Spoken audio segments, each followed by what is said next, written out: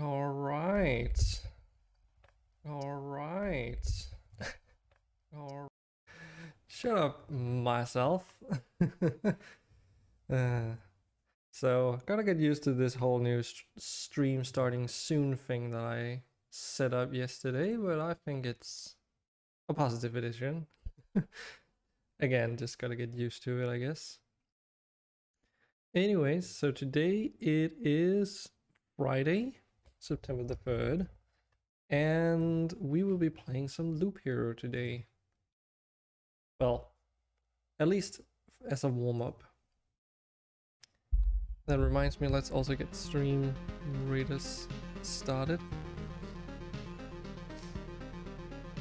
Since I know people enjoy that a lot. And we've gotten pretty far in this game so far, it seems. We've managed to make it to the 4th chapter, and I've already had a couple goes at this.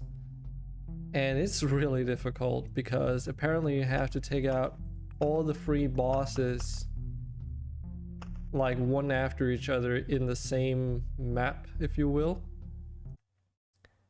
And I don't know, I've tried it a couple times, but it's like, yeah, I've not succeeded yet. So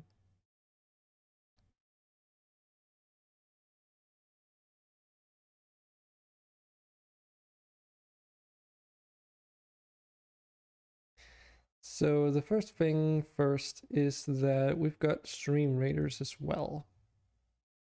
So let's just get that taken care of. We're just about to enter a hard map. And yeah, I don't know if we'll be able to make it through the whole season this time either. I just don't stream enough in order to accomplish that. Oh god, that's like a lot of bad guys. I'm contemplating trying to put down an artillery just to see what will happen. So, because they are high level, so I'm a little bit worried that given this is the first fight of the stream, this is not going to go well, but we'll try anyways. I don't know if there's like anything. I know there's noticed some new quests, but okay, Buster Scrolls. Meh.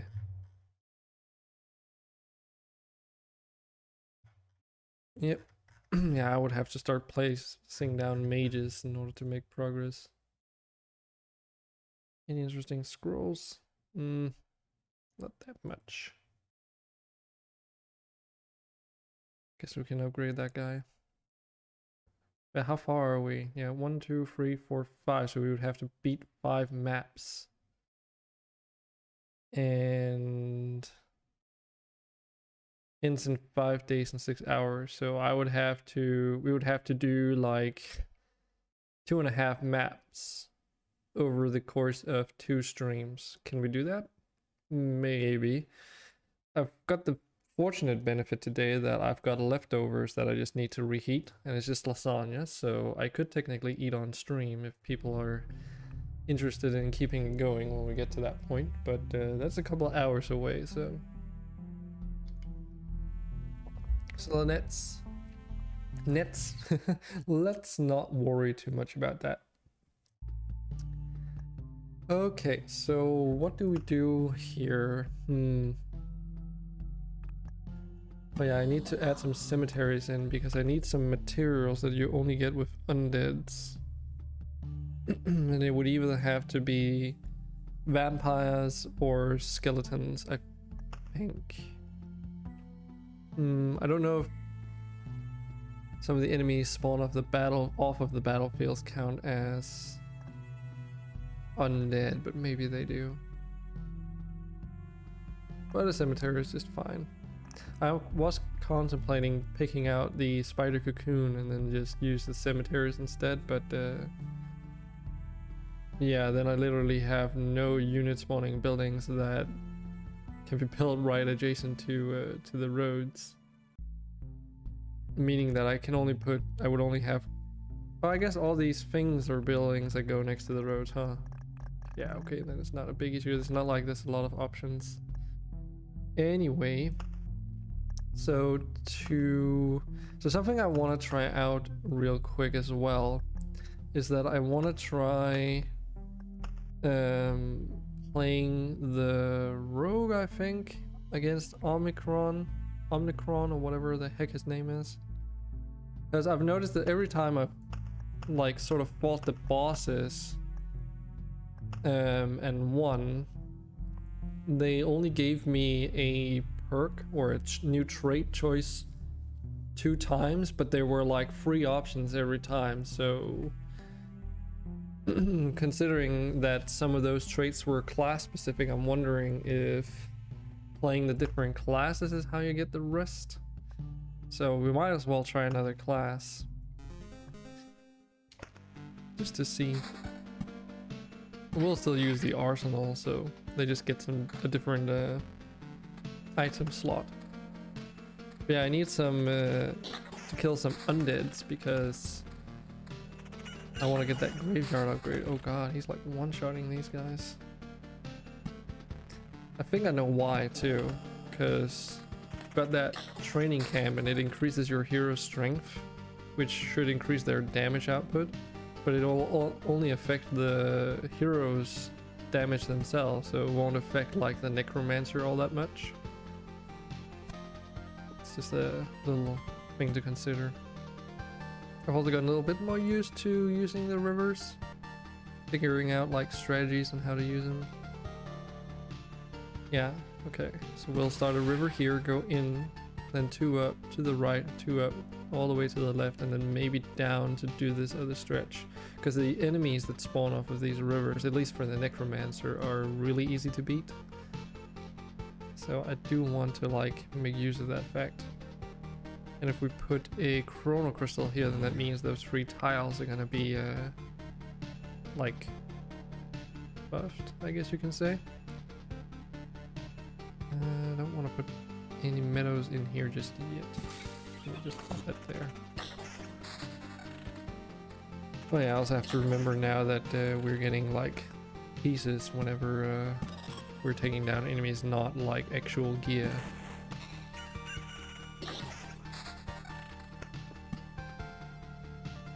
We can go to Mana Ruins, that's a good start. Yeah, let's just leave that meadow. Damn, we're getting a lot of cards. Even have like an Oblivion card already. Guess we can put the other Chrono Crystal down here. That's actually pretty good because that also means that if I get another village, I can immediately nuke that. Well, I guess it doesn't really matter because it's the first. Well, that's also why we're killing them so fast now that I think about it. But yeah, it doesn't really matter since it's on the first map.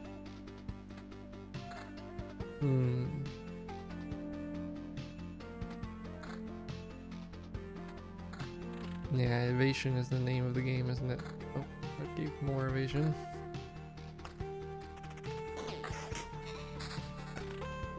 And a cemetery. I'm thinking about putting these up against the back end here. I think that's gonna be the best idea to use them that way. Hi boy, I see you've placed an epic musketeer on the battlefield. Welcome, welcome. I hope you're having a great Friday, my dude.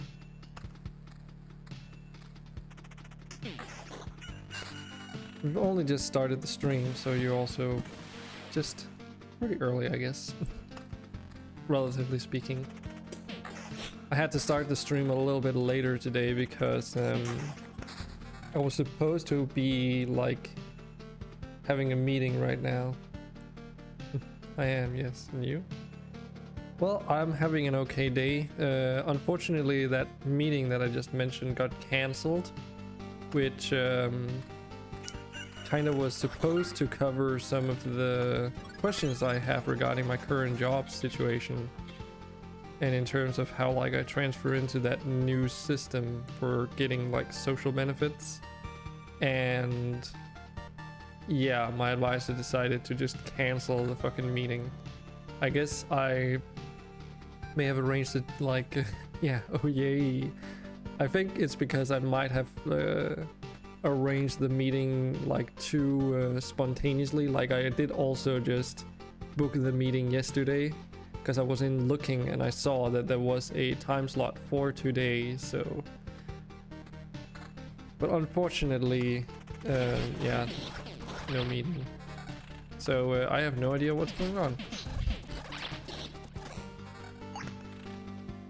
And as it also happens, I also checked my bank account and my social benefits didn't come in on time because I forgot to fill out, like, you basically have like this thing you need to fill out where you state that you've done all the prerequisites for getting your social benefits and you didn't do like all the stuff that would prevent you from getting social benefits. And I forgot to fill in that piece of that formula in time, so yeah, my social benefits didn't come in when we switched to the next month either.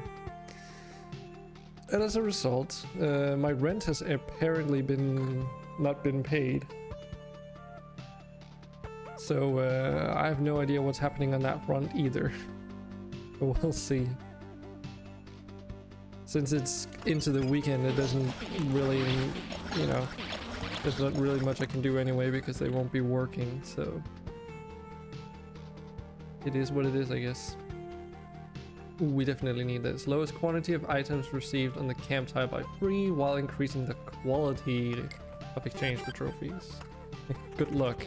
Yes. I'm sure I'll be fine. Did get like a phone call yesterday, or was it like early this morning? I can't remember. And I usually only get phone calls when it's people that want like money from me, aka like you know, official institutions or whatever it is it may be. Let's get some meadows in here. Also put in one there. So yeah, stream started a little bit later due to that, but that's okay. We're here now.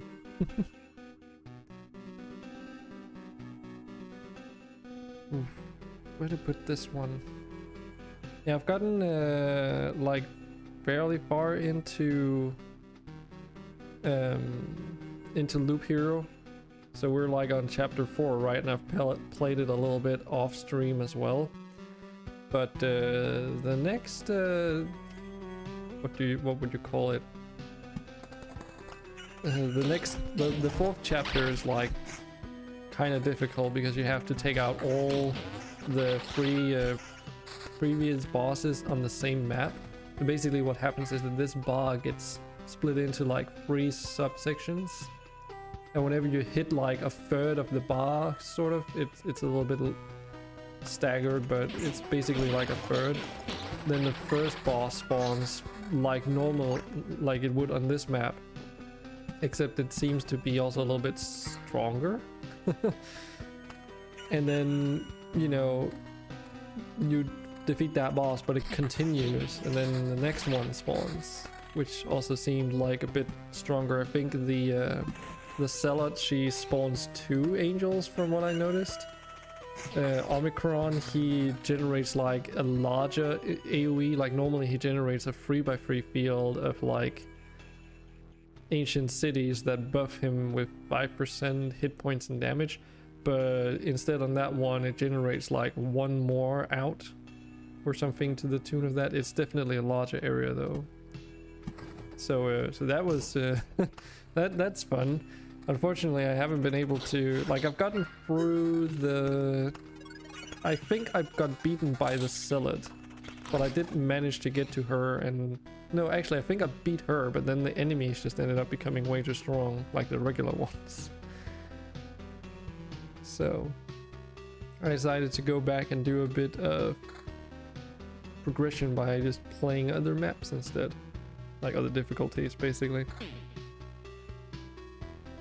And I wanted to try out something too, since the different bosses, they give you traits trait unlocks like these that you can choose from by beating them, but it seems to me like I've only gotten one for every, like, up to 2 times basically, meaning that you have a choice of 3 but you only get to pick 2 out of X amounts, and some of them are like this one, for instance, is is entirely specific to the rogue, so I'm wondering if it's related to which characters you defeat the boss with, if that's what, like, you basically get to up to 2 traits per character class that you sort of beat them with. So that's kind of what I'm trying to see if I can get another one, while also farming some other stuff. +1 max HP for each trophy he gets since this trait is taken. Fighting against 3 or more enemies will grant you an additional trophy. 30% chance to get a random basic resource chunk. Not really like any of these that are particularly good. So you haven't seen how the hunter gets buffed? Oh, no, I didn't get that far yet, so I do not know. I wonder if he just gets additional wolves or something, so we'll take that. Let's hope it's not 4 days. I mean, yeah, with the necromancer it wasn't like it's not too hard at this point in time, because like to take out the hunter, he's not that difficult really. I can get pretty far on the third difficulty, to the point where, like, the reason why I stop, like I don't continue for further loops, is because I run out of space for materials. And not because it gets too hard. Did almost die against them. Yeah, but that was then. This is now. This is now. We're strong now.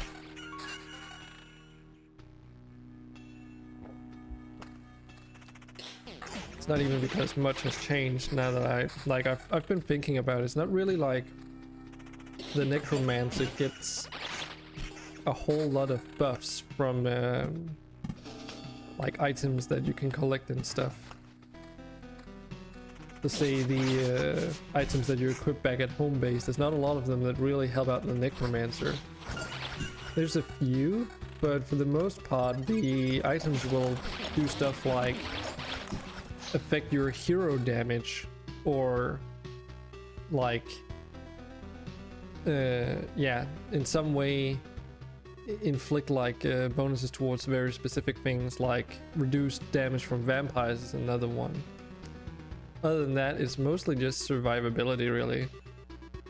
Like more hit points is one of them. And that doesn't really help you out as a necromancer. So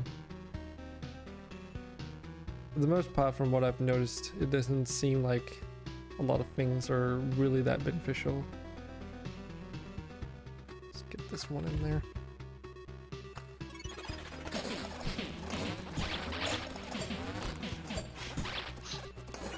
The rogue is just like fucking wrecking this.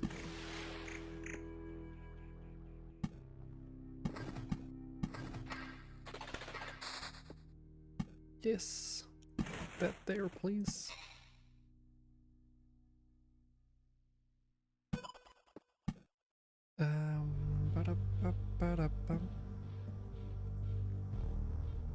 Guess we could put it here because that's where most of the fighting happens.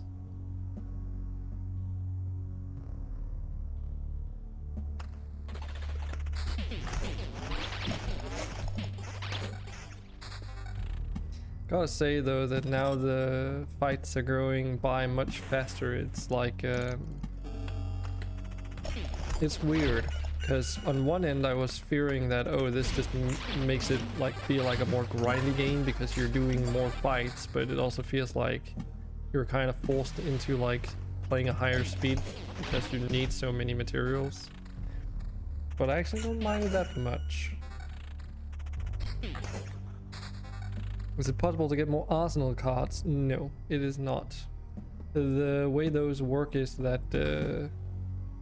when you're in the deck section, there's like those cards in the bottom right, and they're all considered what's called golden cards, and you can only have one in your deck, and you only get one card at the start of the whole thing. So if I were to use an Oblivion card on the arsenal, it will be gone forever, for instance. So don't do that. And as a result, you also only get to choose one of the different golden cards. There's actually another golden card that's pretty interesting too that I've tried. It's called Labyrinth. And when you put it down, it just like sort of like a virus spreads out this huge maze structure on the map that all it does is that it takes up space. And what it's used for is that it rapidly increases the map completion. So it gives you a huge boost into the map completion. So if your goal is to do boss grinding, then that's kind of what it's used for. I did read on the wiki also that it's useful against the third boss apparently, but I didn't really feel it was that necessary. You just gotta get like you know, stronger basically. HP healed for each kill, or a rat wolf may come to your aid. See, this card is like really cool because it gives you another target that sort of helps you out and can take damage, but I don't know if it really matters in the long run. But free HP healed for each kill is also not that great. It's kind of crap actually when you think about it, because at most there'll be like what 4 to 5 enemies in a fight. And I currently get 43 hit points a day, so meh. Shield of Faith. Oh yeah, that's true. I can actually use that now. I completely like blindsided that because I was still thinking that I was playing like a necromancer for some reason. Yeah, this is definitely what we should go for.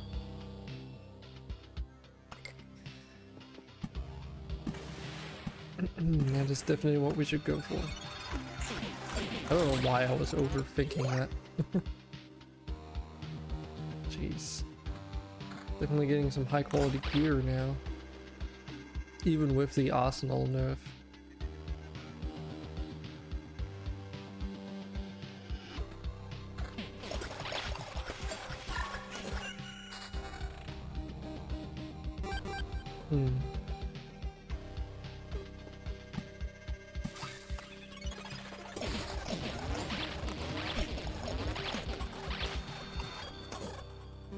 But the rat wolf probably scales with loop level? I don't know. It does. I do seem to remember that it kind of just eventually becomes too weak to even make a difference, so in the long run it would not matter. But then again, this is just the first map after all, or first chapter, so like all the enemies are super easy to beat and there's no real reason to overthink it too much.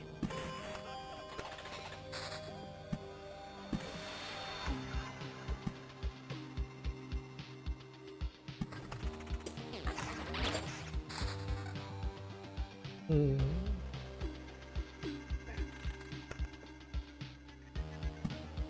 another one.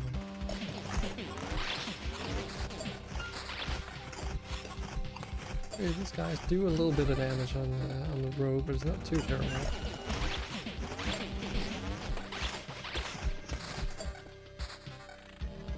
Have to remember that we're also going by like high game speed, so yeah, we haven't really gotten that many cemeteries. It's kind of what I really need.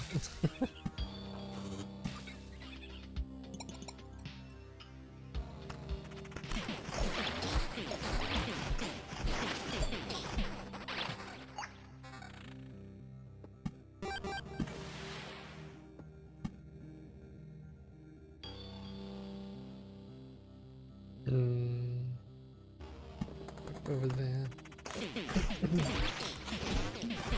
Probably because of those watchers that are getting introduced having like provided all the enemies with those energy shields.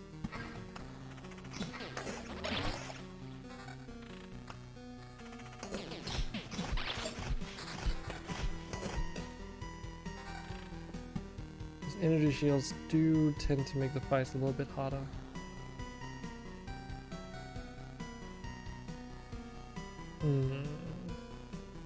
Here maybe, or here? I think here.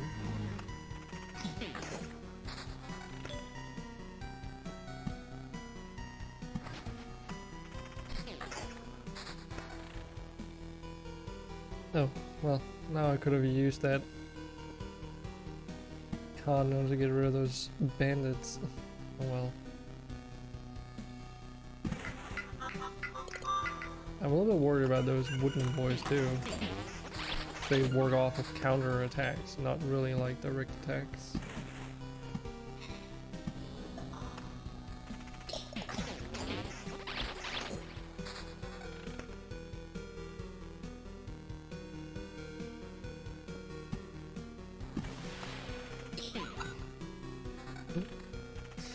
Yeah, those watchers really just sort of get the fuck out of there. Don't want any of this business.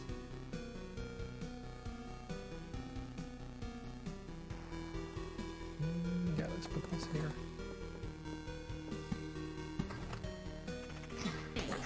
Those Naga sirens seem pretty strong. Maybe. I mean, they're not really that strong when you're playing as a necromancer, that's for sure. They're definitely pretty weak. But I think it's maybe because they have high evasion. So it's like the same thing with the swamp cards that you can put down. Those will spawn these mosquito things. And the mosquitoes don't really do that much damage, and there's not usually too many of them, but they have really high evasion, so the chances of you hitting them is, as a result, also very low. And that just ends up screwing you over. To the point where they get so many free hits in before you finally take them out in like one hit basically. That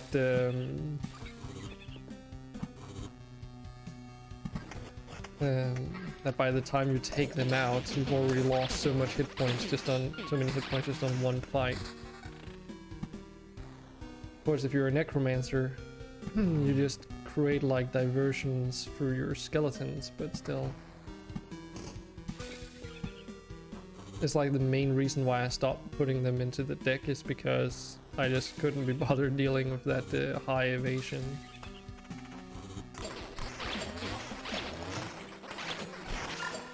So I would assume the Naga Siren thingies are also strong because they're like from the river cards, and that's like one of the last things that you get in the game.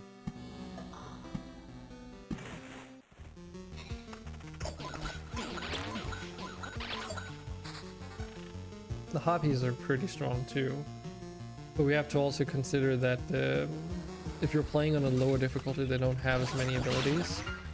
It's like if we look at this guy, for instance, normally on the higher difficulties they have the ability to create those mirror shields or whatever. But speaking of which, oh okay, so I am getting them, so that's what that is, that icon up there. Yeah, good thing I removed that goblin camp because holy shit, they tore into my hit points real bad.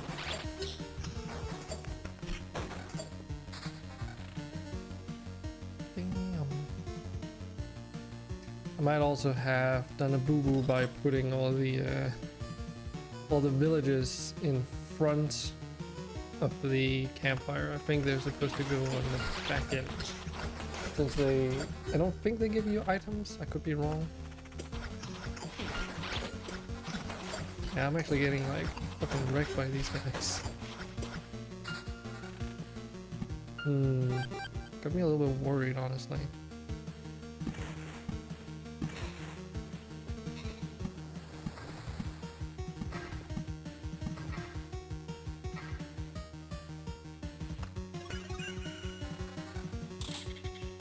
Let's see.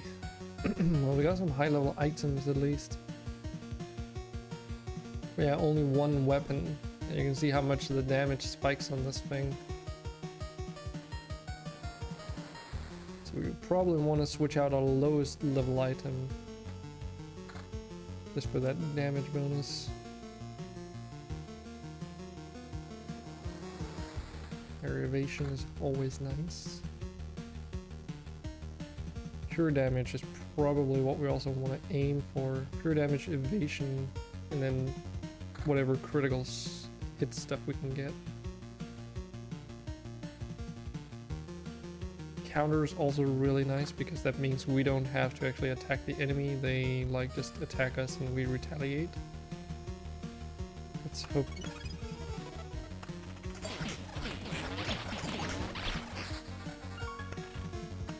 Yeah, because all these runes should also be before when you're playing the rogue, because they give you the trophies, and those are like used whenever you are supposed to hand them in. So if we have had this in inverse, like all the a village, a ruin, a village, a ruin, a village, a ruin, then you would go through the end, and then you would get heals, and then get a bunch of extra trophies near the end rather than the beginning.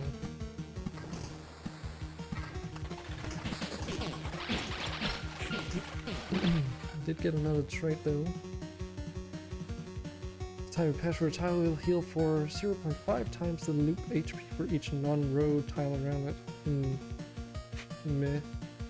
20% chance to perform a quick free attack combo instead of a regular attack, dealing 50% damage with each hit. Now this is good, except for like it can also be an Achilles heel on the wooden boys, because you know, free attacks trigger free retaliations as well. But we're gonna try it anyway.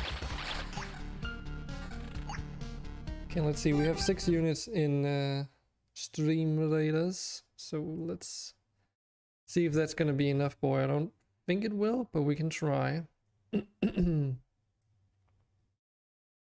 Like, what would even be benefit? Oh shit, can I not cancel this now? Shoot. Oh, yes, I can. Okay. Also bad against enemies with high defense. Yeah, I guess you're right. Because you reduce your overall damage. Well, unless you're doing true damage, then it doesn't matter because it goes straight through. Okay, so that one's low hit points. They're all low hit points. So I assume that means we can technically one-shot them. So maybe haste is just what we want. We'll try.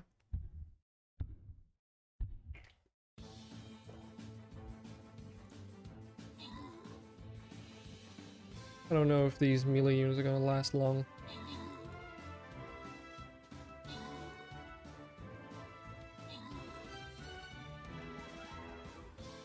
Because preferably we take them out before they get into close range, but yeah. Like that. that damage on these things is pretty terrible. Because they're so high level. Well, we're not gonna make it because the fucking artillery is just way too slow. We have had more artillery than maybe we could have taken them out, but the thing is, my artillery is not strong enough to one-shot them yet. Yeah. Literally like 1 or 2 more attacks would have done it. And now my own artillery is on cooldown, so I cannot put down another one. But it might be fine because now they're going to be lower level. Yeah, now they're going to be, well, there's still going to be some level 20s around. Wait, there's like way more enemies now. What the fuck? Like, what what game you made it? It doesn't feel like you made it easier game. It feels like you made it harder. What is this balance? Like, we put in a bunch of extra high hit point rats instead because reasons.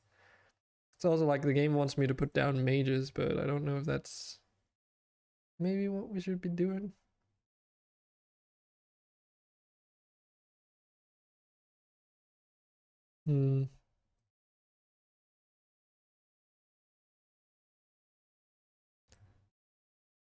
Well, let's try something here.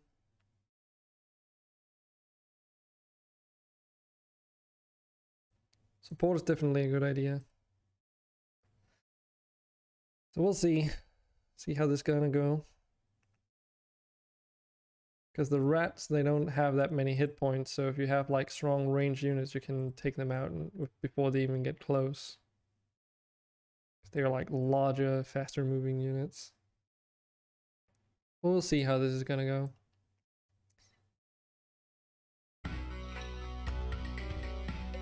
Okay, so where were we? Here, okay. Could technically put one of these in here.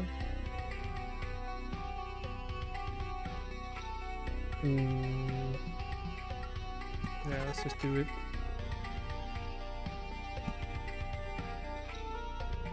Well, I guess we should technically put one out here, but that would be very dangerous at the moment.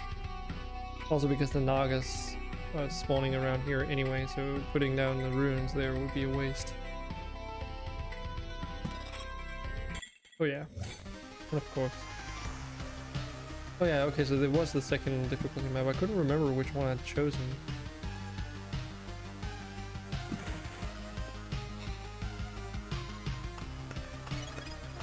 That explains why I'm having a little bit of difficulty at least.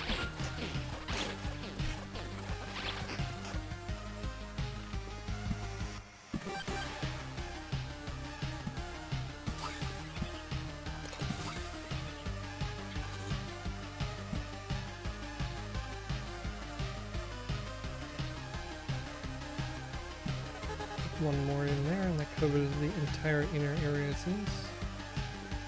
Those tiles over there, but I don't know if those are gonna get relevant. Yeah, I don't remember if I've beaten the Zealot with the Rogue yet, so that's kind of what we're trying to see if it gives you different rewards. I could just Google it, but I think it's more, it would be more fun to figure it out on our own.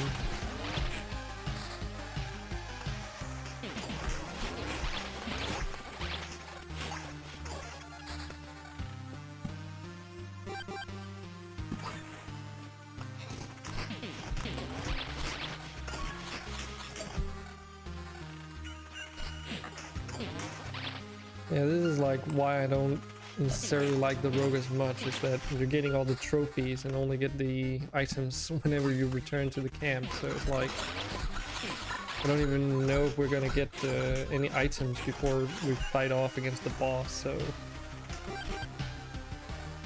that's a little bit sad.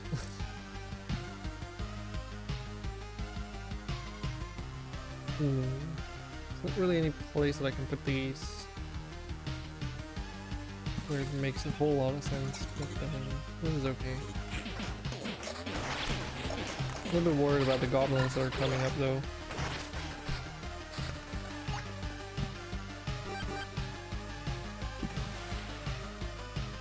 Have pretty good evasion, 36% though, so hopefully that should be fine.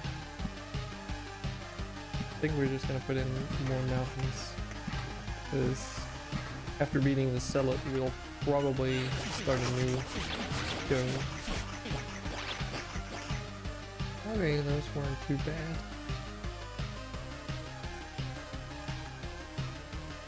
Because our resources can go up to stacks of 20 on this map.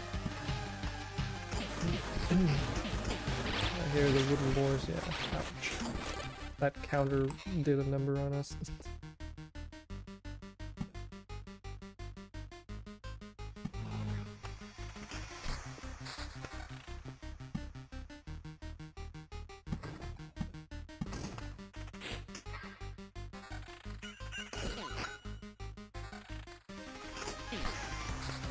How much pure damage do we have? 8. 8 pure damage isn't much on paper, but it's like guaranteed damage after all. It was completely through armor, so that's at least something about it that's pretty cool.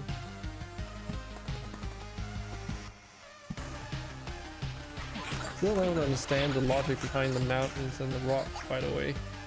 Because on the second difficulty, the mountains, they provide 6 HP for each adjacent rock or mountain, and the rocks produce 3 HP and then 3 more HP for every adjacent rock or mountain, which basically means that they produce the exact same amount.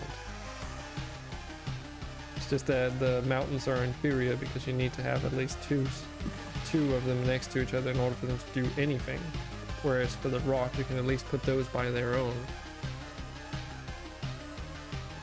But in order to get the full potential of either of them, you still need like to have 2 that are next to each other, and whenever you do that it equates to the same amount. And on the third difficulty you actually gain more out of the rocks than the mountains, so literally making the mountains inferior, which I don't quite understand why that is, but that's how the devs made the game, I guess. I don't know why I keep looking at the fucking items, there's no point. I have so many of those. So many trophies.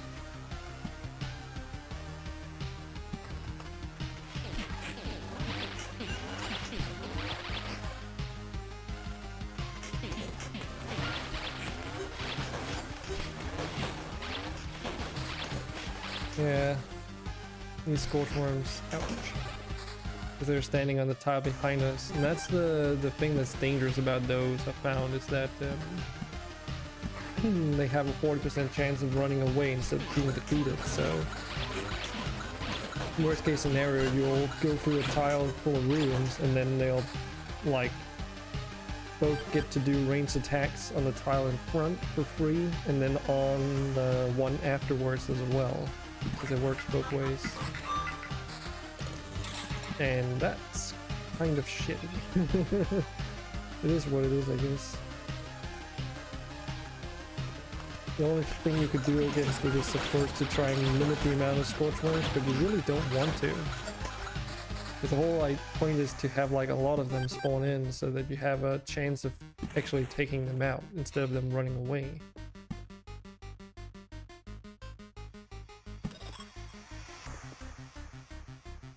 I could like mix some spiders in there, but then I don't know if the scorch worms would ever get to spawn again.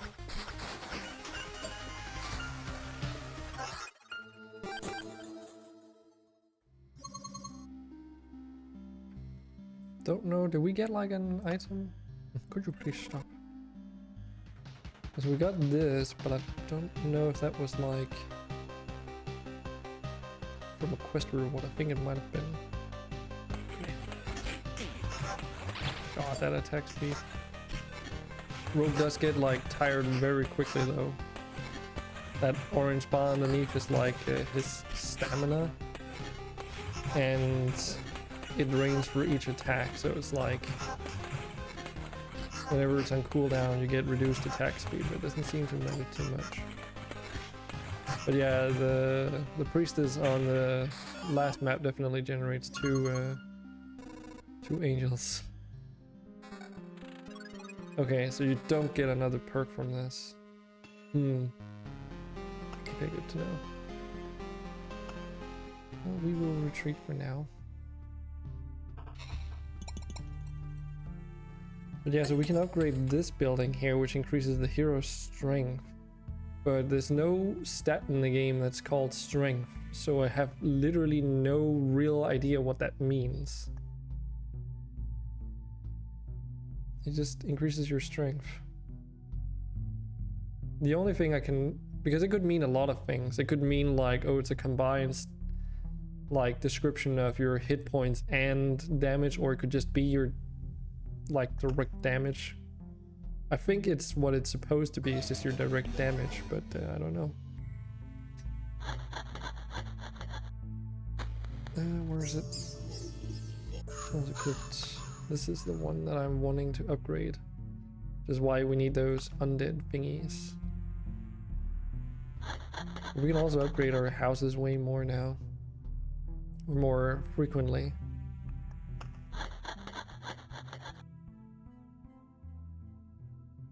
Have you ever considered building yourself a mansion like this when it's over, to live a normal life? That's too far in the future. I still don't know how to piece this world together, and I'm not sure I ever will. You've built such a settlement for all these people. That fact alone is a miracle. Every person in this camp believes you can save the world. Even you? Even me.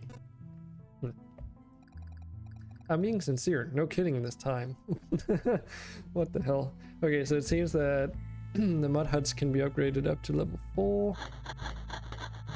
And if we look on the right hand side here, you can see the storage capacity increases. So each time you upgrade it, you can store one more additional, or equip one more additional item, and then these other different icons are like jewelry, food, tools, and furniture. In reverse order, I guess. So if we go to supply, now we can equip 58 items. Let's see, we got this one. Yeah, this is really good. Because this is plus 1% base food, but I don't know. No, we can't really equip anymore because they are equipped up in these slots.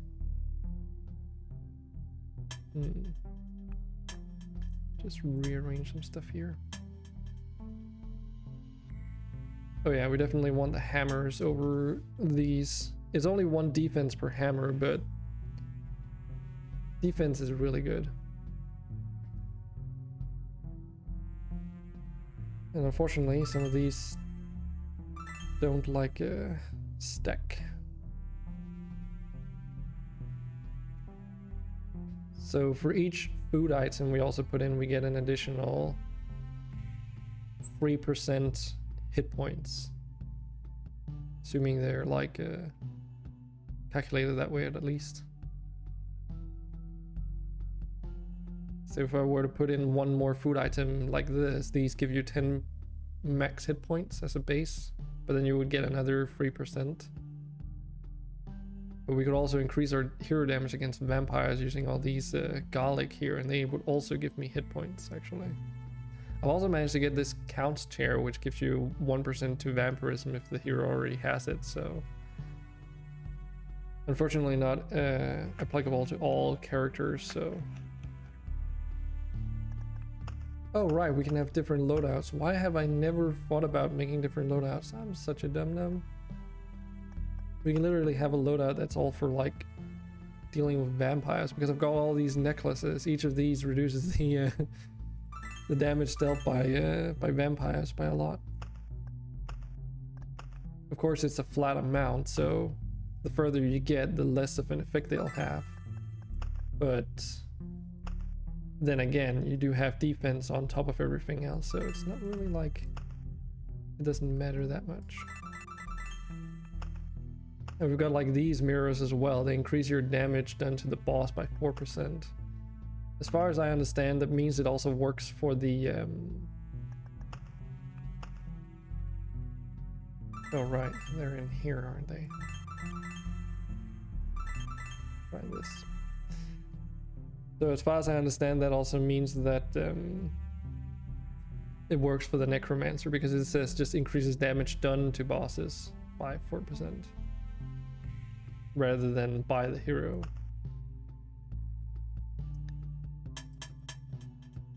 Okay, let's see here. Going for campsite tile. These are nice because magic find basically. More hit points by passing through village. After killing an enemy, you get a hit point. That's a lot of hit points. This is only applicable if you already can get HP regeneration. I guess there's no reason for me to have these in the deck if I don't have rat rolls in there anymore. And I've got like 3 of them over here. Don't know if I have enough of other items that I can put in though.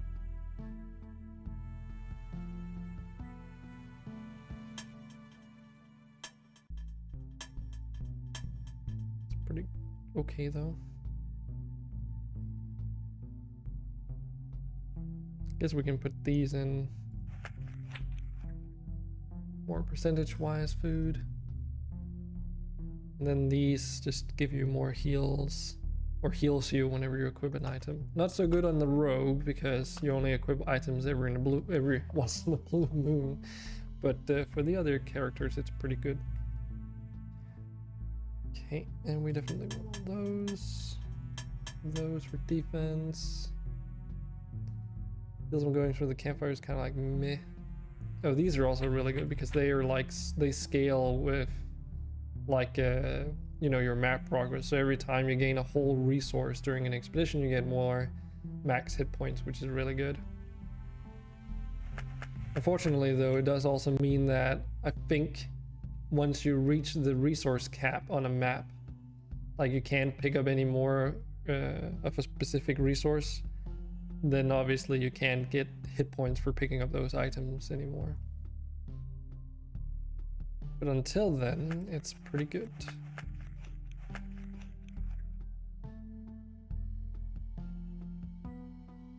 Yeah, unfortunately the Garlic doesn't affect the Necromancer though. Then again, it only affects vampires, so... Well, we could make a rogue build using this Count's chair as well, but I don't know if that's really worth it.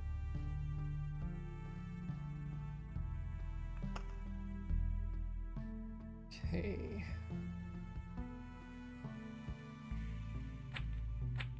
Get those in there, and then 8 more items. And then 1 more item for good measure's sake. What counts as equipping, and can it be cheesed? I don't know, boy. I don't think you can cheese it. Like, equipping counts as putting it into a slot here, and then you can pick them out, and then it's unequipped. So in the bottom, you can see how many things are equipped.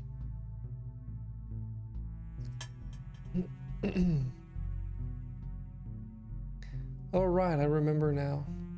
Also, this dinner table's pretty much inferior to these old frying pans at the moment, unless you get to like really far in terms of loops,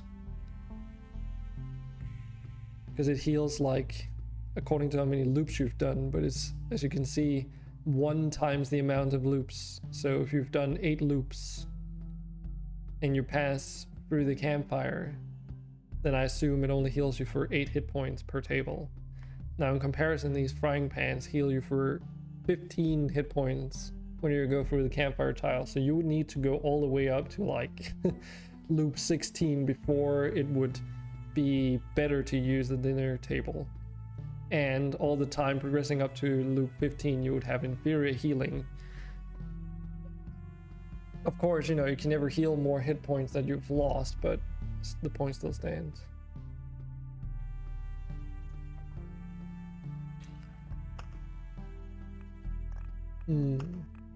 Should we try and complete the encyclopedia just for the hell of it? Because I have like 99 of these book of memories.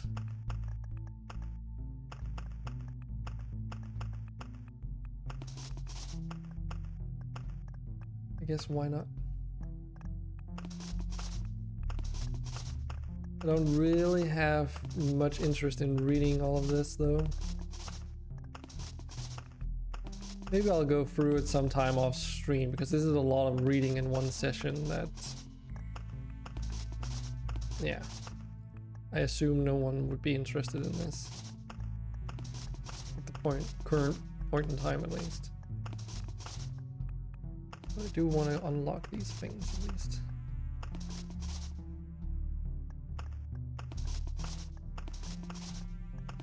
But as you can see, there's still like some item types that I haven't even found yet. Got all the food types in the game though. Which is not really a lot, considering that the most... That's actually kind of a weird thing. What about this one? What did this do again? Oh yeah, this redirects the Storm Temple Lightning Bolt. Or any pure damage attack into a random enemy. I sort of sacrificed those at some point because I was like never gonna use that.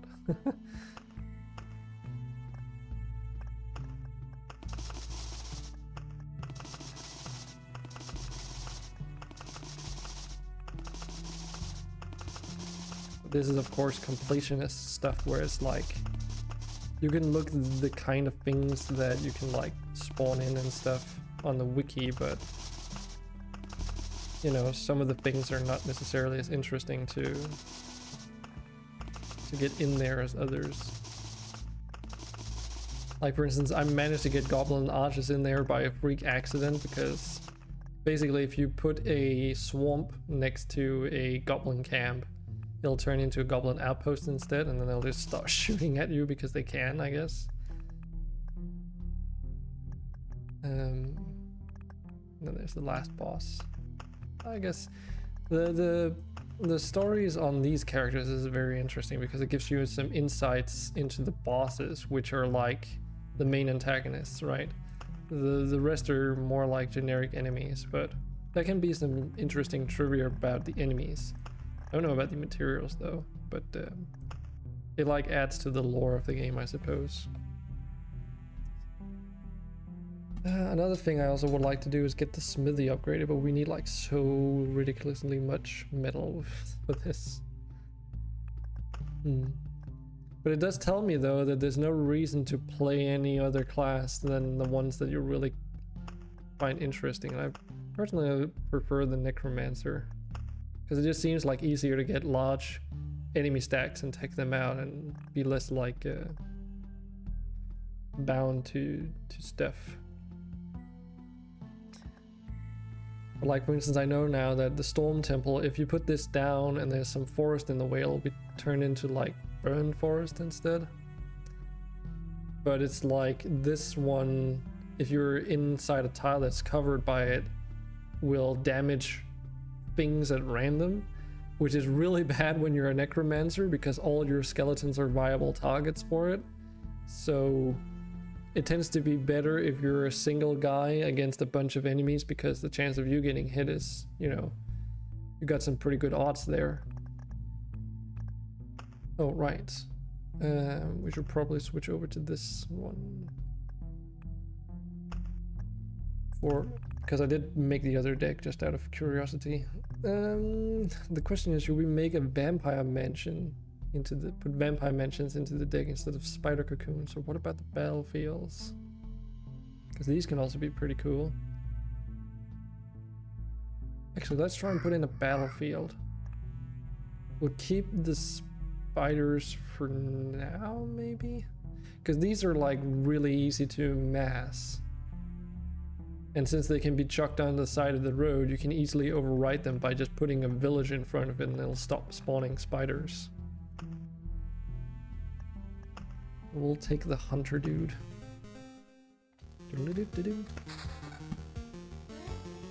Interesting.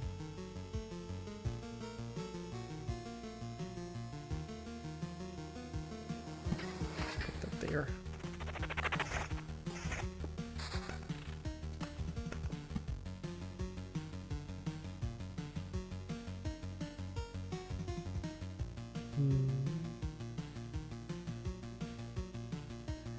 Yeah, I'm just taking like a gander around. I think we're gonna have like our river go up here. That can go up there, down. Okay, it won't quite fit. But do that. Could also just have it go all the way up here and then two out and then down. And then up and down. Then that will fit. And then use the other side for other stuff. Because trying to get the river to loop all the way around is, from what I've sort of noticed, not worth it. Does mean though we can already start putting down the thickets. Just have to be considerate of where we put this spider nest. Because if we're gonna put the runes in here, then we don't want spiders on this whole stretch either. You know, just a little bit of strategy. But if we're not putting the river all the way up here, then that's a good spot to put in the spider nests. We put that there. Because then we can also put a chrono crystal and then the meadows in the back, like this.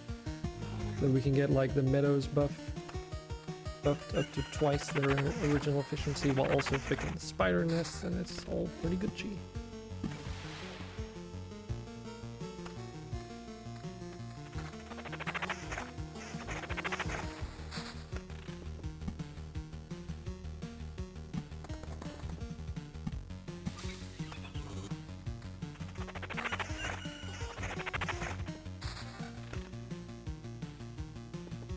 Then we can do the exact same over here. And we can use the left side for the mountain and the treasuries.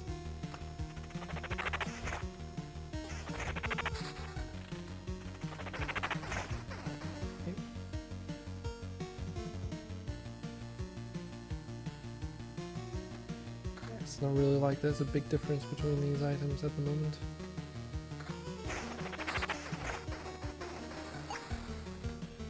Yeah, it does feel good to be back to just constantly be getting items though.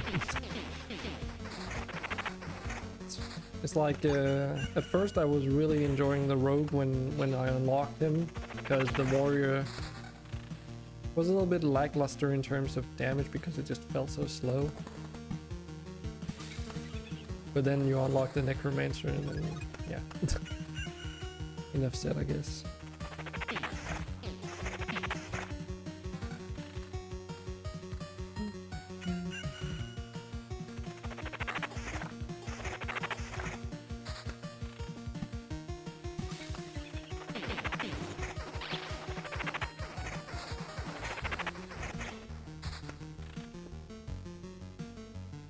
This also means that we can put a bookery up here if we want. We can also put it down here. If we put it here, we can start making immediate use of it. But if we put it over here, we can get one additional immediate use out of it.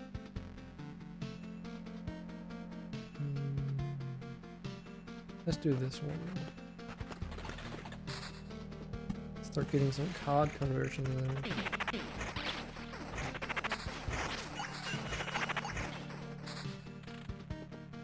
Yeah, so here's where it gets weird, right? So notice now the mountains here, they say 8 hit points for each rock or mountain, and the rocks say 4 and then an additional 4. So it's again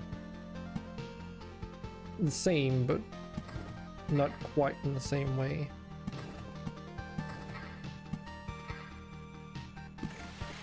I also found out that if you put a river tile in a corner, you can't like have a river pass through 2 road tiles and like that are right next to each other. So if you need to like pass through over here, for instance, you can't just go into that corner here and then pass through to this corner then on the other side.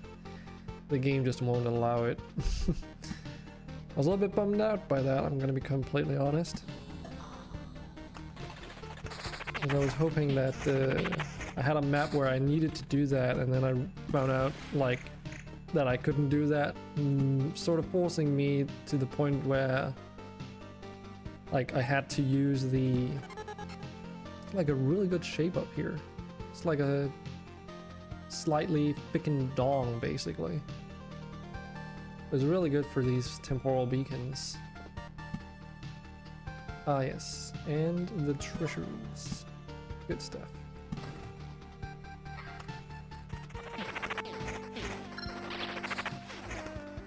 Let's see, what do we have? Hero has a 60% chance to reflect a range shot into a random enemy. That one is like really good when you get like a lot of scorch worms. I've contemplated, but I haven't tried it out yet. But I kind of want to try and get a reroll on this.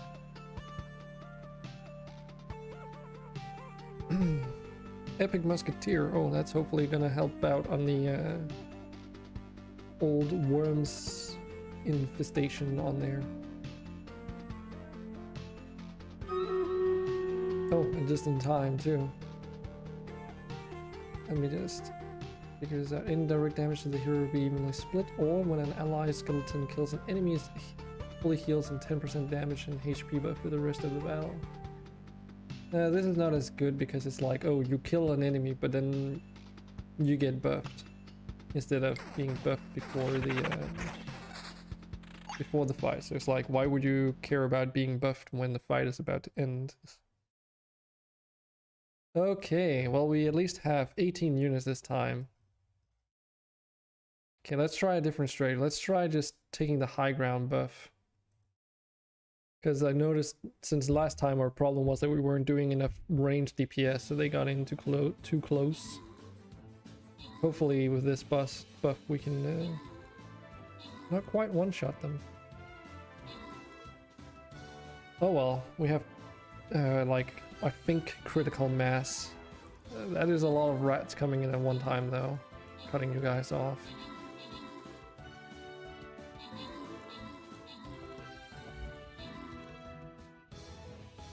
Some of you may die, but that is the sacrifice I'm willing to make.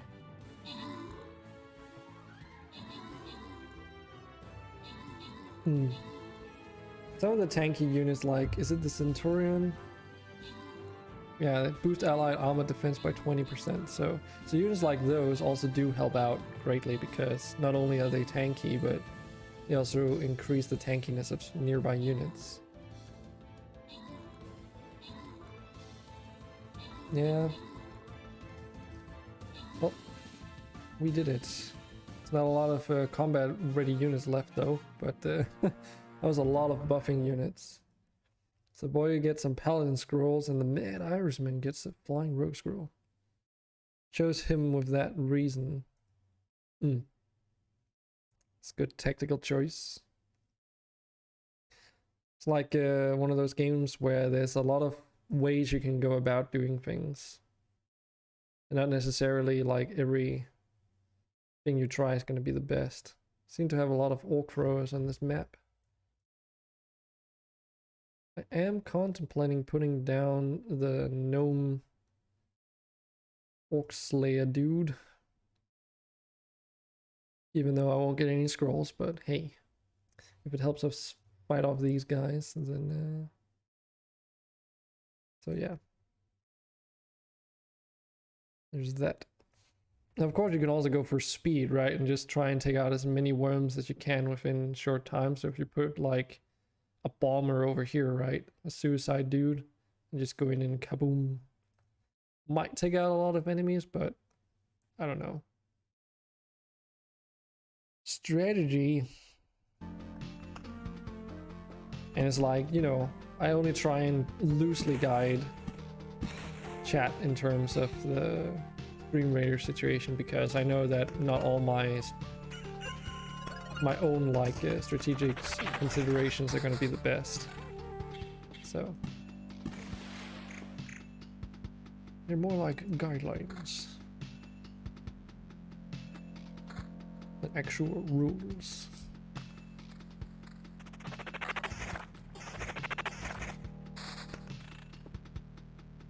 Okay, so we've got a first runes thing.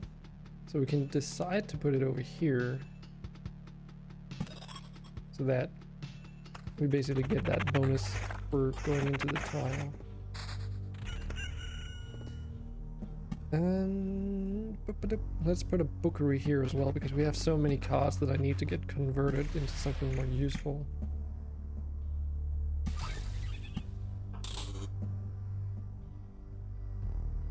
Oh, right.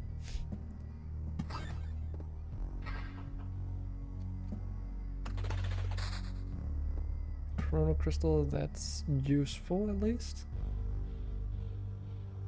Put it down here to try and promote some more enemy growth, or we can put it up behind here. Actually, this might be a better spot because it'll affect all these fishermen spawns, hopefully. And another ruin. Just put that one closer, doesn't really matter. Don't quite want to put that down there. Oh, actually, let's fight this fisherman and see if we get a card. So if we don't, yeah, thought so. Then I would rather convert the... Ooh, this is like a really good tome. Look at this. Skeleton level 1.8. Plus 1 max skeleton plus 0.69 skeleton level. That's a massive boost.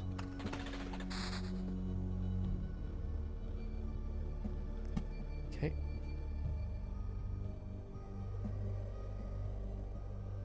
So we're gonna go for that. Circling down there. Let's put another temporal beacon over here. Let's save the last remaining card we have because we're coming up to the other bookery and only have one card, I noticed.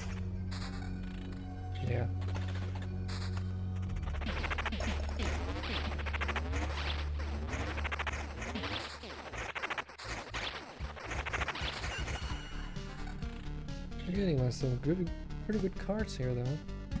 Cemetery is nice, river is nice. Convert the rest though. Haven't gotten a lot of villages, so our living cut is kind of not that necessary right now.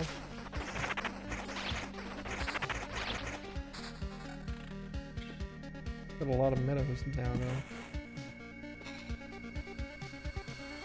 And even put a mountain down. Yeah, there we go. First village. Awesome. Almost got a mountain peak built as well. Get some more enemies to spawn in, more cards, more items, good stuff. Oh, we're already starting to get orb of expansion as well. That's also what I've noticed with the necromancer, because you can take on so many like enemies all at once. It's easier to get the orb of expansion, especially now that I've started using these temporal beacons, because they always add that one extra unit that sort of just does this thing and then gets the fuck out. It's not as difficult as with the vampires, because true, vampires also buff everything, but they give them lifesteal, and they immediately start out with lifesteal. With the those time dudes, it's a little bit different since they first have to apply the effects.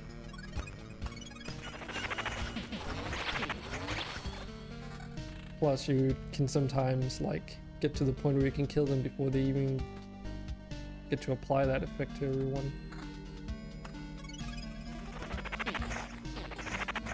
So we're on loop 4. I really like that trade you can get where it gives you like a fuck ton of XP for each tile you put down. I found out that is actually really good in terms of getting a lot of levels. And of course, the sooner you get it, the better it becomes. Very self-explanatory. Do I want to put this here? But the thing is, if I put this here, is that gonna no, it's not gonna interfere with the treasuries in the future. It will affect those graveyards, so let's do that.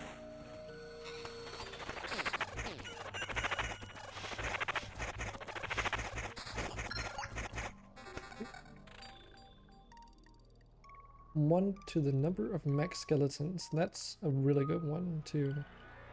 I found out that the supplies thing is kind of useless. It says the hero leaves 10% of his findings in the camp when passing through the campfire tile, which sounds really good on paper if you're trying to do like long runs. You think like, oh, okay, there's like a limit on how many resources you can carry. So if I leave 10% every time I pass through that campfire tile, I'll be able to basically keep on going forever. Except what the game doesn't tell you is that it doesn't affect the cap of resources. So basically you can still only in total gather a certain amount of each resource. It's just that some of them get left behind in the camp when you pass through, so in case you die, you don't necessarily have to opt in for losing a whole lot of it. So it's kind of a useless card, honestly. Ooh, we got our first battlefield as well. Well, there's a couple of places we can put this. We could put this here because there's a good amount of enemies. But we could also put them in places where similar to like where the bookeries could be placed. Like for instance here, that would affect all the graveyards. Let's try that actually. Put the river up here. Complete the mountain. I know we're gonna get like one less card down there, but that's okay. Ooh, we've got a book here. Damn. Does reduce our max skeleton count though. So maybe just hold off on that. Summon quality. We have none. Okay, maybe we should get some summon quality. We're just making flashy boys at the moment. Which there's nothing wrong with a good slashy boy, but we need some of those other ones, like the tanky ones, that are really good too.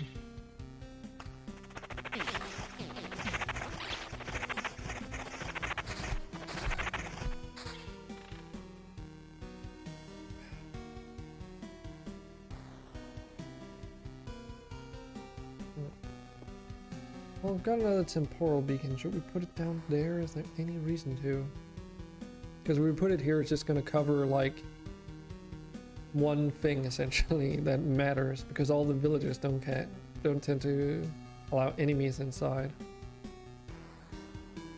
And because of the river, I can't put any temporal beacons within range of this section over here, which is kind of a bummer. I might have to switch it out with the chrono crystals at some point. That could actually be worth it. For the time being though, this is probably as good as it's gonna get. Again, just for the sake of repetition, I suppose. The temporal beacons, they are pretty cool. They increase the days passing with 50%. So it basically passes 50% faster. And then these are also what allows those time watchers to spawn in.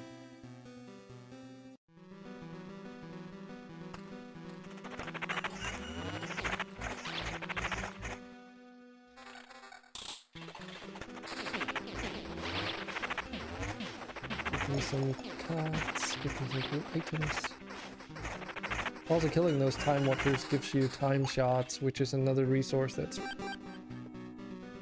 pretty good to get, I guess. So here's the thing that I have been contemplating. So when I'm making this loop around river,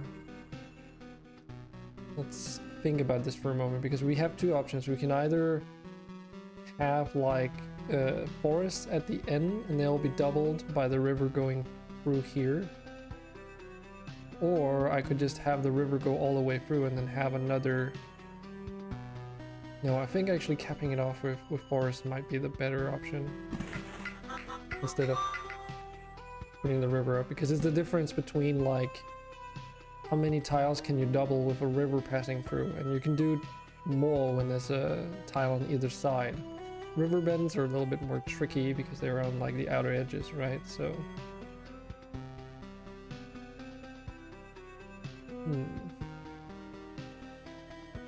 I guess the next one might as well be placed there.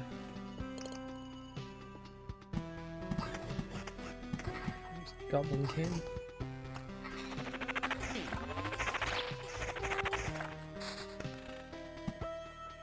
And I've also started like being a bit more conservative when it comes to the treasuries and getting those fulfilled, because if you do those like early on, yes, you get more, you know, you get all those resources up here, which that doesn't matter. Like you can do that as the very last thing before, you know, finishing off your map or whatever.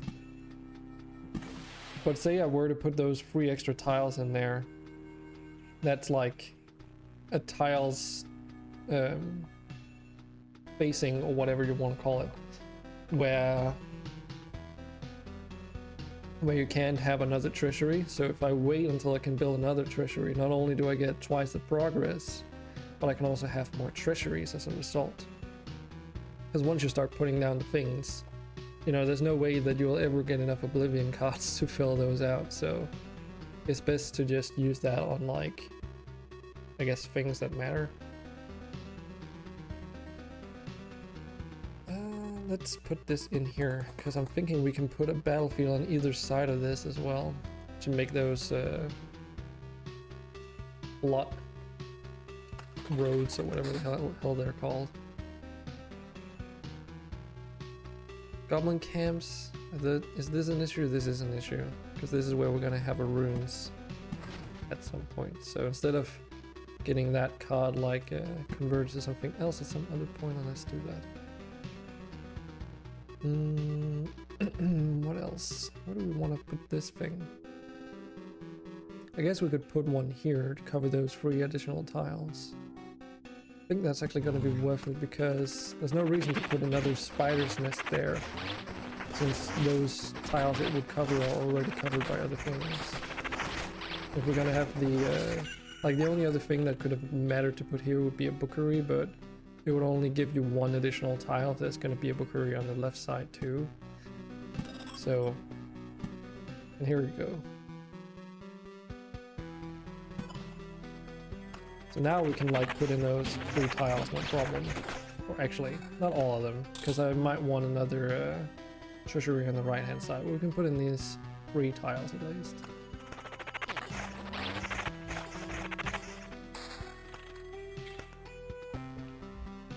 Look at all these delicious skeletons waiting to get slaughtered.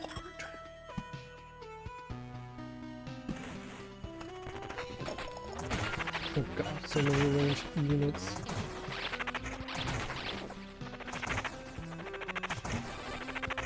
Damn. Wait, this is like filling our potion supply. Good thing we have the skeletons as the very last thing, because otherwise we might be in trouble.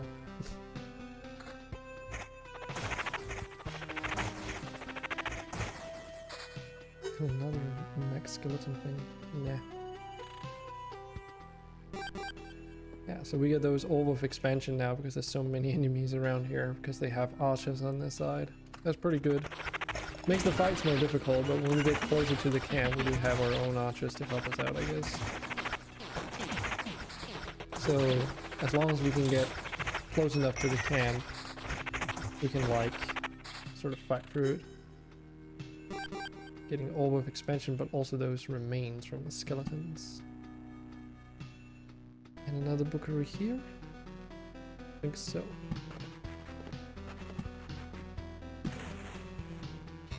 Yeah, we don't really get that great items, I don't think. Not necessarily.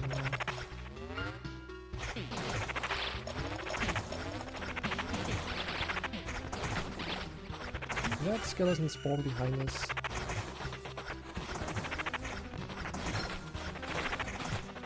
We got a trait.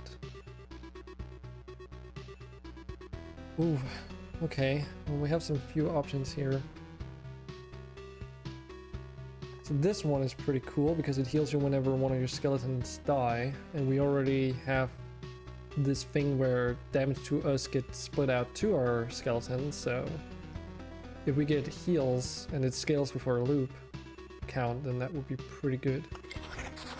For sustainability at least. Or survivability. Should we put this? I think we should put this up here, and then we can put another one next to it at some point.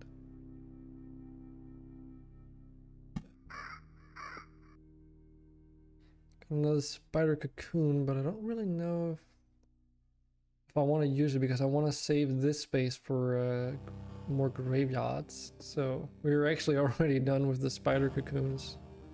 Well, actually, there's one tile here that we could put it in. That one tile there. Question is that going to be a good call? Yeah, it's going to be okay. Because after all, these reed tiles don't put units in on the corners like that.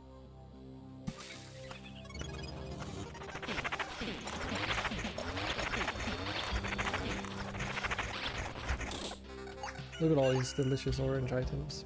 This is what I like to see. Yeah. It's just you need like a lot of stuff before it's worth. Like before you get an item that's actually worth it. But this shield looks pretty good because of max skeleton and summon quality. Evasion is also pretty good. Having a higher defense also definitely helps.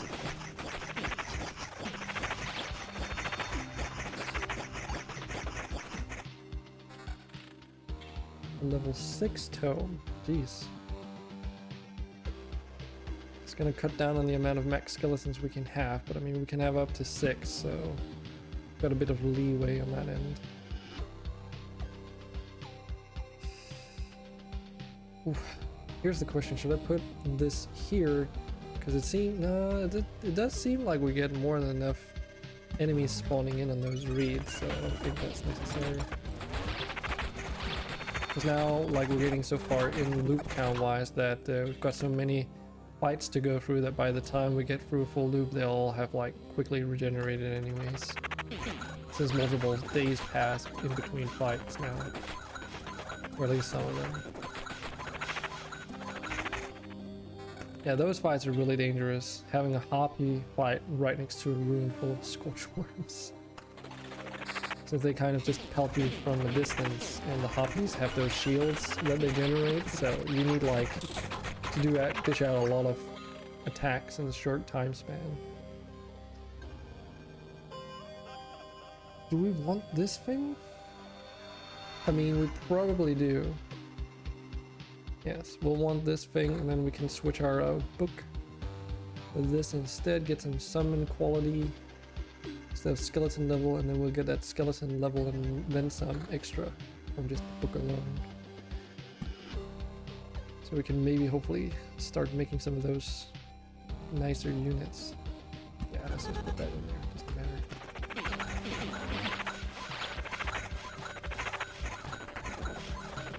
Yeah, you see what I mean? Like, ranged units basically take out your skeletons before they really get a chance to get going. Evasion and skeleton level. I mean, this one is basically a better version of the ring we have, but I would rather have quality. Oh, it's not exactly the same. The skeleton level bonus is like way higher than that one.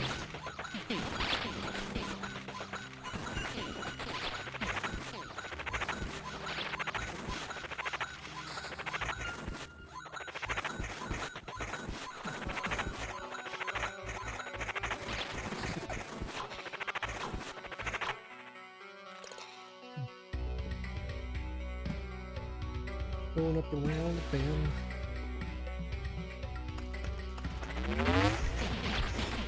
Yeah, that back cookery down here is like completely emptied out, so there's no reason in us saving up costs for this stuff. And we probably need to put down some more meadows, because 37 hit points a day is not a lot.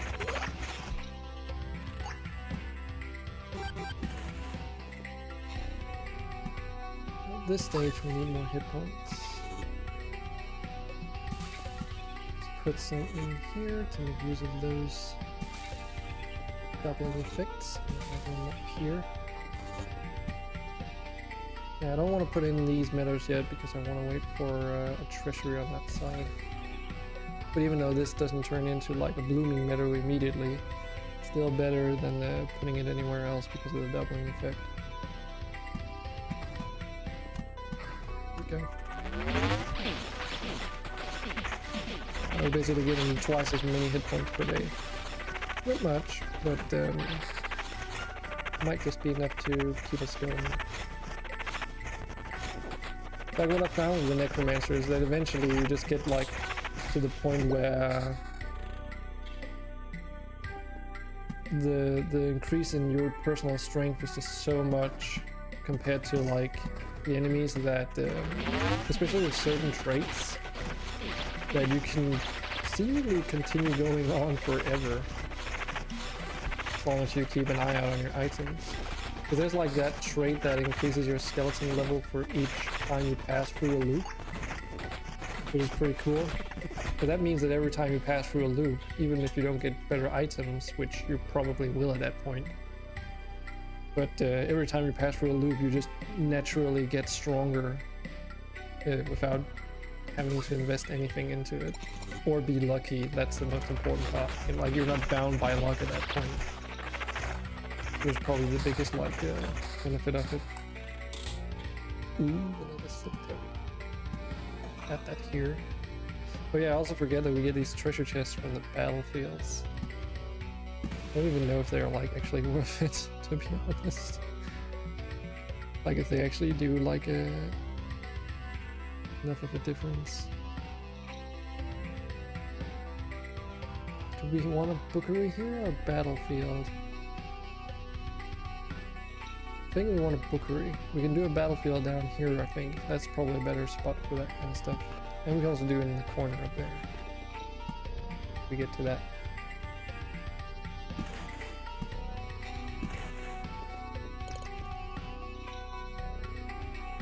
There's nothing don't think there's anything I want to nuke with the Oblivion card. Just having a look around because the Oblivion card is like fairly rare after all, so whenever you get them you need to take a look before they get converted into something that's potentially trash. Just too many cards though. Because if we get good conversions we want to have some extra cards that we can convert. We don't get lucky with the drops. Any reason to put down any more temporal beacons? Not really, it would have to replace this one and... Wait, it can't replace that one because they can't be placed right next to roads. There's literally only... I would have to replace like a forest over here.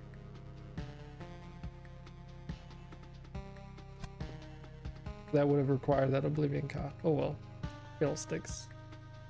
No interest in spider cocoons either.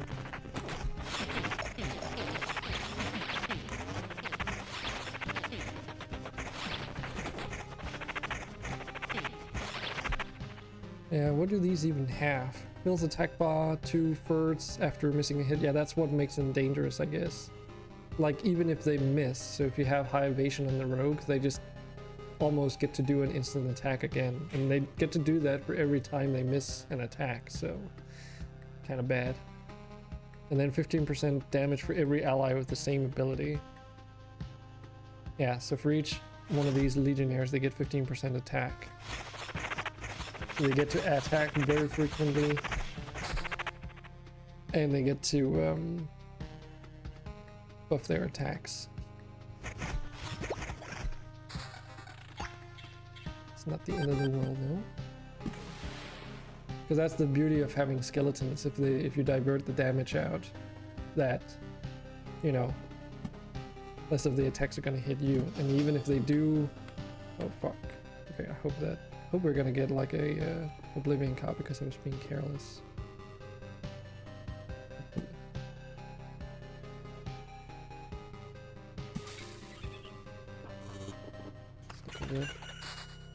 No Oblivion card. Crap. I do hope that we get an Oblivion card before we get to like fight a bandit down here, because I don't really want to fight those bandit dudes. They tend to break your items.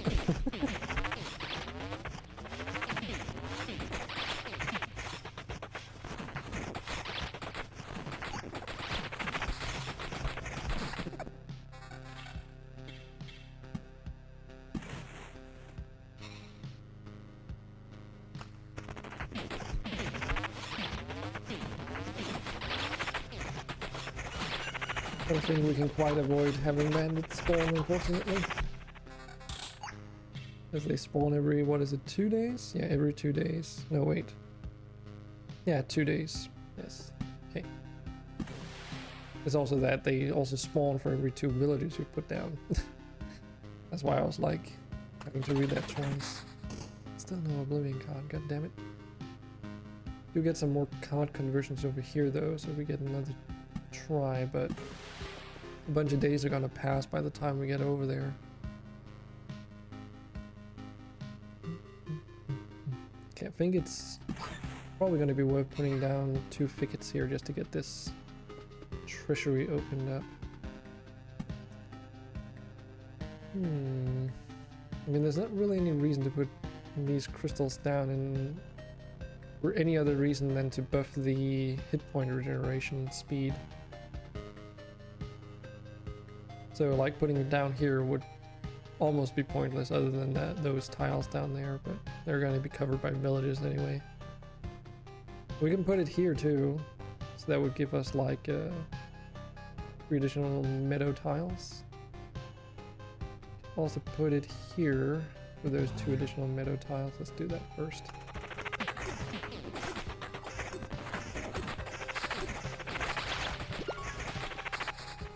Damn, we're getting so many of those. Jeez.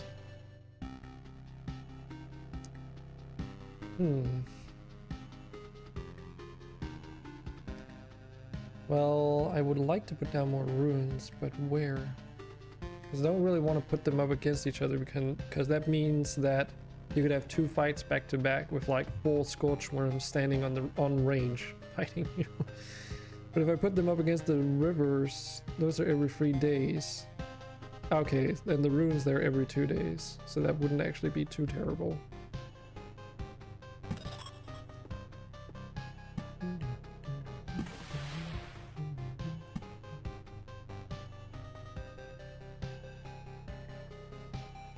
Let's put this in here.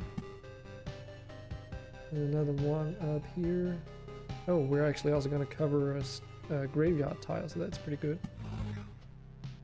Unfortunately, the battlefields are restricted based off of you passing through the campfire, so you can't like increase the amount of chests you gain because it's not. There's nothing that affects your. Since it says like, you know, the wording is spawns a chest on adjacent tile each loop instead of it being based off days, so the chrono crystals do absolutely nothing. Anyways, let's go to Streamraiders. You guys put down 31 users. Oh geez, there's like 10 of you guys in here. Holy hell. Alright.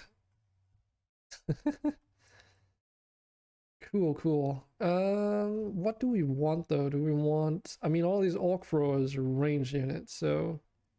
Let's put down some haste and see how that goes.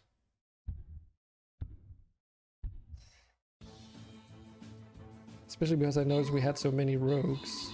Hopefully they're gonna make it past. Yep. I mean, is there even any reason to have rogues? See, I've never understood those stones. Do the ants fight the other orcs or whatever? I wouldn't think so. So what's the point in like taking out the stones early? They don't spawn any units. Apart from when you destroy them, so... I don't think there's any reason to take them out early.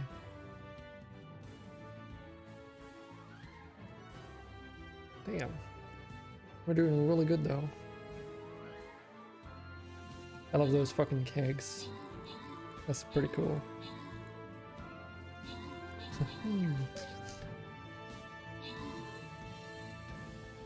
We're wrecking these guys. Cool. Good job, everybody. Or you get a Centurion Scroll. Geo George gets 50 gold coins, and Elb Florin gets another 50 gold coins. Coolio. We're of course gonna go for that green chest down there. But first we have one more fight before we get to it. It's like some gold coins, but again, like what used to be a normal coin is now a huge amount of gold. For some reason, I know Capitolamia like points out those gold coins, like, oh, we need to get this, but it's like a crucial enemy. If you don't defeat this gold coin, you don't win the map, so it's not like you have to beeline for them.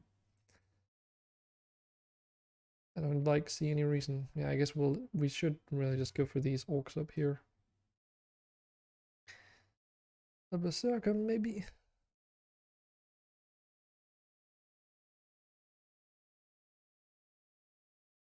And if you want, there's also like some room down here for some units. Could also put them on the right hand side, I guess, if you're really wanting to take this map out early. Just don't spread out too thinly, of course. As long as if we get as many units as the last time, as the last fight, then it should be okay. Okay, well, we're starting to have a lot of cards here. Put down another village. Let's get this hit point pool going.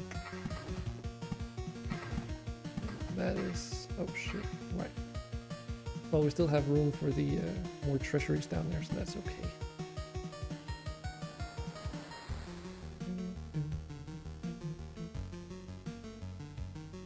Yeah, I can put this down here, it won't affect anything negatively.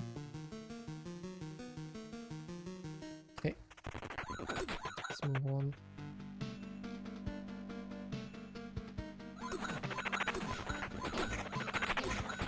And now we're getting those other watchers because we have those libraries instead, and they don't run away, so...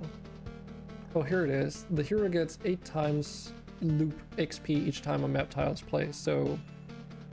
That means that this card is like almost good regardless of whenever you get it.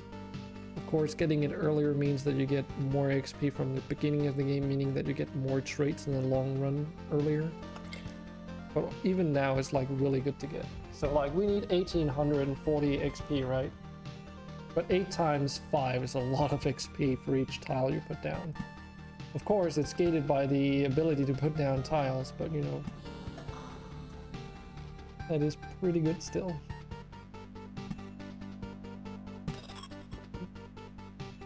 And eventually, like, you know, as we get stronger, it doesn't necessarily matter too much. So there's going to be a bunch of ranged scorch worms that are going to take turns of giving us extra damage.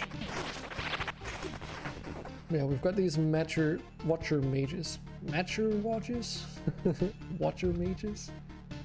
So let's see, yeah. Legacy transforms into a tome after being killed. So that means you get like more, you know, enemies for those orb of expansion to kill. They also extra temporal, the day flows backwards in the present, so the day thing flows backwards. That's like the most negative part about it. And their damage varies from 0 to 200%. Okay. But they are cosmic, they're a mage, produces like some pretty good mats. So it's like, it doesn't seem like a day can pass beyond like negative. It's not as big of a deal at the moment, so. And it doesn't really tend to ever become that as long as you're like playing a class that sort of works in your favor. Yeah, so we can put down 2 treasuries down here eventually. But I think we should focus on the ones that we already have up here. So if we put down this, we still need another treasury before we can finish off both of these, but that's okay. Does at least mean that we can start putting in these meadows and getting both the bonuses, but also like progress on those. Do we want another bookery? Because we can technically put a bookery down here and here to some effect. If anything, then at least for the ability to get our cards swapped out sooner for something more useful.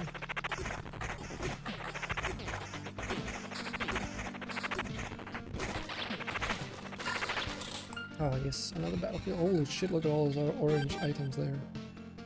Because those chests are definitely worth it. Okay, so we now have a blood path in here. Let's spawn a blood clot for every 4 days. Now, I don't know if that ever gets to spawn in terms of these spider cocoons, but we'll see. Shouldn't be the end of the world if it doesn't spawn, at least. We can put another one here. Get some more meadows in. Get that HP per day up. Okay, well, let's take a look at the items we got, though. So let's see. Oh man.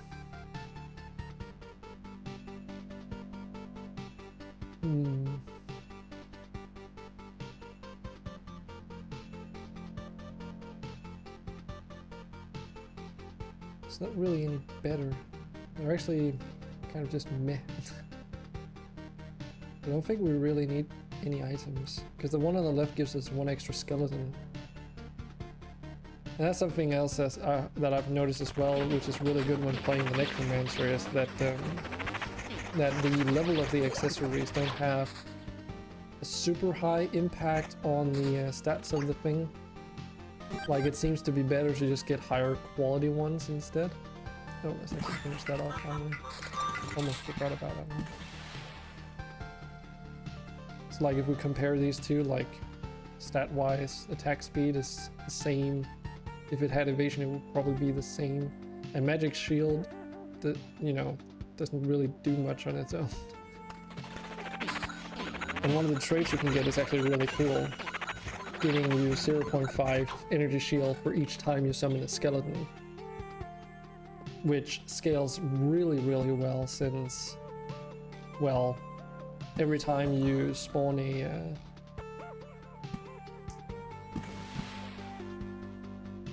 a skeleton in the long run and you start having issues where they're dying very frequently, it gives you more energy shield moving forward to compensate. So you get more survivability when your skeletons are not up to the task, which is like a good like backup plan.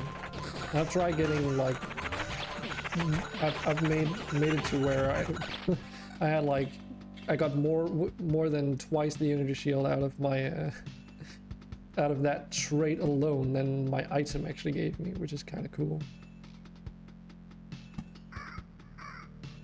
To the point making like, you know, you don't even need to worry about the energy shield on your amulet at all. You just need to worry about the secondary stats, which again, you know, scale in weird ways. Skeleton level 69. Like for instance, you could go for this ring as well, right? Because it gives you higher skeleton level if you don't care about evasion or defense, because one defense isn't that much. Skeleton level is way more important.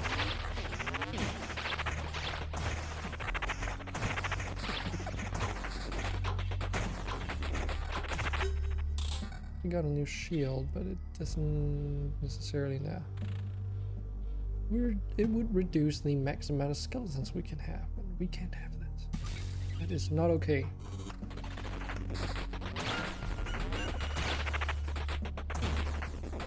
Okay, well, we're getting like a lot of metal very, very quickly, but that's no wonder of all these items that are getting constantly scrapped, right? So, okay, another thicket.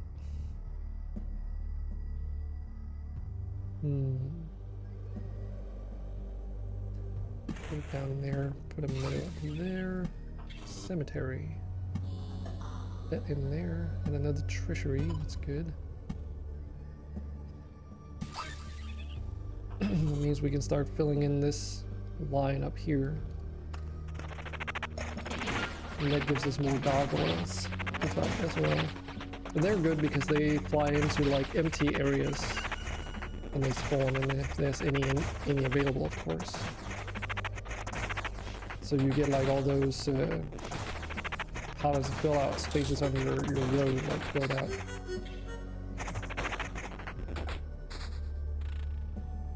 Two orbs of expansion on that one fight. That's really good.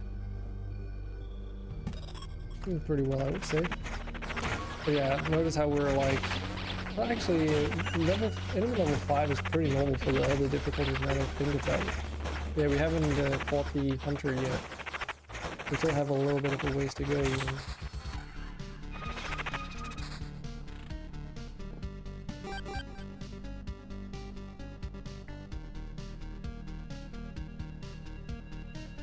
Yeah, let's put a forest in here.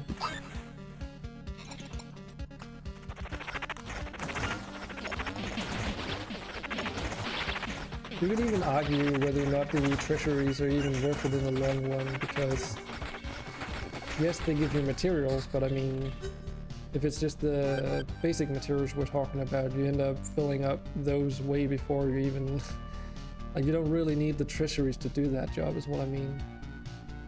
Yeah, don't put that up. Okay, so haven't gotten an Oblivion card, and there's like 3 freaking bandits down there. I got a little bit worried. Hopefully it's gonna be okay though.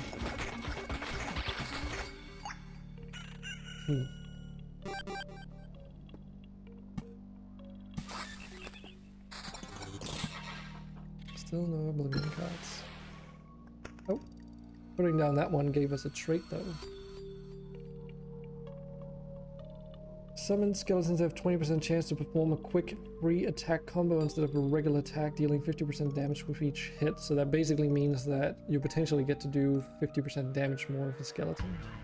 Or we could get more survivability, which will scale over time, whereas this one, like if we get the choice to pick lightning fast later, like it's better to have the unseen care early on so that you can start building up that max shield, because that's only going to grow over time.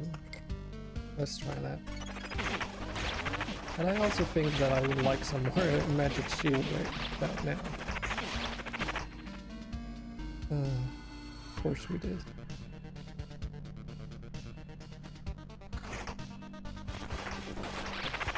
Starting to break their ice into the fuckers.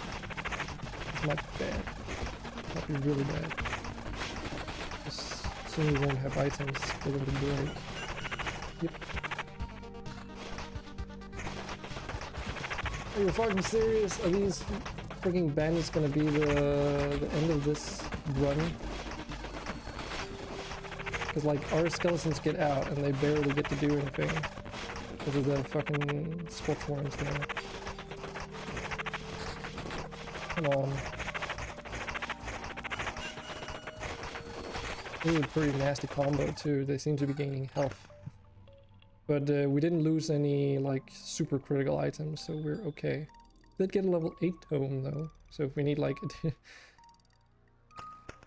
oh my god, there's another group sitting right down there. Fuck.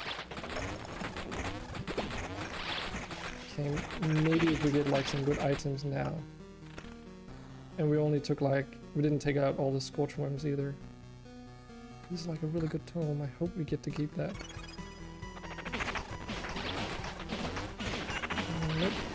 We don't have any tome, so we're probably screwed now. Like our skeleton level is 0.46 now. We didn't even have a replacement tome. Yeah, we're screwed. They've broken all our fucking items. That's it. Fuck. Because they're healing faster than I can deal damage to them. There's nothing I can do. Like, crap.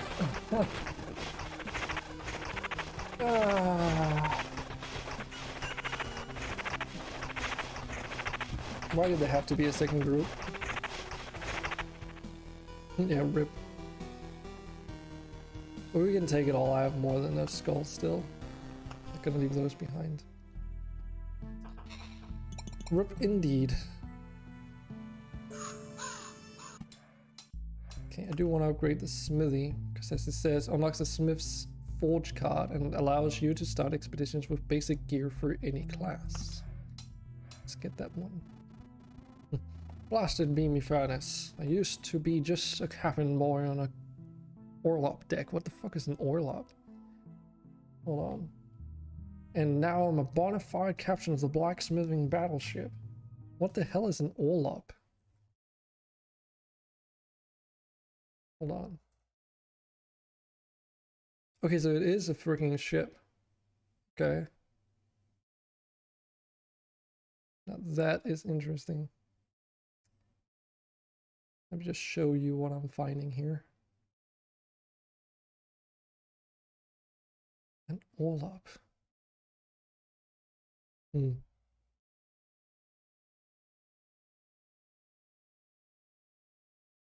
Well, the more you know.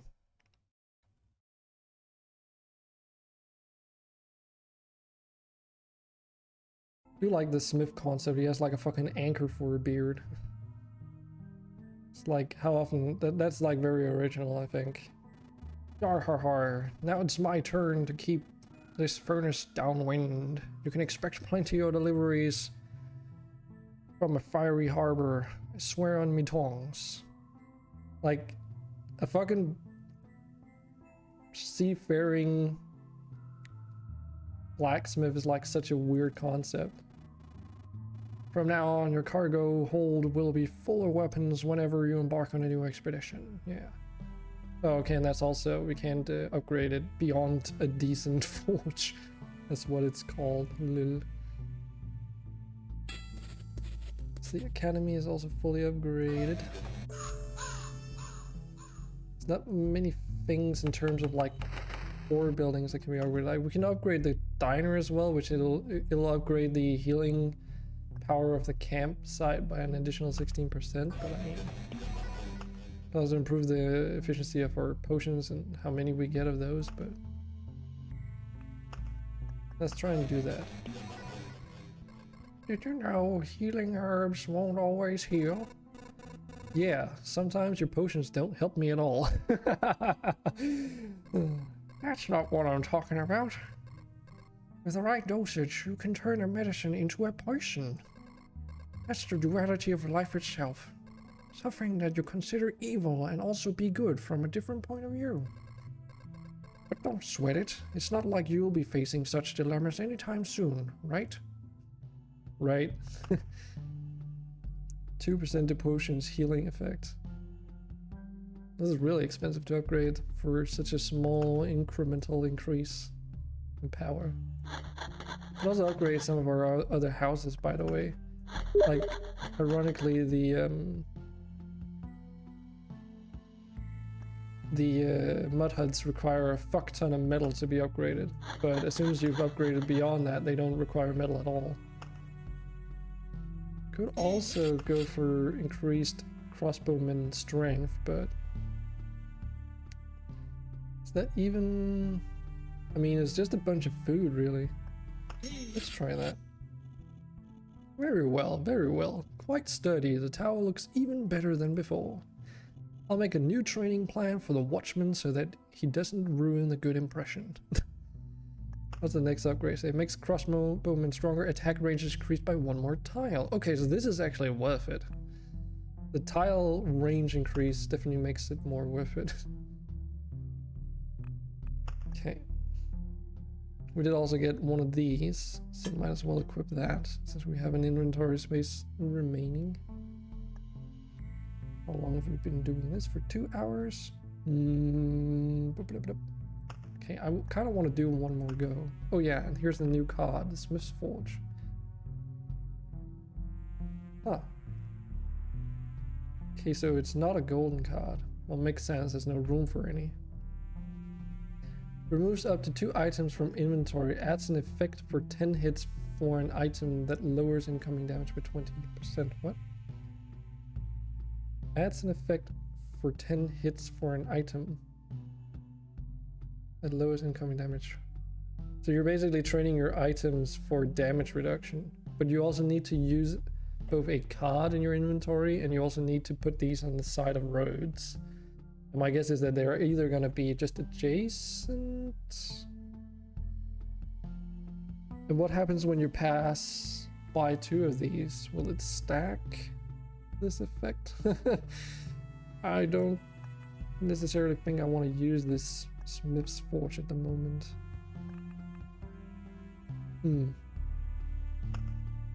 Okay. Another card that I really did like to use was the Blood Grove, but that also needs to be placed right next to road tiles, and they need to have a forest in connection to them in order to be placed. Now you can either use the Grove or the actual forest cards. Like, see how it gets locked? But enabling either the forest or the grove does enable that blood grove as well. You can also disconnect the blood grove and it modifies them in funky ways. You can... There was one more thing you could do with this as well. You can also connect the blood grove to a blood grove, which turns it into something different too. Anyways. Yeah, I still don't feel quite ready for chapter 4, because we could get materials, but we couldn't keep on going to get those higher end materials. Which is kind of what I want. Okay, so now we get like these items, instead of like the sword and all that stuff.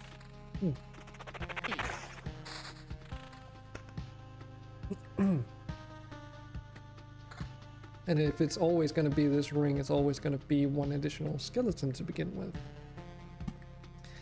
Very nice. Ooh, starting out strong for fucking bookery here. Here we go. Put the cemetery right up against the back in there again. Probably just going to be using the same strategy as I explained last time. Ah, fuck. I was too slow. Forgot to press space. Could have used that ruin to get some really good items, hopefully. Oh well. Now, where do we want to put the river this time, though? Because ideally I want to put it up against, like, road tiles, but there's not really many good places to put it. I could put it... No, that would be bad because the ruins have to go here. And on this side, we need to put down the cemeteries. So we would have to...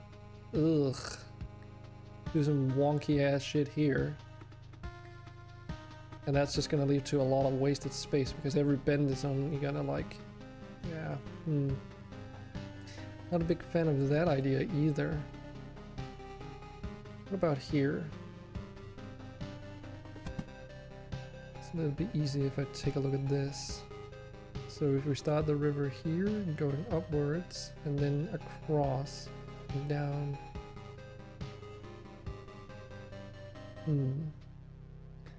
We can put stuff on the other side of the river, but we can't loop the river back around because that would be pointless. And then we can go down one maybe? Or when we get here, we could do like a downwards and then upwards and then up, and then right, here, here. Yeah, that would work. So where would we need to start again in order to do that? Yeah, basically just over here, I guess. We start here and move a way across, and then keep this tile free for whatever we want to put in there.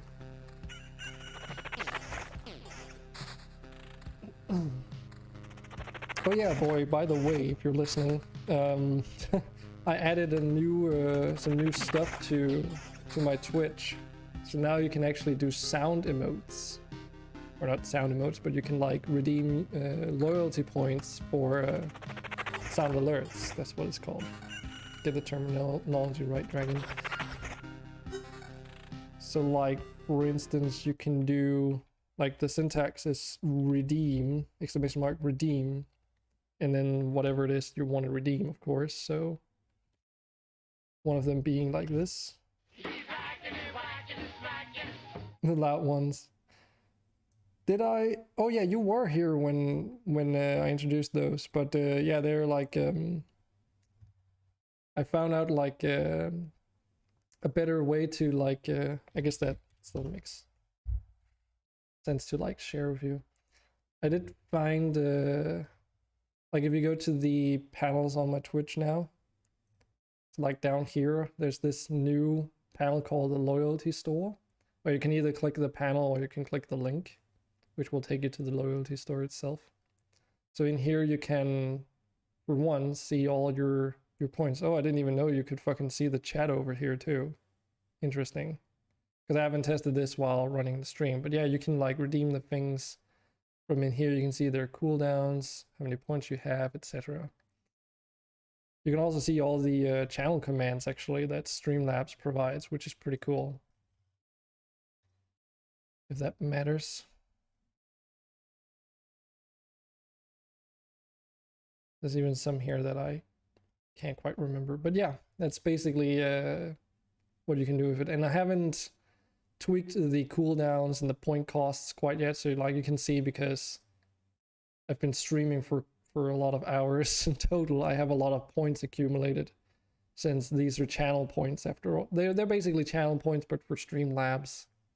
So again, the loyalty store down here. Oh, and I also replaced my scheduling widget with one that is dynamically generated. So this one is a bit more flexible.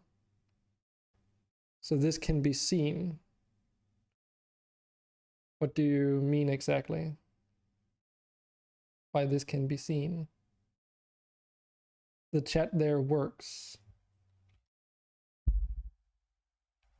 Oh. Yep. There you go. It should indeed work. And I don't know. Yeah, so So if you just click these now, you can just like say, redeem. Have a banana. So I plan on adding more sound alerts. I already have some more in mind. We got your favorite thing, disappointment. Exactly. Just to spice things up a little bit.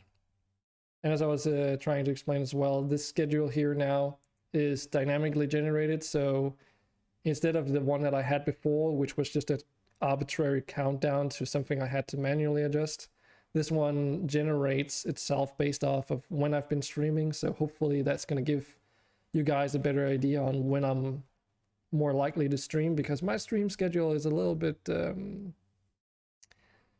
back and forth on some aspects.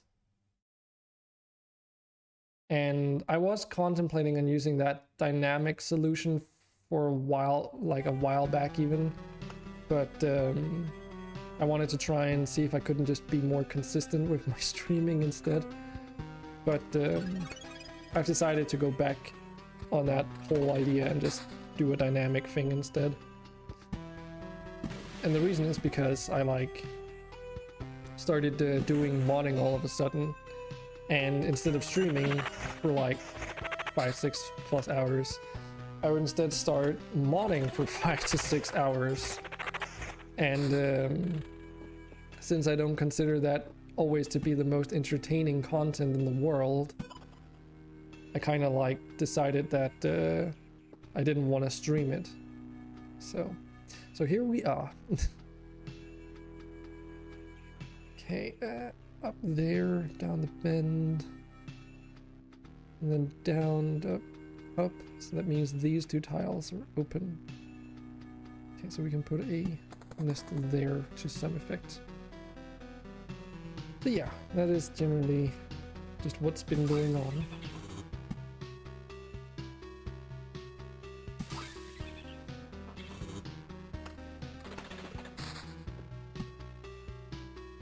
You know, your stream constantly is evolving, so I try and do some new and interesting things whenever I've got the time and know exactly what it is I want to do. I think that's probably the biggest challenge, figuring out exactly what I should be working on next and then how to do it. Because I also made these stream starting and stream ending things. Like for instance now, when before the stream starts I can have this thing going. But making this GIF is like a GIF basically that's animated. Holy shit, that was a pain in the ass. And I'm not entirely happy with it either. Animation looks really shoddy. Oh, just so happens that Streamraiders is also ready. Let's just go over there instead. Maybe some haste would be good, because we're so close to the enemies. But yeah, animation looks a bit shoddy, but it's like I was hoping that Streamlabs had some kind of built-in feature to easily animate text for that kind of stuff, but you kind of just have to make it through you know, whatever video editing software you have. So since I haven't really animated a lot of 2D text like that before, it was as much of a steep learning curve as well as me wanting to get it done within a day. Hence I ended up just settling on that one. Or you get some Barbarian Scrolls, Marvel is the best one, get some Paladin, and Grey Malkin Gaming gets some gold coins. Awesome stuff. Get some scrolls for the tank that I never use. And then we're on to the green chest. Loyalty tokens. Oh, that's a lot of worms. Are they all level 1? Nope. There's some level 20s. It's a lot of level 20s amongst them. Holy shit.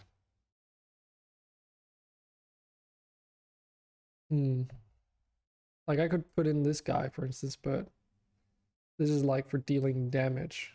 Templar damage boost to nearby allies as well.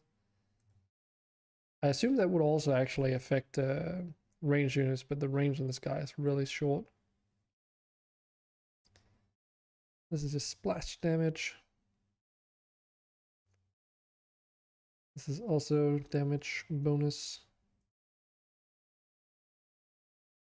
What about the paladin? Healing bonus. Well, if you're already dead, it doesn't really help you. Could down put a portal seal on myself. Probably what we're gonna go for. Yeah, I don't really want to go down in the bottom of the map. Kind of want to go around here.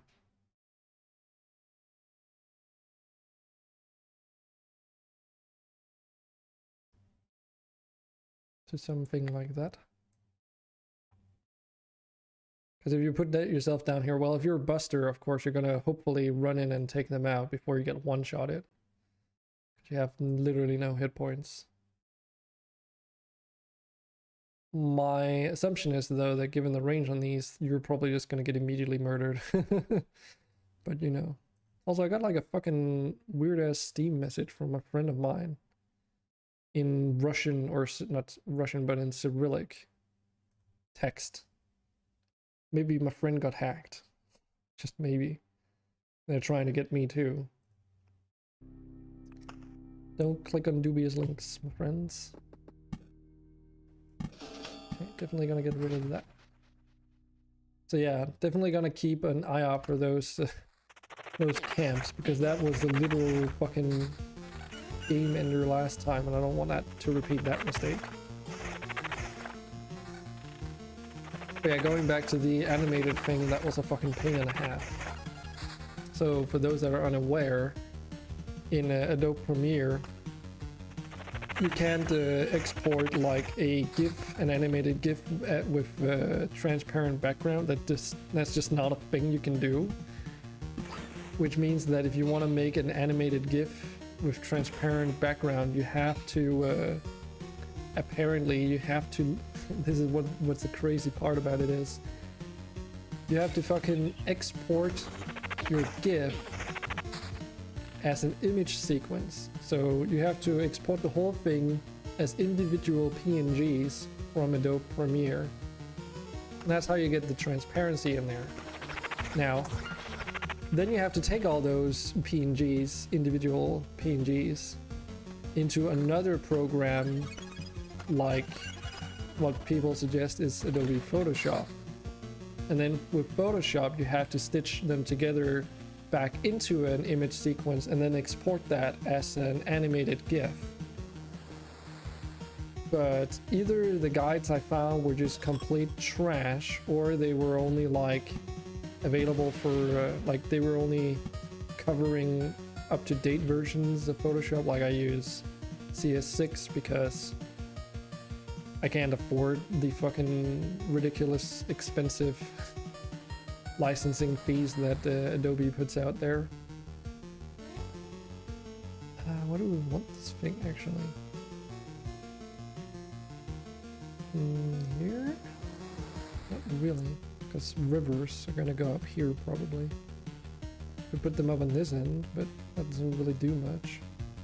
Can't have them down here either because rivers are gonna go around here. They would have to face inwards. A place like this and this would fit. Let's put it here. Oh, I didn't even notice the shield. Let's get that in. But yeah, so I tried doing it the Photoshop way, which I was having so many fucking issues trying to get that to work the way it was supposed to. And while Photoshop was importing like all the image files, I decided I'd had enough of this bullshit and went on the interwebs to see if I could find something a little bit more user-friendly. And there's literally like sites that you can go to where the main purpose of those sites is to generate GIFs out of image sequences. So that's what I did. I literally fucking opened up a site and they had like a, like you could at max go up to 2,000 individual images that you could then piece together. Like it wouldn't accept any more than that. And then you would just sort of convert it into a GIF that way. And then you could manipulate things like playback speed, like how fast it should switch between the frames and all that kind of stuff. You could also crop your GIF while getting a live preview. Like it was a billion times better than the professional software that's supposed to enable you to do this kind of crap, like, you know, very easily. Like, I shit you not, when you get to the point that a website does a better job than the professional software that's only purpose is to fulfill these tasks, then yeah, maybe it's time for that software developer to like implement those features.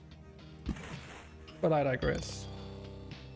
So yeah, I literally ended up like completely abandoning using Photoshop and all that because it was not worth it. It was taking way too long to do. It was overly complicated for no reason. So that also ticked me off a little bit.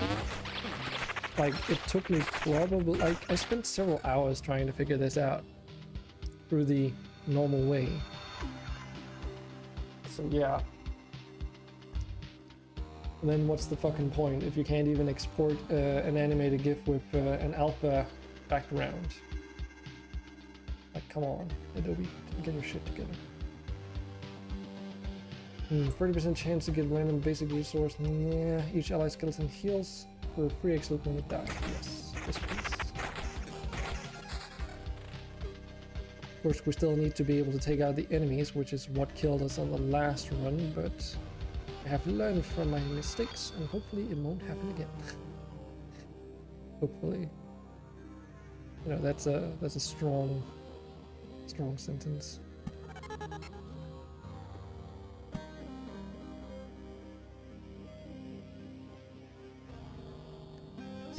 You can put that meadow in there, no problem, I think. So yeah, just to make a fucking piece of text bounce took me literally an entire afternoon to do. And it shouldn't have taken that long.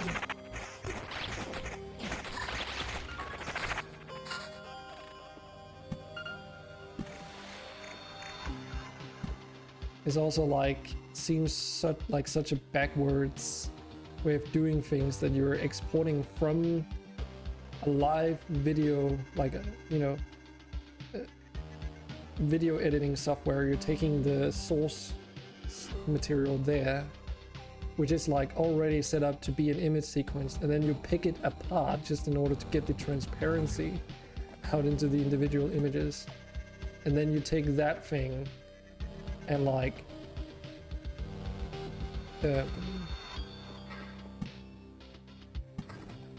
string it back together in a separate software just because you can't get the transparency natively there. Like that just sounds like the dumbest thing, right?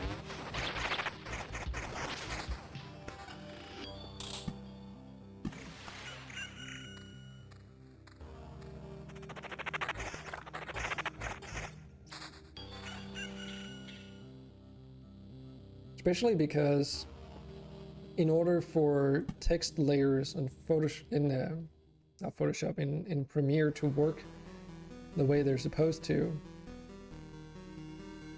hold on, I need to think here. Battlefield here might be good. And we can put one on the other side too, get free. Yeah, let's do that. Put this here.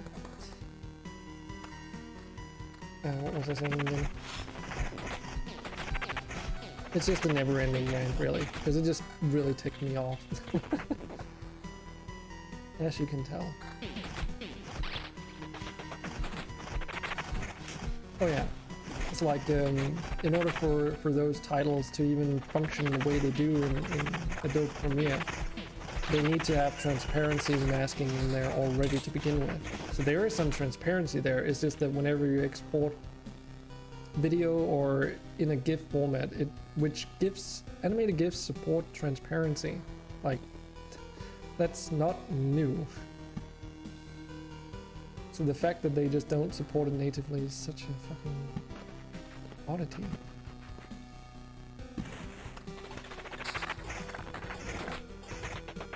And then for people to, like, forcing people to find weird ass workarounds just to make it work, like that's the worst part about it, I think. Okay, we have another Oblivion card, but there's nothing to use it on now. Oh well.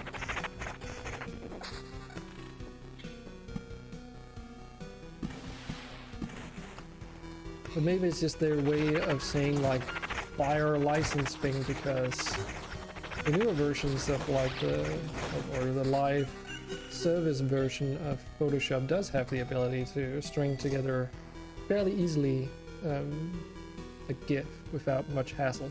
You still have to go through that process, mind you. It's just that it's a bit more doable. It's still a pain though.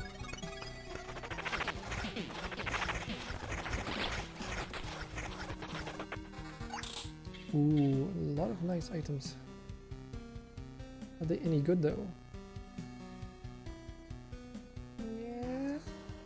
Do we have any summon quality? We do, 33%. What's our max skeletons? Okay, so that's that right side ring that's giving us most of our max skeletons, and the one on the left is giving us most of our quality actually. Well, we could put this in at least for slight improvement.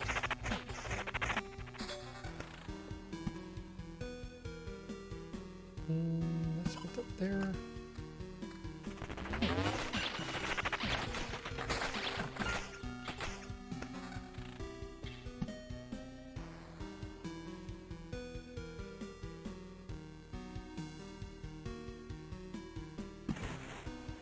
I don't know why I built the river all the way down there. That was a little bit stupid. So now I have to build it up here again just to continue. Whoops. It's not the end of the world, though. You can still get it back on track. I at least did figure that out. You can put rivers up next against each other. It's just you don't... You kind of just like waste space though. Well, there's only one choice, and that's max skeletons.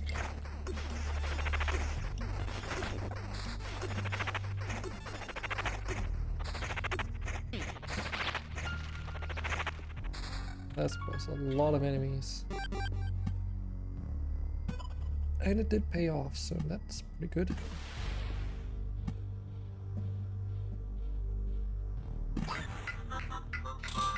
Nice.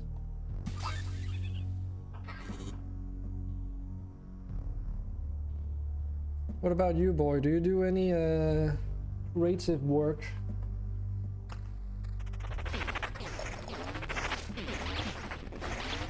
Or is all of this this entire run completely lost on you?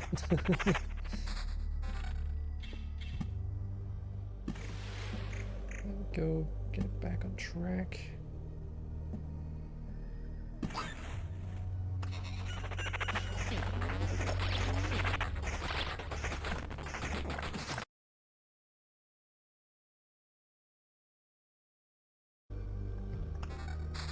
Needed to check something off screen. Where to put this one though? I'm contemplating putting it just right next here, but it won't really have a huge effect, so I guess we'll just start building this line up here for the meadows.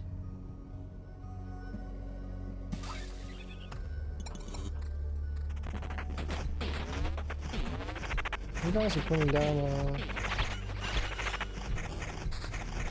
good amount of epic units today. That's pretty nice. Oh, we get the mountain. Whee!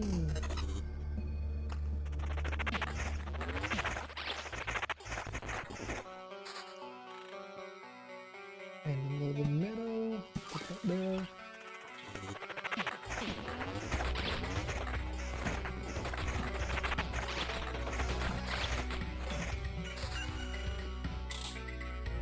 Another Valkyrie. Definitely gonna put that down in there. That's pretty much what I was saving that spot for. Oh wait, this is not a... This is a shipwreck. I only just noticed that now that I managed to create a shipwreck.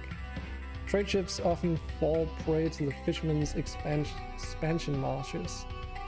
Spawns a siren once per loop. Oh, a siren, and it's once per loop. Spawns a chest once per loop. No mimics here. Enemies on the tiles around it can become ghosts when they die. Okay, so it spawns its siren as an additional thing. Interesting. Well, we've definitely not had those before, as far as I know. Oh, there comes the first goblin camp.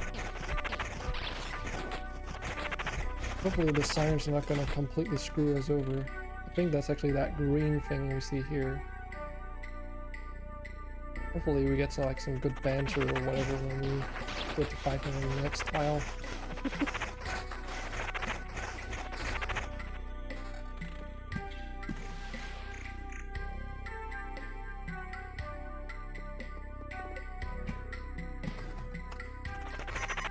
Nope, no banter, okay. Just a siren. Living has a soul, humidity lover, gets the slimy positive effect, 20% evade if they are liquid enemies in battle. Liquid enemies. The fuck is a liquid enemy? Is that like a slime or something? Then protected, 33% chance to forward a direct damage to a random ally. That's a weird wording. Chance to forward a directed damage. Right, so you might just get directed to that chest instead of her. What happens when there's no ally? Okay, then she just starts dying. Jeez. She did give a pretty high level home at least. Let's just equip with that, I suppose. Oh, I should have checked this out. The slimes to see if they were like the liquid enemies. And then 3 blood paths. Pretty interesting layout, I would say. Temporal beacon. Oh right, so we can't get any temporal beacons over here mostly. Ah, okay, we can get this one. Just barely. Yeah, a lot of this is not going to be able to be covered. 3 tiles to be exact.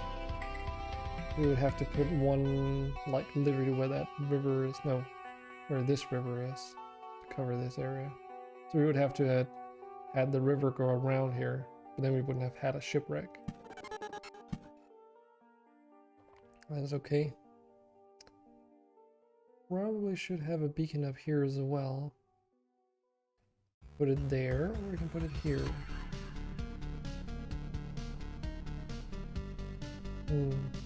Well, if I put it there, I need 1 beacon less, and I can put this one here eventually. Do that. I know it's gonna cover up the space for a rock, but that's okay. Rocks only add hit point max anyway. Right here. Okay, yeah, so these are liquid enemies. Okay. It's interesting. So sirens get bonuses if they are amongst the slimes. That's definitely peculiar for sure.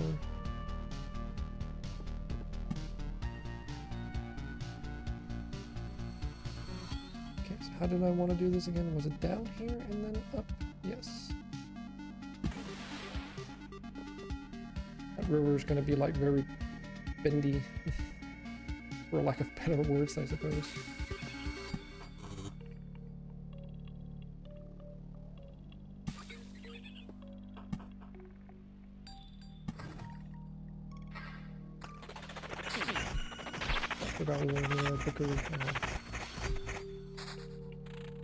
Didn't pay enough attention.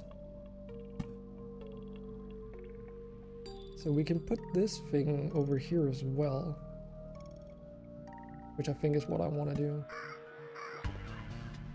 Add some more enemies to those skeleton fights. Still not entirely sure if that's a good decision or not, but that's what we're doing, damn it. And we've got like a spider thing as well. Guess we'll just put it in here maybe?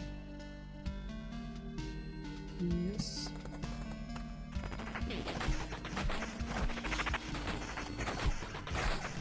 Because the river doesn't quite cover that corner piece.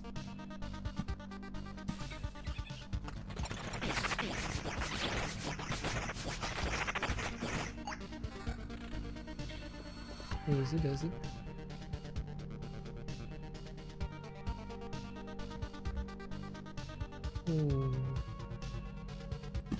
Let's do it like this.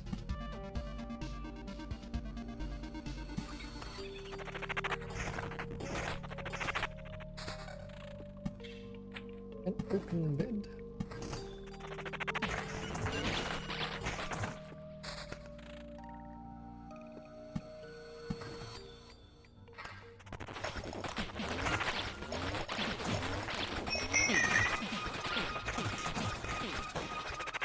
Ghost. Chilling touch upon dying stuns opponent for 3 seconds. / attacks. Presence lowers attack speed of allies by 15% of allies. Oh, that's interesting. That's kind of cool. Because that means the ghosts actually help us take out the enemies as well while they're alive. Yeah, while they're unalive, you know what I mean. Should we take out the goblin camp? Don't know if they're really that detrimental to us. Well, actually, it's in the way for our treasuries, if we get any. Wait, when did we get a trait? Oh, just barely. Ooh, plus 0.25 skeleton level for the... Definitely gonna get that.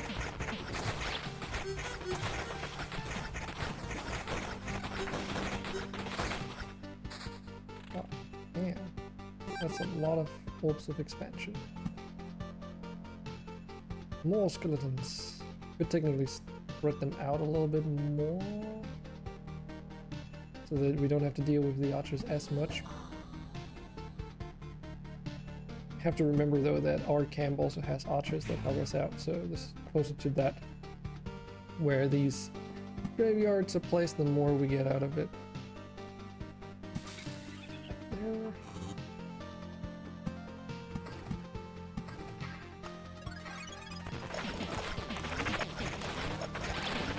Ooh, we actually killed like another one of those time dudes. Well, I guess we also had like 1 billion archers to help us out doing so. Ooh, a nice ring. A very nice ring indeed. Plus 1 additional skeleton and 0.69 skeleton level. That's really good. What else do we have? Skeleton level increase. A good amount. You lose a lot of summon quality though. I think it's not worth it. This one definitely is worth exchanging. Could also get this one instead of the right hand side one, just to get stronger skeletons, even though it's going to cut down on the amount. But it will bump the level of our skeletons up significantly. It's almost at the enemy level now. It's really good.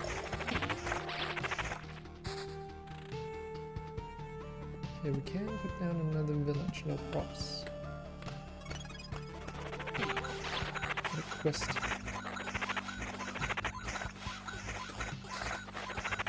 Yeah, we need more summon quality, it seems.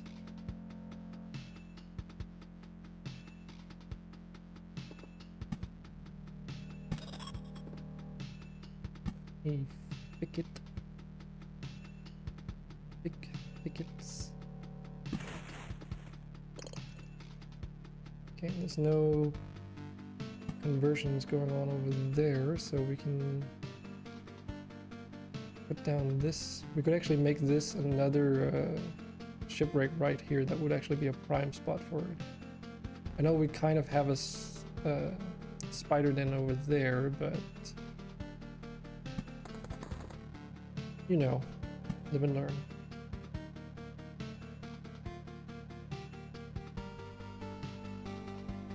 Like if I put a fucking message that almost scared the crap out of me. So we could put a spider den down here, but then as soon as we build a village, it'll become defunct. We'll also use it. No, we don't want to put it over here because that will block spawns. Or no, block treasury placements. We put it on the right hand side here, maybe there, because there's nothing else spawning on that tile otherwise. I think if we get the option to, I would like to Oblivion this one eventually and replace that with a battlefield. Right now though, we don't have any battlefield cards even, let alone an Oblivion, so it's okay. But don't put the village down this time, Dragon, because you're gonna get fucked in the ass if you do. We don't like getting fucked in the ass. At least I don't. So we'll leave that be. But we can actually put down this row of rocks no problem, because when we put down a treasury here, there won't be room for any more regardless of what I do, so I'm gonna put down that. Oh, it's just my bank that told me that I've spent money.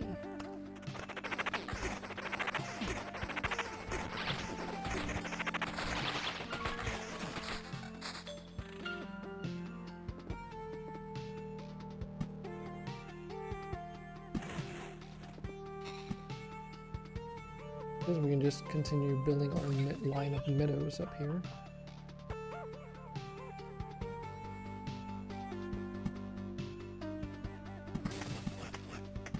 Another goblin camp.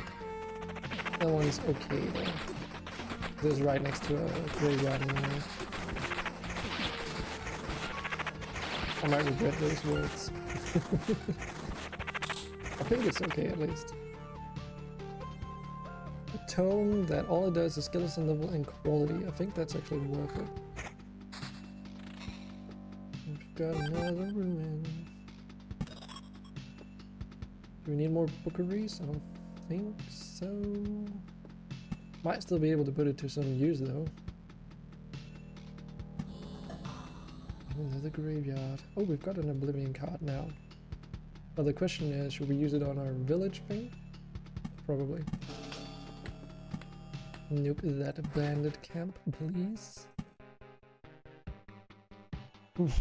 The bookery though, do we want it somewhere? I mean, we could technically put it up here because there's not really anything else that would benefit us from being right next to the camp.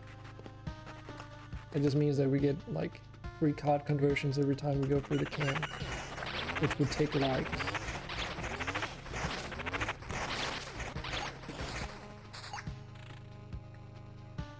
a little bit over 6 loops to run dry, basically.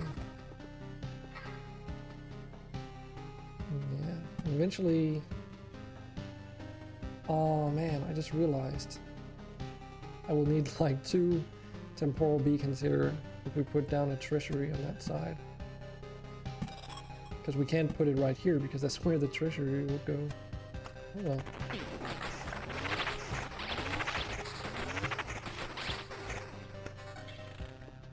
Cool.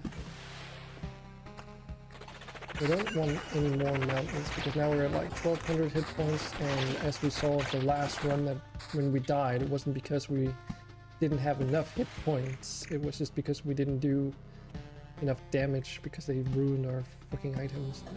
Bastard bandits. Oh yeah, there's one more up here. So I'd rather save that space for thickets, which eventually we will fill out. Okay, so we've got some Streamraiders. Just click on the fucking right transition, goddammit. Good thing I don't have transition sound, because that would be so fucking terrible. Okay, how many units do we have? 19. Yes, all of this has me a little bit worried, I'm not gonna lie. Let's try and put down a defensive thing though and see if we can do it. This is a loyalty chest. Where did all the people go? Well, probably off to enjoy their Friday, doing some other stuff. Heal the rogues.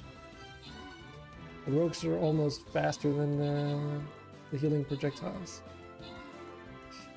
Well, here comes those rats backdooring our lines. And my healer is dead, so that leaves... Nah, no way. Yeah, we have to do better than this, unfortunately. But I kind of expected it, seeing how few units we had compared to the enemies. We'll try again, though. This is a very hard map, so... we need to do better than this. That rat's level 1. The worms is... Okay, I was hoping that they would be, like, easier to take out, but they're still quite strong. I guess we want to take out these worms first. Yeah, now I can't put down a healer, unfortunately. But where is... monk? I need a monk. Oh right, it's because he's all the way to the left. That's mostly level 20s Streamraiders would. Yeah, exactly. They've definitely changed how the balance of the game works out. It's like really weird.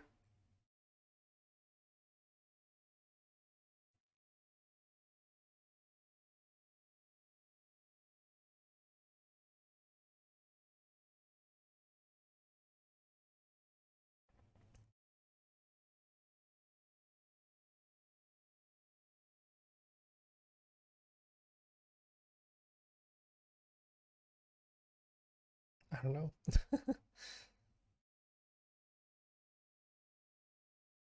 I have no idea. But yeah, I think it's because the logic is that they're worms, so they, even though they're level 20, they technically don't have that many hit points, but the damage though, especially when there's this many, they just like insta-kip you if you're trying to get close. Like if 2 of them hit my monk, he's pretty much toast. If they hit like a flag bearer, the flag bearer's toast. There's a 1-shot even. So, well, let's hope enough people come in and lend a hand. Otherwise, we'll just have to try again. Because it's a loyalty chest, so wouldn't want to miss out on that just because we're getting like our ass handed to us right now.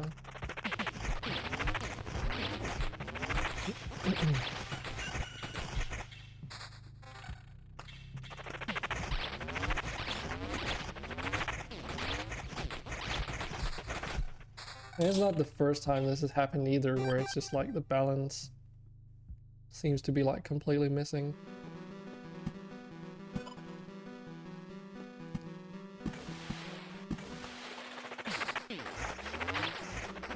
But in the past it was also like really terrible in another way, where it's like, oh, you lost this one map? Well, now instead of there being 50 enemies that are like level 10 and 20s, here you go, have 5 enemies that are all level 1.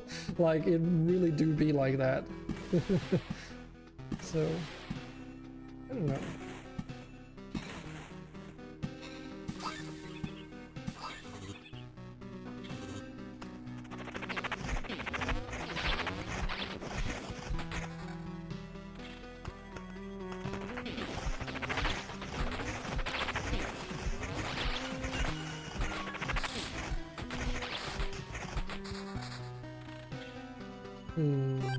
Yeah, this tome is not better. I'd rather have that additional summon quality. Any reason to put down a chrono crystal here? Not really. We can put it up on the corner though for healing regeneration.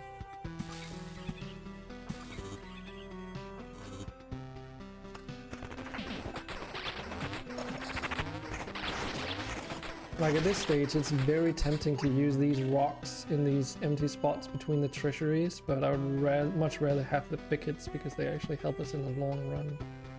Much more so than any of this.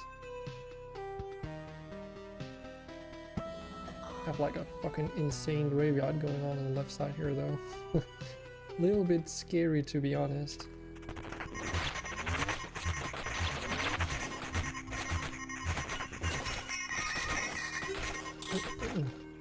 Holy shit, did you see all these items that popped out of that shit? Dear lord. Ooh, this might actually be yeah, this is an upgrade for sure. Damn. Ask and you will receive, I guess. Should we get one more max skeleton? Yeah, because we're like, how much are we gonna lose? 0.46 and we're at 7 skeleton level right now, so.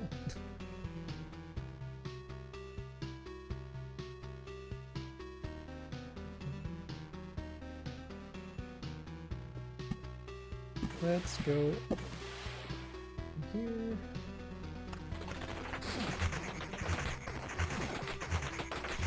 We are starting to get that attack speed now where we need that additional skeleton count because otherwise like our character starts attacking and that can actually be pretty bad if the enemy does a lot of retaliation attacks. Got another shipwreck here now, which is pretty cool.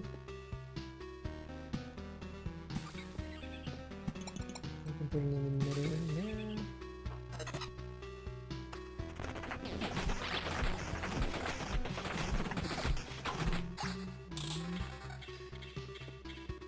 And another cemetery. I guess we might as well try and put them in. I don't know if they're actually going to matter because, you know, fishmen and stuff.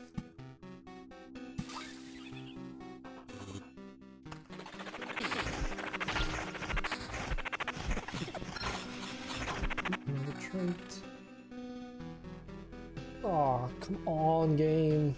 Okay, so card shop is cool as a trait, but it eventually becomes useless. The others are just really shite. Each time the hero kills an enemy, which we'll never do. Because, you know, necromancer and all that stuff. Oh, now I really wish I had like an oblivion card for that tile up there. We can still make use of this one though. Like we can put them up here. Like if we put it here, it'll affect these 2 tiles, giving us an extra chest. Potentially. It's a guaranteed drop, and that's actually good because that'll cut down on the amount of worms that we have to potentially fight. But still give us good rewards. 1, 2, 3, 4, 5. That's okay. Epic Centurion. Yeah, that should help us out. Also have an Epic Bomber. Okay, hopefully that's gonna be able to like actually do something before he gets insta-gibbed by the enemies. Streamraiders, of course.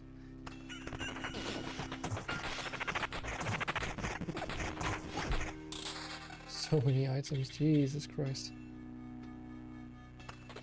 I love it.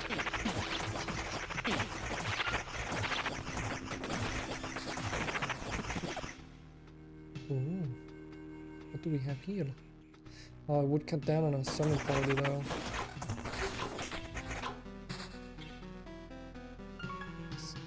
Nope, not that shield. Definitely not. Oh, we can finally start using these beacons to use. There we go. Let's get that last coverage. Next, more rivers. Okay, that gave us a lot of progress in terms of card placement. That was pretty good. Quality and skeleton level. Well, it's literally just better, almost just straight up upgrade. Like the exact same item almost, just better. No. Ooh, summon quality and skeleton level. But then, see, this is where the game gets really weird, right? So look at this tome. It's visually identical to the other tome, and they're both called grimoires, right? But for some reason, this other level 8 tome gives me less baseline skeleton level, and then gives me that lost skeleton level back later as a secondary stat. Like, why? Like, it's technically still better, but only by like a very small margin, you know? To the point where it's not even worth switching out. I'd rather have the scrap metal that you gain from it. That's how pointless that is. And get another bookery in as well. Add it to here. Ooh, we've got an Oblivion card. That means we can nuke this one. Get rid of that.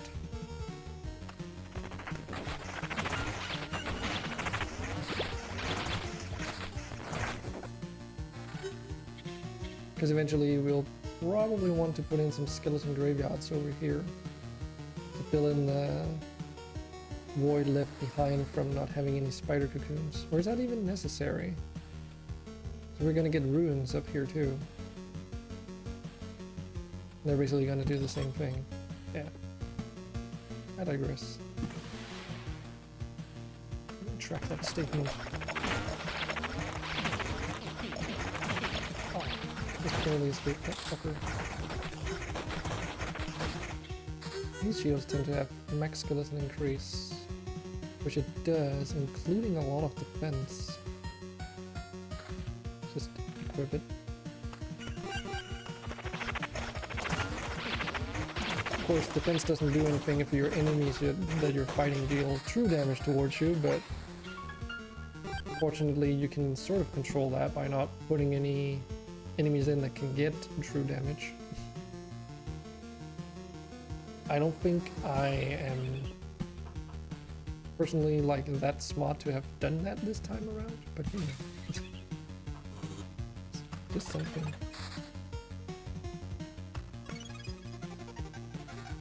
Yeah, Chrono Crystals kind of useless now. Other than filling out the blank areas. I guess there's some use to them. Like we can use it up here. Well, no, eventually it is completely useless. Put one in here just for that one tile. Yeah. 1, 2, 3, 4, 5. This would be the 6th village, so I'm gonna leave that one alone for the time being. Huh. Here was the hunter.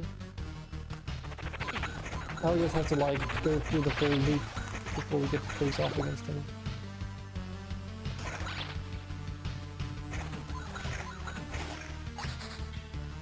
Skeleton level.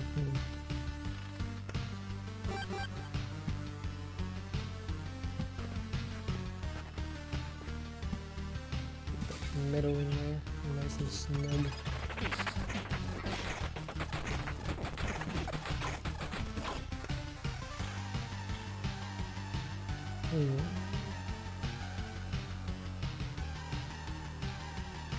Summon quality and skeleton level.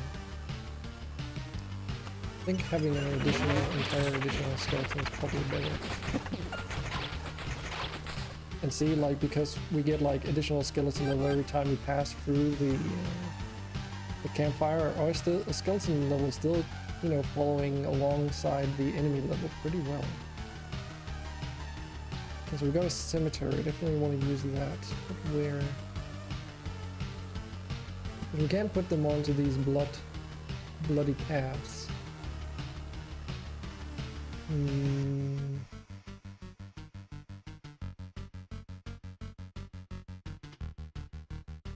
Having it either there or there. I mean, the spider cocoon technically fills up those tiles, but I think having skeletons spawn would be preferable over spiders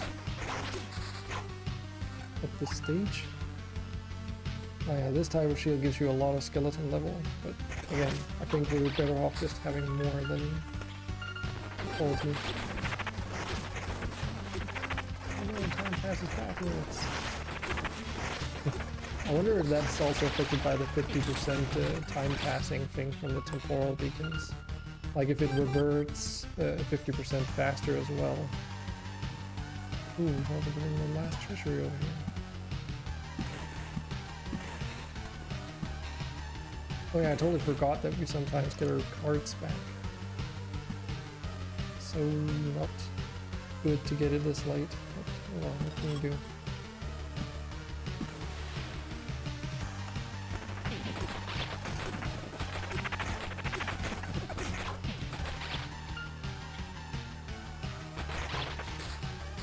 What would be really good is to get one of these shields in orange with skeleton level, but also like additional skeleton spawns. That would be super good. I think that can actually happen.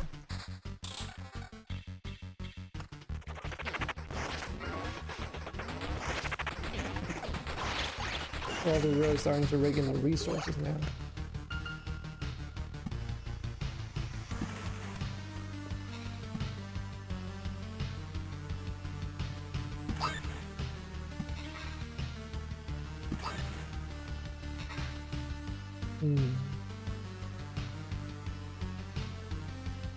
So I'm looking at over here, and I will need to put down 3 things that have to be attached to roads, so probably just going to be corner crystals over time. Could technically also like, no, spider cocoons would be bad because that would replace the skeleton spawns now that I think about it.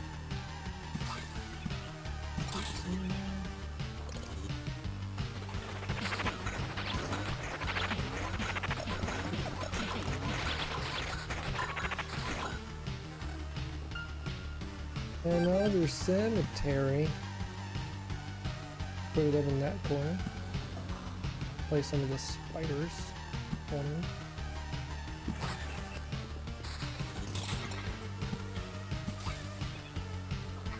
How's our hit points today? 147.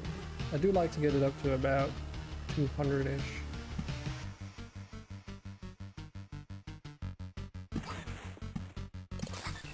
There we go, that's all those dealt with.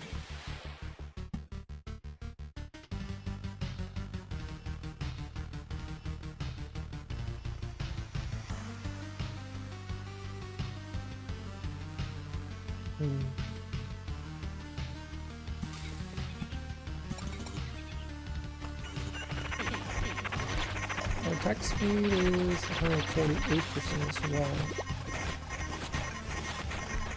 I seem to have noticed that you can get around like 200-ish attack speed from the picket placements once you fill out the entire map. On most occasions at least. So this is like a tough one, right? So we can drastically increase the summon quality by putting this on our right hand side ring over here, but we do also reduce our skeleton level by a good amount. I think it might be worth it though. Yeah. So we're like only one level below like the enemy level, but we have higher quality and more skeletons now. The higher chance of them spawning in is like these gods that sort of aggro the enemy's attacks. I think that's a pretty good trade-off.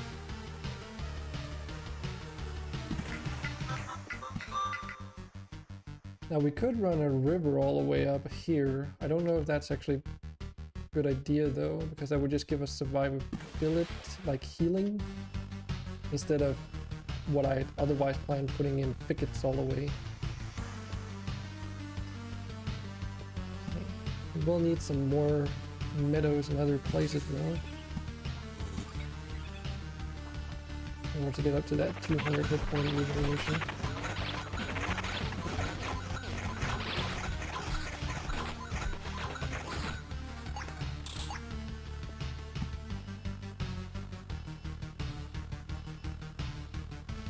I guess if we put them up here, we can eventually put in chromal crystals and that would buff them further. Yeah, let's try that. Hey, one card gave me freaking 3 meadows.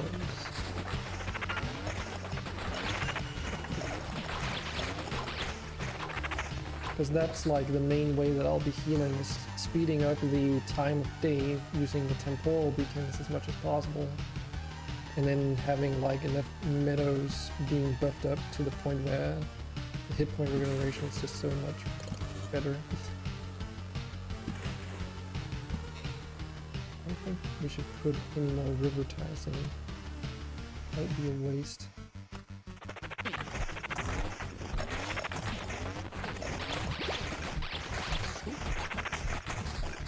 Can run for dirt. Tell you what we can do though, we can put down these thermal crystals.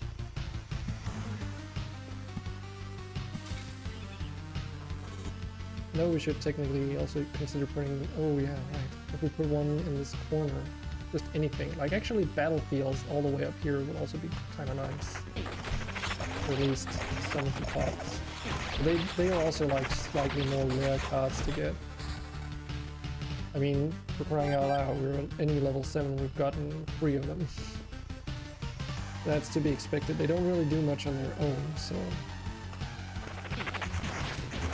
If you were to only get those cards, you'd be kind of stuck. Well, I guess you get all the treasure chests. All the slime still would probably also have a good chance of spawning other things.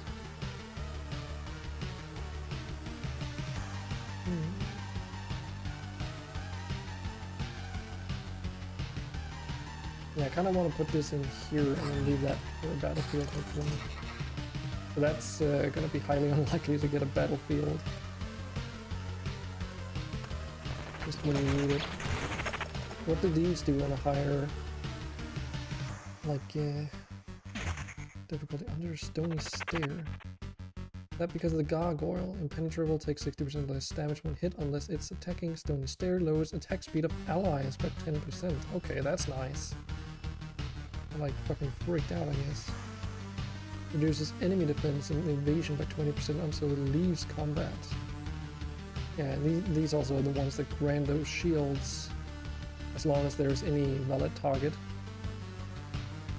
Yeah, and then they also have that fatalism. 33% chance to receive only 1 damage from an attack.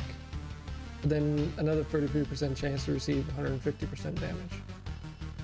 See, Blood Clot, they lose hit points every second. Submerger, yeah, and then they hide below the ground after every 2 attacks, and then they can't be targeted until it attacks again. And there's like 2 of them, right? So. Oof. So many items, holy crap. None that are worth it though at this point. Ooh. Can we squeeze in another graveyard anymore? I don't think so. I think we're better left off just not putting in any more graveyards, to be honest.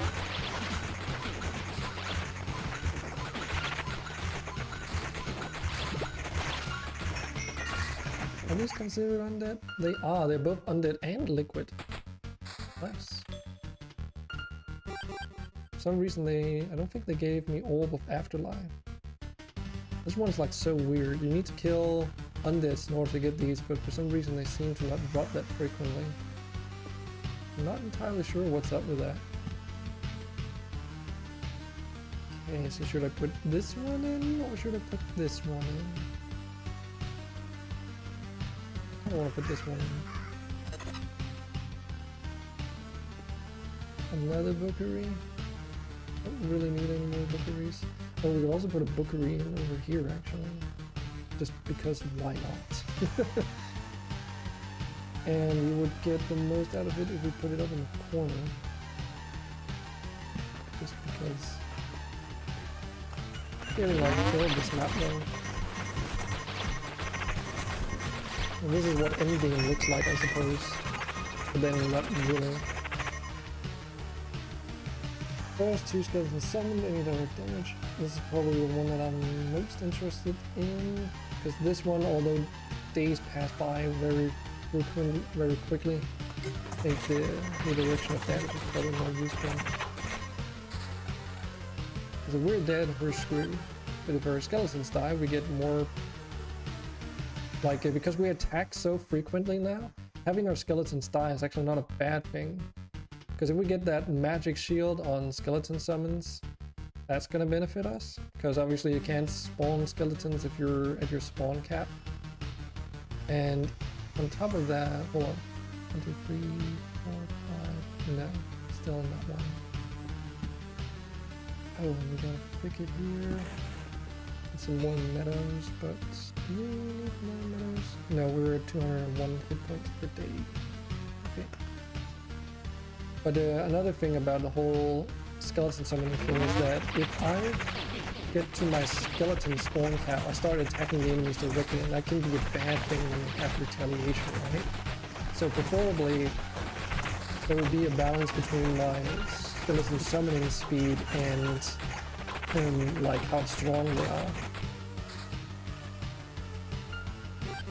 So that I don't end up getting like a lot of attacks in on the enemies, because I also, you know, attack speed also affects the frequency at which the necromancer attacks directly.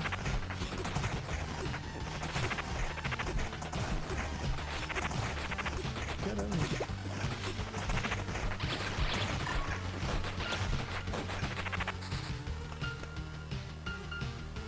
Didn't get any Orb of Afterlife again. Maybe they don't drop from the skeletons. That would be kind of... that would be a little bit of a letdown, to be honest.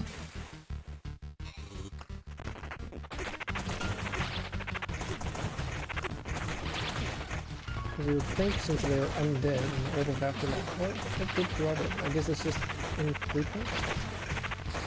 Yeah, it's not every single one that drops. So that's annoying.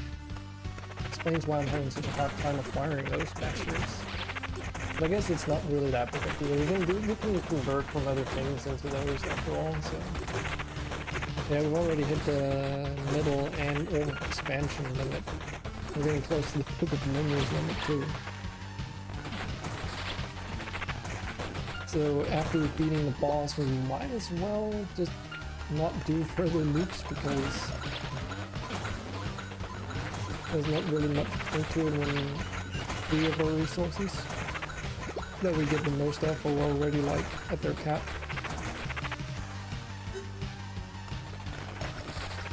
Even though I'm sure you would like to see this map filled out. It's not really any reason to. But I've already done that on another run like a long time ago. Here we have a ghost of a ghost. So when enemies die around the battlefield, they can turn into a ghost, and those ghosts in turn can also turn into a ghost. And a ghost of a ghost can actually also turn into a ghost. And of course, if you get all the way up to the end tier ghost or whatever, you can gain like some harder to acquire materials that way. So much death. We're also getting like more hit points per day whenever we're upgrading existing ones. So we can put in this one just for a little bit of more hit points, just before the boss fight. The hunt begins. Sick him. Woof. Yeah, because this is like already fought them twice. But look how look at this. Look at this. Like. I'm not even getting damaged for it. Like, remember how much damage I got like the first time barely beat him? Like, yeah, it's just a waste of time. New hunt is coming, I've already got your scent. Yeah. Oh, we actually get another perk. Because this is, I guess, the last time killing him. The third time. So I guess you get 3 perks then? Oh, I thought you only got 2. Oh well. What are our choices? After killing an enemy, your next attack will deal 2x extra damage. It doesn't matter, because your next attack probably means hero damage. When the hero's health falls below 20%, he may attack 4 times with 2x damage speed. No thanks. Once per battle too. And then 40% chance not to spend a healing potion upon... There's like none of these that I really want. I guess this one would be the best. in terms, because they all are related to like when you're low on health or something, or like very conditional. Actually, maybe Hunter's Mark might be the best, because if this does actually affect the skeletons, it would be okay. And we also get like additional resources. Well, let's retreat, because we've played this game for 3 hours now. Can upgrade the cemetery, maybe? Cemetery or war camp? I mean, hero strength? Still don't know what that actually means. The cemetery would give you more revival hit points, but I'm also curious to see if future improvements do more than just more revival max. Stand up and walk, but you're limping. Not good. The locals told me how to stop limping so much. It'll be better now. Trust me. Okay. Because the next one's going to be another 20%, so that means... And it's additional, right? It's additive. Isn't that how it's meant? So, like, it's 20% added on top of the existing 35%. Yeah, this is why, like, I want to start getting those shitty undead materials, because they're literally just used for that building at this point. Anyways, 19 units in Streamraiders. Well, let's hope that it goes better this time than last. Let's do like this.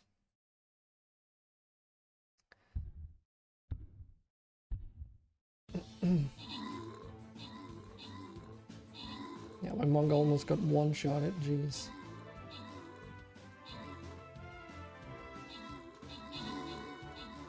The rogues actually do a surprisingly good job, but I guess it also depends on how high level your units are. Is that a Pokemon trainer? It is. Pokemon bomber, okay. I see. Pokemon. Come on, boy. Don't die. Yeah, Pokemon did a good job, but now we're like stuck with an artillery, which is getting buffed, but I don't... It's not enough to one-shot them, not enough to two-shot them either. Oh god, this is not looking good. If they start attacking that artillery before he gets the last shot, come on, shoot! No! No! No!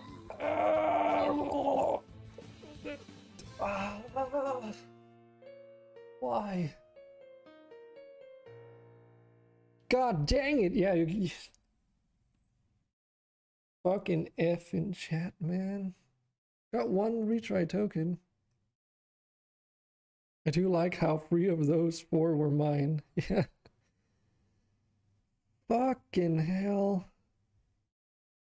I know it's very hard, but it's just so annoying when it's literally like one of this. Look how many there are! They're all like, not even all level 1 still. There's still some level 20s in there. Like a good amount even.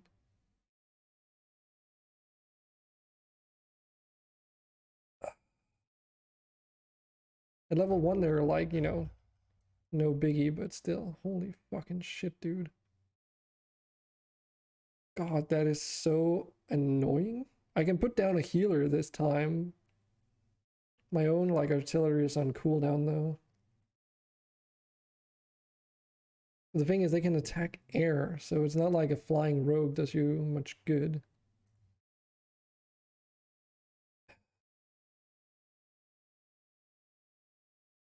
What happens if I put down a flag bearer? Boost ally damage by 70%. But is that even worth it? Because the reason why we keep losing is because we die. 20% defense bonus versus range. I mean, I could put down my tank. But I don't know. You would have to buff me for sure. What about my own Centurion? What does he do? Boost allied armor. Unit defense by 20%. So not worth it. Okay. I'm contemplating putting down the tank maybe due to the hit points. And then using healers and stuff maybe we can reduce the damage by enough. I mean, 20%, right? 20% isn't a lot, even because from like out of 26 damage, 10, that's not really a lot.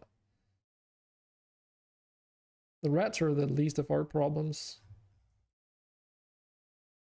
The thing is, the tank only affects himself. The Centurion does all other units, but only for as long as he's alive. What should I do, though? What do you guys think?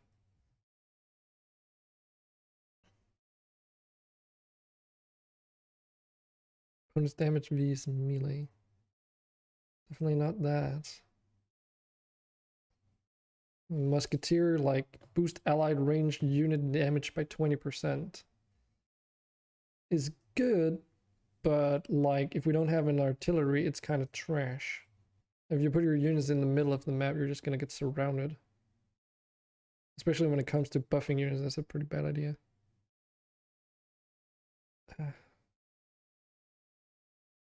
Paladin healing bonus. But that's not the problem, we're just getting one-shotted. Damage boost again. Just deals damage. Okay. Oh, okay. Rogues resist 60% of ranged damage. Resist most ranged damage while moving.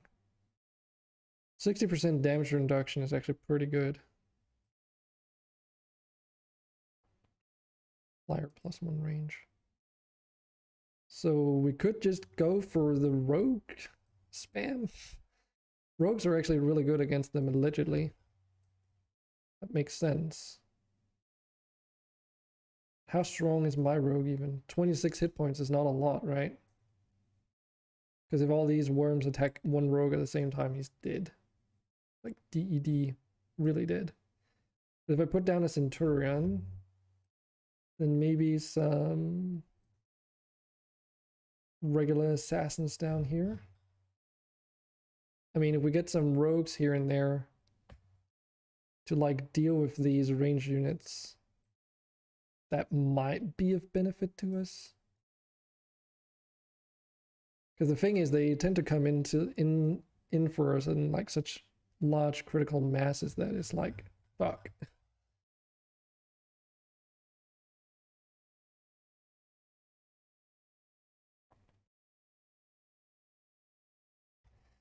But yeah, we need a lot of range units for the damage dealing effect. Because if we go in with melee units, the chances that the worms are just going to target those that we don't want them to target. But yeah, I can only put down one unit, so I'll go with Epic Paladin, I think. Yeah, I think that's probably okay as well.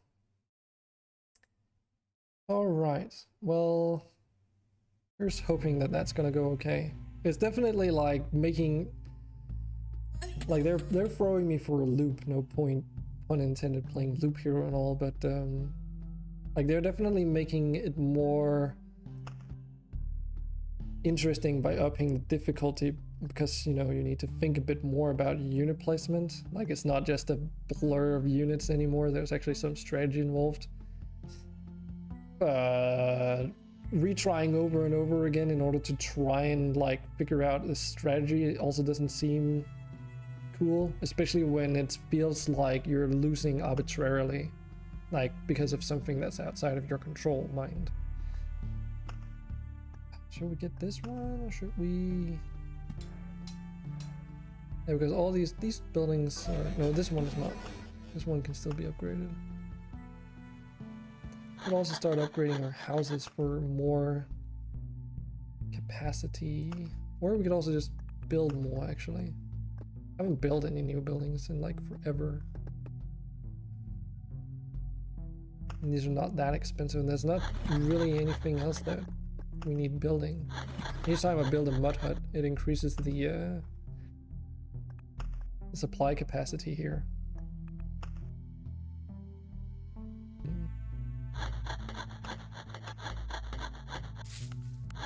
Farms can't be upgraded whatsoever, so that's meh.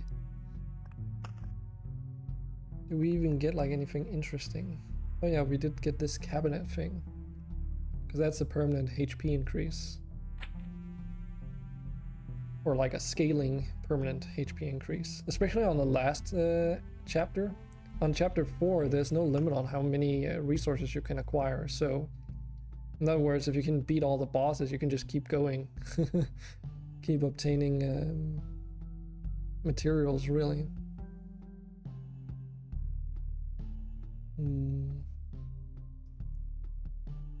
Like, you can also get these oaken beds, but it's like 2% to the hero's max HP, but negative 2% to healing from the campfire.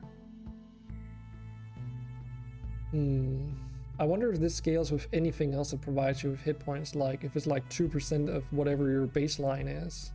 To say these, 1 to max HP for each whole resource gained, and then plus 2% from the bed, so, you know. I don't know. I don't like losing out on stuff like trade-offs, if there are items that don't have trade-offs in games like these. Then I'd rather just try and acquire the items that don't have trade-offs, at least.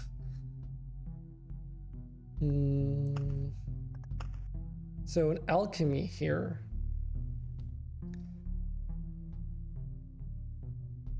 Yeah, see, like, okay, so that explains it a little bit, right? These materials are also very valuable, right? In terms of transmutation and alchemy, as compared to some of these materials. So I guess it makes sense that they're more rare. I mean, also these transmutation materials, these metamorphic ones, are hard to get because they require you to change tiles in order to acquire them, which, you know, though you do fairly frequently, doesn't provide you with a lot of material. It takes quite a while to build up that stockpile, if you will. And of course, we got our siren down here now. Oh yeah, we also got a new tile. That would be the shipwreck. Where is it? There.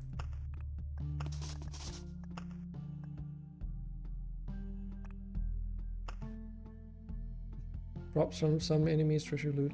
Wow, useful.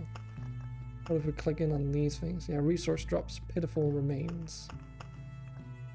That's kind of what they drop. Oh, the block clots also drop pitiful remains and shapeless mass. Okay, okay. Ghosts also drop pitiful remains. And here's the prime matter. That's the ghost of a ghost of a ghost.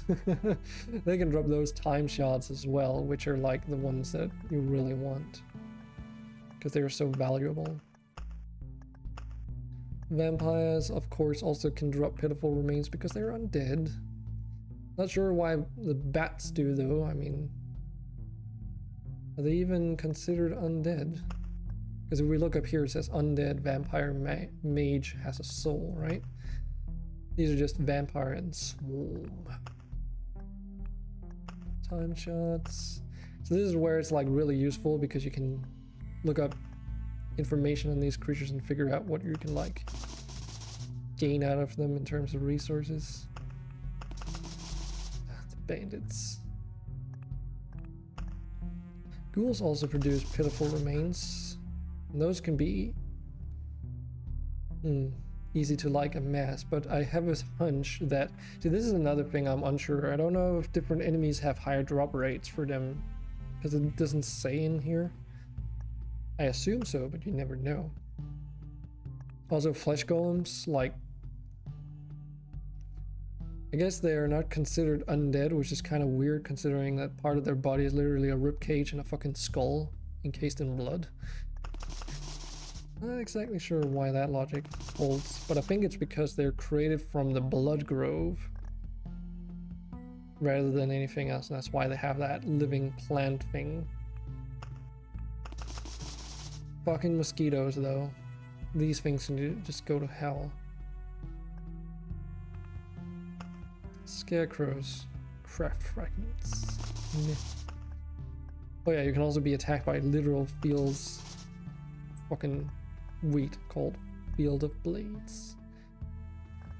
They're also a swarm.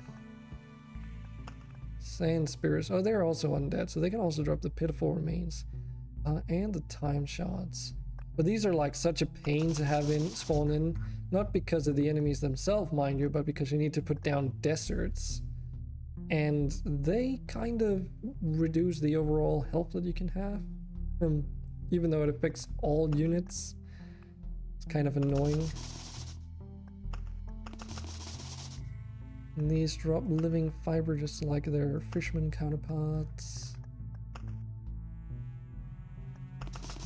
What about these guys? Craft fragments and stable branches. I guess that makes sense. Ah, shoot, I forgot to get the freaking knowledge on these guys. Meh. You can also go back and like read through all the dialogue again for anything that you've missed.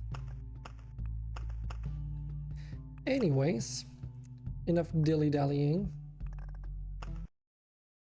Let's switch into the other game that I had planned for today.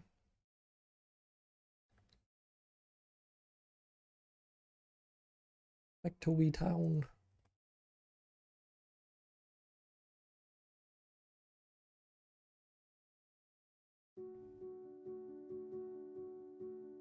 There we go. So let's continue where we left off. And this is not a game I intend on playing off stream because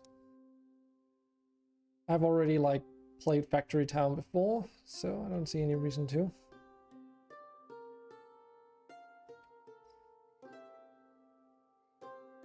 With Loop Hero it's a bit different because like what you're seeing is literally my first and only playthrough of it. So hence I've also had like a harder time staying like off from playing that game. Oh yeah, that also reminds me, I believe actually Factory Town, didn't it? Yeah, it actually got an update since last time we played. Some miscellaneous improvements and stuff. Let's just quickly take a browse through here. Got a quick access menu. So I guess these are key shortcuts that you can put in.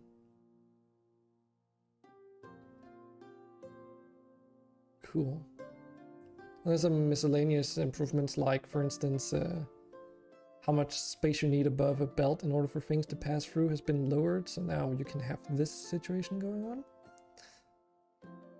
Amongst other smaller changes. Just thought I'd mention that. Oh, right.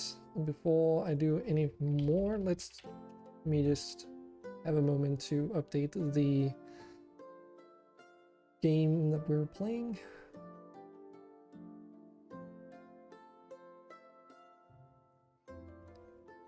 So now we're doing Factory Town. We're still making progress while I do this, so it's no loss really.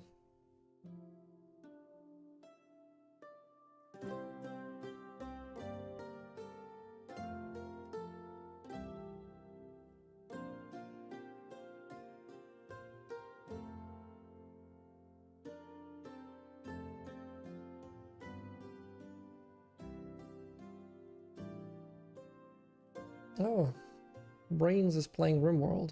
Interesting. Wonder what he's up to. Hey, okay, so that does work. Cool. Cool. In case you don't know who Brains is, he's like a pretty important figure when it comes to modding. The modding scene, not just for RimWorld, but also for video games in general. He's the person behind something called Harmony, which is a framework that is useful or used for patching video games. So what that means is that it's a framework for modders to patch in like modded content without like being super destructive to the game if you do it, you know, according to the framework. But generally speaking, also just allows for modding in general, especially to some video games that don't like explicitly allow for modding. And he tends to stream like programming of said mods that he's maintaining. Like he's also made just straight up a lot of cool mods for RimWorld that add a lot of functionality and frameworks. Again, like he seems like a very technical guy and does more like technical mods than you know, content rich ones. But he does a lot of cool stuff. Okay, so I'm like looking at this and I'm trying to remember what we were doing last time.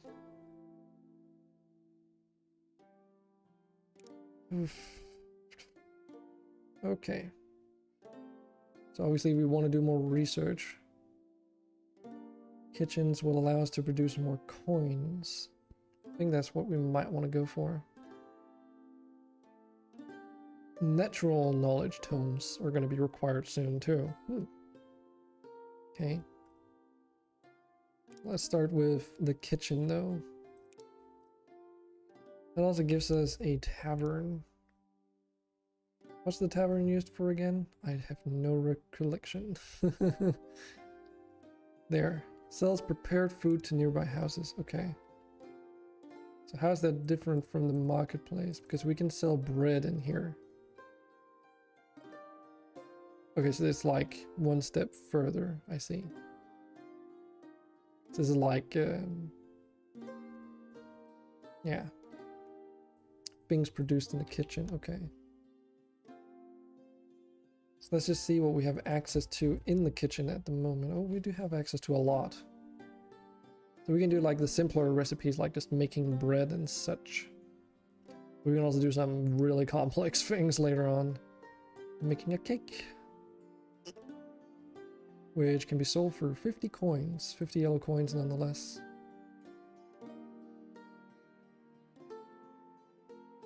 So milk and cloth produces cheese. Okay. I think I understand the logic behind that. It's probably because you're like separating all the fat out of the milk.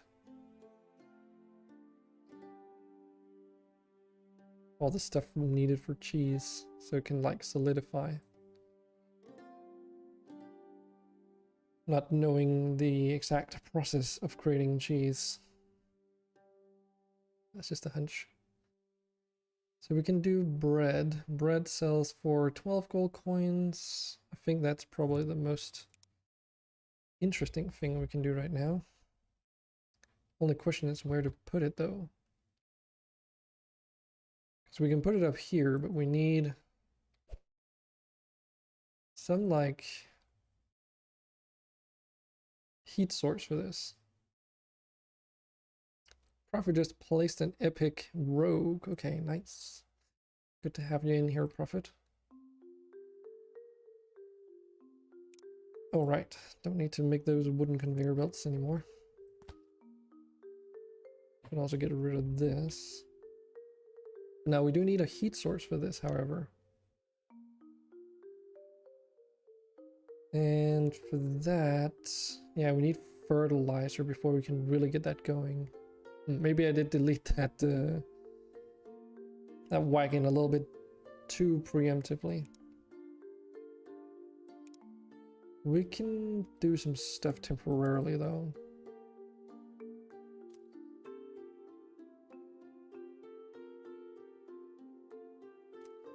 Where's this guy going? Oh, he's like taking it in there.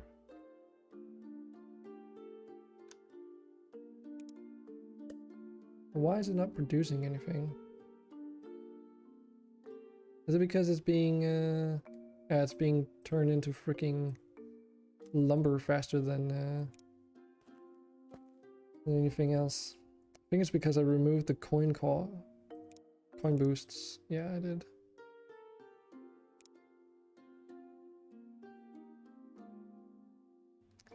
Don't remember what the limits are in these storages. If it's just virtually endless. I don't think it is. I just think it's... Oh yeah, it was... What was it? 600? No, it's higher than that. 700 or something.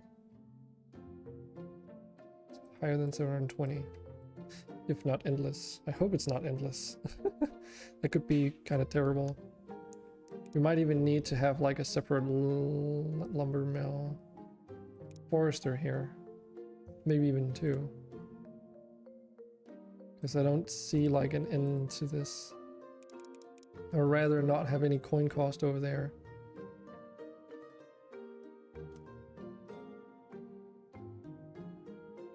And just spend like an extra worker instead. Because we have like so many worker capacities. We have so much worker capacity that it's not an issue.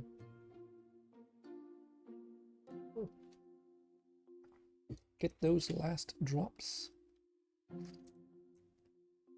I guess there's not really any reason to have this tavern here yet.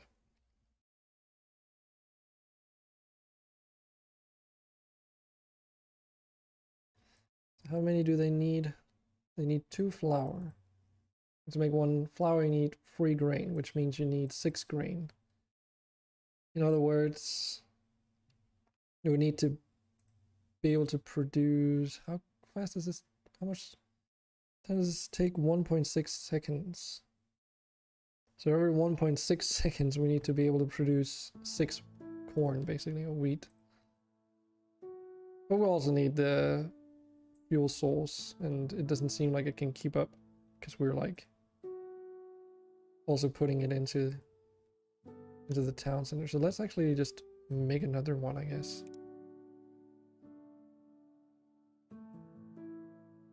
Can put a little bit of distance between them.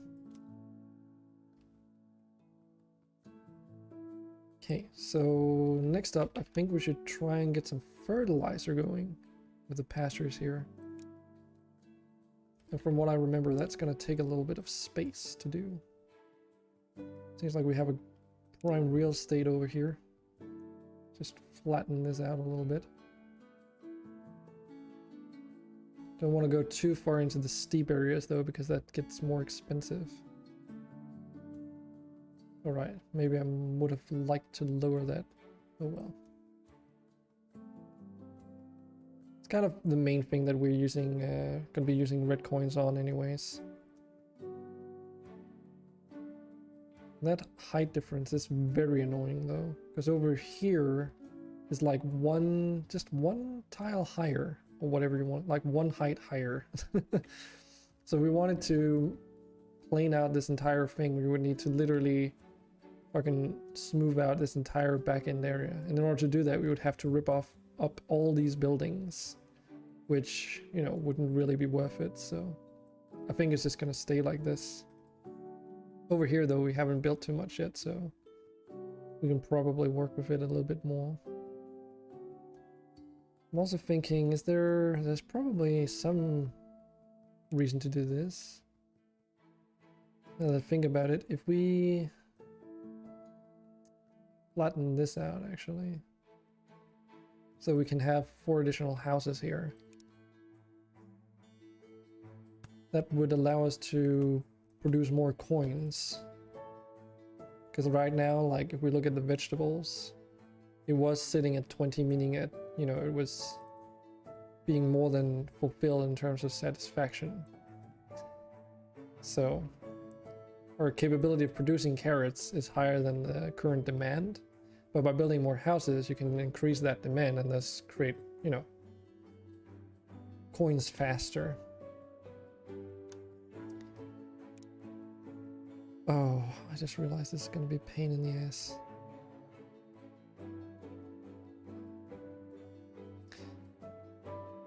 Do I want to do it over here? That is the question. But what is the answer? That I do not know. Because you see, the thing is, in order to do the whole fertilizer thing, we need pastures. In order to operate a pasture, you need animal feed. In order to get animal feed, you need to make a grain mill. In order to make animal feed through a grain mill, well, you need corn. So in order to do that, we need farms. And the demand for corn is pretty high on animal feed still. Like, it's not as bad as with flour, but yeah. Let's just say it could be worse, but it could also be better. And there's like different recipes for fertilizer. You can make like either fertilizer directly, or you can use this opportunity to also produce some kind of other consumable or whatever it may be. But you'll notice, like, if we want to create beef, which sells for 4 coins, it's going to be massively expensive. But milk might actually be a good call here. It's also going to require water, but you know, we have solutions to that problem.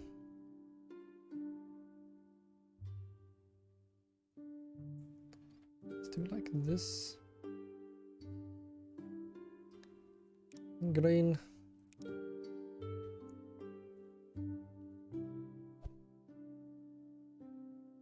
This will require some land flattening though, in order to do what I really want it to. It's very expensive on the red coins. But you know, it is what it is. It's also not the best location for the farms, but it's just how it's gonna be. Actually, I think I have to reevaluate that actually. I think we have to do the other farm over here, because I just remember, right, if I expand into the lower area here, even though that would give me more tiles, there would also be sand, and you can't grow stuff on sand. That would be wasted effort and coins.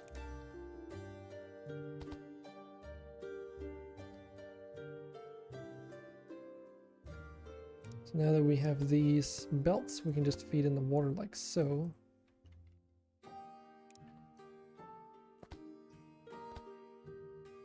And then for this one,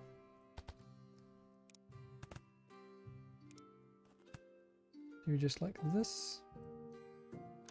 Does mean though that we have to wait for the farms to grow these rain plants.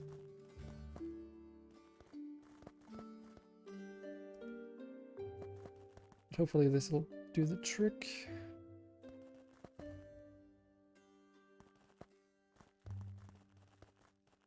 There we go, that should be more than enough. And now we can technically, once we start getting fertilizer, put like farm tiles underneath so they can start watering it and all that. But the thing is, if I am going to lower the terrain over here, I probably want to wait with that till later. Ostrich. Ooh. A little bit of stiff back, I guess.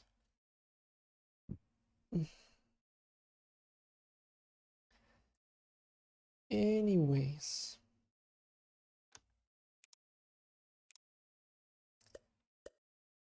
Might need 2 wagons to deliver milk up here eventually. As for the fertilizer though, that just needs to be put into a barn, so that's something we can put down here. And Streamraiders is of course ready as always. Do I want to put it here? Yeah, let's do this. And then just the fertilizer. Well, let's see. 17 units. Hopefully this is gonna work this time around. We're definitely more spread out. I'm tempted to give you guys over here a defensive buff, but I don't know if you'll survive for long enough to use it. I could also give you high ground. Or haste. Haste could be good. But then we could also use the haste for these rogues down here. I'm sure you guys will be fine. You've got buffers and stuff. You are kind of like in the epicenter though, so... yeah, we're just gonna get backdoored.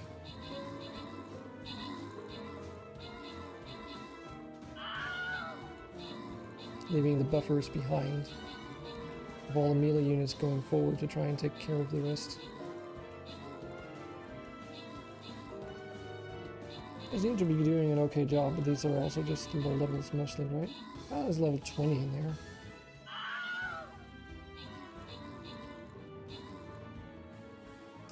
Oh my god, we actually did it on like the last attempt. But here you go, boy. 1 monk scroll. Well earned, I would say. And profit, you also get 50 coins. Well earned too. Is there anything that helps us? Archer scrolls and more archer scrolls. Okay. Thanks, Battle Pass. This is a random, unknown, whatever thingamajig, but it's right up against the boss battle, so... Holy shit. What's up with this game? Like, what? We didn't... For fuck's sake.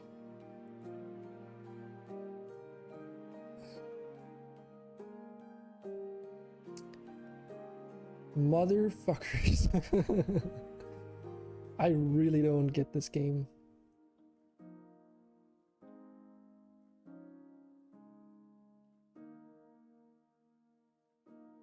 This is like so fucking annoying. But hey, it's a thing.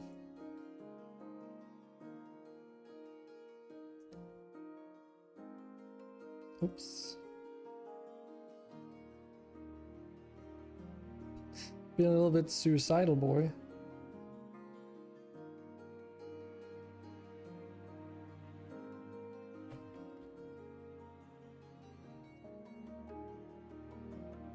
Hopefully that bomber or whatever is gonna like do some damage. Oh, right. So we started getting some fertilizer here. It's not producing all that fast, but we can upgrade the pasture. This is like one of those really strange buildings where you can upgrade the building multiple times to speed up its like processing speed without like requiring additional gold or anything.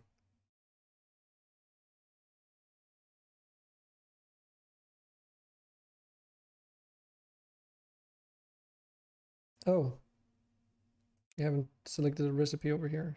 That's why it's not going by as fast. Like, wondering why is this belt empty?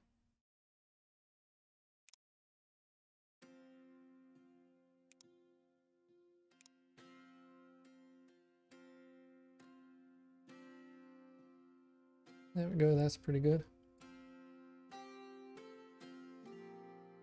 And what do we need fertilizer for again?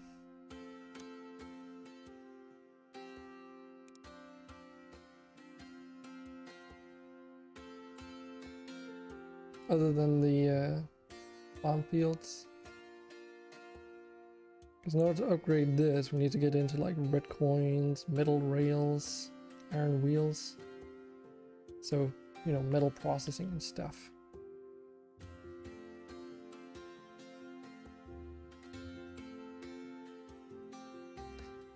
Maybe it was just to get the fertilizer going so that we can start moving our fields.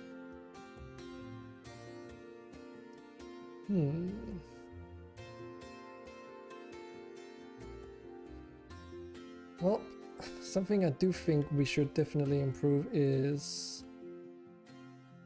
our red coin production. Because so far we're just doing fabrics. Well, and planks, but they barely give us anything. We're not really generating that much cotton either.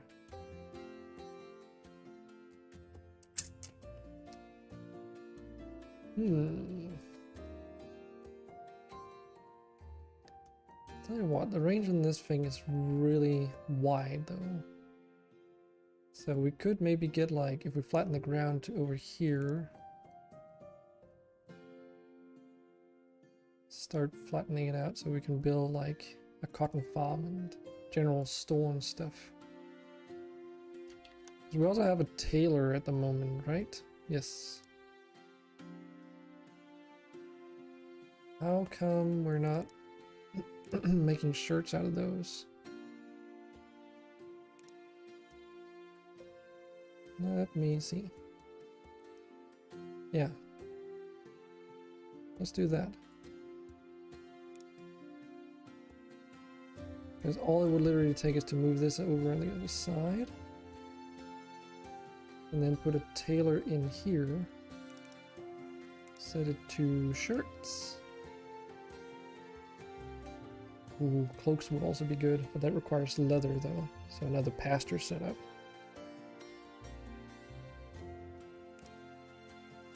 Yeah, then we can just do a cheeky thing like this. And then change this from cloth to shirts instead. How many do we need? 2, okay. Okay, maybe I should actually get this cotton situation over here sorted. That might actually be easier. Because if we get some farms in here, one here and right next to it maybe, that might be good enough. Since we just, sorry about that, since we can just plant some more cotton around.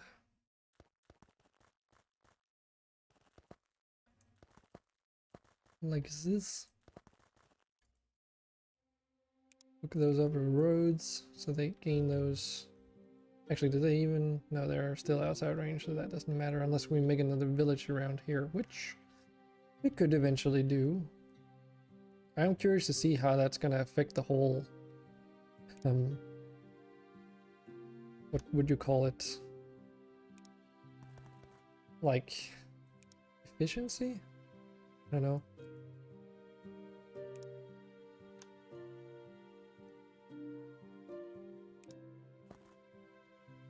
Because if we put houses over here, we would also need to have, you know, a marketplace and move all the things along here, and that would require a very different kind of setup, right?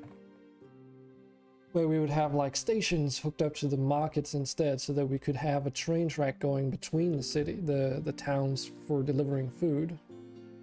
But that's like, you know, pretty far in the future. Oh, okay, so you can't actually do that. Kind of hoping that I could have the cotton plants there, but nope. Nope, we cannot. Well, since that's the case, then it doesn't really matter if there's anything growing here.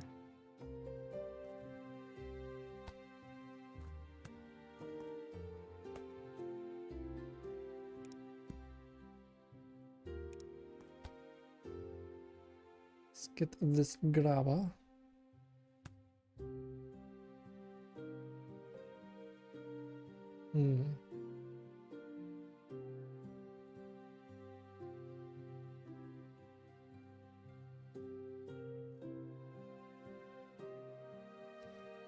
So 1.8 a second.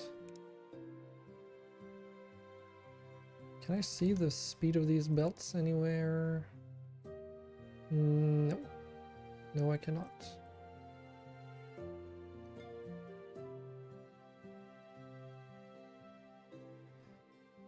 Well, something we can do though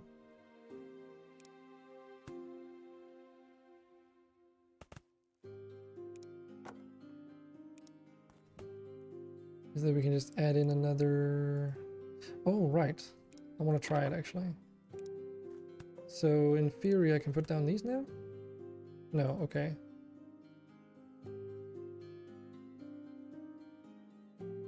But that was supposed to be like possible now. Maybe I misunderstood how it works.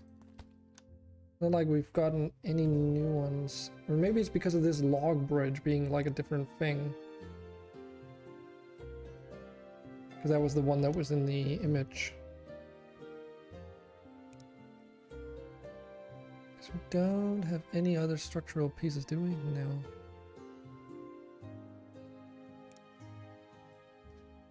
Very well then. Then I guess we still have to do it like this. Put a grabber out there. Oh wow, they like fucking nuked the shit out of these cotton fields that were in range real quick.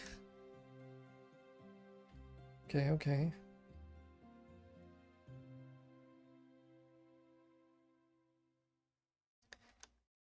That's how it's gonna be. Let's add in some farmland then.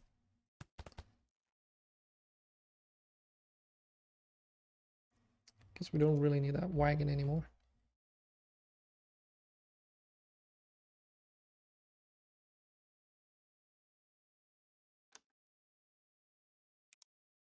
What about the well? I don't think we can build these on top of things. No, right?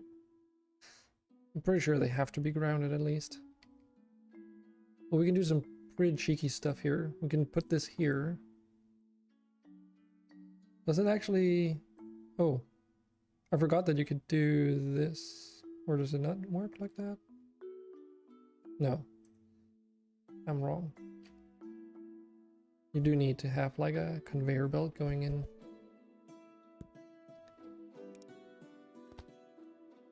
There we go. Now they can start watering here. But almost the cheeky thing is that if we do like platform on top here, then we do like this, then we're also feeding this one water out of one well. And we can easily do that. That's not an issue. So we have more ground space for plants if that need to be. I don't think it's gonna necessarily be a thing that we need to worry about in the long run, because eventually they're gonna get that cotton affinity in this area, and as a result we won't need like a massive field anyway. But for the time being we might as well. I suppose if we made a pasture around here, we could also feed in fertilizer to these while producing leather for the workshop or the tailor. Guess it would have to go around the back, so that moving the leather over is going to be an easier ordeal. There's not really much space in here to transport leather around.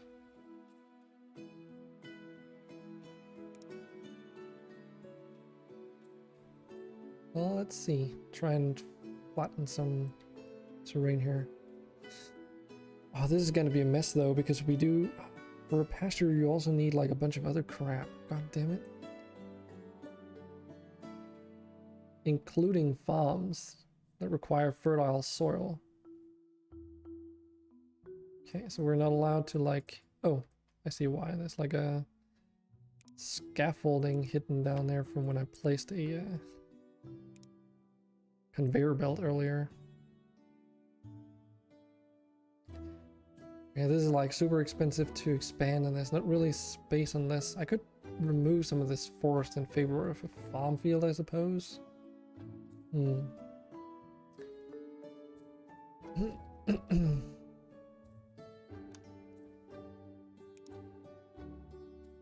Because we could put the pasture here to connect it up with road. So it gets that production speed bonus from the happiness. And then produce leather, which requires animal feed and water in huge quantities. No biggie. Oh, we can remove these rocks too if they're in the way, of course. Then how would we hook this up to the rest? Well, we would probably do something along the lines of this. And then feed it in through the back door. Fertilizer, that is, just directly. And now I remember something cheeky that you can do. Because you can actually do this, and the game won't mind. Yeah, this is how you frigging do it. I forgot.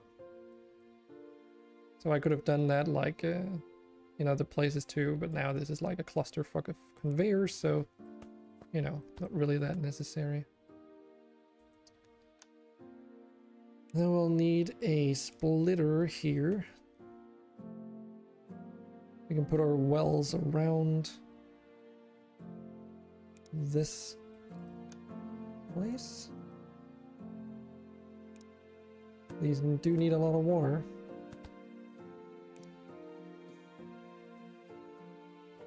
Wait, what? Did I not have the resources? No, I ran out of stone. Well, I guess that only makes sense when the only people harvesting stones are these villagers that are putting it into use. For what again? Yeah, fucking train tracks. Well, the only other place we have stone is actually around here.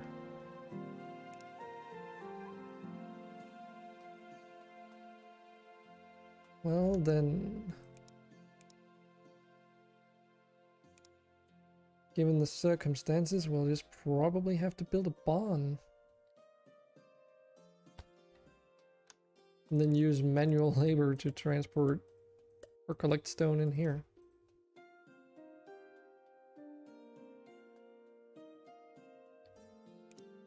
It's okay though.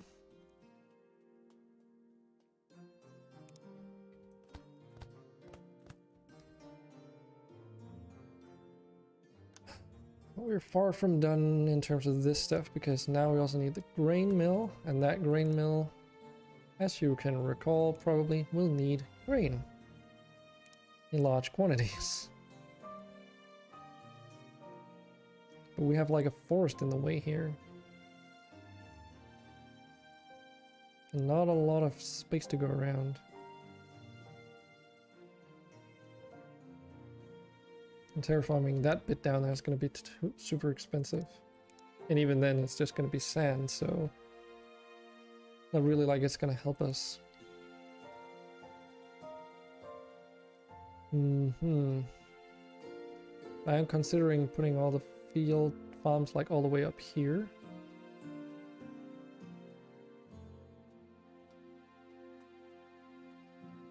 Although doesn't really matter too much, does it?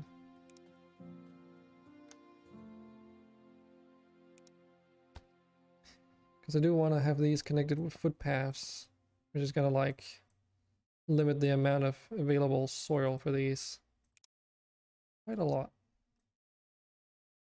This all needs to be like flattened ground, otherwise we can't turn it into farm tiles either. Technically these also want water, right?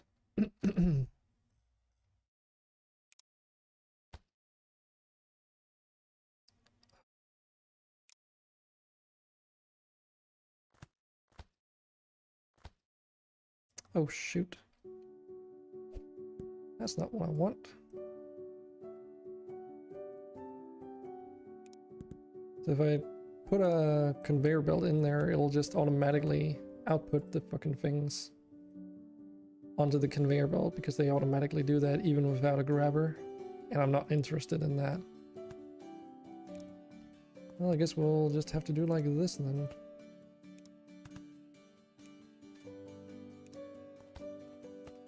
There we go.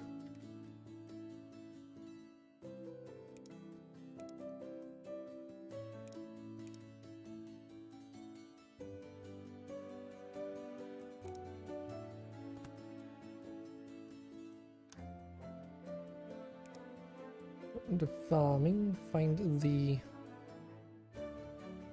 There it is, grain.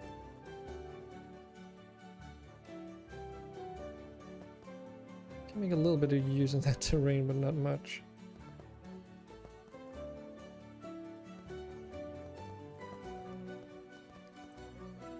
Okay, this should do the trick.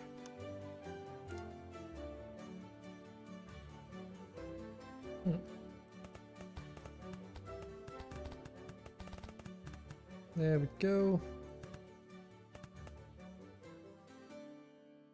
I just noticed that we're not tracking our fertilizer, so why don't we do that? That'll help me keep track of how much of that stuff we actually have.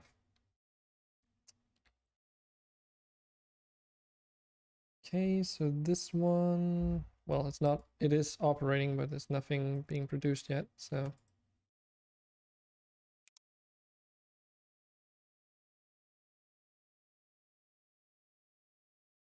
Okay, so far so good. So if we want to make cloaks, we can do both. I think that's probably what we're gonna go with, because my hunch tells me that we probably won't be producing a lot of leather until we get this thing really going. To be fair though, you need just as much leather as you need cloth, so maybe I'm wrong. However though, cloaks and shirts don't fulfill the same need. Which means that if we can provide both for one building, we'll be pretty good.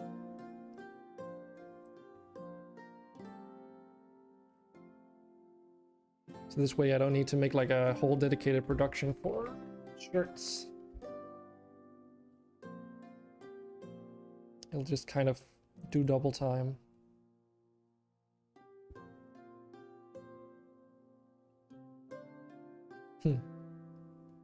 And this workshop down here is actually working really slowly.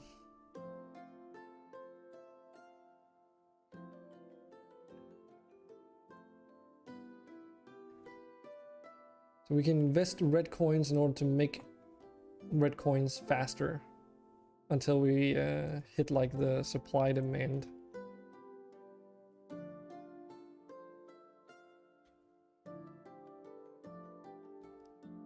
Getting a lot of yellow coins at least. Oh yeah, and the good thing about affinity is that even if we tinker with the terrain height over here, it should still stay the same. So even though I'm like not putting down any farmland, which I mean we don't really need it, it doesn't seem, they seem to be doing just fine without it. So why is this not producing any? Oh, it's because the milk storage is completely full. We can actually make use of more wagons then. I kind of expected that to end up being the case. We have so much worker capacity that we might as well. Because each time we sell some milk, that's 5 coins. And each of these wagons containing 4 milk each, that's 20 coins each time a wagon passes up there. And since we did like plan ahead a little bit, we have more than enough like space on these road tiles for the cars to pass by. And I'm actually contemplating, okay, so it's stone brick, of which we have 300 and something. So why don't we upgrade this to stone brick? I mean, now is as good a time as any. And I believe also, if I recall, you do get that stone brick back. What? Can't afford.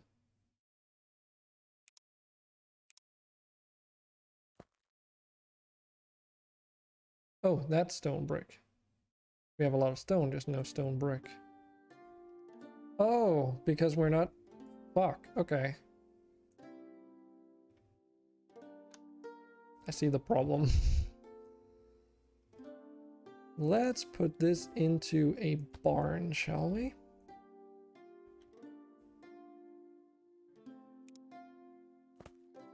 God damn.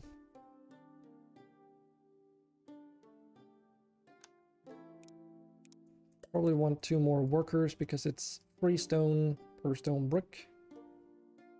So to sort of keep up with the demand for stone, might as well. Okay, paths.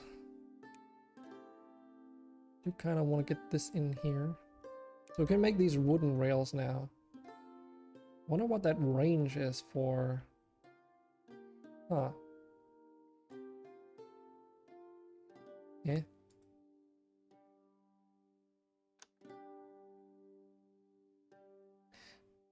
Allows movement of rail cars slow but steady.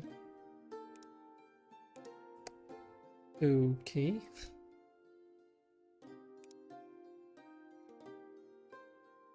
So how do we... Right, minecart, unloader, and loaders.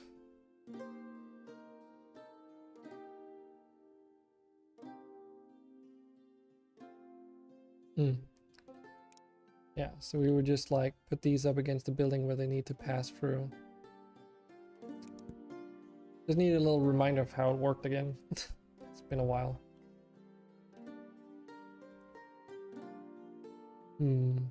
Might be one of those things where I'm tempted to like make a railway connecting this pasture over here up with the food market all the way over there. To be fair, now that I think about it, it would be way more efficient if I just made another food market. There's no reason why we shouldn't be doing that actually.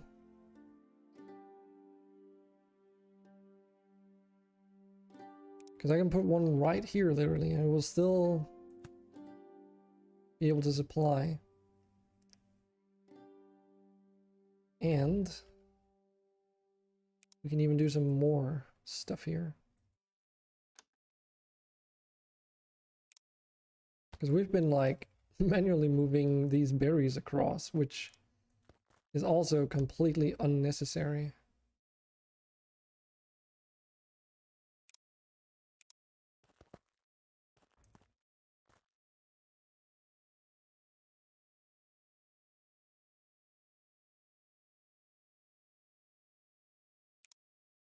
So we can do like this. Then we can do like this. Oh, I managed to put that up on the roof somehow.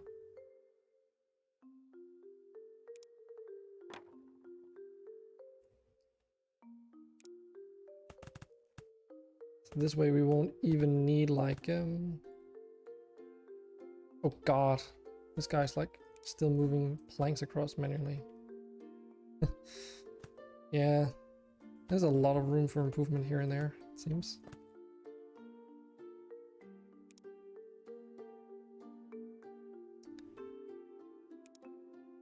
Some berries, please.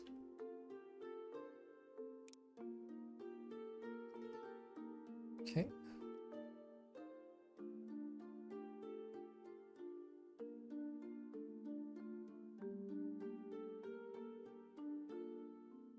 No reason to have these wagons anymore. And we could technically do the same over here. I mean, there's no reason not to.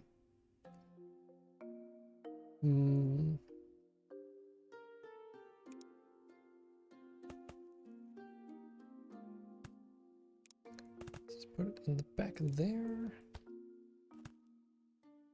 Delete that.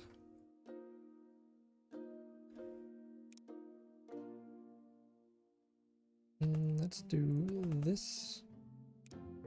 The bread. Oop.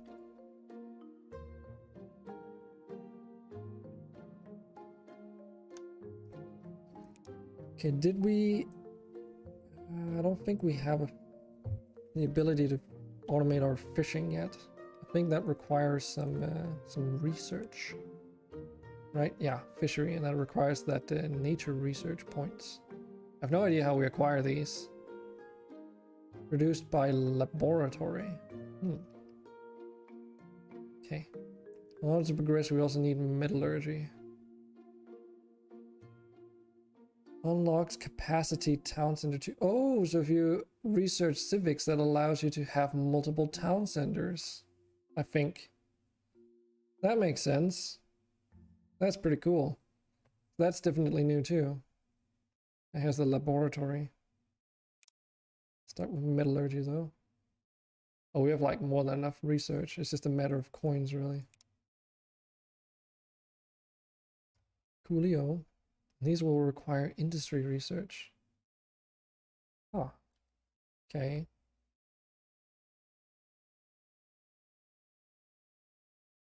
Yeah, this supply now is looking really good. How are we doing over here? Are we getting any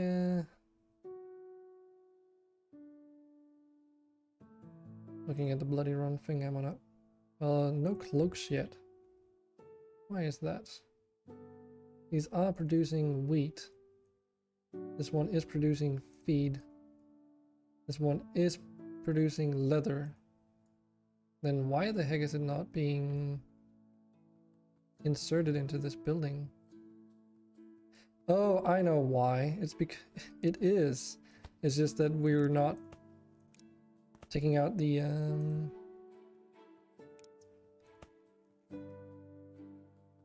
cloaks. Wait, this does not work. Oh shit. Look at this brilliant placement I got here. I was like, why is that not working? It was like a red flag when I put it down and it wasn't automatically grabbing something from the building. Like when I did this, it didn't show the grabber. Or automatically place the grabber. There we go. Oh, red coins. Nice. Okay, Streamraiders. How are we doing? So if I put down a stronghold here, does that mean that the tanks are virtually going to be impenetrable? Guess we'll find out, because that's a lot of worms, even though they're low level. But I do assume that by the time we take these out, the rats are going to come for us. There's a lot of big rats, though. So many heavy tanks, jeez. No, boy, not your... The Captain K healer, okay. This is actually working pretty well. But here come the higher level worms, those are the problem.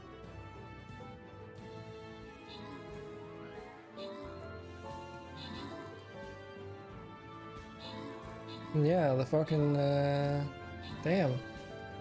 The tank being buffed and healed is definitely the way to go with the worms. And then some ranged DPSs to like take care of the rest of dealing actual damage. Cool, okay. Hopefully we figure that one out for future reference. Anyway, boy, you get some healer scrolls. Get that sucker upgraded. So, this boss battle or the other boss battle? Aren't they like literally the same? Well, orcs came to burn down the library and undo the shrinking. There's no way to explain to them that you need the books to find the cure. Start the battle. So, 2 level 10 rats. The boss themselves are like level 1. What the hell? Okay.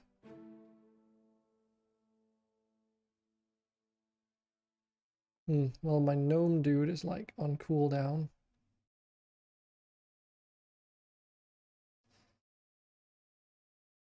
I will put down a war beast. And then I trust in you guys to put down some of the units. Again, this is the boss battle, so I assume everyone knows that. And we'll check back on that in about half an hour.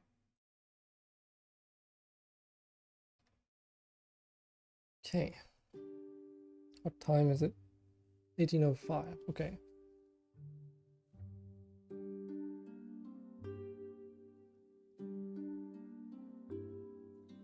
Well, we definitely have enough stone now. That's not an issue. Our red coins are also starting to pile up a little bit. Even though 1.8k sounds like a lot, it isn't really that much. But we are hitting a demand, which is good, because that gives us efficiency bonuses. I do wonder though, even though these buildings do consume fertilizer, will it be enough to like offset the stuff that's produced? I can't remember with fertilizer. I think you can overproduce on fertilizer because it's like a byproduct for a lot of recipes.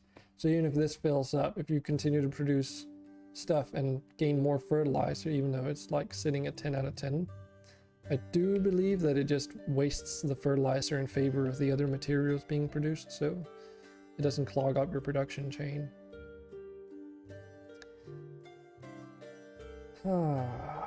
Okay, so if we make juice, dragon punch. If we make berry juice, that sells for a good amount of coins, but we don't really need that, do we? Oh, I noticed now. Yeah, here's the town center build limit. Okay. It's like even shown up here now, which is kind of cool. Tell you what though, these fields are being fucking wrecked. But that's good. That also builds up the affinity on them, so. And this is iron deposits, and then we've got coal over here. Okay. Cactus fruit. Okay.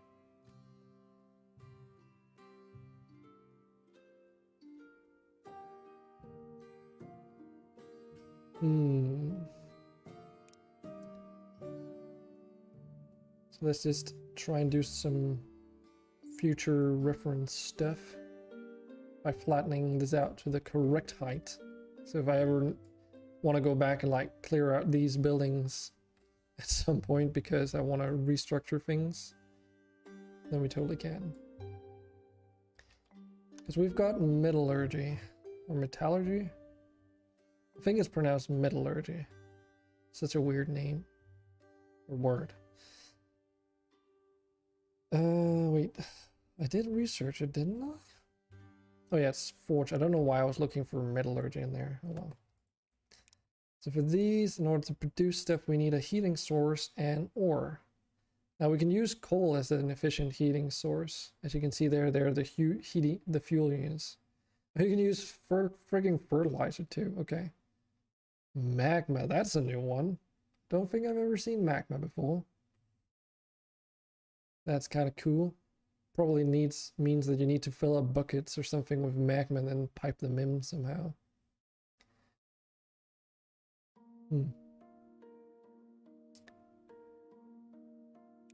So what do we need of again in order to upgrade our town center here? We need metal rails and iron wheels. Metal rails, of course, requiring a machine shop. And then either regular rails, wooden ones, and then iron plates. But I don't think we have the machine shop yet. Yeah, that's here. So we need to make a laboratory in order to make industry research points. Oh. Okay. Well, what do we need in order to do that then? Industrial knowledge. Okay, that's just iron plates.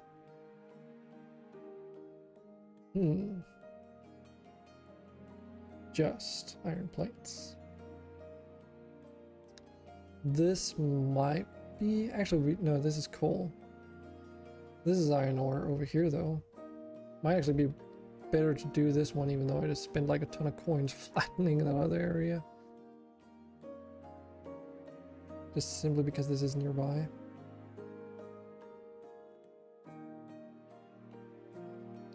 This is cool, though.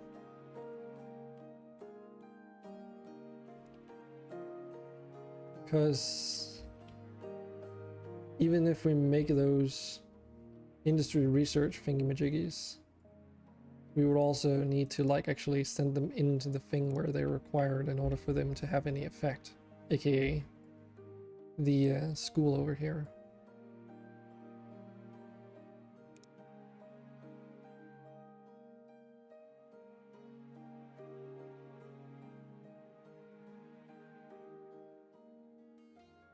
Kind of interesting how that can be like built into the ground there. Oh well.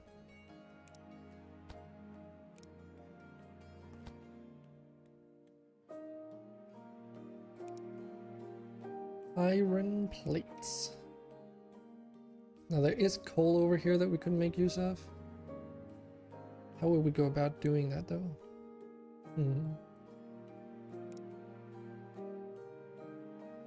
Just flatten the ground. Just to raise all this stuff up. I have a plan. These trees don't really need to be here. Or rather, I have an idea. I don't know if it's gonna be executable though. We can try.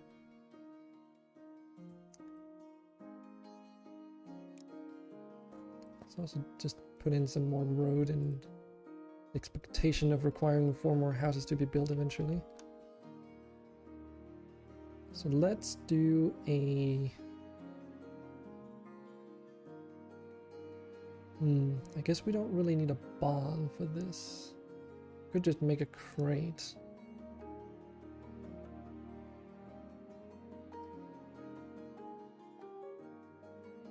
Yes. Yes, let's do that actually.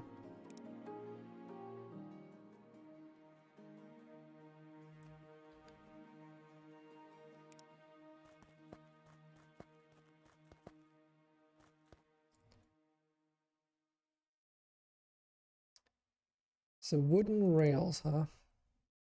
Well, this might seem a little bit extra, but we're going to be building a railway here. Actually, maybe we should build it on the other side.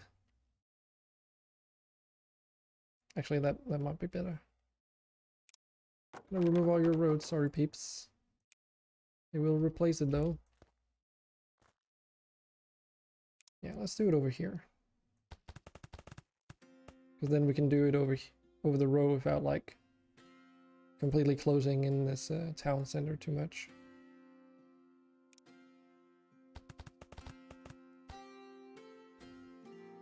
Okay.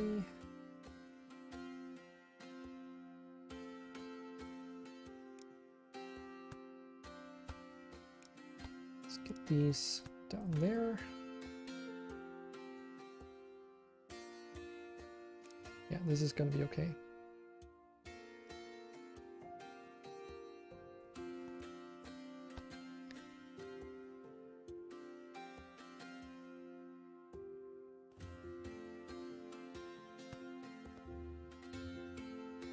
And we'll sort of like make a loop like this.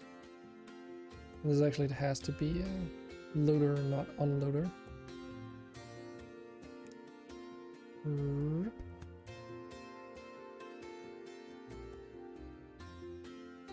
Time being, let's just go down to ground floor.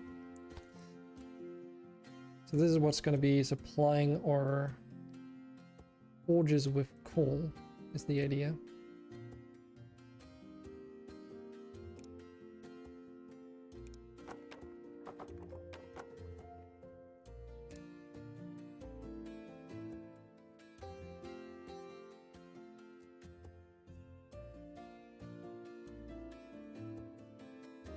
Shoot.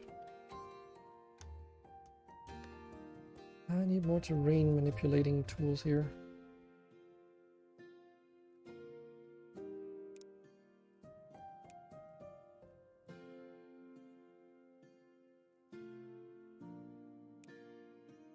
Bring them over here though. That was the flattened one. That's not the one I want. There we go. Terrain like manipulation in this game is a little bit weird. I found that it's like easiest to work with if you do things in a certain order. But I can't quite remember the process because it's been so long. I think it's something to the tune of that, because I'm trying to basically make a, smooth ramp going all the way up.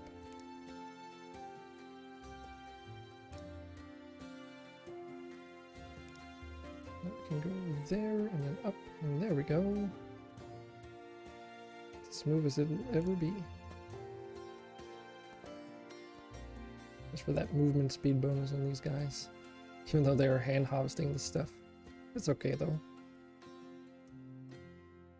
So we can put down these forges over here.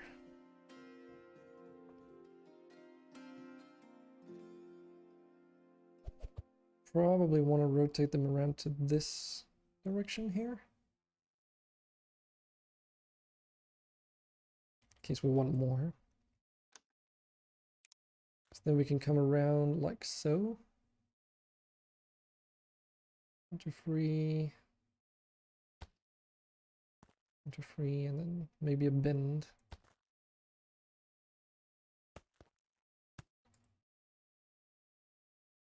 And there we need the unloader.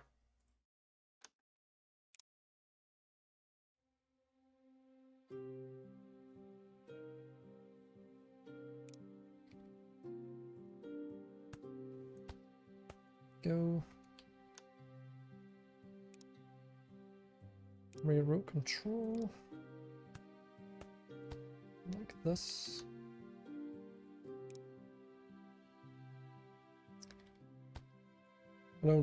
I have a hunch that one cart going back and forth is not going to be enough, so I should probably have thought about that and put in like 2 rails, but you know. How does this work again? Like,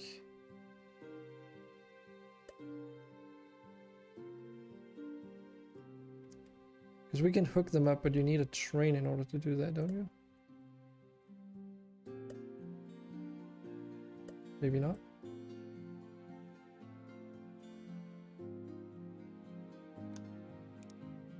Then we'll be relying on manual labor over here. Oh, this can only store 20 though. And these can store N.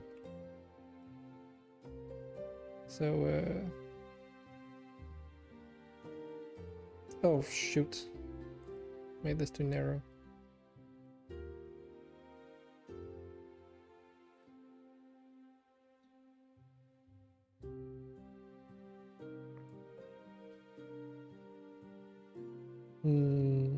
Maybe having just one might be better, because the thing is, the more of these I hook up to each other, the slower they go. Also, we will have to change this regardless.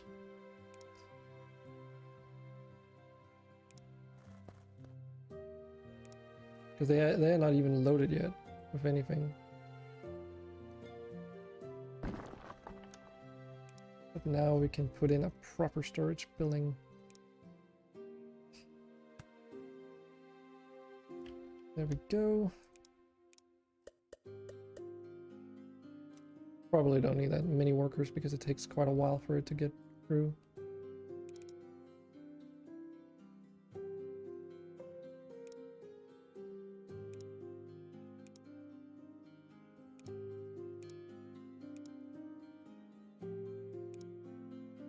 Let's get some of this stuff going. Instead of having a worker go into like each building, we'll try something a bit different. We'll try building a barn over here and then feed it in here. And then use that to, like, with conveyor belts, feed it into the forges, hopefully.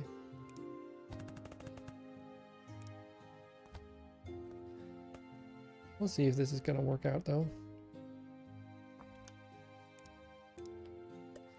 At the end of the day, I think we still need a lot of workers for the iron ore.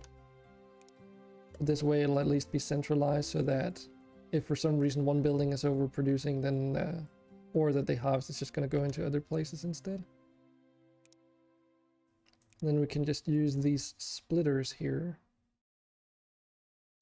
Actually, we need to just put it like that.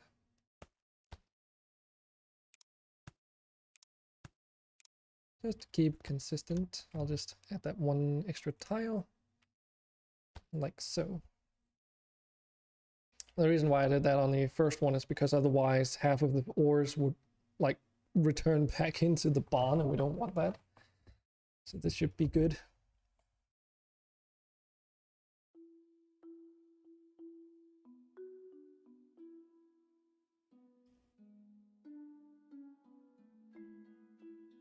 How come they're driving back with the coal though? Yeah? Or is it because the hold until empty, unload item filters? Nope. Should just work. Well, let's just keep an eye out to see what happens when they get over here. What? Why are they not loading it into these bloody things? What?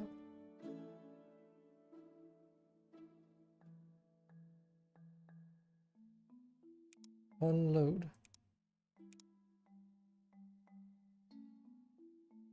Oh. For some reason it was not set to minecarts be allowed by default. That's a weird one. There we go. Well, that explains a couple things, at least.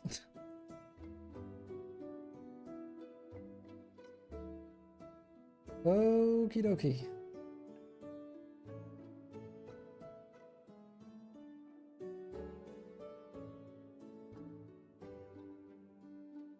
So in order for this one to do its job, we need iron plates. Well, why don't we use another wagon for that? Just sort of like have it go in a loop here.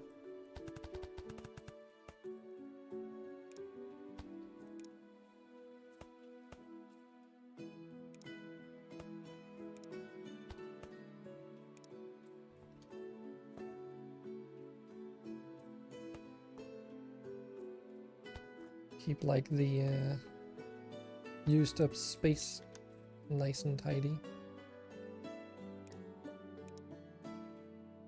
Unloader? No.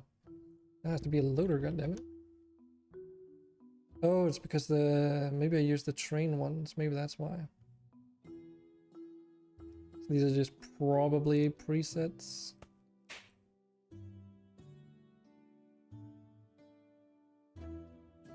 Yeah.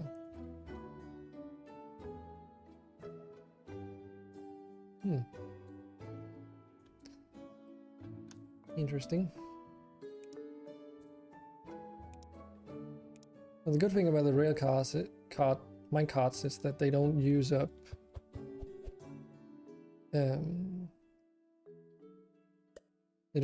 any people, right? So we can have as many of these as we want. That is the added benefit.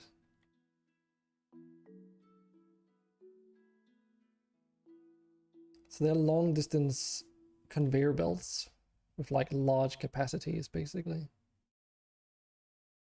that allow for better sorting of items, I suppose you could say.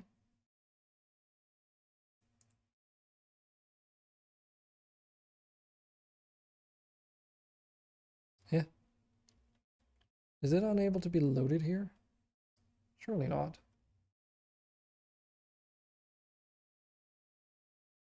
Well, it's definitely not being loaded. Is it because I need to add an iron plate item filter? Because there is iron item plates in there. Nope, there it is highlighted, so it should be working.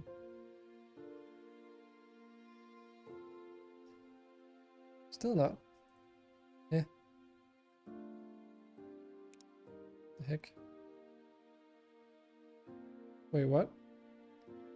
Are these seriously not able to carry this stuff? Oh man, you gotta be kidding me. Is that because they're wooden minecarts? It probably is. Allows transport of a small quantity of goods over long distances. Doesn't say anything about being limited. That seems a bit like a... Well, I guess it is a newer feature, but still. That makes this entire railway pointless at the moment. Those... There we go.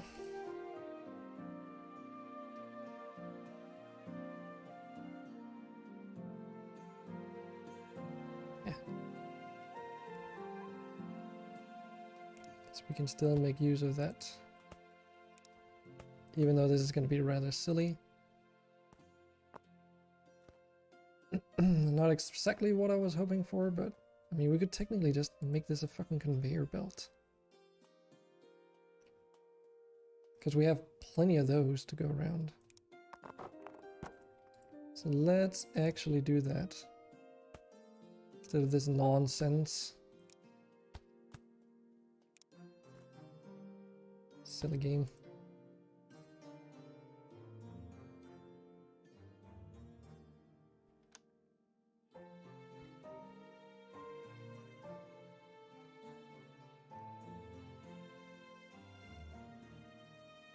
It takes quite a while to produce these ingots, so maybe I should hook up the building next to it as well.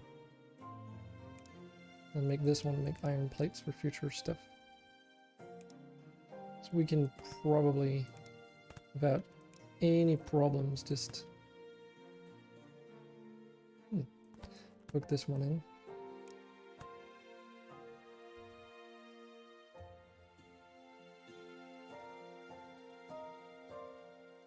Oh shoot, they also need regular books for that? Oh god, we're not even making books at the moment. Where do you make books? They're made in the workshop. Okay, paper and leather or paper and cloth. I mean, paper and cloth would probably be the easier route to go.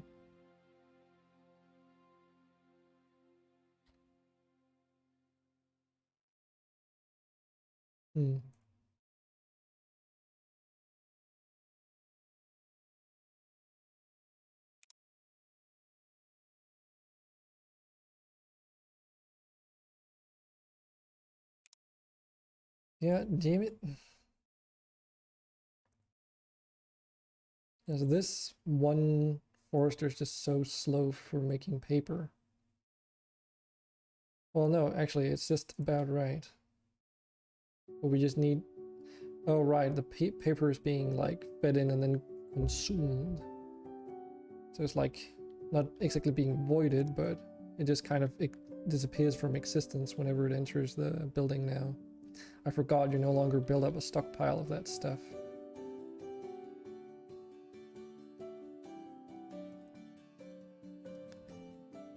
Well, since we need the books to go in here anyway, might as well set up a production that feeds it in directly. Which means we'll need a workshop, right?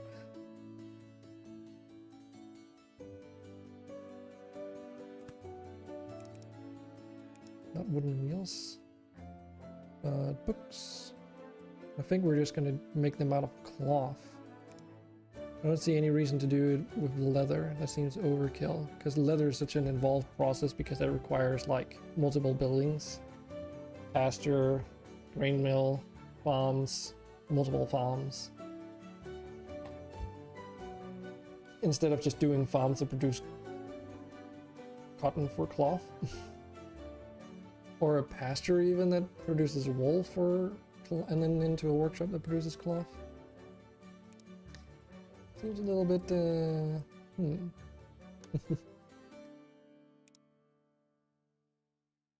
And that is the technical term of,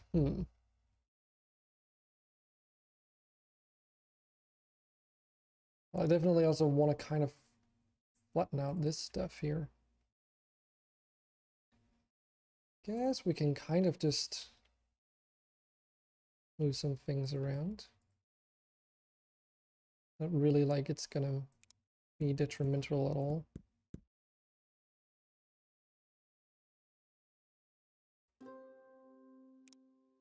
I know you get the materials back if you were to deconstruct the buildings. It's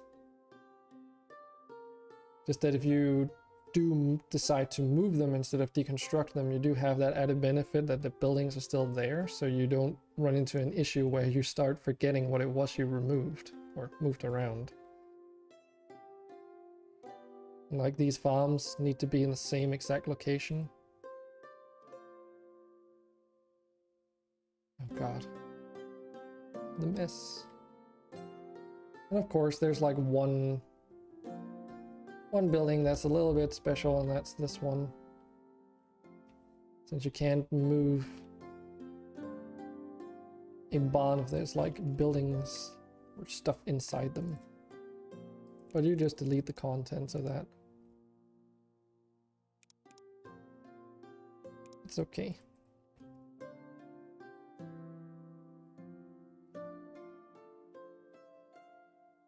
We have all these bloody wells.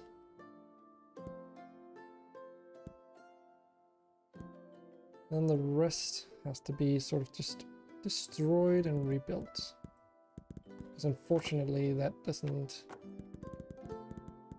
like allow for you to retain that.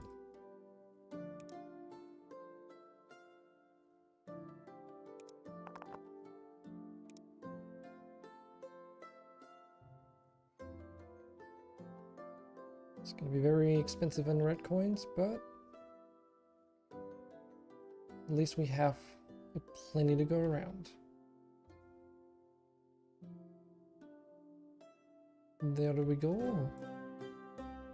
Look at that. So fucking flat and nice.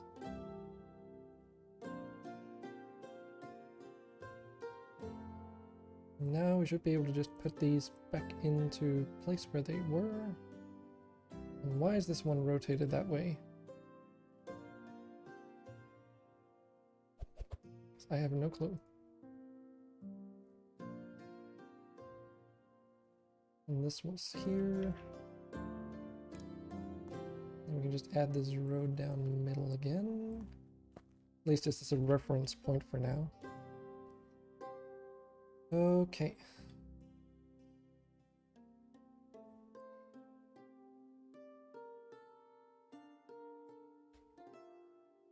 So this goes into the grain mill, which is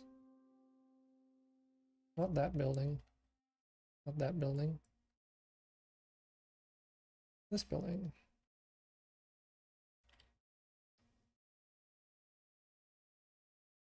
And that gets fed into pasture. I'll be going for dinner, so maybe I'll be back in the meanwhile. I'll lurk. Okay. See you later, boy. I will also be eating some food soon, but I will just be continue streaming and turning the cam off and stuff.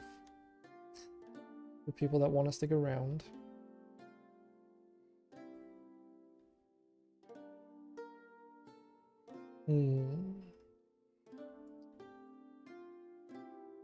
So I should still be here when you get back. It's basically the gist.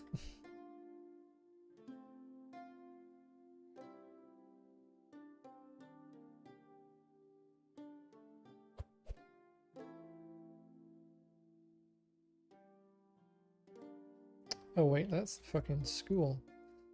This is the building I was looking for.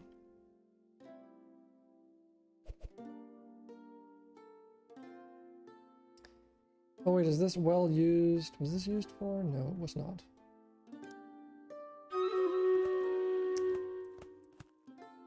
Okay, well, we also have Streamraiders now. And I need to reload. Just give me a moment.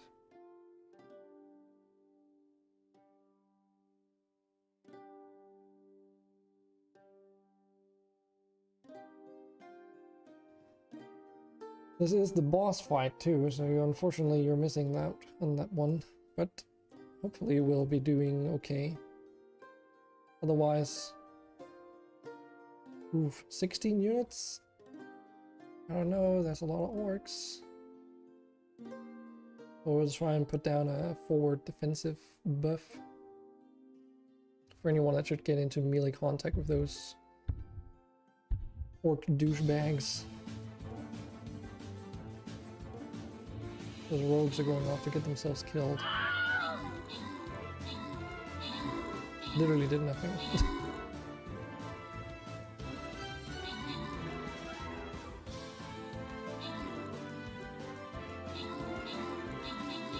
Okay, if we can get rid of all the trash mobs, we should be fine. This Ice Paladin on the left is doing okay, the defensive buff helping them out, but they are outside of the range now.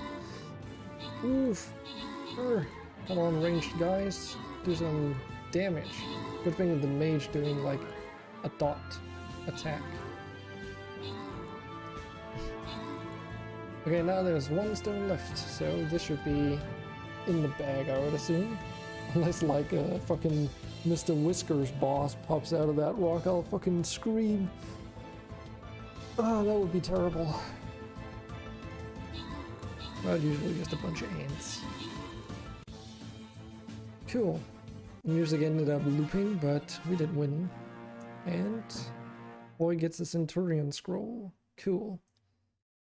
And that also means that that is the boss defeated, and we can go on to the next map. So what did I get here? Epic Tiny Frog Wallbeast skin. Kind of prefer my T-Rex with gold now, but that looks way cooler. Anyway, so there's a skin chest up there. Looks kind of, sounds kind of weird when you say skin chest, don't you? Let's get this started. Dear fucking god. Well, they do seem to at least all be level 1, but holy fucking shit, there's a ton of these guys. Well, I think it's tank time.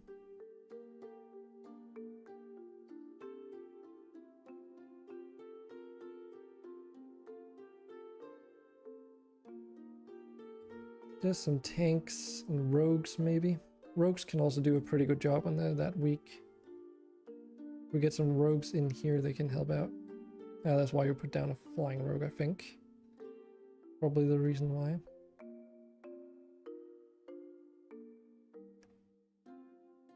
Wait, so they're called flying rogues in as a unit, but in the overview they're called assassins. Strange. Anyway. That being said though, I will leave you for a moment to get some food in the microwave. As I said earlier today, I have a leftover, so I won't be too long. I will switch over to Factory Town though, so you guys can take in the aesthetics or whatever you want to call it. Anyways, be right back. And I also used my microphone.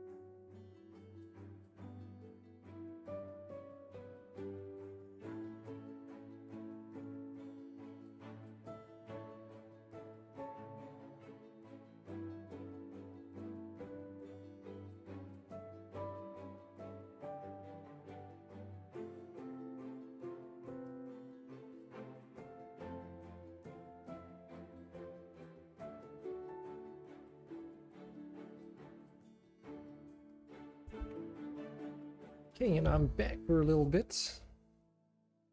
A little bit being about 2 minutes. Okay, so how is this situation going out? Over here, right? Yeah, we're still moving stuff across all the way. Okay, okay.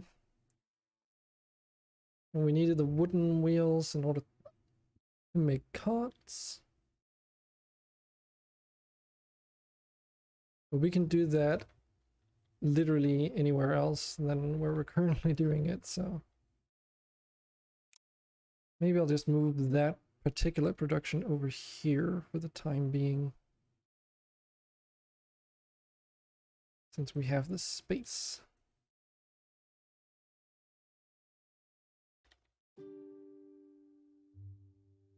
So this is a forester. Let's just take this one for now. It'll be less efficient because it'll be away from the town center, but it's okay. Wonder if you can change the other town centers, actually.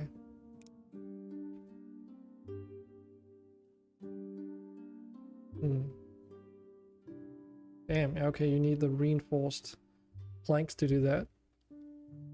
Never mind. We have this. Take that over there. Which actually needs another middle step.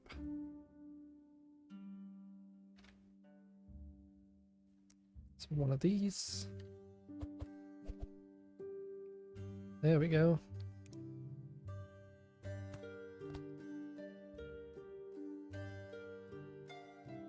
No, wait, this one is producing freaking paper. This is the wrong one I managed to grab. This one then. Now that's much better.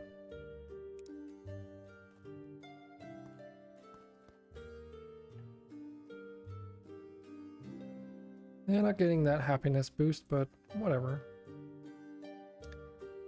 That is okay with me.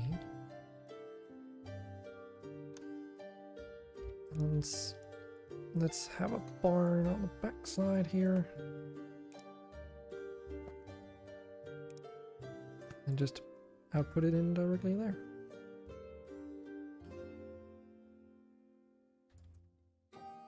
Oh. That's probably the easiest way to reset that.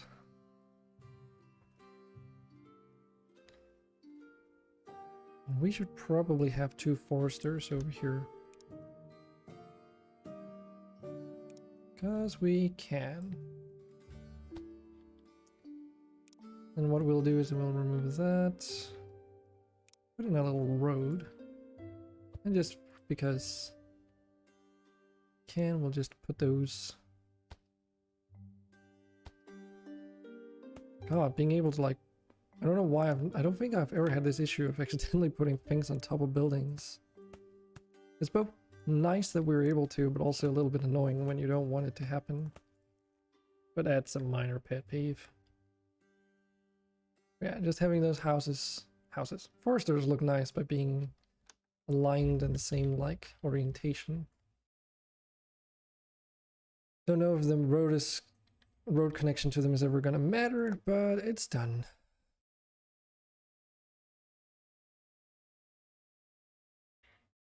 Okay, so this situation over here. Ooh, I have an idea. Yes, let's do this. Let's move this marketplace to the other side. Because if we have it just there, it's barely within range of the town center. So we clear out some space in this place. And then we'll just have the school, I guess just here, just like we had before. We can technically move it across if we ever need to, but since we don't need to, I don't feel like we should care about it, that is. Also allows us to put in like a road there.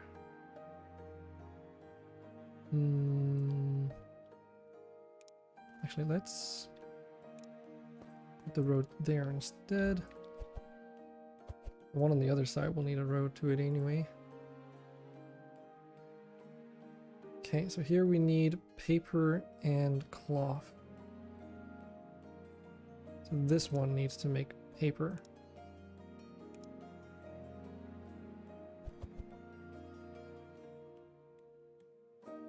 Now we'll probably have cloth go around the back end from farms that are over here somewhere.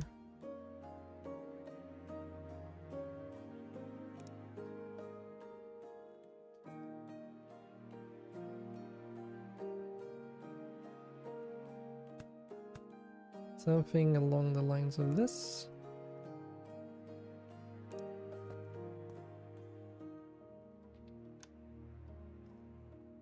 I haven't forgotten about my food. Don't worry.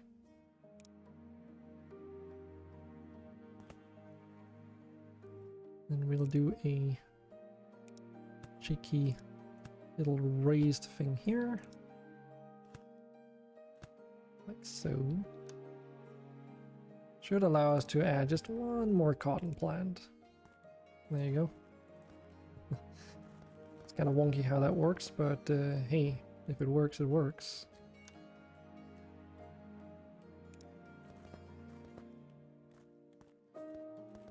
It does at least allow us to water these plants.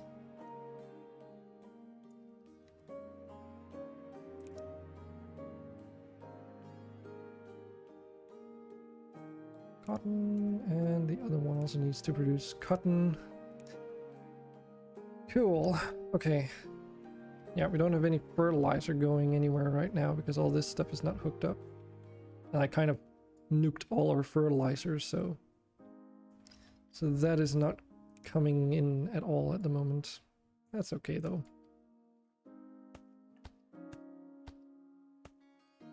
And we'll add another cheeky little raised platform here. Yeah, let's just do 2 more. Because then we can use that extra space for some cotton plants. Like this. Then we can lower it down to the ground. Oh, fiddlesticks. I forgot something important. Okay, maybe not. Let's maybe not do it this way then. Okay, let's move this to the other side.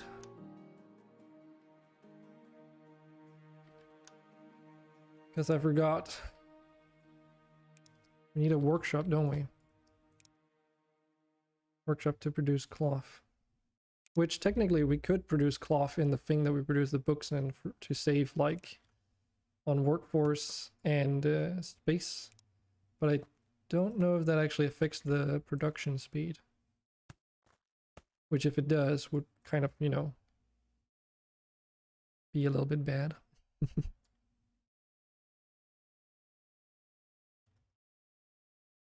You know what? Kind of inclined to do something like this instead. Then move this lumber mill down to keep them right next to each other. And how much is it? It is 1 wood to 1 paper, so if we do like this and then add in our foresters, we can do something like this actually. And give each a dedicated belt.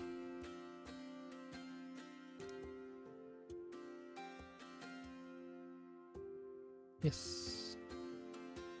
They do need water though. Didn't quite consider that. Okay, then let's just do this.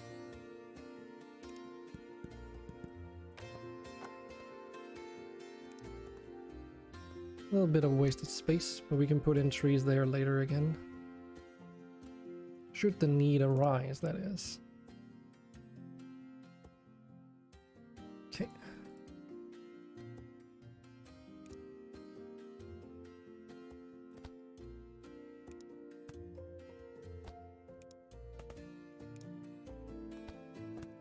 There we go. Water going in.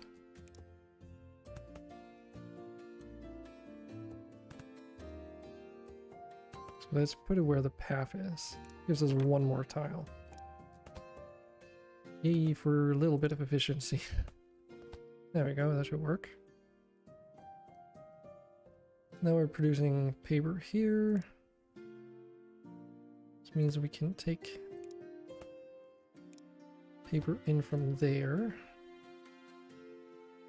We're getting cotton now as well, just in time.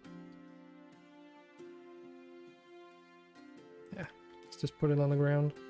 Guess we could technically put some trees in the range of the forester, but we can always move that if we need to. Finally, but not least, we need to put it there. Now we're finally getting those books. There we go.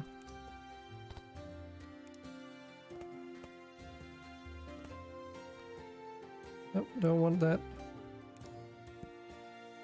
Can I? How do I rotate this without? Okay. So now we're both supplying paper and we're supplying the industrial knowledge tomes. Oh, there's even like higher level ones, jeez.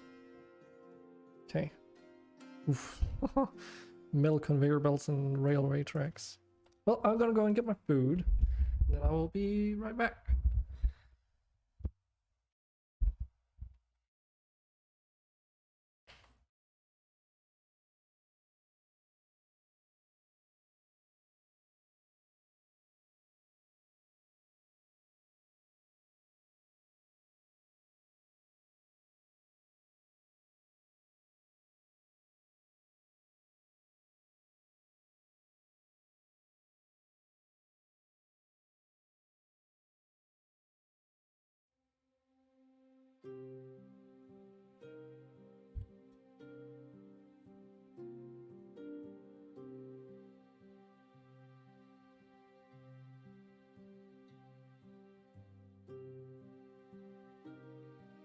That reminds me, I also need to make like an overlay or something for whenever I'm eating like this, if I intend to do that again in the future.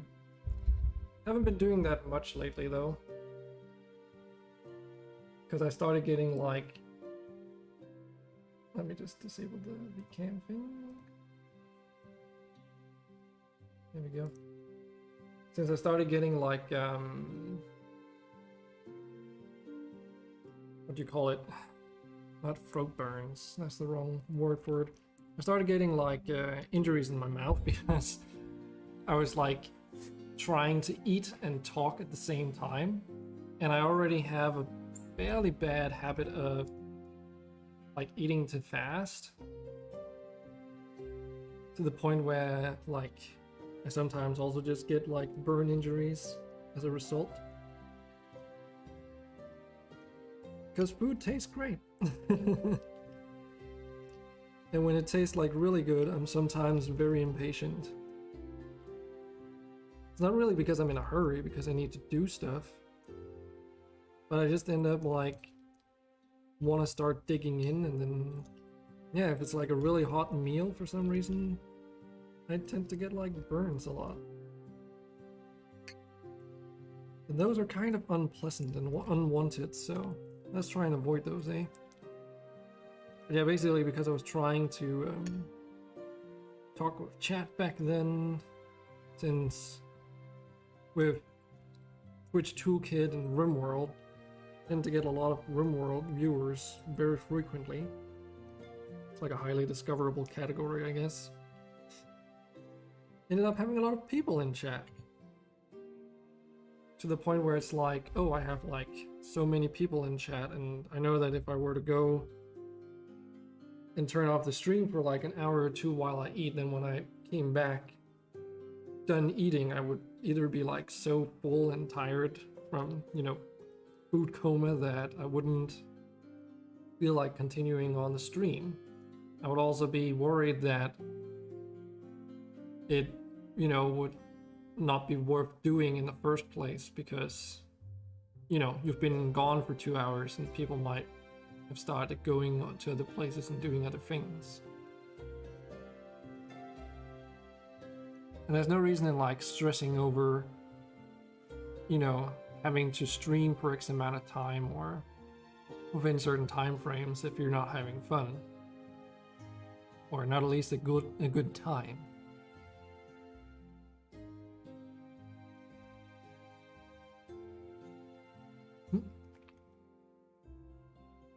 Did Stream Captain bot just pop up with a message saying that action begins in 30 minutes? Like now. That would be kind of weird. No, well. So I made lasagna for myself, but I think I might have put too much cheese in this fucking thing. Either that or I should have like put my cheese sauce in between the layers as I normally would, but for some reason I decided not to do it this time, so now there's just like a crap ton of cheese on the top of this lasagna.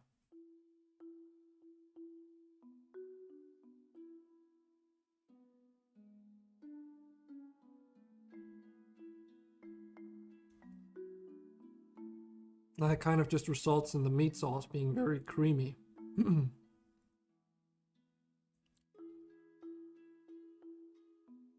But it's kind of good.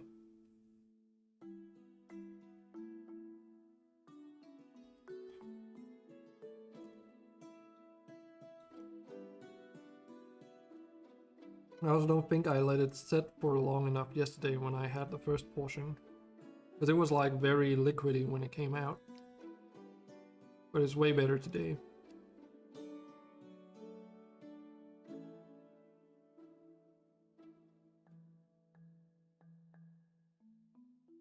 I was just so hungry yesterday.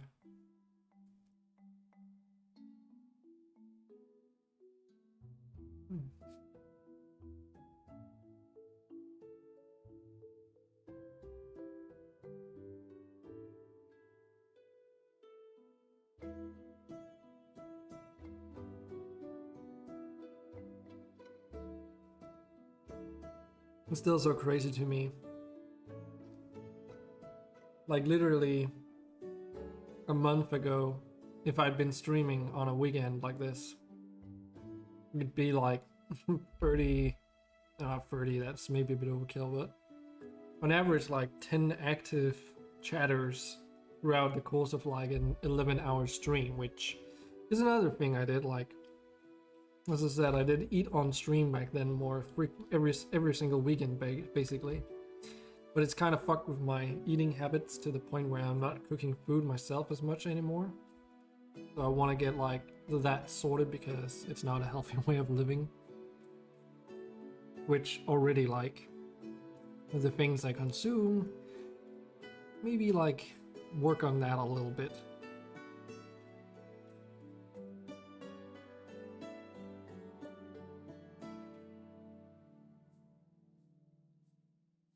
But it's also just a side effect. Like whenever you live with other people, there's just something about that makes making your own home-cooked meals more enjoyable.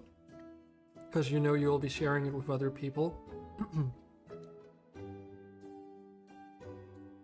Which, for reference, I have been living with a lot of different people over the last few years.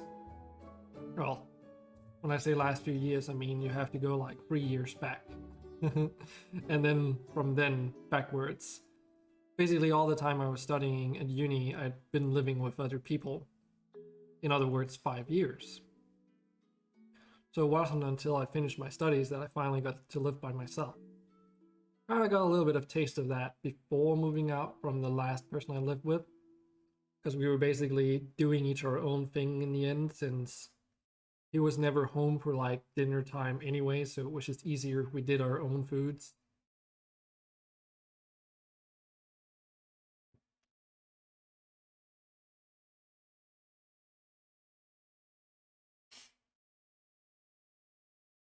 And to be fair, it has kind of like, it did put a little bit of strain on our friendships too, because you would be like, I'm usually like, I prefer staying at home, hanging out and doing stuff at home and from home, rather than going out and getting drunk.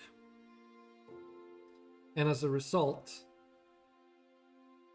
it kind of clashed a little bit when the people I was living with were more of the go out and get drunk kind of people in the weekends anyway.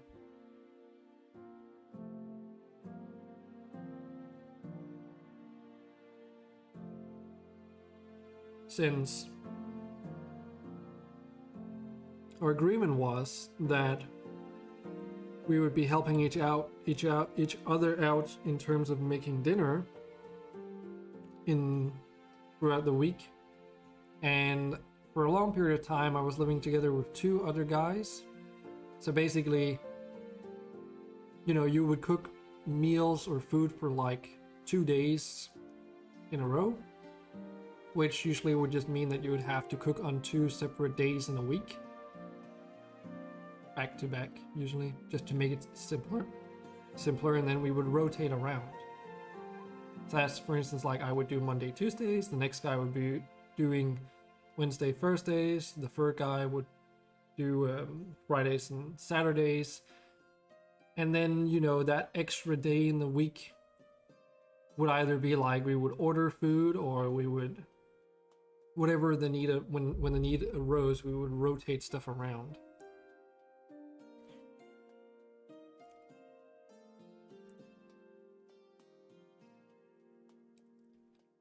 Obviously, that creates a bit of an issue if you're the one tasked to make food in the weekends and the people you're making food for don't get home at dinner time. At least from my perspective. And I could be like, it could just be like a me problem, but I would often like look at the time and be like, well, food's ready, and I made food for 3 people, but I'm the only one here right now, and they haven't messaged me that they'll be home later, and I should, like, what I should do with their food. So like, that often resulted in me messaging them asking where they were at and whether they would be home for food or not, because it's ready. And that sound, you know, it's hard to do that without coming off as like a nagging housewife, of course.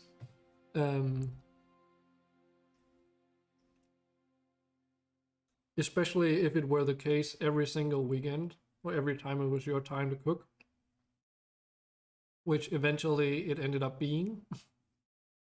Almost every time it was like my task to make food, they wouldn't be home.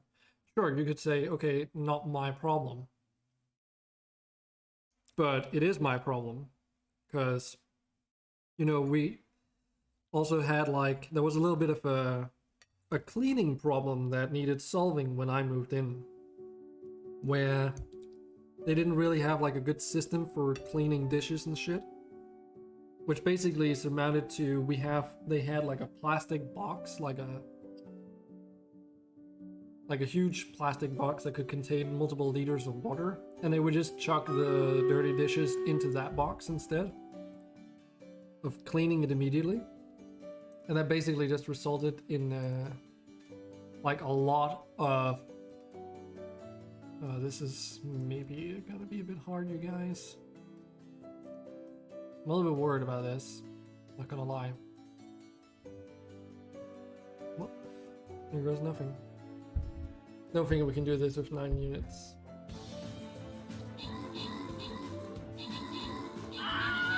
Let's see.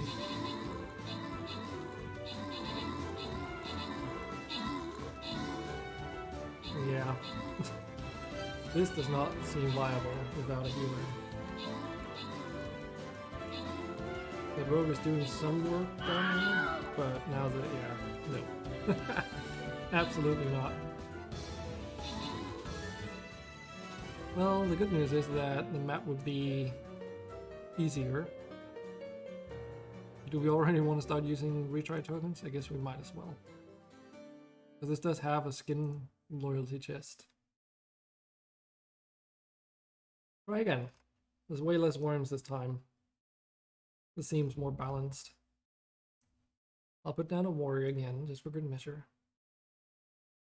Oh, I can even upgrade my tank. Maybe I should just go and do that.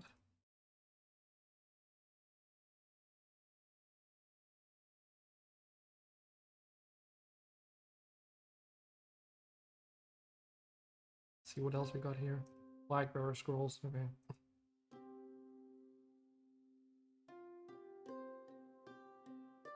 Just having a look-see around.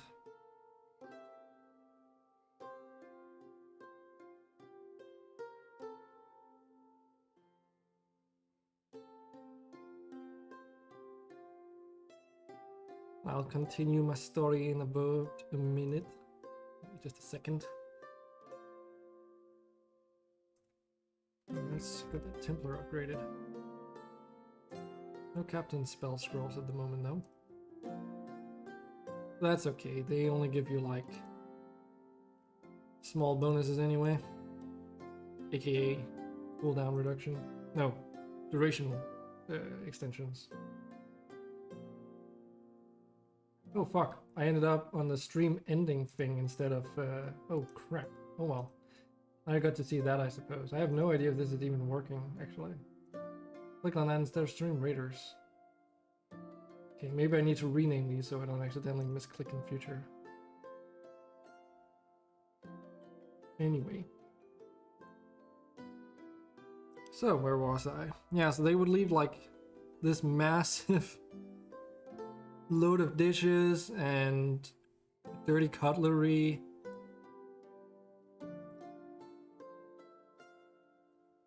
Glasses, you name it, and just like this huge shitfest of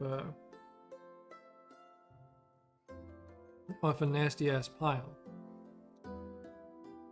And it would be left in there to soak, which was a good idea if it weren't for the fact that there were now so much stuff in there that something that you could spread over like time in terms of dealing with now had to all be done in one go.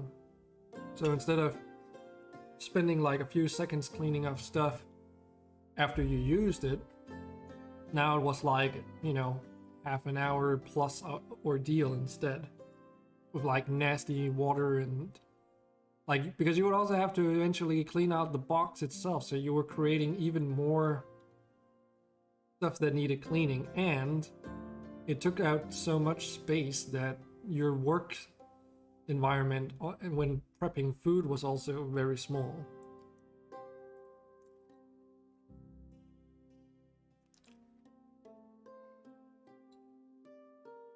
So when I moved in, I suggested that why don't we just clean up after ourselves whenever we use something?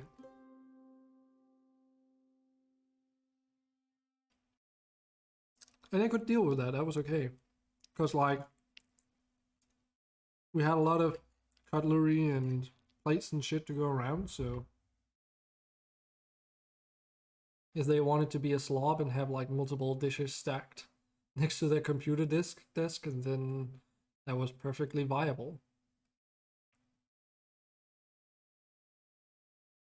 Because it doesn't, you know, it doesn't affect me what they do with their dishes. As long as there's dishes for me to use.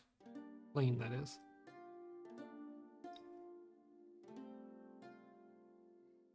That worked out pretty well. But that does also mean that when you're prepping food, because their old sort of way of doing it was that the next person in line to make food would be tasked with cleaning up the previous food like preparation mess. Meaning that if you made like, and this works in, you know, both ways, if you made like a dish that required a lot of tools, for instance, and especially tools that might be harder to clean once food residue and such settles in, then you would just be creating a whole lot of work for the next person in line, and I didn't personally feel that was fair. Like, okay, sure, we want to motivate each and every one of us to make better food for all of us, and we only have to make food 2 days a week, so even though it all gets eaten up for each like thing that you make, so that you need to think out 2 different dishes for each week, it does at least mean that you only have to cook twice still.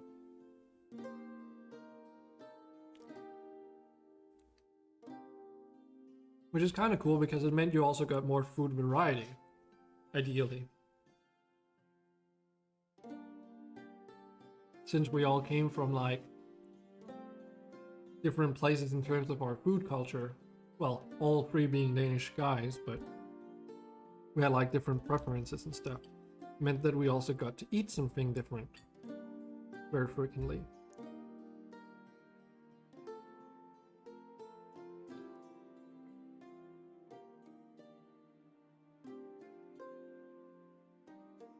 But it does create that problem where if you don't know where the other guys are at, and you're standing with food that's ready, sure, you can clean everything up until like that's been involved in prep and all that stuff. But I mean, you might have a pot in the end with the food in it, which needs to be cleaned once it's been emptied out on like plates to, you know, served and stuff. And of course, with that change we made, then it was the person that making the foods tasked to like clean up after themselves.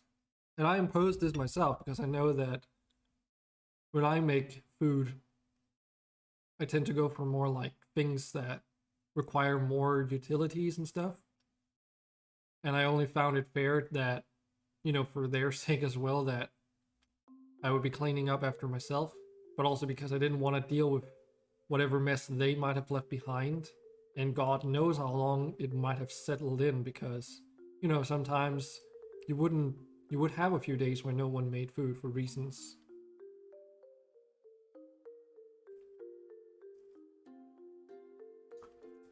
So it was just better if everything was clean at all times. Because then it didn't matter if you weren't home for that day. Like if you got home late or anything and you needed to like clean some cutlery in order to make food, but you won't even be home for making food, and then everyone else has to like fend for themselves. Because like that's what you don't want. You don't both want everyone else having to make their own food and then have like a buttload of like pots and pans and whatever that's not clean, so that they can't make said food without first dealing with a lot of cleanup too. You know, that wouldn't be fair. But it did end up putting like a bit of strain, I feel like, on our relationship to each other, because we knew each other before I moved in, going like way back. And again, I did feel like I was getting this weird nagging housewife like role, which I didn't want to have, but it's like really annoying when you're spending so much time at home and it's just, you know, people are not taking their responsibilities and doing what they're supposed to do.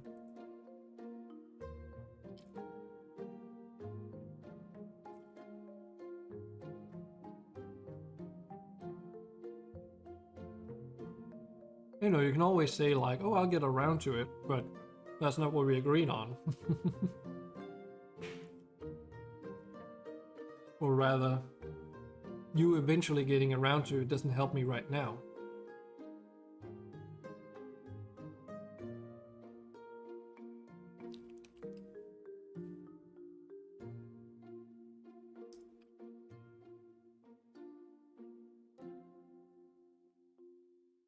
But ever since, I haven't lived with people like that in those ways. My food cooking skills haven't deteriorated. It's just that the food variety I get is like very limited now. And also, I tend to not make as many home cooked meals either as a result.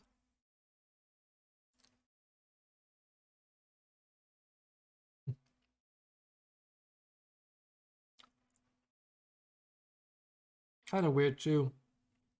My mom was so worried that because I wasn't helping out when I was living at home in terms of making food, she was worried that whenever I moved out, like, how are you gonna like make food for yourself when you move out if you never help out at home? I'm like, I'm sure I'll figure it out. It's not like the internet doesn't exist these days. It's not like I didn't know how to make food either. But when you get, you know, if you can get away with it, you would probably want to try. Like getting away with not making food yourself, that is.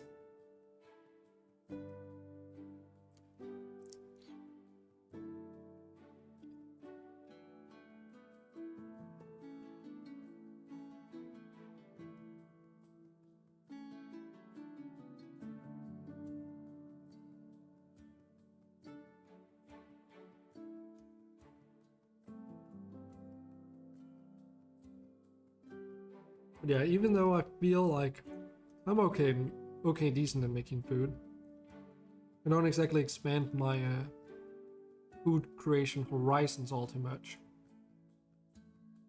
So like, the list of things that I would make for myself is fairly short to begin with. And eventually, like, if you're only making food for yourself, and the way that I make food is like larger portions, that's just what I've always been used to. Kind of means that whenever I make a dish myself, it's also food for like at least 4 to 5 days, depending on circumstances and what I'm making, but usually at least 4 days.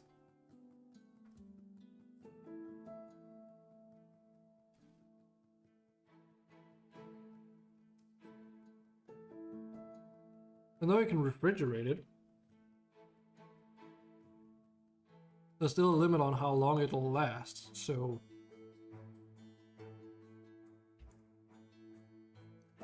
it's not like I can have 2 types of foods in rotation or types of meals in rotation either, because combined they would stretch over a course of like 8 days, which is longer than I would like to keep things refrigerated if they're like prep meals. And you might be thinking, well, there's some things you can freeze down. It's just, you're right, but that's not the kind of foods that I tend to make. And I would rather like clear out my fridge instead of having to put it into my freezer, because that will also diminish the quality of the food. And like, you know, you might as well just eat it for 4 days straight then.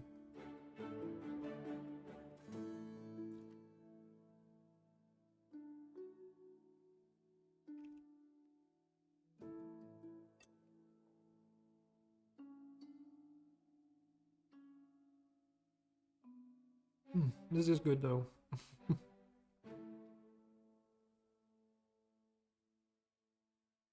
haven't made homemade lasagna in quite a while.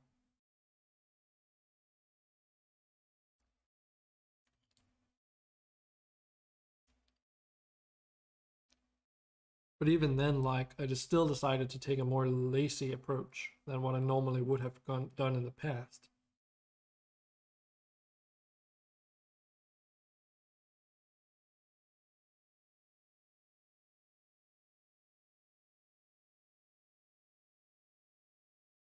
But yeah, maybe that whole thing about eating the same thing 4 days in a row kind of, you know, removes the mood of making different kinds of meals as well over time.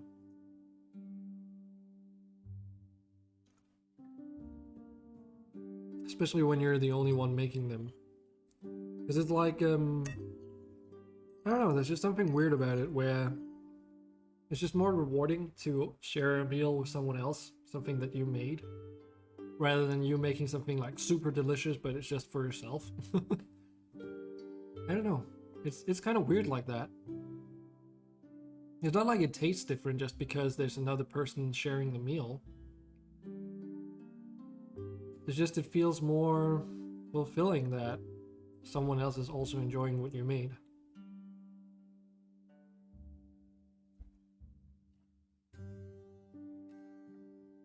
Probably something to do with endorphins being created in the brain because you're getting like either acknowledgement or you're perceiving that you're getting acknowledgement because the other person is actually eating something you made, right?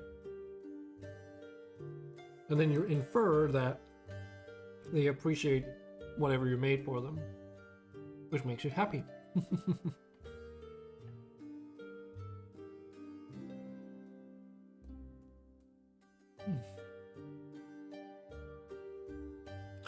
Could probably have made with a smaller portion. Jeez.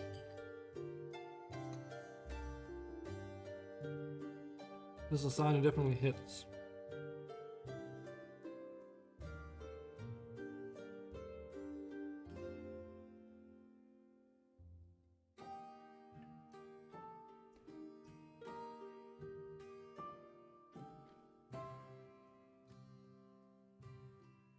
Just slowly watching those coins rack up.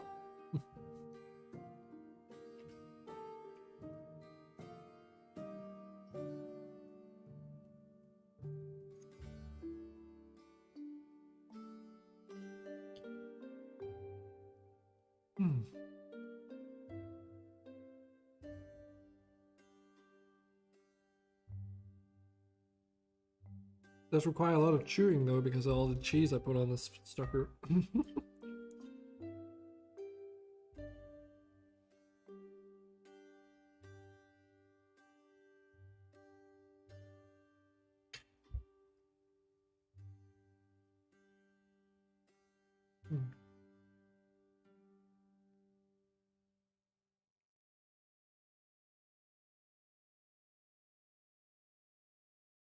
Oh, that's what that was. I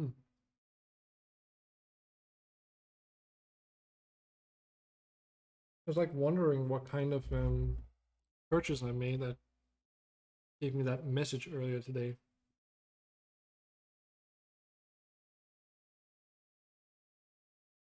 Turns out it was Kickstarter. Trying to remember again. I think it was like a board game. Yeah, it's a board game. Oh yeah, it's a dragon themed board game even. Something to do with dragons, and they're like artisan dragons, so they help out with like making food and crafting stuff in the smithy or where else, like as a tailor, potion maker, that kind of stuff.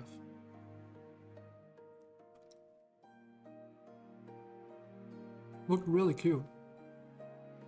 And fun too. No idea what how the game is actually played, but wasn't too expensive, so I thought, give it a go. Seems like they knew they were what they were doing.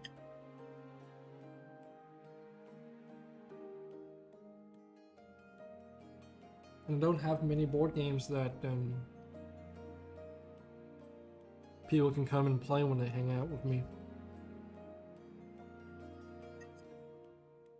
Or vice versa when I come hang out with them.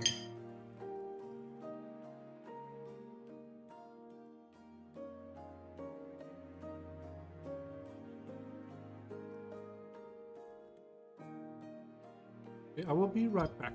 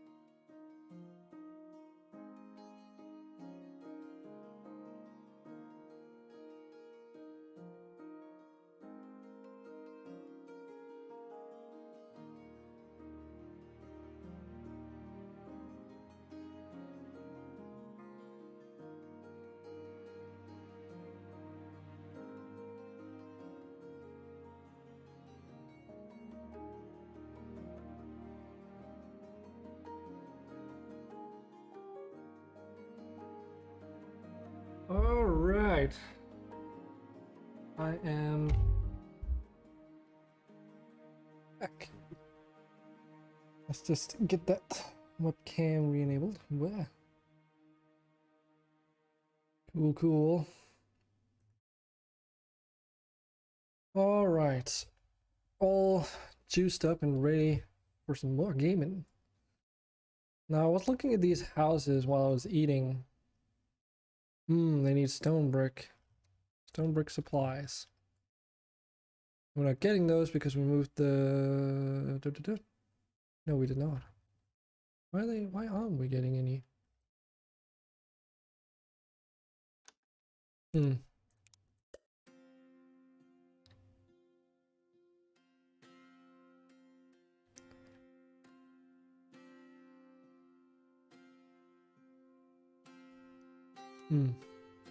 Okay, so we need a general store down here, I believe.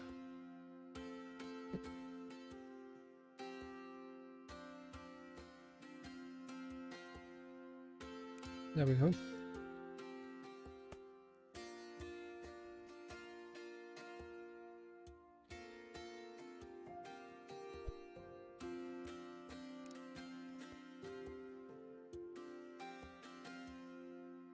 If we take this, actually we don't even need that, it's right next to it. What am I doing?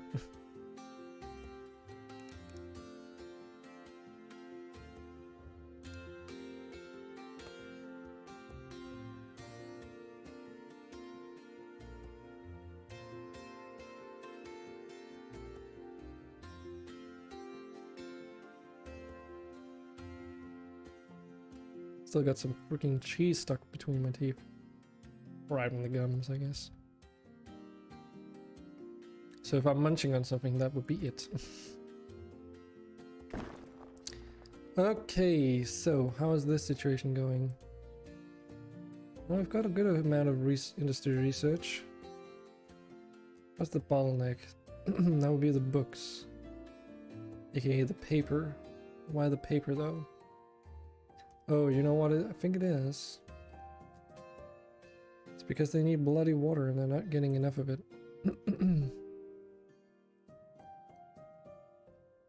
Well, that tells me that they can't share a well. Which kind of sucks, but what can you do?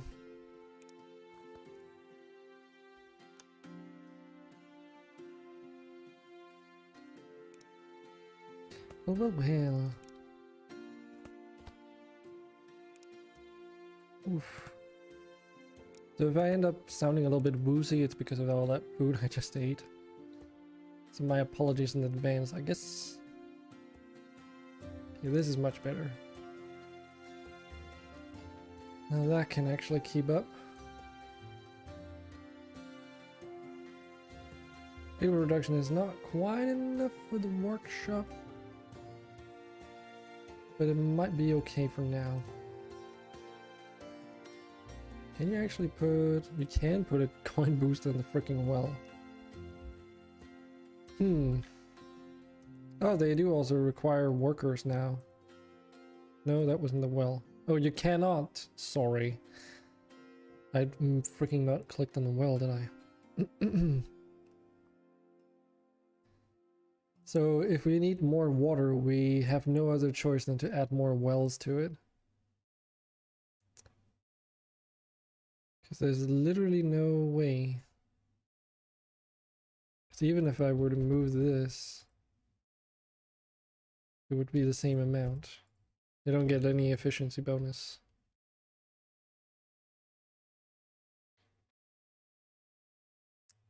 Tell you what, this stone's running out though.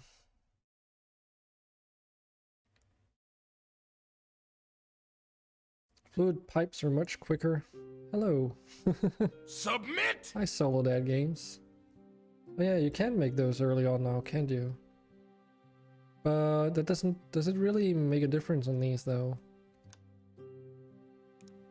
Where are they even? Pipes. Here's water and various other fluids. I guess you could make like a separate connection and feed it in from the top or something. I think this is okay for now though. Like the only reason we needed it was to get machinery, and we've more than passed that mark.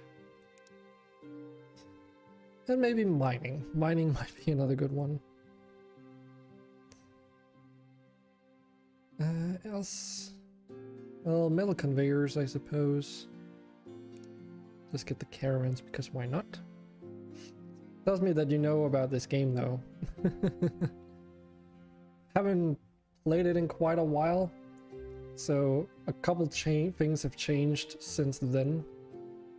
I think last time I played, you needed to research like steam power in order to get like any kind of piping. It's been a while though, so I can't quite remember.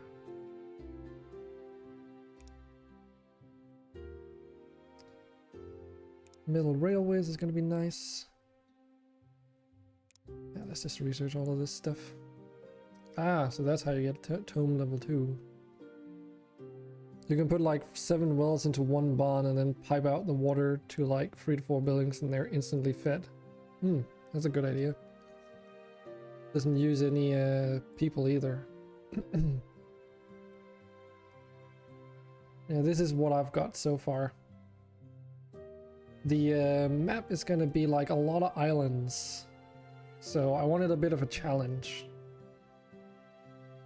Since the last time I played was like before he revamped the whole system for resources, so just using a...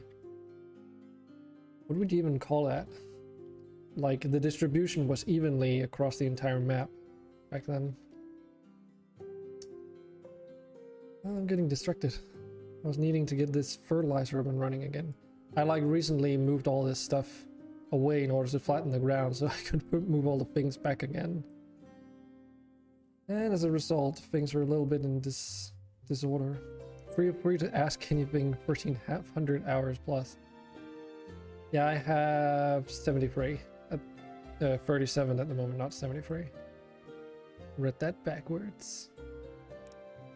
I have made it to endgame though. Beaten at least one map. Also played a lot of Victoria and other similar type of games, so should be okay. And as long as you're not playing on like some really strict difficulties, I feel that the game isn't too bad. Like hard to figure out. It's pretty lenient. I have been wanting at some point to like try a playthrough where you get like a lot of houses as a thing that you need to do in order to proliferate. So you need to like feed a lot of people with resources, since things will just be so much more expensive that if you don't, it's just going to be borderline impossible to get anywhere. But you know, recently got into Satisfactory. That is fun. That is fun. I've had a chance to play that on multiple occasions at this point. But unfortunately, like, that game suffers from I don't have a dedicated server thing yet. So I've been trying to play with some of my American friends, but it's basically been impossible. It's just no way. Because the game just desyncs and rubber bands all over the place. And just doesn't make for a good multiplayer experience. Okay, we've also got Streamraiders ready to go.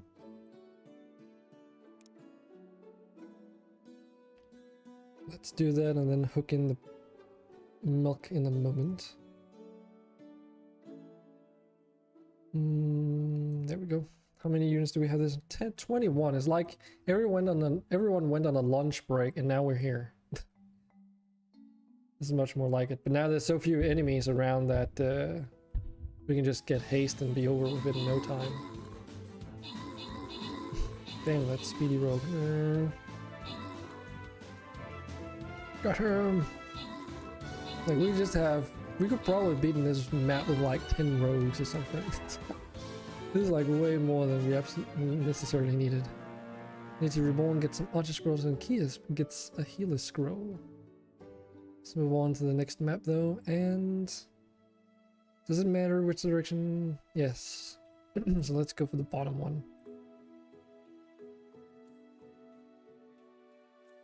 So if you play Streamraiders as well, Soledad, you can join in if you want. It's not it's completely optional, of course. Does seem like we've got a bunch of toads in this map, so range units might be beneficial. I'll try and put down a mage. I know I've got like a objective to put some down anyway, so. But I would recommend some of those, and then potentially just some generic rogues in like certain places. And that should be it. Back to Factory Town though. Speaking of factory games though, what was it called again? Oh yeah, it was called Shapes.io. That's another very interesting one. Let me just show you. Shapes.io. It plays like it's like kind of a puzzle game in some sense. Plays very similar to. It's like a mix between Factory Town and Factorio, I would say, in terms of like how you do things, because you put down belts very much in the tone of like Factorio, but it's very peaceful, like as it is with Factory Town. Meaning that you don't expend resources in order to put things down. It's like all pure logic, you know. It's all about optimization really, and dealing with limited space in some cases. So you can like put down and rebuild just as much as your heart desires. And it's about creating shapes. Instead of creating items, it's like creating shapes instead. And it gets more and more advanced over time. So first you just gotta mine the shapes, then you gotta cut them in half, then you gotta start coloring them, then you gotta start merging shapes together, and you can even layer things on top of each other. I think it goes like 3 layers deep. So say you have a square shape and a circle shape and you put them together, then you get that circle shape and like inside the square shape. Or you can also do it the opposite way around with some things. And it also works with the colors. So if you color the circle whatever red first, then you have like a red circle inside a gray square. And it also works with the cutting of the pots. So you can even mix like different shapes together in really fucked up ways. And is also required in order to progress in the game at certain stages. So if you're into like these belt type games and you haven't played that yet, then I would highly recommend. It's not that expensive and it's fairly easy to get into. It seems like you can get a good amount of playtime out of it. The dev also like made a puzzle version of the main game, so yeah. Sorry, which game was that? I'll just write it in here. It's called Shapes.io. Oh, don't click that. I forgot that Twitch chat recognizes any kind of thing separated with a dot as a URL.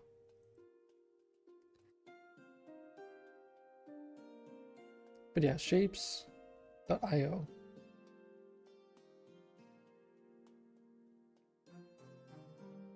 Yeah, you can get it on Steam. You can get it on Steam.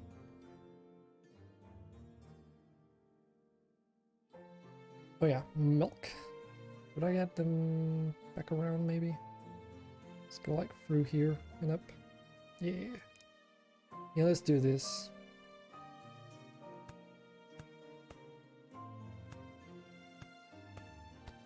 It's not the prettiest implementation, but whatever.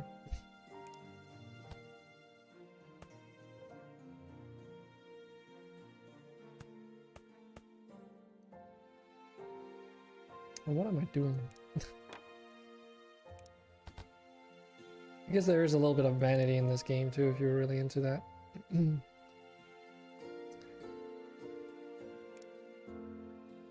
We should be able to just put this along here.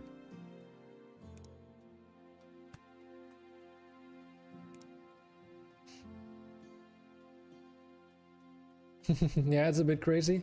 Yeah, the thing that makes it really difficult, because at first you're thinking like, oh, right, you just gotta make shapes and you gotta send it into the thing, right?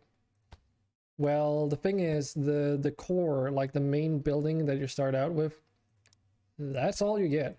You don't get any more than that one building. So at most, you have a total of 12 sides in which you can input shapes, basically.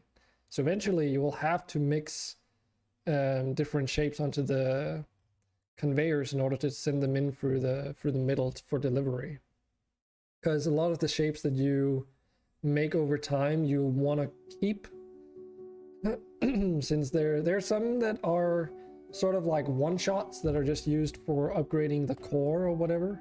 But then there's other ones that you use to apply upgrades with, which will eventually, for every time you upgrade them, they will need an additional thing, but they also need all the previous created shapes that you made in the past.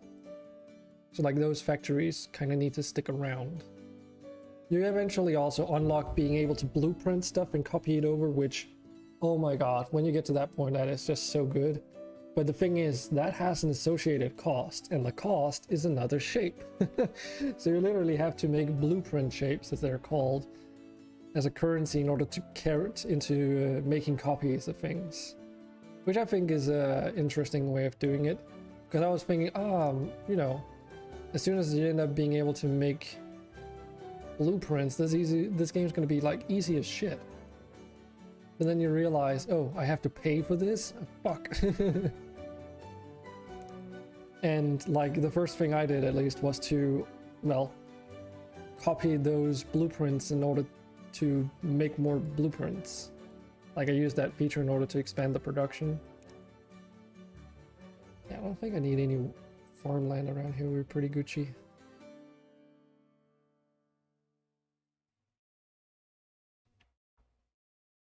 But yeah, it can get pretty wild, especially since there's that multi-layering of shapes. So it's not just like, you know, a configuration of the different parts of a shape, but also like 3 levels deep, which is just insane. I fortunately I don't think I've gotten to that point where you need like 3-layer deep shapes yet, but that's apparently going to be very hairy.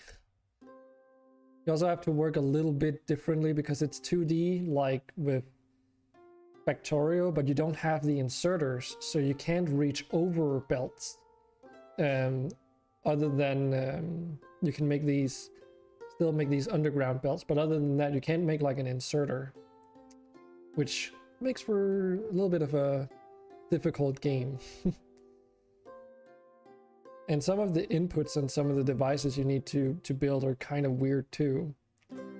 You need to think in like a bit of a different way in order for everything to match up correctly.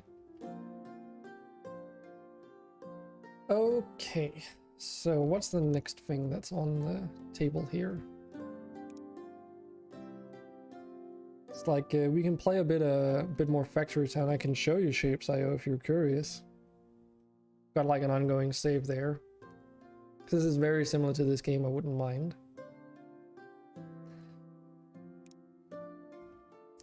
So what do we need for this? Oh right, those reinforced planks. Those are made in the workshop if I remember correctly. Yes, and they are just as expensive as I remember. Freaking hell. So basically need 2 forges and a lumber mill in order to do this. No worry.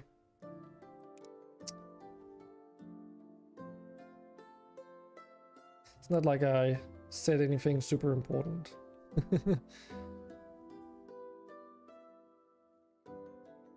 Yeah, these fish have kind of run out, haven't they? Don't want to over harvest those poor things.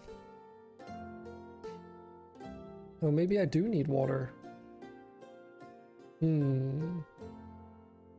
Water and farmland. Yeah, the affinity could be better in these. It's not that high yet.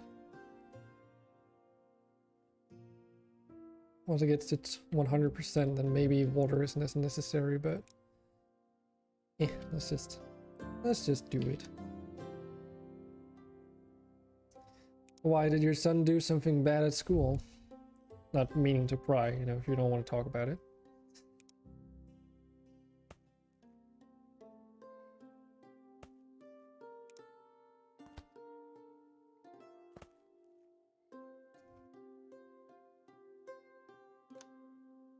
I don't know why I assumed the worst in that case. Sorry about that.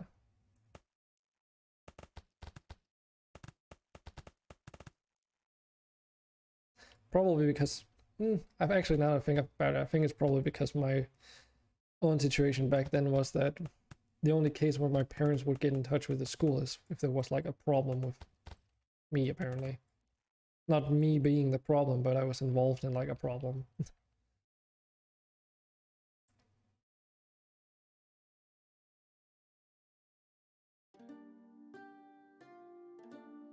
Hey boy, welcome back. Hope you had a nice dinner. I know I did.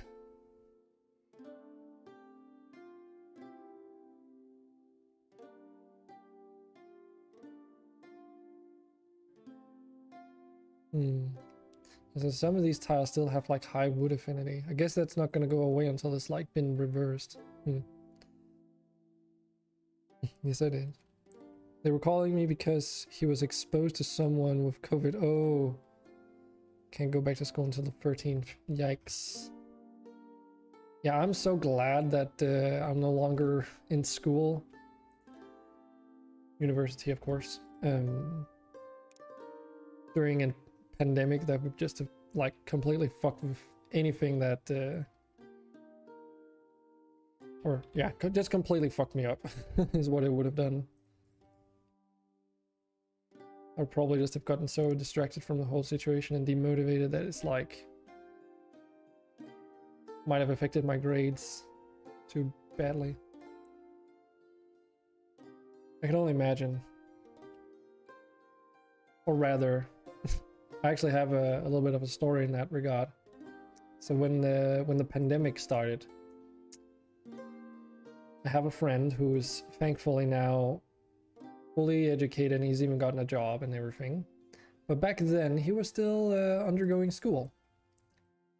And let me try and get his profession correct.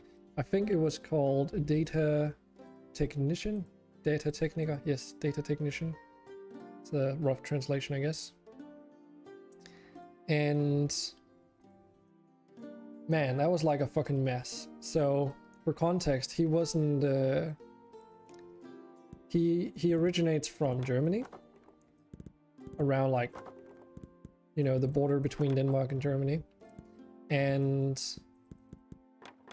as a result, taking his education in Denmark meant that he didn't exactly have parents nearby that he could live at.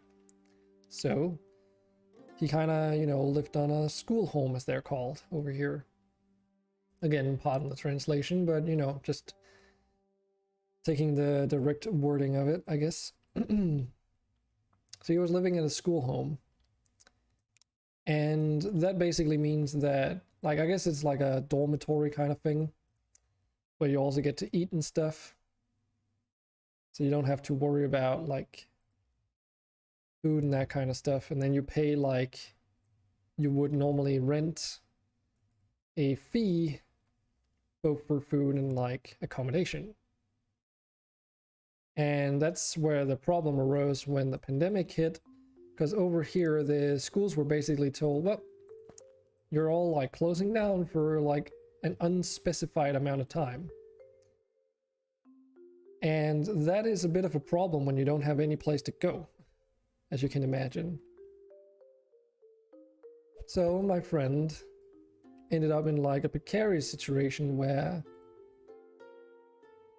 he had nowhere to go and no one to like take care for him. So he ended up like staying at a schoolmate's parents' place, which is like out on the countryside, meaning that how should we say it? Moisture control isn't exactly the best. It tends to not be that on the countryside. And my friend has asthma, so he was like in this situation where he didn't really have a choice but to live and sleep on like in a very cramped room in like a friend's parents' house out in the God knows where. And I was like thinking about him one day, and I contacted him asking him how everything was going, because I'd heard like all the schools were shutting down and stuff. It's like, dude, it's like so bad, you know. I appreciate the fact that I could stay here, but it was really like as he said it wasn't a good place to be for him. I was like, dude, well, shit. Why don't we figure out something though? I mean, I've got space up here, so if you're willing to sleep on a couch, then I can at least get you out of that moisture-ridden place. And basically he told his friend that I had written him about it, but was unsure. Like, my friend was unsure if he wanted to go all the way up here. And I said, okay, well, you know, keep it open as an option. You have that as an option, basically. And then, I shit you not, that friend he was staying at said literally the day after that he wasn't feeling too well. He was having like a bit of a headache or something. Not sure if he was just trying to come up with excuses or whatnot. But basically asking my friend if not too problematic if he could go to my place, basically.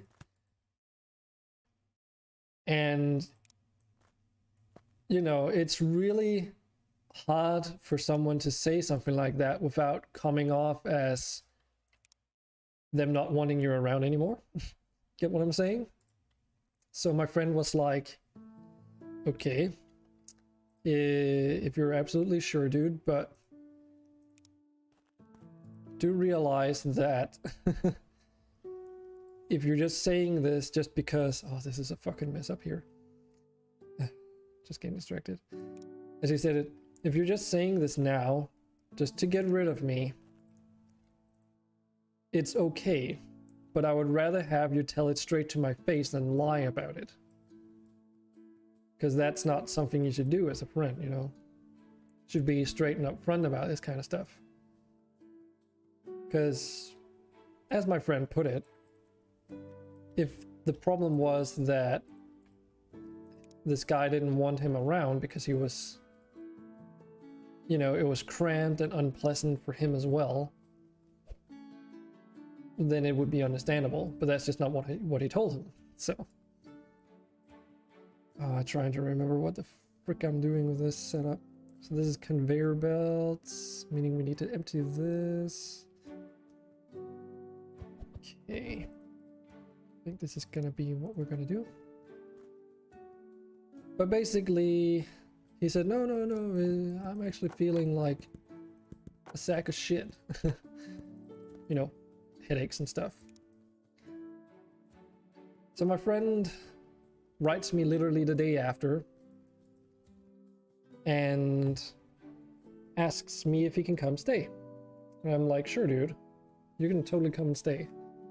Mind, basically what had happened was the school home had gotten the notice from the state that they had to close down shop, like the school had to.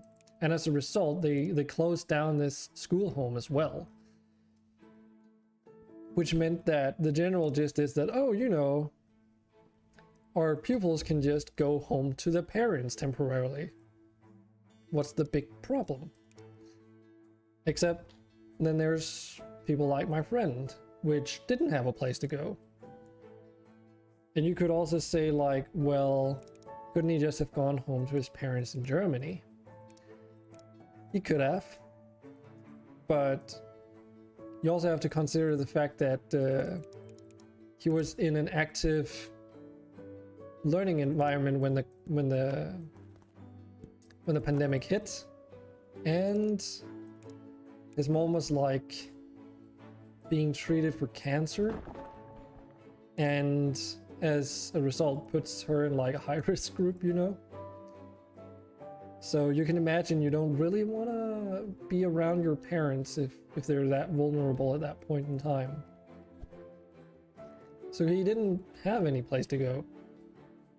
It's not like he could just rent a place for like an unspecified amount of time one day to the other, because that's the other thing that I just couldn't myself grasp my head around. Oh, these probably need to be switched around, huh? Some way, some clever way. How can we do this?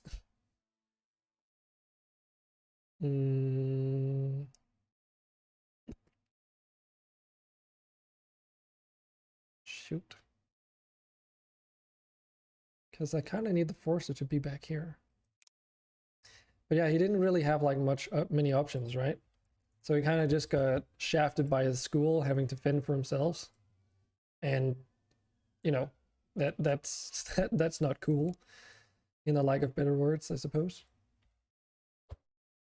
I think this is gonna be as good as we can get it for the time being.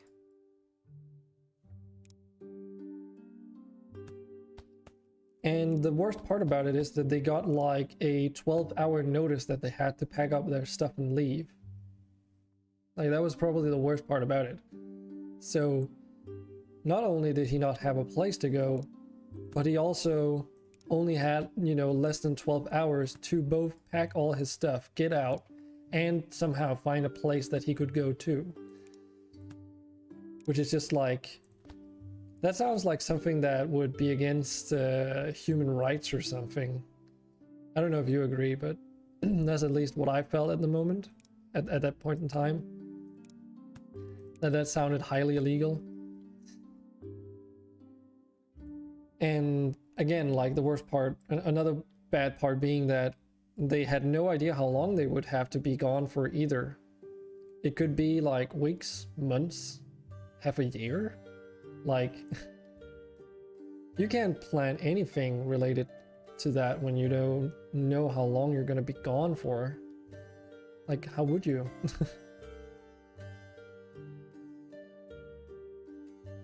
So yeah. He ended up staying here for 2 to 3 months, I think it was. It was pretty rough, not gonna lie. As you can imagine. I mean, it would be, right? Because he was basically living in my living room. So even though I had my bedroom to myself, it still meant that, you know, we didn't get any personal time. Or I got a little bit of personal time, but he got none of it.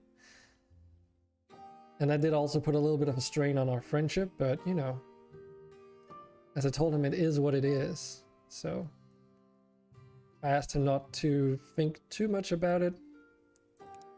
If we got into like a kerfuffle with each other, then so be it. Rather that than, you know, an alternative, which is him like not having a place to go.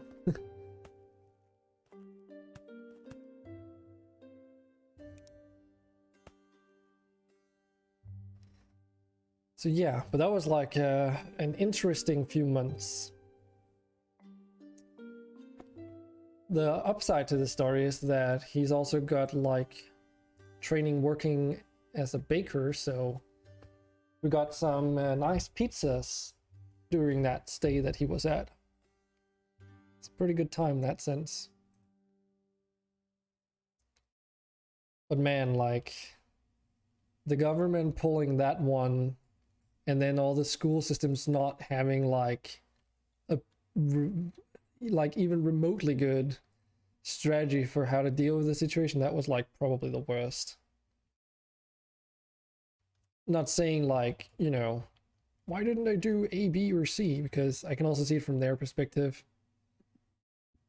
You know, you can't sort of respect everyone's needs, but you know.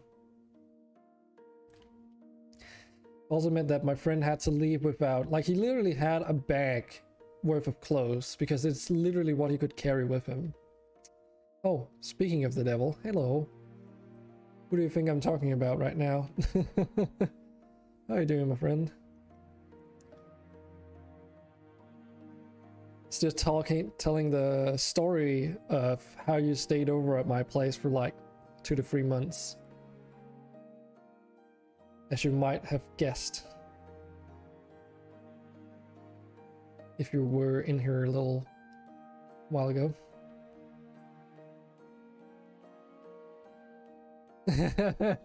Yeah, exactly. Exactly.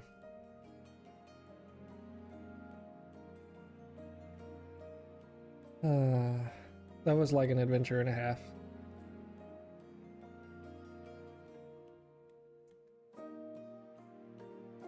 But at least you don't have to worry about that now, being fully educated and stuff.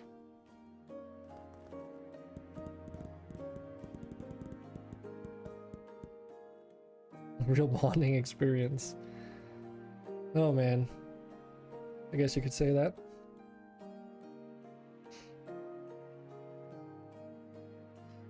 I hope you're doing well.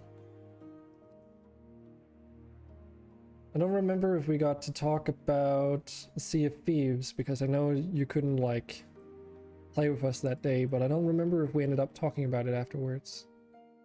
Doing great, how about you? Could be doing better. It's not awful, mind you, but could definitely be doing better. Kind of wish that the whole social benefits thing wasn't really like stressing me out on some points. Like I was supposed to have a meeting with my counselor today, but she literally canceled the meeting this morning. And now it'll take at least 2 weeks or something before I get to talk with her about anything. Going to a Viking market on June tomorrow. Okay. Is it in Odense? By any chance? Because I've been to a Viking market over there at some point as well. And I think it was near Odense, but that's many years ago now. Can't remember if that's the Viking market I went to where I have a statue right here, but I think they also did like, yeah, they also did a show there where they had like a huge articulated dragon. Skambu in the north. Yeah, I cannot remember. I was like yay high anyway, so it's a bit of a... It was definitely some time ago. Okay, let's just get this. Yeah, sorry that it's like a bit hard to think and play this game at the same time. I'm trying, but yeah. Wish I was that high right now to TBH. Why?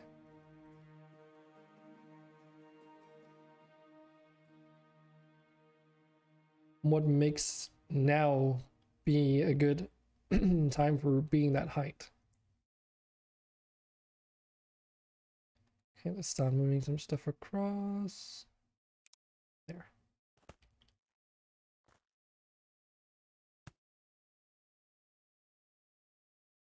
Lul. Got a fucking jokester in here.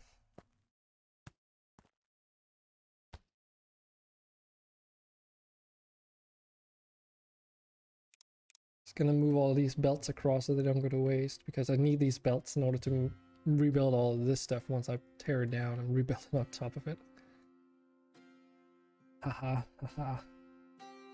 Height.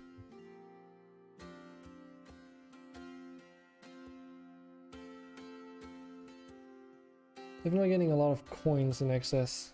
Yeah, I have no reason to have that many coins. So I think they also reduced the cost of these fields now, right? Yeah, so now it's just like always 500 coins. So you literally just buy like a ton of these.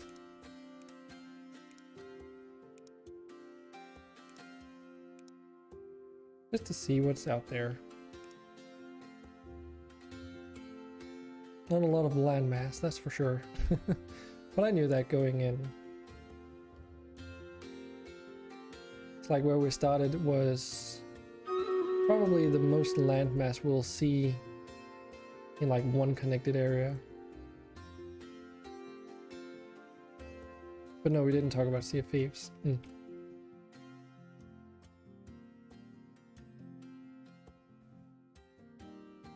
Streamraiders. Let's see, how many guys do we have here? 17 units. Okay, let's see profit in here. Ooh, should we go for movement speed or just killing fields? Wait, killing fields only affects melee. Do we have a lot of melee? Why do we have buff units all the way up here? Okay, it seems like we mostly have melee.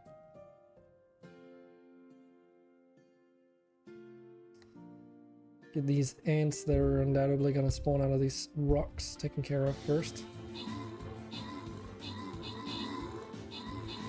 And the rats are gonna move in faster. What the fuck? Okay. Who is that?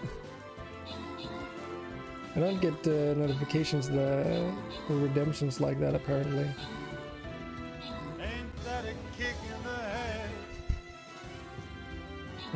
Interesting. Still working on those. Oh, I don't. Are we gonna do this because those toads do a ton of damage. Someone's having a lot of fun. The newly added sound alerts.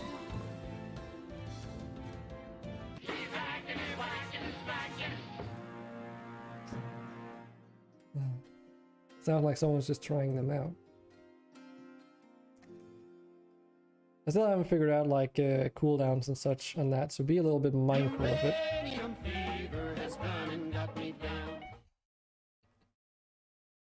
A little bit out of context. That's life. That's life. That's what all the people say. That is life indeed.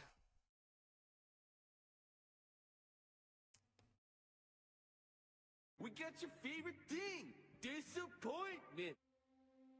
Yep, definitely my favorite thing.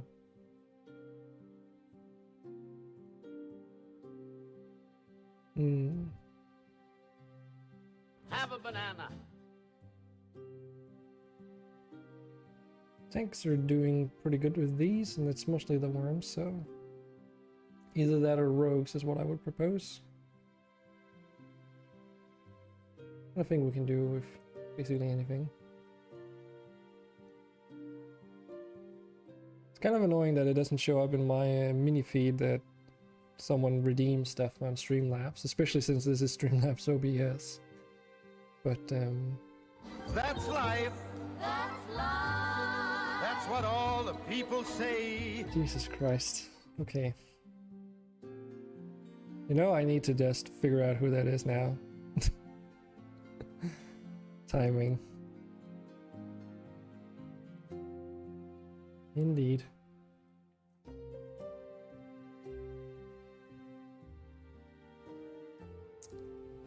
Should be able to see like a feed of who's redeemed stuff. But yeah, I'm working on those sound alerts. Yes. Well, actually, that could be a lot of people, you know? I mean, it could be myself or anyone's guess. Seriously, do I have to go all the way into Cloudbut's loyalty thing to see the redemptions? History. All sound effects. Yep. Interesting.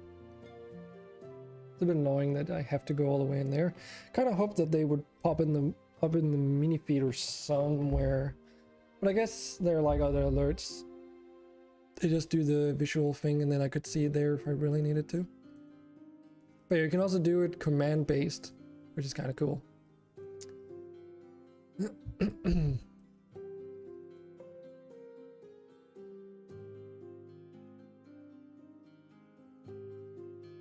Well, I guess I did get the audio levels tested out, because you actually have to set those individually for each sound alert, which is a little bit extreme, but you know, that's just how it is.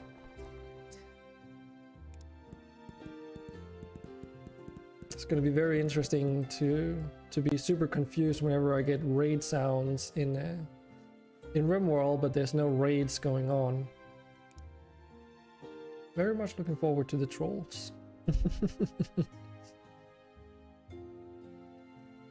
So what are we doing with this one? Is that just being fed into the workshop maybe?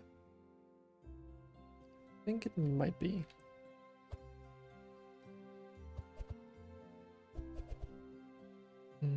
So we could put that there and then put this here. I guess maybe actually inverse. Thanks for that clip.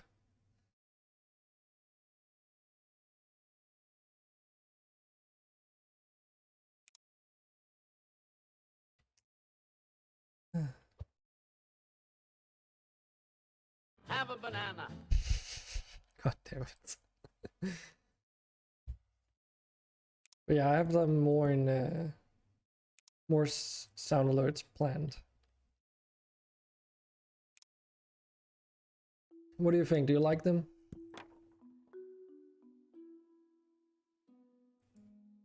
Obviously you're using them quite non-sparingly, so love them. Yeah, I found out you could do that, those redemptions with Streamlabs, which is kind of cool. Normally that's stuff that's locked behind being an affiliate at least. So being able to do that through Streamlabs is kind of nice. I borderline don't see any reason to be an affiliate now at all. Because everything that you can do with the what do you call it? Channel point system, you can do with the loyalty store point system from Streamlabs. There's literally no point.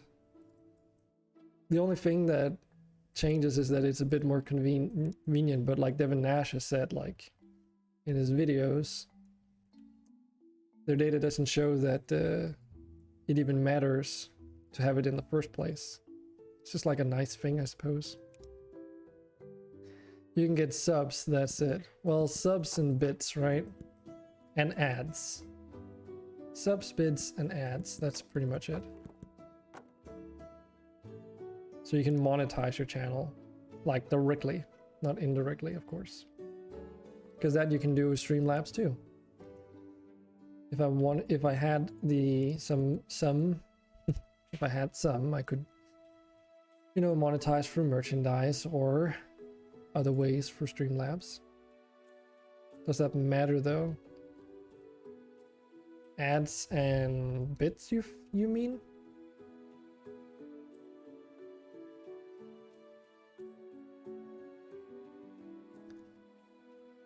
I guess we kind of want this on the opposite side here or something. Let's add it here.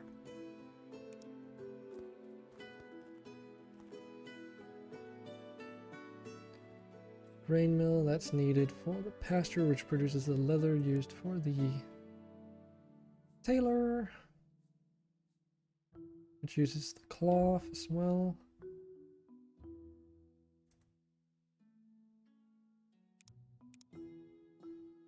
But yeah, we were talking about the bits and the ads.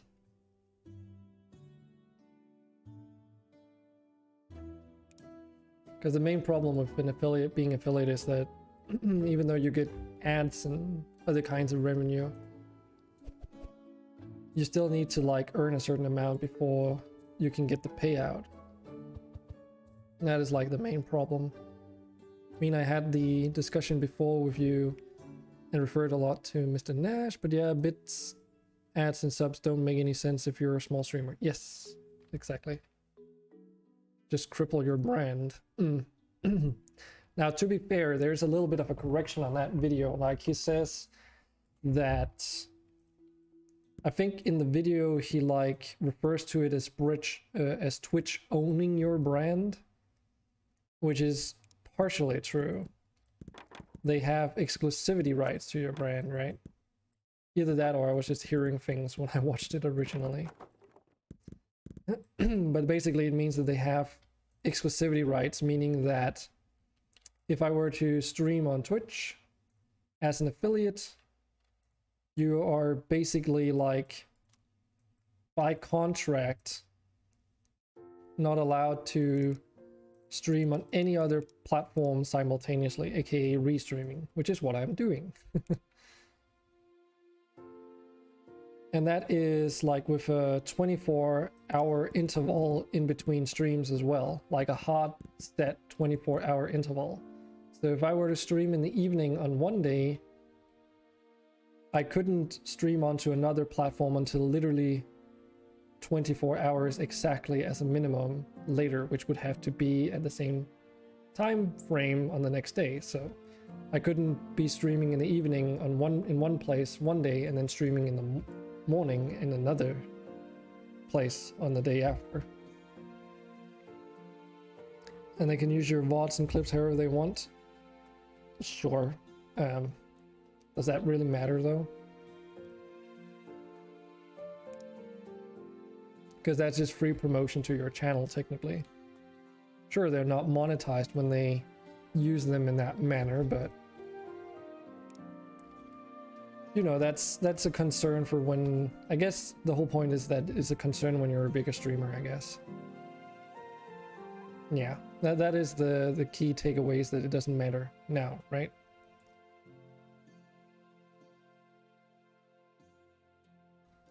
Maybe I should try and do what Solo Dad you were suggesting in terms of the pipes. That might actually be better, because I know the pastures, they tend to use a lot of water. For now though, we'll just use free wells like this.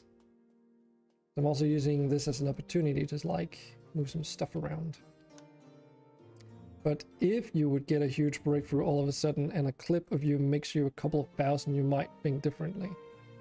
Yes, but yeah, true. Chances are though that that clip would have been monetized to hell by you already way before Twitch gets a whiff of it anyway, is my guess. So again, yeah. Don't know how much it will matter even in the long run, but you know, everything matters. Everything should matter when it's something you're putting your time and energy into. I think that's the main point to be taken here. Okay, I am contemplating moving all this up by one section. Well, there was a website not so long ago that sold Twitch clips as NFT. NFT?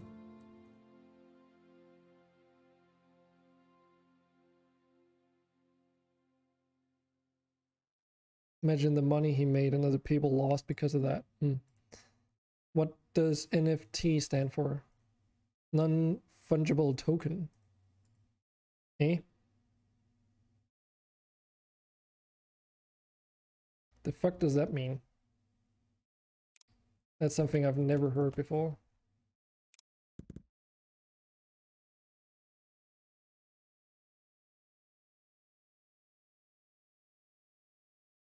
Okay, and we also want to send cotton directly into this building. How would I go about doing that the best way?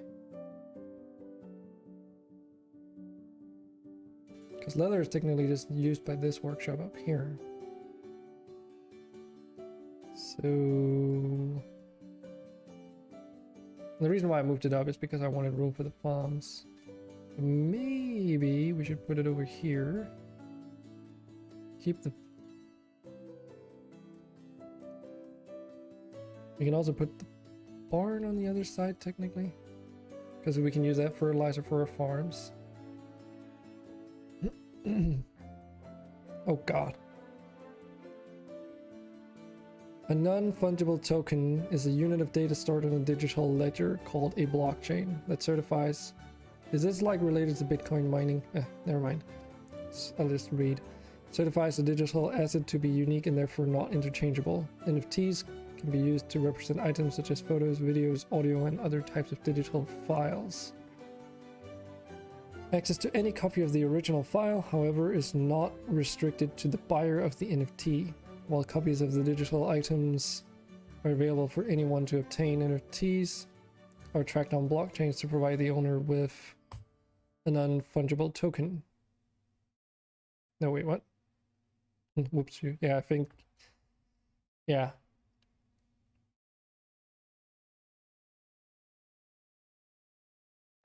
A unit of data. What the fuck though? Like, how would a video clip be considered a unit of data? NFTs are tracked on blockchains to provide the owner with a proof of ownership that is separate from copyright.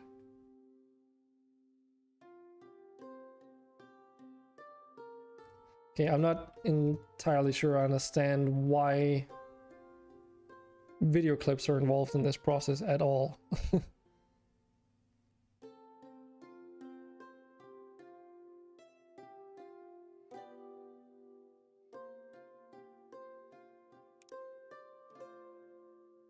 So they are some type of cryptocurrency. Yeah, that still doesn't make sense to me. That's still weird.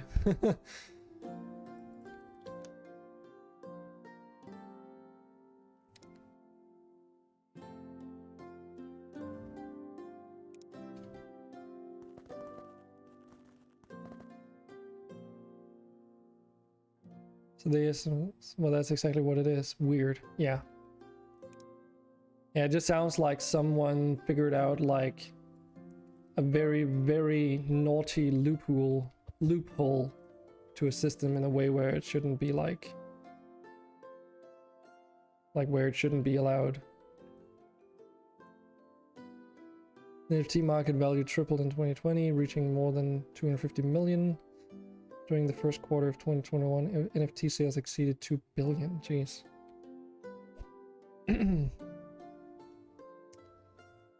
Yep, that's beyond my comprehension.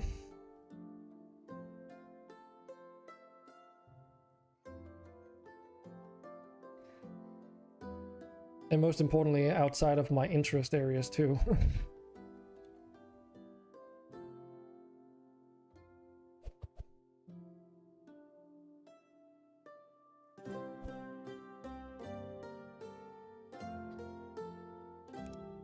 Let's do like this maybe. Did I only have one wheat farm? It seems like it. Because this one over here is used for the bakery. Oh wait, there it is. Almost escaped me. As an example.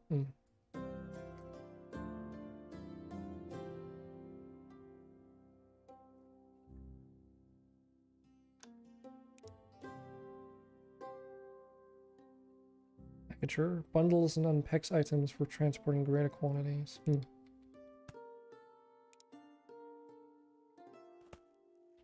There's a guy who made a picture every day for 5,000 days and put them together to a big picture. That NFT was then sold for 69 million USD. What the fuck? That is such a weird concept.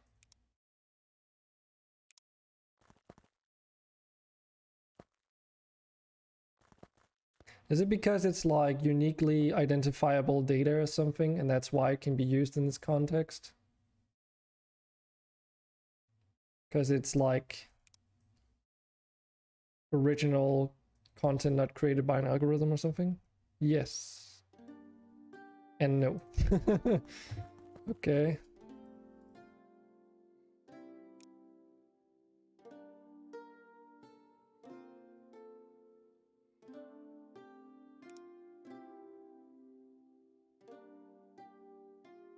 Well then. So I can send you a link to the picture right now. Is it because it's also structured in a certain way to allow for this kind of thing to happen? Or rather to allow its use in this use case. So I can send you a link to the picture right now, but I don't own the picture. Yes.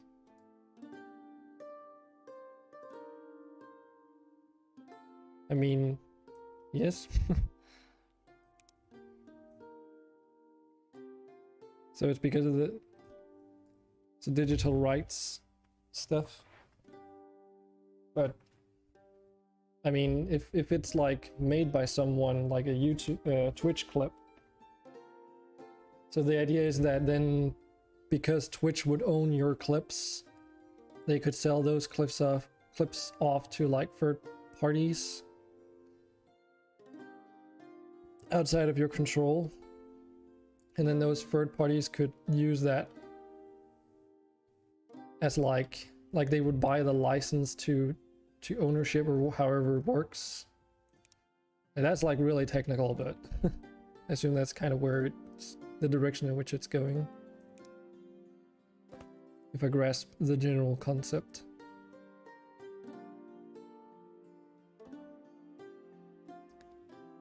Okay, so far so good.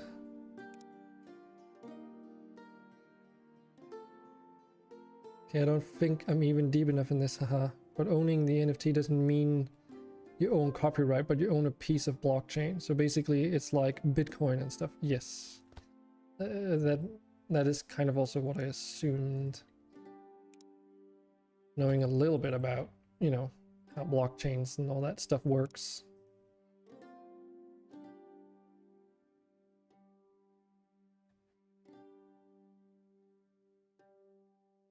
Okay, so if we send cotton down that way,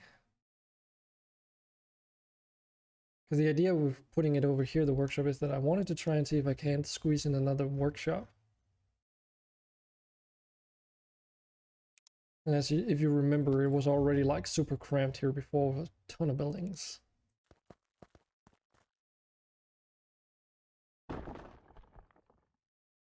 But that is just confusing as hell, because who tells me that the picture is as expensive as it is?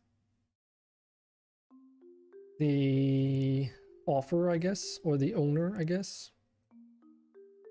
It's like with artwork, right? I mean, I could make an NFT right now and say it's 2 million worth, no? Yes. I assume so.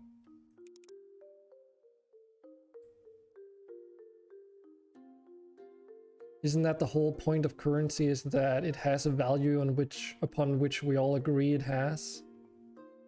So why can't you do the same about like items or creative content, ISP, intellectual property? I mean, intellectual property is literally everything from like an idea to, I guess, anything that you've like consciously made, I suppose. That is like identifiable or something. There's like a very strict definition of it, of course, so. I don't know too much on how you would sort of go around that, but yeah. Artwork is usually like a little bit different though, because the value is rarely ever set by the artists themselves, but just as much by, you know, that saying that says beauty is in the eye of the beholder? Kind of applies to artwork as well, if I remember correctly, in terms of evaluation at least.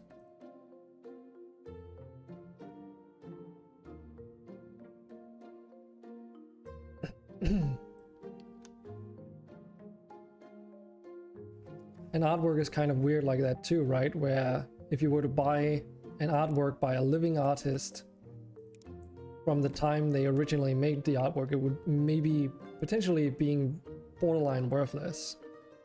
Or it would still have value, don't, you know, get me right.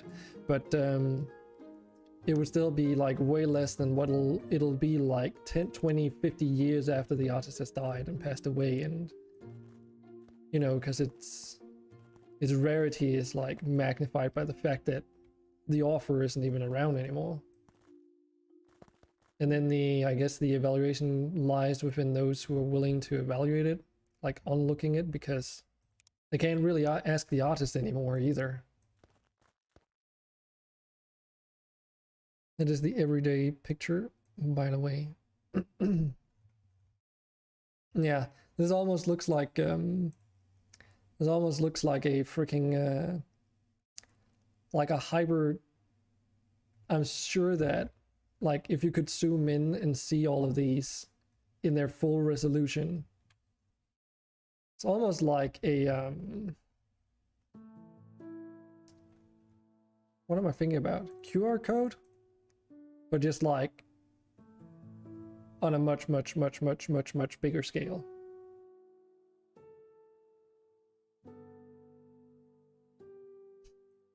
This is where you can see the whole thing. Oh wow. There's a lot of shit in here.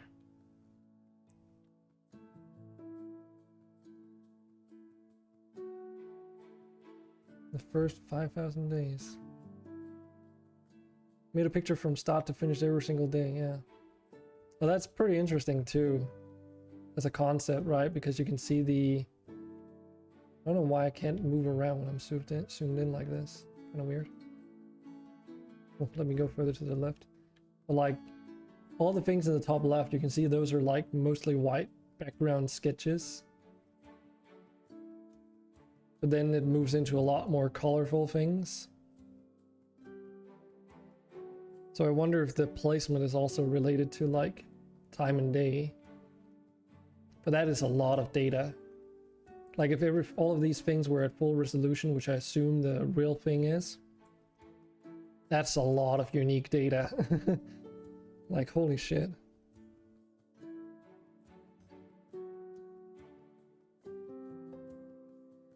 Every day for the last 13 years. But this is also like 13 years worth of work, right? That's insane.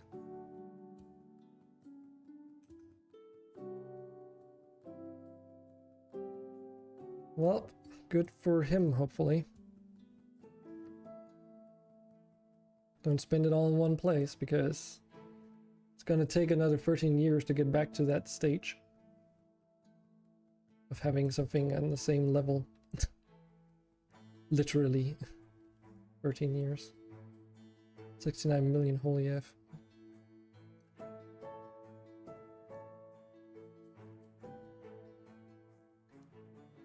That's also a long time commitment, right?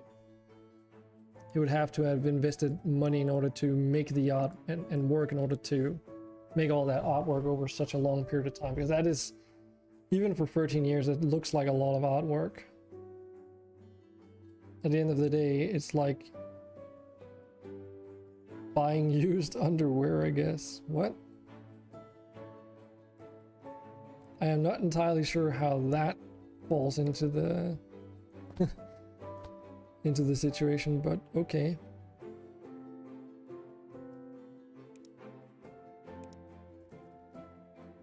I will just not think to a matter of taste. I mean, buying used underwear is definitely a matter of taste.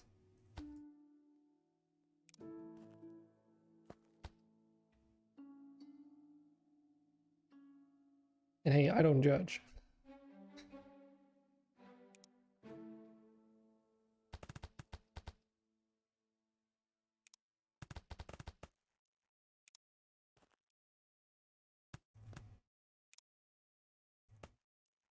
No, me neither.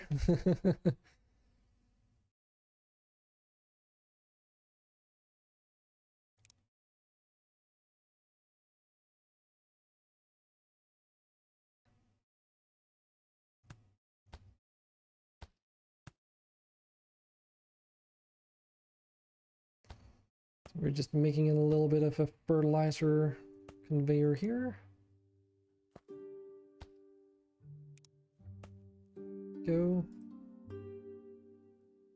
See, I don't have that on my hotbar.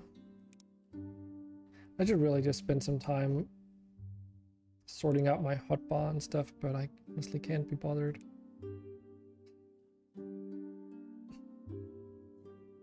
Well, I never use shoots for anything, so why not? Do they not? Oh no, they're full. Right. Oh, right, because there's no freaking farmland around here. So we're Sea of Thieves. I ended up playing with Pikachu and the Sack. I guess you know who that is. It's a common friend as well.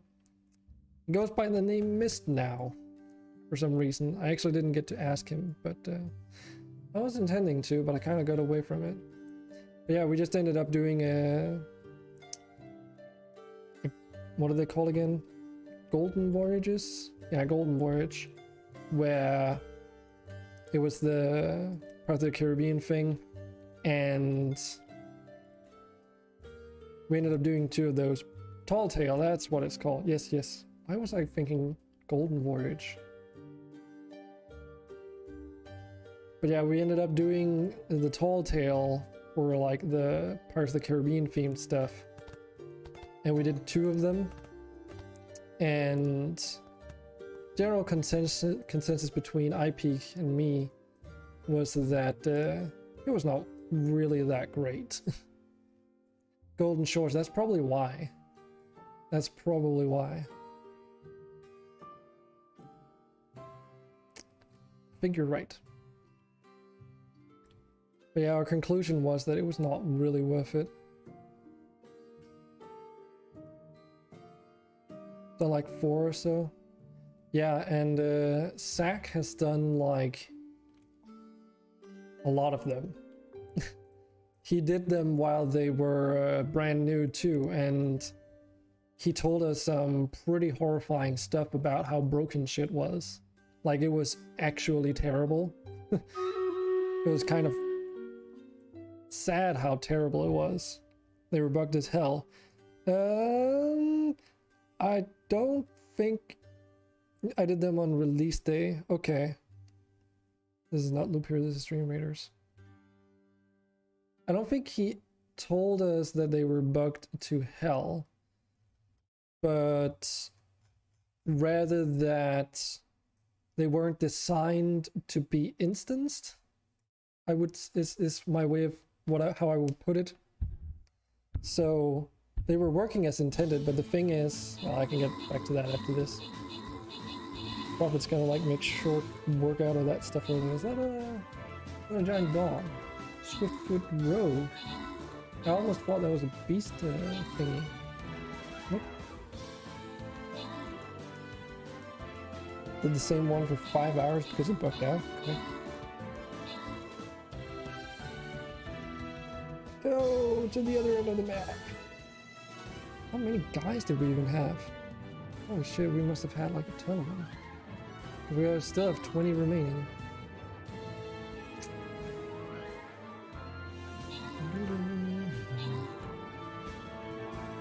I like that chess piece. It's Chess Centurion. It's kinda cool.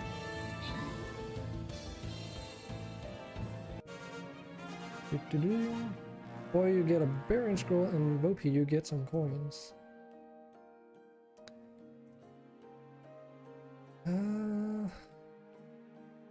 Let's just... Oh wait, I don't even have to make a charge yet. That's not until after this. After this one. A lot of higher level orcs. So if you have a gnome orc slayer, they can be of benefit to us. But I'll just put down mine because why the hell not? Doesn't really matter.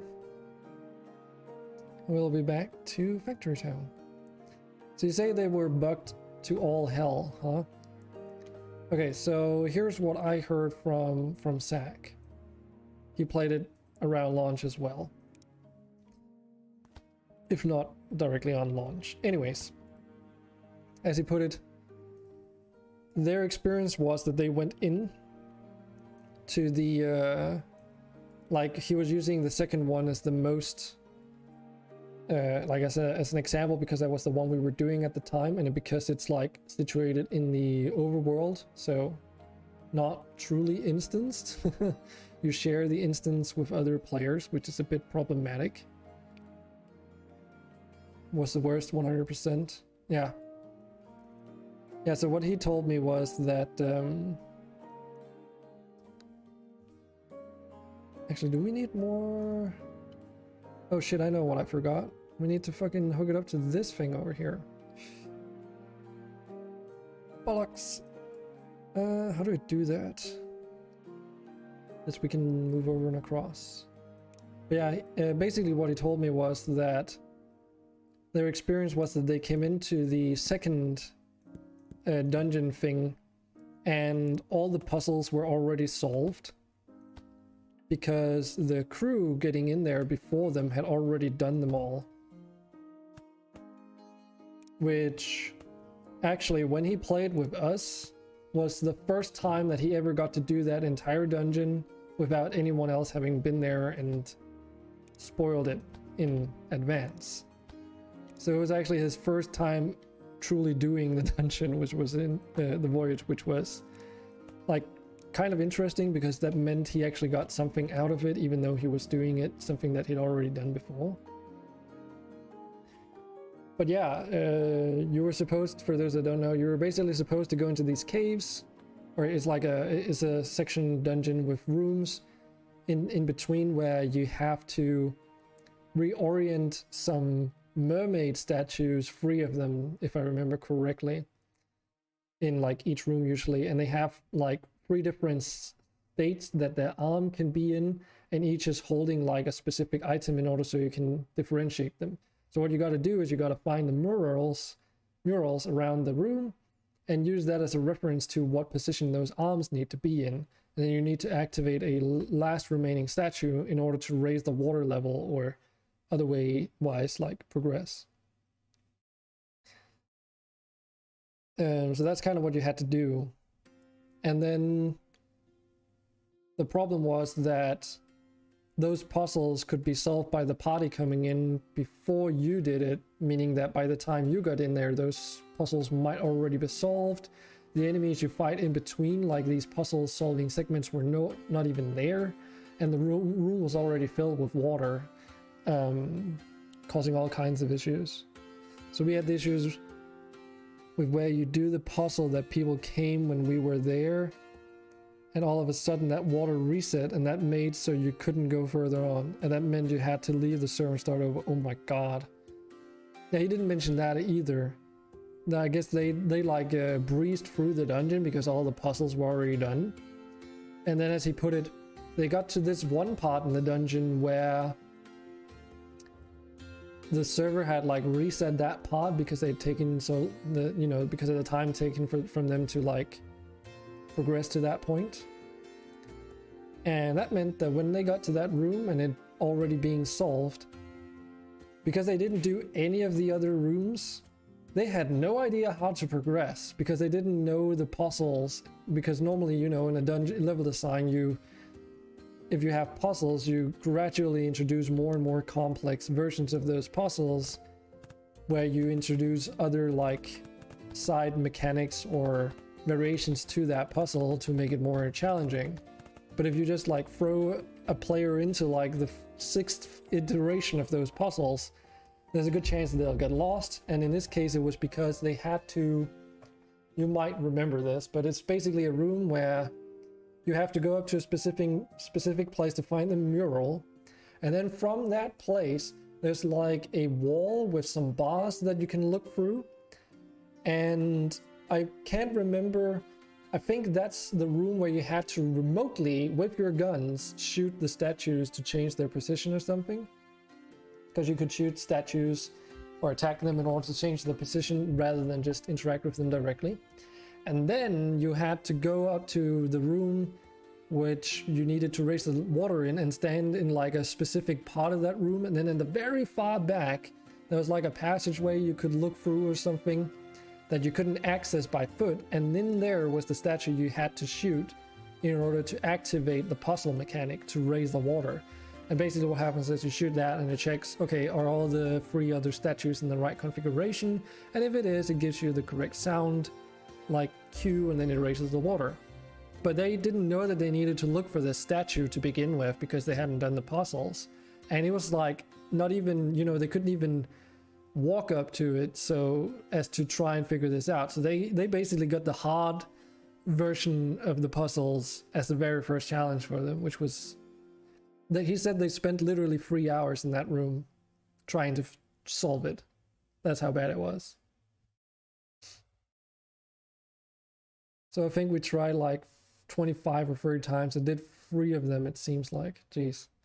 Yeah, that's the other thing you have to do with the tall tales. They don't really like reward you with a lot of gold or other things in the game. So like once you've done them once, you don't really need to do them more than once if you already got all the notes and stuff for the cosmetic unlocks, which is another thing where the game, you can make these commendations or whatever they're called, and they require you to redo these tall tales multiple times over. I think it's like 3 times over or something, and no one wants to do that. Like, there's absolutely no reason to do it because the rewards are not worth like the hour and a half it takes to complete them. Absolutely not worth it.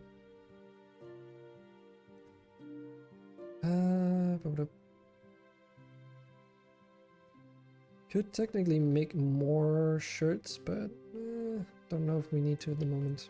Let's just delete that one. So what else can we sell in here? Planks, that's also being sent in over here. Stone brick is sent in somewhere else. Oh, and then just straight up leather, huh? That one is a bit more tricky.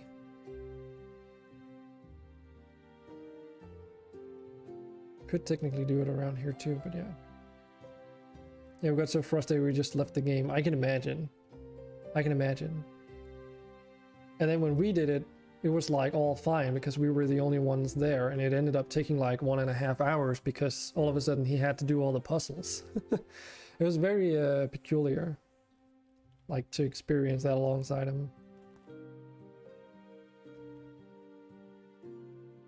So yeah. Also tried a couple of times where there was 2 galleons just sitting on the quest point to blast your ass. Yeah, that's another thing. Like you had to sail out there. I also asked Zach, like, okay, so what about your ship? When you park it on the surface, is it still gonna be there when we get back? Like, how does that work? Yeah, it's just gonna be sitting up there. It's like, okay then. What about like if another faction crew comes in and like, will they just fuck up our ship and then stuff? Maybe. Like what? Just what?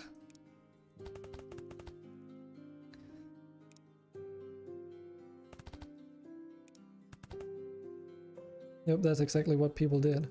Yeah, fortunately when we did it, because it was no longer the season for it, we were kind of like, you know, just left alone. We did get into a just for funsies PvP battle though that ended up not being very fun. Where, oh yeah, I was supposed to use that farm for this thing, weren't I? Where in that PvP fight, the other players, like the opposing players, were just so toxic, like unpleasant. They were just shit talking us, starting out with stuff like reasonable stuff, which is like, okay, why are you attacking us? But then quickly going into, oh, you're just so bad, why are you even fighting us, because you're so bad at the game. Like, I swear to God, this one guy, that was the only thing he could say, oh, you're bad at the game. So he's like now forever memorized as, you're just bad at the game guy. And literally, we just wanted to fight them just for the sake of getting a PvP fight after doing Tall Tales for 3 hours straight. Where are you, big man? Yes. Except these guys were actually just toxic. Damn, like PvP in that game has just not gotten better. That whole one-hit KO thing with the blunderbuss still bugs me. Like, where's the fucking game balance? Like, they've only added in more things that messes with the balance of the PvP scene. Oh no, it's getting worse by the minute. Yeah, I mean, literally the main reason we got so fucked up is because iPikachu didn't know that blunder bombs and fire bombs were in the game now. So all of a sudden comes this guy with like a blunderbuss and a handgun and, you know, bombs at his disposal and just kills us, throws us away from the, like, he drops the anger, he throws blunder bombs to keep us away from the anger, and then he just, by the way, it's the same guy that says, oh, you're just so bad at the game, and literally the only thing he did was running around in circles like a headless chicken because he was too scared to use a real weapon to fight with, because he was reloading his ranged weapons, and then he would go up and one-shot you, and then he would run around again in circles on the boat until he reloaded, and then he would one-shot and the next person, you know? Because neither of us play with those lame tactics. And the sword has just gotten so fucking bad now that it's virtually impossible to use. And Zach, as he put it, like, he prefers using the sword because of the added challenge, you know? He likes having a challenge. But it's like everyone's just using the meta now, which is just dual-wielding guns, it seems. That is just no fun anymore. Hey, my man, I'm gonna watch a movie with the lady. We need to figure something out soon. Sure, we will. I'm sure. I just don't know if I feel like playing Sea of Thieves anymore. Game has just kind of like died in interest to me. But we'll see. We will see. Enjoy your movie though. And thanks for dropping by.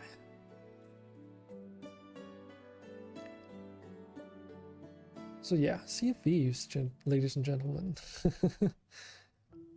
Decent game plagued with horrible PvP tweaks. Okay, so what's going on over here? Oh, I see what's going on. We're not getting any wood into this workshop here.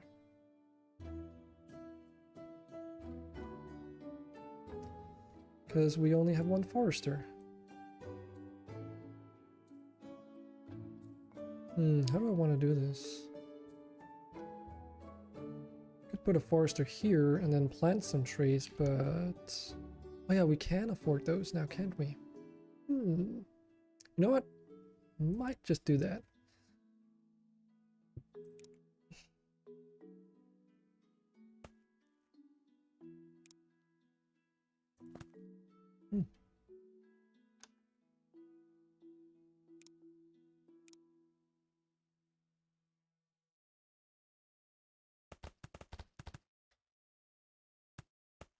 Can use some of the space in between as well, just to add some more trees.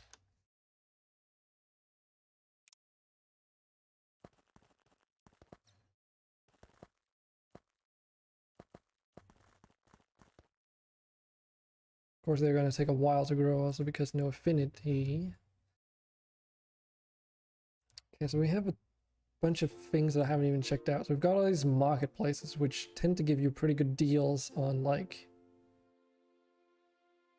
item conversions, if you will. So we can like get coal out of here. How does it work again? Is it just is it coins or is it a conversion? Oh, here it is. I'm such a blind bat. So it's like grain, 1 grain to 2 coal. That's actually not that bad, is it? Especially when there's literally grain growing right next to it. It's kind of funny. Yeah, we've got like these all over the place now. Protection spellbook for a bunch of leather. I don't know, that doesn't sound like a good trade deal, but let's see. Stone for free grain. That's a fire temple. Bandage for 2 wooden wheels. A cooked fish for 4 dragon fruit. I haven't even checked if we can grow dragon fruit ourselves. We can.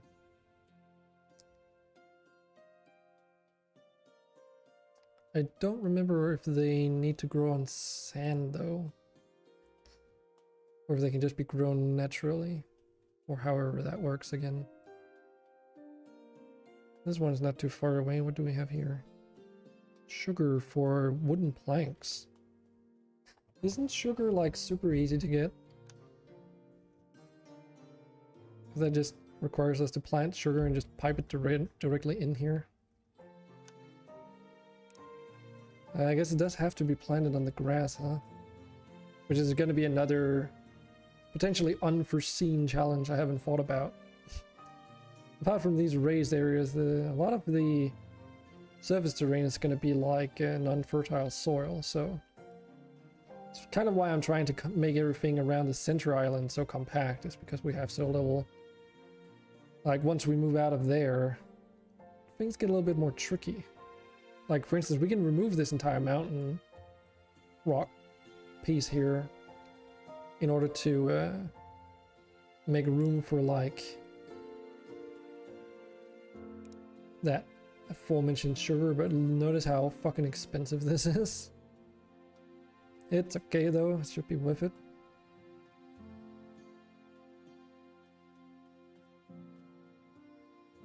Those planks we can turn into grit coins again, and other things.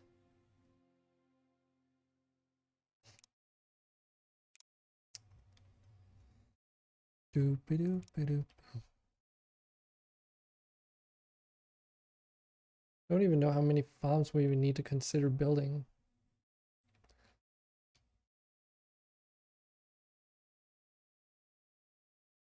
Because once they get the ground affinity for sugar gets increased, then you don't need as many plants.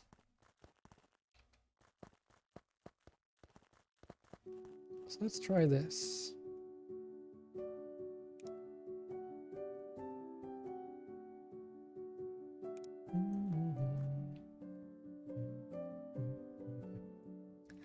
Guess we don't really need a road over there either, huh? Guess we don't really need a road here at all, actually. We can just put down conveyor belts directly.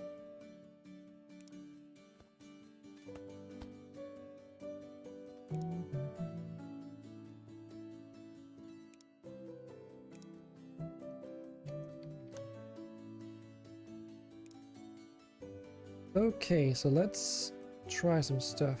So a barn, you said. So let's try and build that barn over here. Or maybe a bit away from that iron deposit, so maybe on the opposite side. Something along the lines of here at least.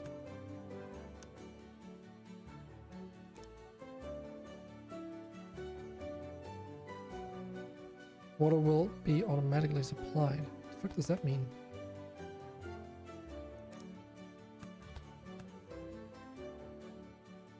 Oh, it means you get an additional 1 water.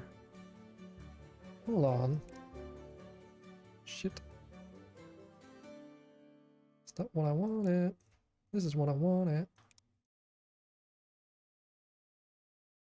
Ah. Oh wait, does that actually matter? It doesn't seem like it still takes a full second. Or does it create 2 at a time?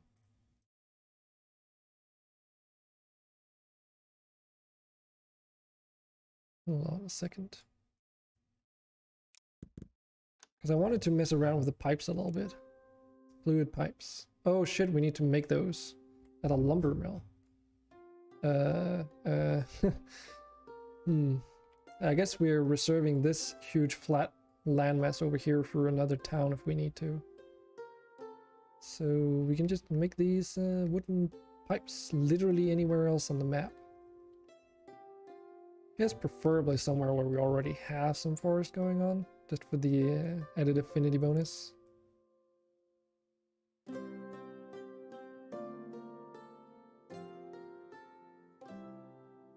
There we go. I think we'll set up this production and then we'll play some Shapes IO. Just to mix it up a little bit. Because I've played this for a good amount of hours now too. Lumber mill and then forester.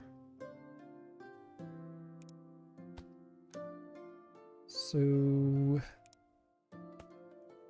what does the flute pipe production say? Okay, just straight up wood, huh? Okay, that's not a biggie. That is fairly doable.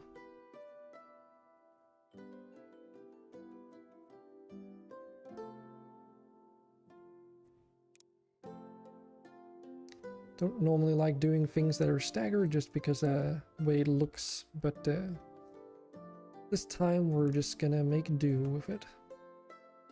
Just deal with it.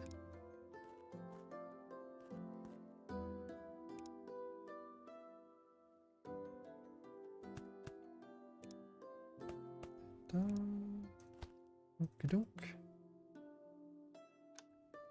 Then we'll just add a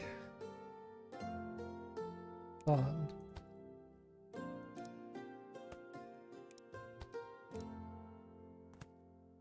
There we go.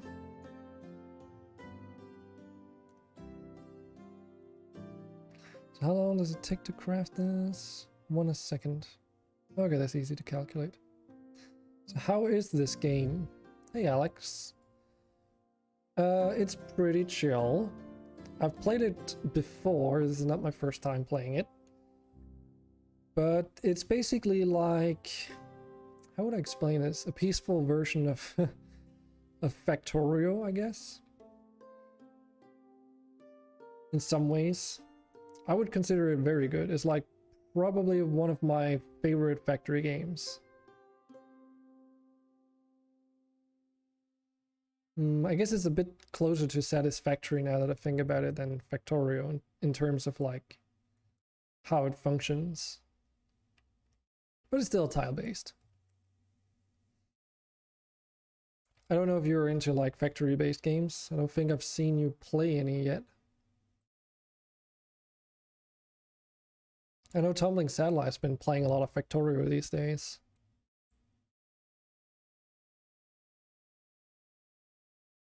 Oh god, I've completely all but like exhausted the stone here. Well, I guess they'll be wandering over here maybe? If we just make a path for them, they should be okay. It's just gonna be a very long way. Could technically have like a intermediate box or whatever, but meh. They can walk. Play a lot of games like this. Oh, okay. Well, if you haven't played this before, then I will highly recommend it. As far as I know, it's made by a single person, so I guess you should set your expectations accordingly. But he does a lot of frequent updates to this game, a lot of which actually change the game over time in like pretty significant ways. Just I'm cutting myself very short on budget this year, spent a bit much on my computer and streaming setup. I see. Don't remember if this goes on sale, but then you could try and pick it up that way at least. So that's something to think about. I mean, you can always put it on your wish list. So how does this work? Oh god.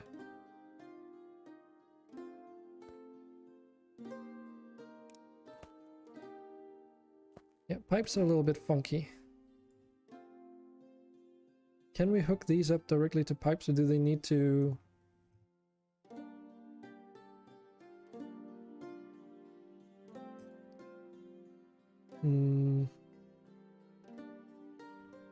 Fiddlesticks, the guy who would know, is not around here anymore.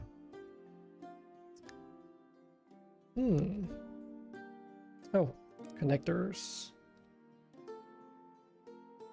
So, output tab. There we go.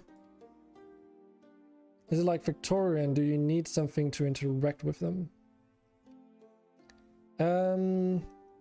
It was just that I needed to find the connector thing. So yeah, connectors. Yeah, exactly. Wonder if this works. No, that does not seem to work. Oh, right. Okay, so you can't have those both on the same side. I was told that these new pipes were like really fast for transferring liquids around, so I'm just messing around with them for the first time. They weren't in the game the last time I played, so my apologies, is a little bit new to me. Oh yeah, holy shit, look at this. They're absolutely draining this freaking water. Damn. Nice. But yeah, this has a lot of three-dimensionality to it as well, as opposed to like Factorio, say.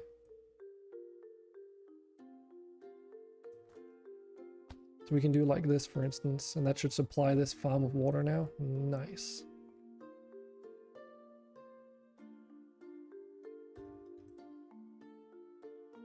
Unfortunately, where we need to deliver those planks is like... Well, I guess we could make another place, but... Let's see... Yeah, we're kind of already hitting the demand quite a lot, so I was thinking on using those planks for like another production chain.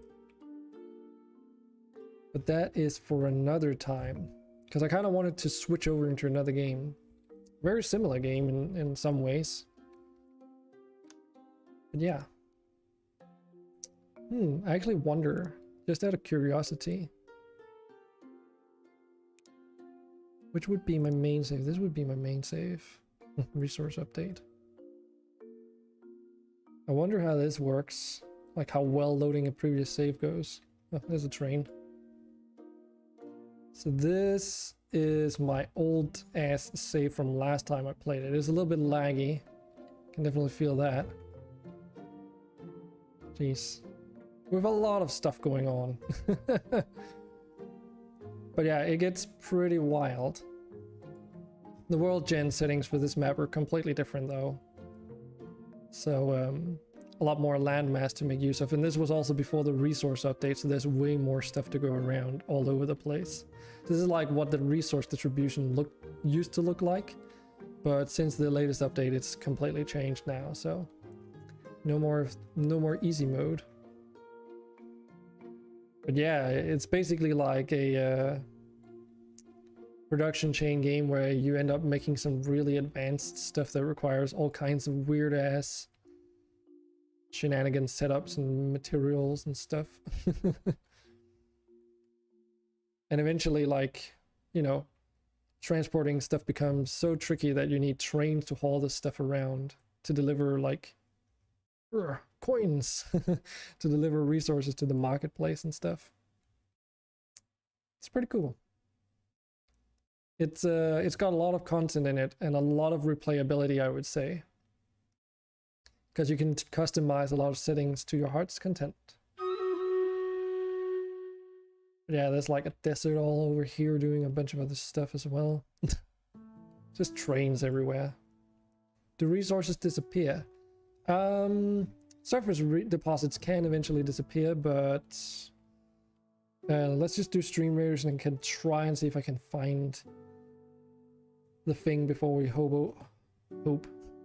hop over into the other game. Yeah, so we have a lot of enemies. Hopefully we'll be fine with just haste, maybe. Either haste or... Actually, let's do a killing field around here. Get rid of these dies faster. Because the orcs are gonna come to us regardless anyway. Okay. Maybe we're ranged, I forgot about that. Meh.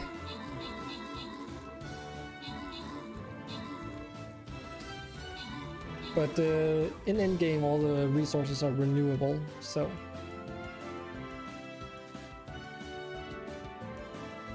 the only thing being that you need to research it eventually.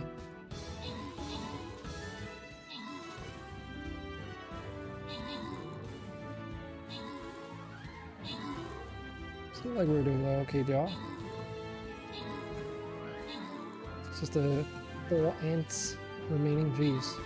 We have so many units this time around. Well, we did also place 34 down against virtually no resistance. Flippy Leads gets 3 monk scrolls. Boy and Kiesp, you get 50 coins.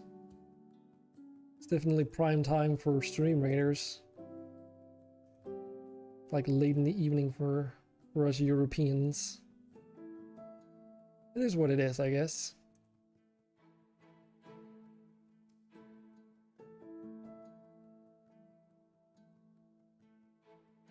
Not a lot of enemies, but very tough ones, so I would recommend some ranged against the toads. And then some tanky boys to take out the beetles.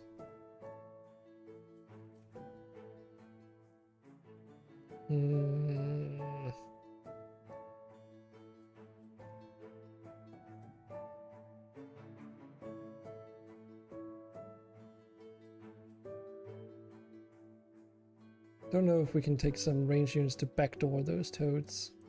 No reason in... I don't see any reason to put any rogues in because they're just gonna go around bashing these rocks and it just produces more enemies.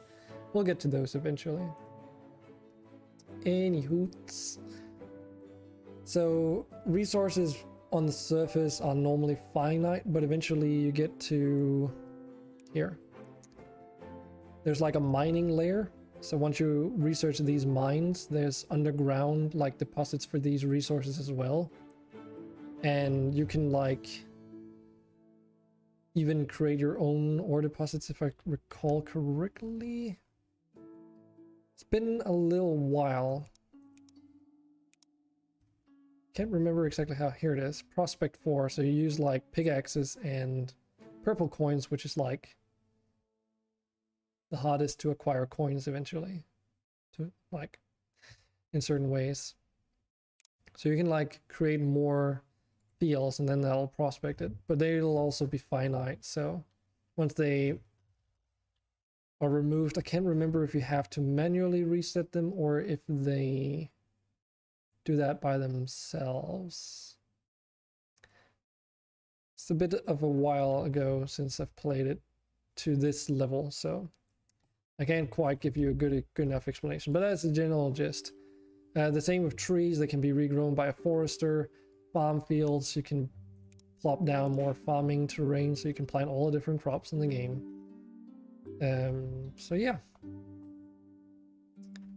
And I guess there's some things I haven't unlocked yet. Allows placement of regeneration of ore resources. Yeah, so there's like, I don't know if some of these are like were in last time I played, but suffice to say, you can basically make completely closed loop things that you don't have to ever change. So it's very much an optimization game where you want to like, you know, figure out ingenious ways to like make things work basically, so that they run at max efficiency all the time. Hope that answered your question. There's like a lot of different production buildings and production chains. Like, let's just take an example in here. Mechanical rails requires metal rails, which require planks and plates, which requires you to have like 1 billion different buildings. And yeah, that's just part of it.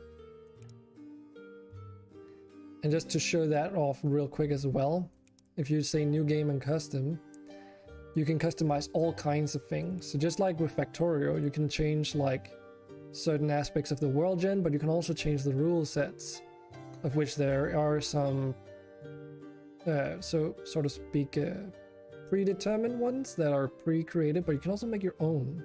And it can be literally anything. Like you can change any aspect of the game. You can put in global rules, like saying overall production is less. You can change recipes, like down to what resources they require. So like if you wanted to, you could change the recipe for flour to require something else that it doesn't normally do. And once you change all these things, like for instance, if I were to go under Railmania, under custom, you can see the places where they've changed stuffs. So like, they've changed things to the costs, just as an example. Another thing that's really cool is the, so let's see if I can find it. I think it's just under edit map, maybe? No, it's not. You can change the victory condition to be like, oh, you need to stockpile X amount of stuff, you need to produce like X amount of stuff.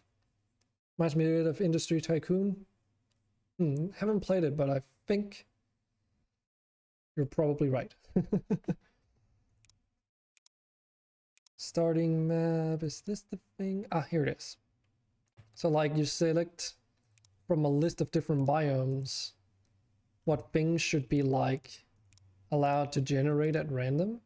So if you wanted an entire map which was just I don't know, volcanic islands, then you would set the available areas to volcanic islands, and then you would switch the starting biome as well. So now the entire map is just volcanic islands. Yeah, and you get an instant preview. It's like very performant in terms of the terrain stuff. Should be, I mean, it's just a normal map, so from what I can tell. And what's really cool here is that you can mix and match these as you want. So if you want like flat areas in between, then there you go. They're a little bit blocky because, you know, each zone is like a square area that you buy. So yeah, you can do some pretty cool stuff here.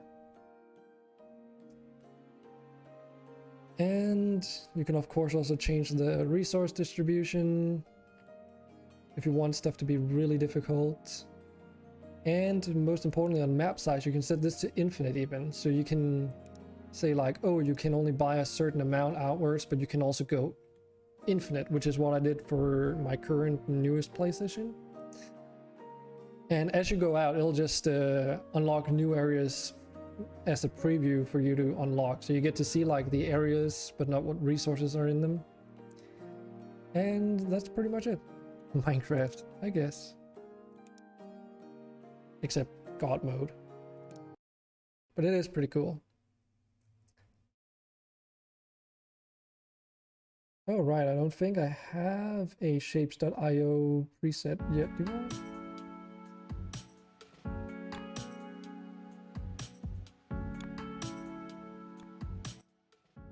There we go. Just give me a moment while I fix this. Let me know if the music is too loud. It's got some pretty good music, this one.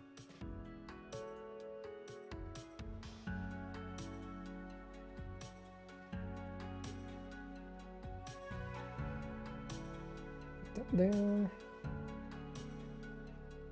Game to capture.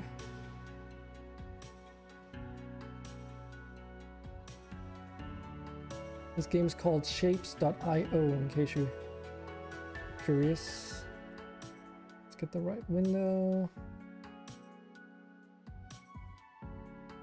There we go. I just need to move it into the right place. Ouch, that was loud. And we should be good to go. Well, apart from the stream layout, of course. Shouldn't be too much. So, while you look at this craziness, just give me a moment. Oh, right. There we go. Just while I move some stuff around.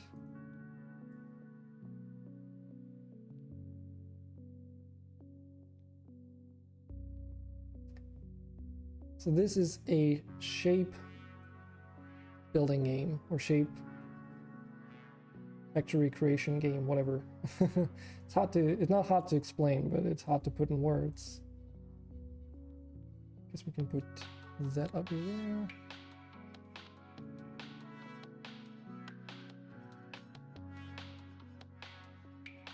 This needs to be moved.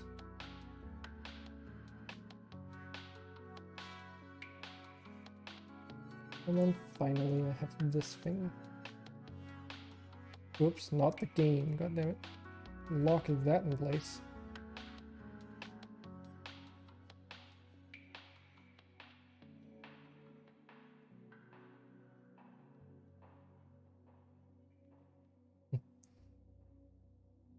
Update your stream info. Yes, that is also a nice reminder. Fortunately, that is fairly easy for me to do.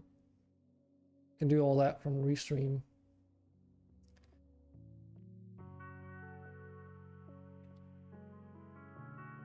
Shapehis.io is shapes with a Z.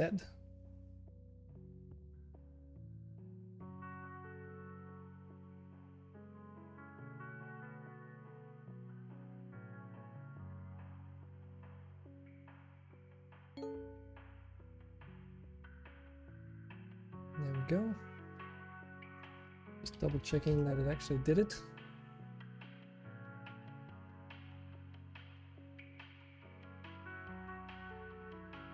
Yep. There we go.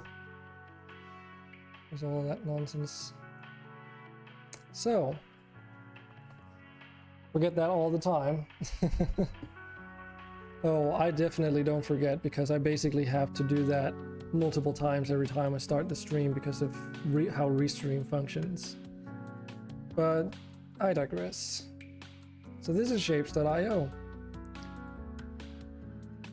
It's also a factory-based game, all top-down, just like Factorio, but there's more similarities with Factory Town here, where you can build your things just as long as you want. It doesn't cost you any resources. It's all about like optimization and building things. So what is the goal of this game? Well, the goal is that you have this main building in here. How's that already level 16? Jeez. You have this main structure in the middle. This is immovable. This will always be at the same point in your map. And it will always only have 16 inputs that it can accept. And your goal is to create shapes, which right now, because I'm where I am, I need to make these. Well, I have actually started making these already, but I'm making these shapes that have like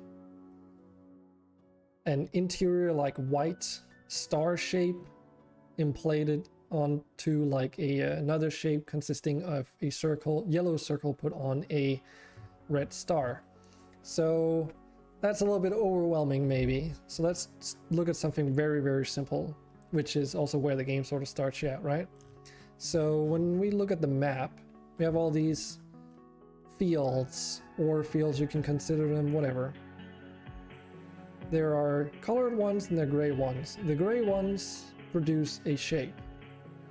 So if I were to put a harvesting thing down here and drag a conveyor out, it would harvest those shapes.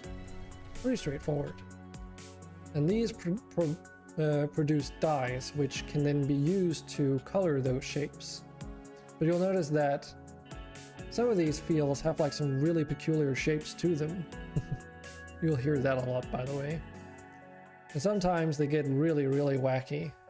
And that's because you can combine all these like subcomponents in very, very complex ways to make all kinds of shapes in the end.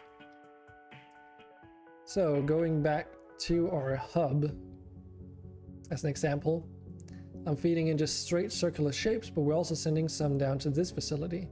What this does is that this is a cutting machine, and then on the other end is a rotator. So it'll basically cut the shape in half, and then you use these rotators to rotate them around how you need them to be, because I need to cut them twice actually. some of them at least. And that's because if we look into this star up here, we can see an upgrade menu where all the shapes are like present. So all of these shapes are things that I need to make. Here's that half circle or quarter circle, and there's that half circle. And you see, some of them are fairly simple, like this one. It's just a pink circle, just like the other one. But in order to make pink happen, which is happening over here, you need to do a few other things first. You do need to mix colors as well. So you can't just harvest purple, I guess, actually it's more the right color. You actually have to blend red and blue together. And then apply that onto like a through a painting machine onto those gray circles, which then turns them purple. And what I really like about this game is that you can do all these operations, let's call them, onto the shapes in any order you want. Like, I could take these like super advanced shapes that I'm currently producing as the next milestone, right? And I could cut them up into different pieces, smaller pieces as well, and it would work just fine. And this one is like really complex, which is why it's like taking up a good half of the map up here. Because if we just analyze it in a moment, so we need two star shapes. One needs to be red, another one needs to be white, and then we need a circle shape, yellow. Okay, well, in order to make that happen, we're doing the yellow shapes and the red shapes around here. Basically just taking in circles and stars and then painting them in these painting machines here. Moving them up. And then they're being merged together to make these shapes that are then that yellow circle inlaid on top of that red star. But that's, only half of the process. So that's why we also need the white stars. And they come from all the way over here, which is just the star shape being painted in white paint. But white paint requires all three dyes in order to be made. Unlock the variant of the cutter allows you to cut shapes in 4 parts instead of just 2. Ooh, that's interesting. Yeah, so that's kind of what the game does. It slowly unlocks all these things, so it's not overwhelming, let's put it. Because it can probably be, if you're just getting thrown into like a game that's ongoing like this, But basically what we're doing up here is that we're taking in blue dye and green dye to make cayenne dye, and then we're taking that cayenne dye down, mixing it with red in order to make a white dye. And then taking that out, painting it onto the star shapes, taking the white star shapes over, and then again like producing those yellow onto red things, and then merging those two shapes together, putting that white star in the middle of that other shape. So, did you get all that? It's a very complicated process. So, again, this game is more about thinking about how you would achieve these. Yeah, I get it. Yeah, it's more about thinking into ways how to achieve these shapes rather than, oh my fucking god, than, the stress of combat or whatever. So like for the next objective, we need to make this shape here, which I think is also used. Nope, it's not used for any upgrades. Which we can get back to. So it looks here like we need these weird, like, I don't know what you would call that, fan shape in blue inlaid on top of a square semicircle thing that has a white circle inlaid on top of it, which is not awfully different from these other blue-white shapes that are coming in, which I can also explain in a moment. But besides the main milestones, we also have this upgrades menu here, where we need all kinds of shapes, which gets gradually more and more, complex as well as you upgrade. For each time you upgrade, you basically unlock another shape you need to do. But I think, I don't know, but it seems like you don't need to do more than 5 different types of shapes for the upgrades. But these basically just upgrade the extraction speed or processing speed of the different machinery in the game. So like cutting, rotating, and stacking gets a speed bonus if we upgrade this one. But we would need to make this shape here, which is like the same shape that I've already made, but with inlaid on top of something else, it seems. And these shapes can go 3 levels deep, by the way. So you can have a shape on a shape on a shape. Yes, exactly. Which is also a pain in the ass to make, but and that's because it's a circle, but you need white and red shape parts to it, so you need to cut it up into 4 pieces and then stitch them back together again after they've been dyed. Yeah. Can you repaint existing shapes? I don't know. I haven't actually tried. I haven't tried taking a painted shape and repaint it yet. So I don't know. Like, I don't know if you can take these purple ones, say, and then combine them with, what would that be? Green in order to make white? Because I saw a red line there. Red line. Yeah. Oh, you mean like... No. No. Purple ones need to be white combined with the red line that needs to be blue.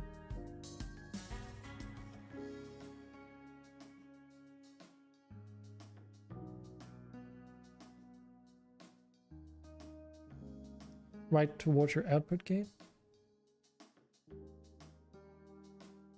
Yeah. I'm not entirely sure what you're talking about, Alex. Purple ones need to be white combined with the red line that needs to be blue. Yeah, I have a purple shape going in. And a red star. Yeah, this... Yeah. I wouldn't... I guess it's like more of a pinwheel shape. Oh, is it because you were talking about those shapes but in different colors is basically what you need? Like if I added... Yeah. So what you're saying is like if I could take the red shapes and just add blue dye to them to make them purple? I don't know. And then take the purple shapes and add green dye to make it white. Yeah. Well, those shapes are really easy to acquire. They're literally just mined down here. So half of them get thrown away and then they just get merged. So it's not really that difficult to make these basic shapes. Also, what happens if you cut a line and don't drop it off? Is that bad? I mean, if I were to cut it off here, the machine would just stall. Since it doesn't have anywhere for these shapes to go. But you just put a trash bin in. Like, throwing out stuff has no detrimental effects whatsoever. It's not, like, there's no resource cost in this game other than blueprints. That's like the only thing. So say I can take these now and I can press Ctrl-C and I can blueprint them. And that'll cost me 120 blueprint shapes. And that's why these are going in twice. Because, like, say I wanted to copy this entire setup here, that would be 1,000 of those shapes. So that's like the only resource cost you have as far as I've come in the game yet. And it doesn't happen until fairly late, unfortunately. Blueprints do change the way that you play for sure, though. And are very, very beneficial. But like earlier, I needed to make these melon slice kind of shapes in order to progress, but now I just don't need them whatsoever anymore. This is like completely unnecessary. Well, I'll keep the production just in case. But it was like super simple to do though. Just green and red shapes. merged together and then cut into 4 pieces and rotated accordingly so they were all in the right orientation. Pretty straightforward. There's also a way to merge lines. Do you mean conveyors? When you say lines? Yes. Like you can have multiple shapes going on to the same conveyor, if that's what you mean. So right now each line has one thing. Ah, yes. Yeah, you can do that. And in this game it's a balancer, so it distributes them evenly. So if I were to do like this and remove that one, then every second shape's going to be like one or the other.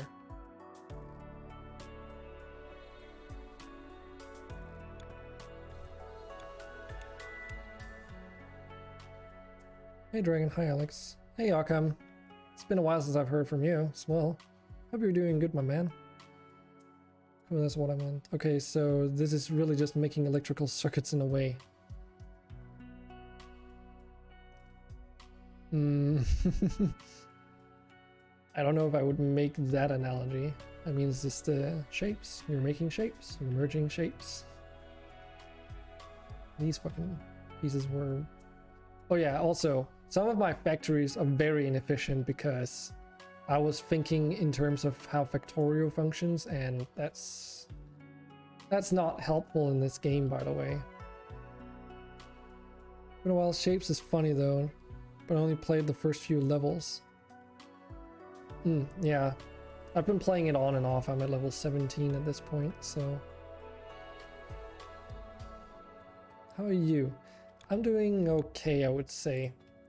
Got a little bit of existential dread going on in terms of like my economic situation, but other than that, I'm doing pretty fine. It's been very quiet though, ever since 1.3 dropped and I sort of stopped playing RimWorld. People also kind of stopped showing up to my streams. Almost like people don't want to see me play anything else than RimWorld. But that's just how it is.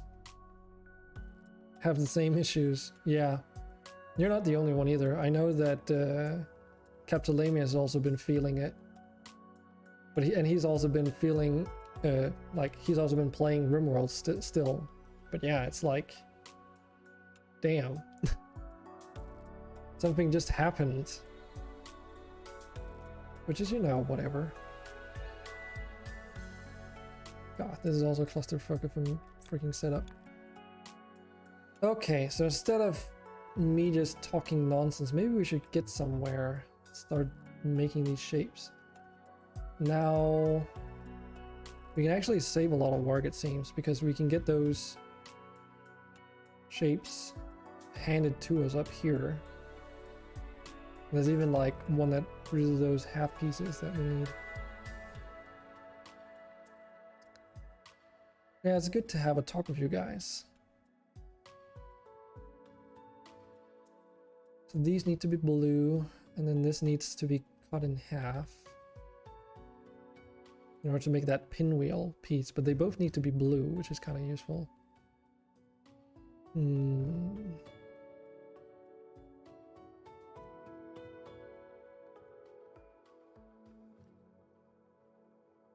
Also, something is bought? Is that a URL? Oh, shapes.io. Yeah, remember Twitch makes that into a URL if you put a dot in there. I'll be looking for a bit, won't be on much, I guess, a bit, and some Streamraiders. Okay. Yeah, the game, name of the game. Thought you would say so. This is also pretty cheap, so... No problem, Arkham. Good to see you again, at least. Okay, so this is my merging setups. This is like a cutting facility that just cuts it evenly in 4 pieces. Question is, do I just want to copy these? And we can just take this, which is the most crucial part, and chuck that up here.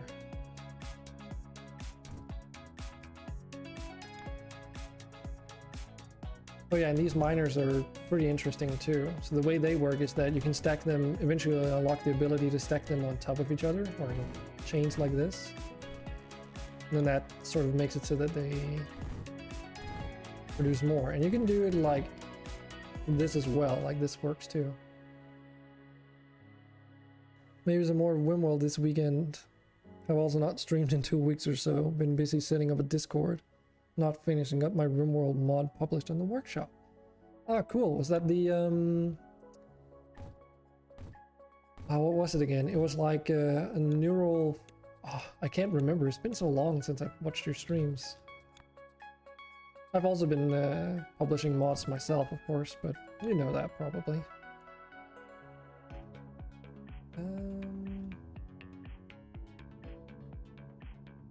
Is it 1, 2, 3, 4, 5, 6, 7, 8? Oh, what do you know? Yeah. Making your own mods definitely takes time away from streaming. And it's also been hurting my viewership as a result because I've not been able to stream as consistently. But I think it's been worth it.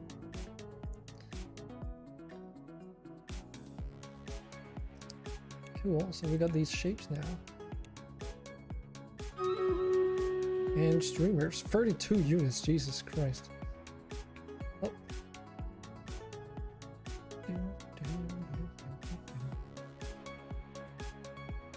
Let's put some defensive buffs in here.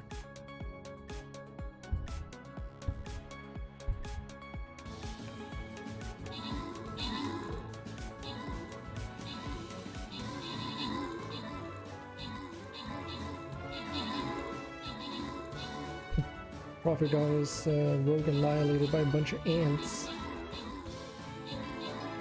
Yeah, I really don't understand why. I don't understand those rocks. What's the whole point in using rogues to take them out? I don't quite get it. Because there's literally, it's just a strategic disadvantage to do that. Because they don't break on their own. They will always spawn enemies. And rogues beeline for them when there's nothing else to take out? Oh, I guess that's one reason. Rogues don't get attacked by ants. That's like literally the only thing I can think of. But the thing is, when there's more than one rock on the battlefield, they prioritize the rocks over the ants and just end up getting themselves killed. Some meh. Or get some coins, Occam you get a Buster Scroll, and Sucres 69 gets a Barbarian Scroll. Okay, we're one chest away from the skin loyalty chest. They can spawn friendly fireflies. Yeah, but I've never seen those fireflies do real work. Not with the amount of enemies that you like. the possibility of it spawning those is like so low that it's not even like as a strategic choice. It's still a bad decision. Seems like it, because your the rogues tend to often just get themselves killed way before they get close enough. In most of the fights, anyway. Cannot place there. Oh, you chibi bastards.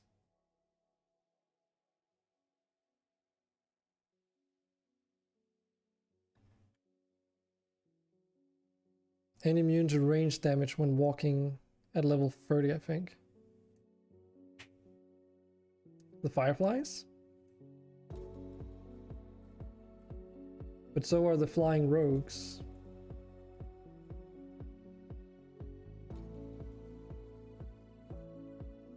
Oh no, immune to what am I talking about? Immune to range damage when walking at level 30. The rogues? Really? I highly doubt that. That doesn't sound right, at least, but what do I know?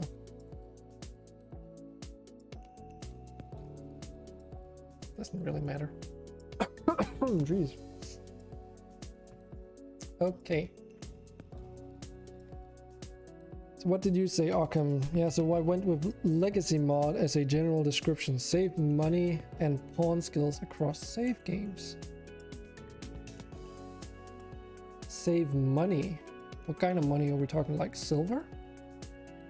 What do you mean pawn skills across save games? Is that for prepare carefully? Like, is that a prepare carefully integration?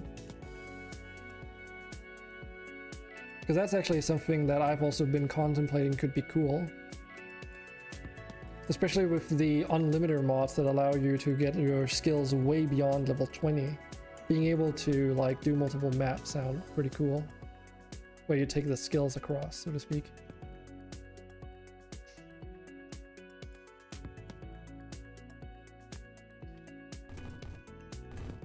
And there's me. I made an Oris mod. Because I be simple like that.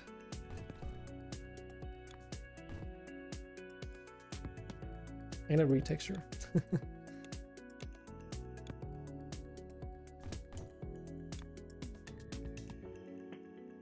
Okay, so we also have the shapes right down next to some blue dye here if we needed to.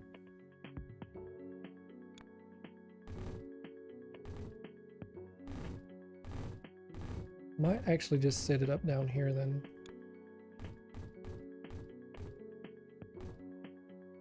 Okay, let's see if we can find my painting setup.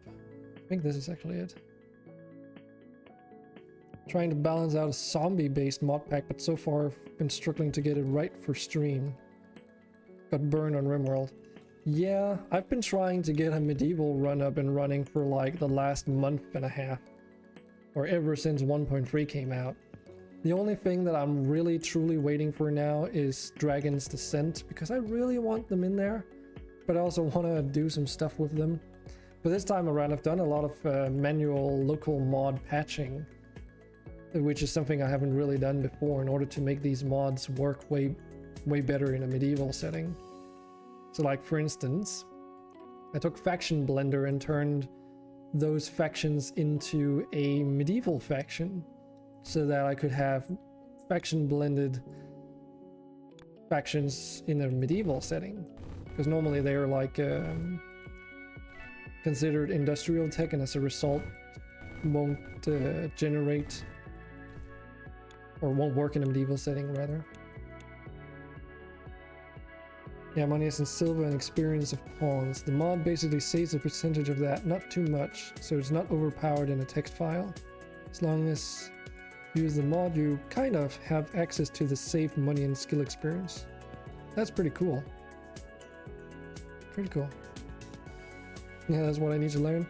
Well, XML modification is actually pretty easy.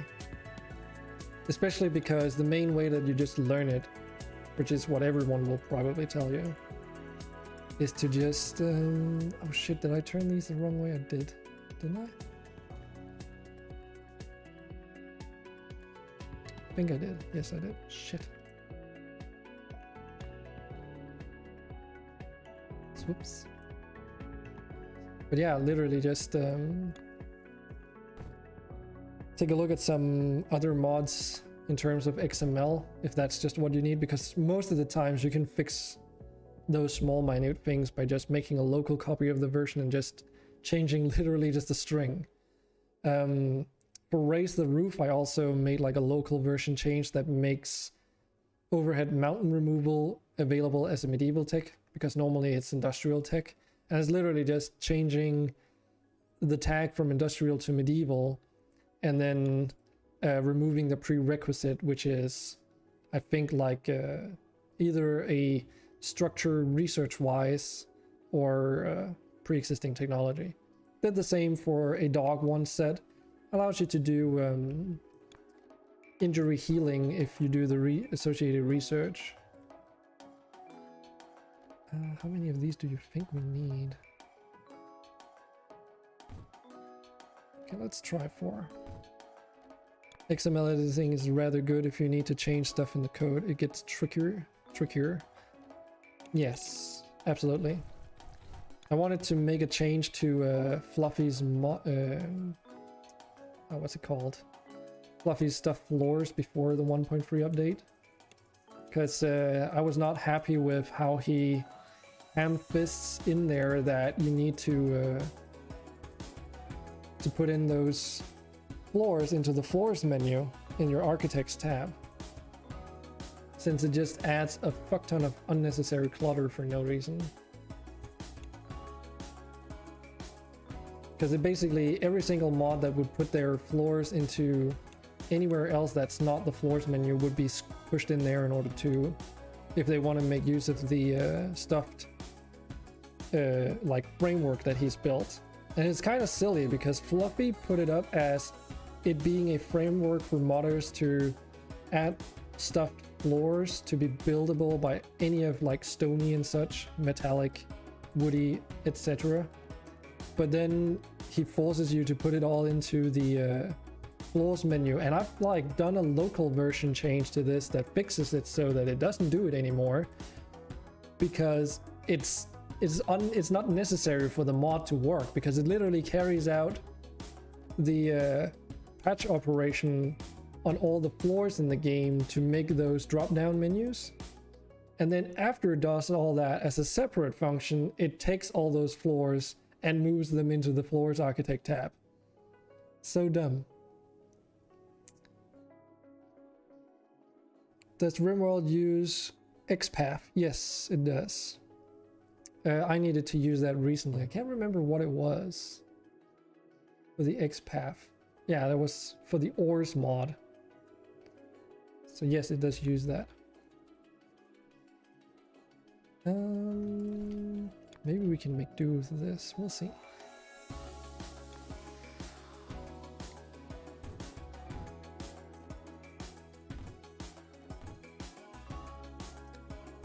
Don't know how this is gonna go, but we'll see. Because we need those shapes to go up here, but the output is downward facing because of the way I've structured this. Since the output goes back into where the resource is being fit in, it means that you can stack these like indefinitely. So I could add another, if it were rotated correctly, could add as many additional of these modules as I wanted to extend the production. So if at some point the distribution and everything else makes it so that I need to extend this temporarily, I can just make it longer and it'll work. But it does mean that you need space down at the input side, which I don't always think about. Fortunately, I've got these upgraded conveyors that can go further underground.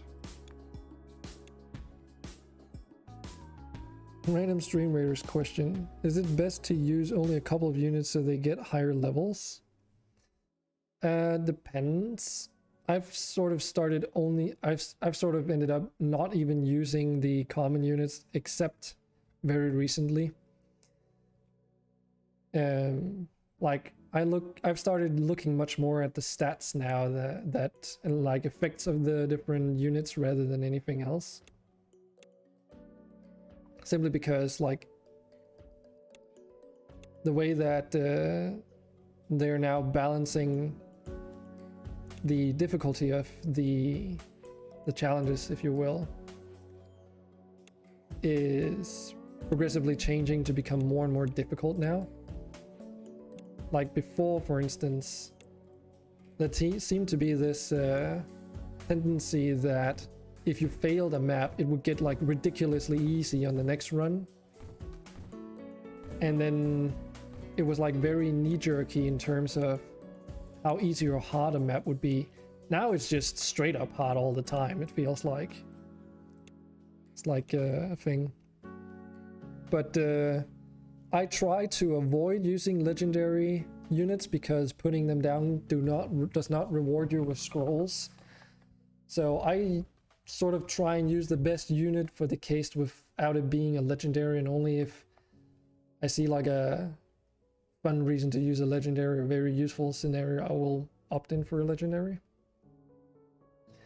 But it doesn't really matter as a stream captain. I mean, it's different when you're playing as a viewer, so I'm probably not the right person to get a good like view on the situation. Okay, so we have the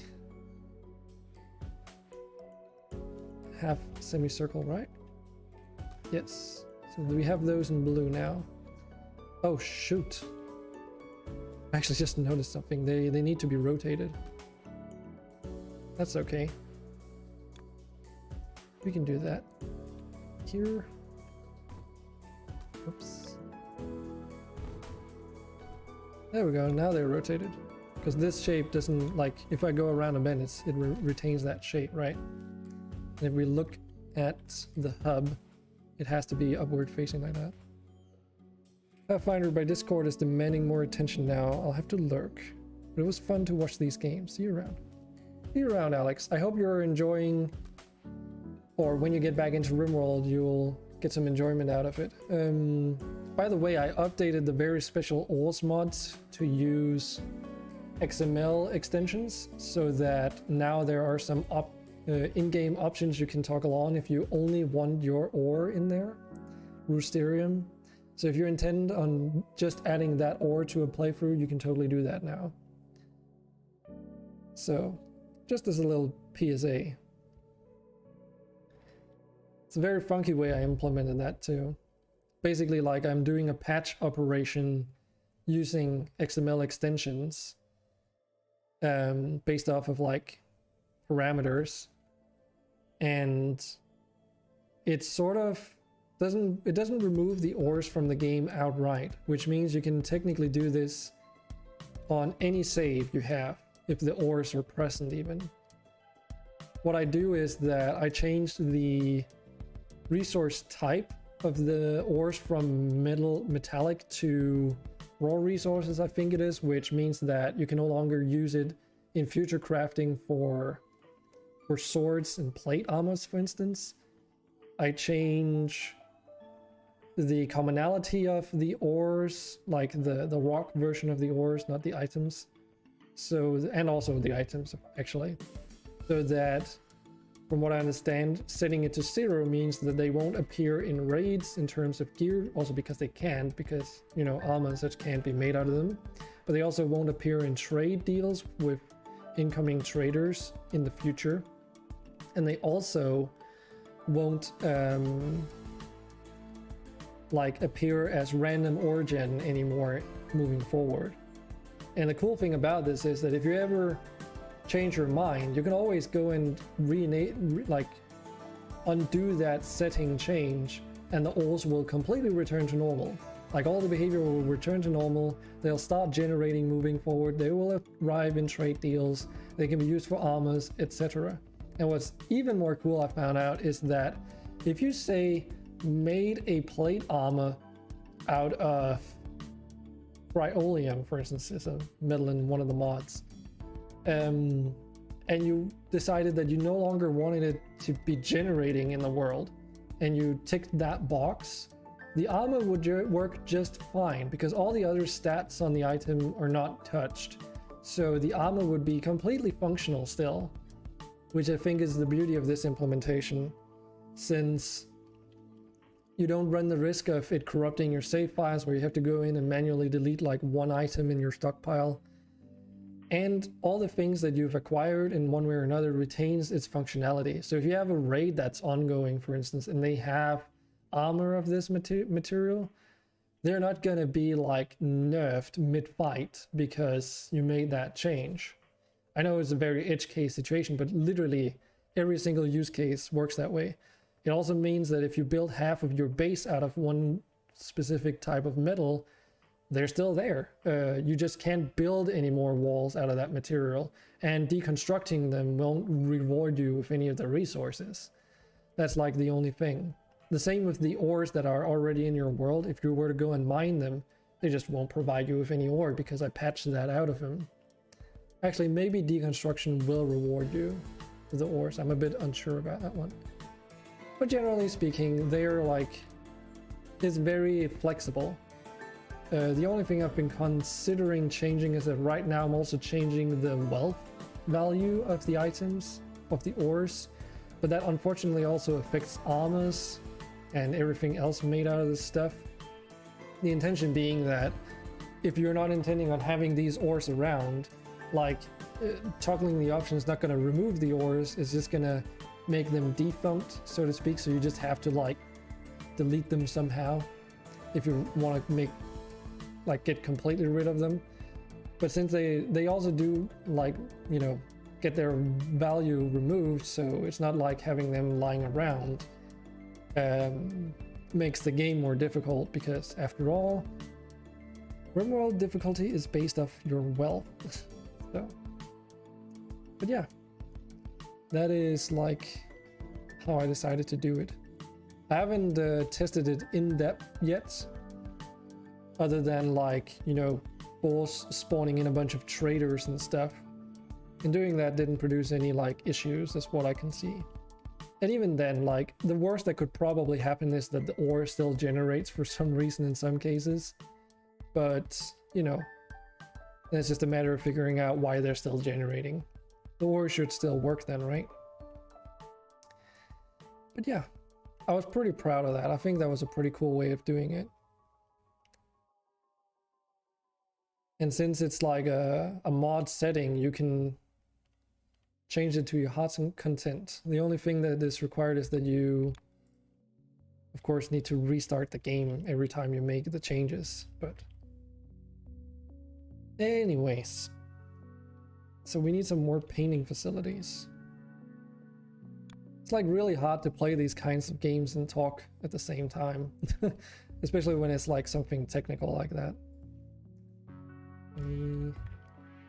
Let's move that further up just for a bit of extra space.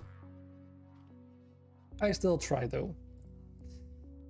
Whether that is a good idea, I do not know.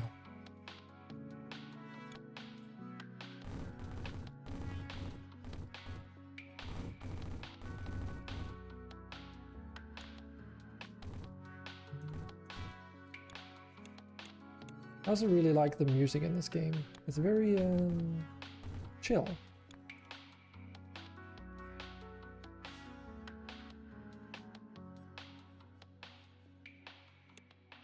In there.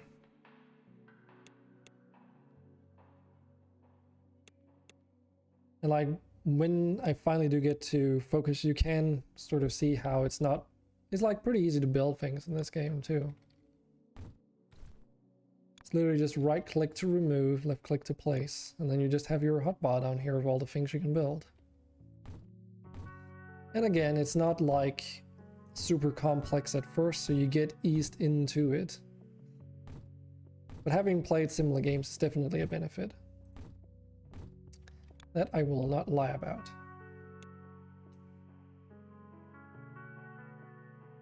Okay, let's just move this one.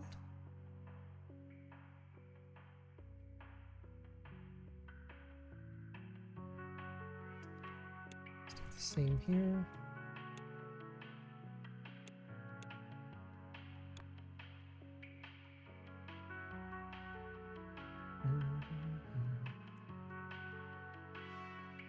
Three.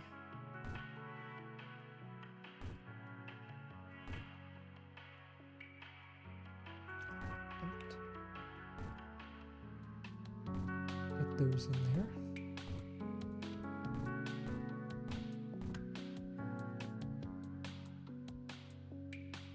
That's not the first or retexture mod you published which has all that functions, but the second one. The free second ones. Hold on. Yeah, let's not get confused here, I guess. So let me just go to my workshop items. So I'm talking about Dragon's Ores, Dragon's Special Ores, and Dragon's Very Special Ores. So they are requiring XML extensions now. And I did also post it in the change log here for what I literally just described. But yeah, those other ones. And they're linked in here as well, so they all link to each other in the descriptions. They're just not requirements. But yeah, you can literally say like, oh, I only want Lovely, Smaragd, and Cryolium or whatever, because you looked at the Google spreadsheet, which I can also highly recommend, and you saw that, I don't know, What could it be? Cryolium has like, it's a metal, but it still does 28 heat insulation as an example. Okay, I just looked at the Dragon's Ore and Stone retexture one and not the second one, so not looked into the XML extensions at all. Ah, okay. XML extensions is really cool. It's like a framework that someone made on the workshop.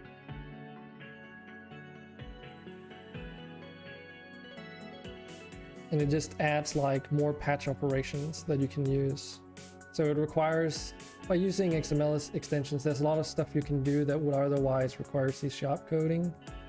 And I was feeling lazy and I didn't want to set up a project for something that's literally just manipulating XML files, because there's no other advanced functionality in there. So you can do surprisingly much with this. So if you go to the GitHub page, they do have a wiki here which talks about all the things you can do.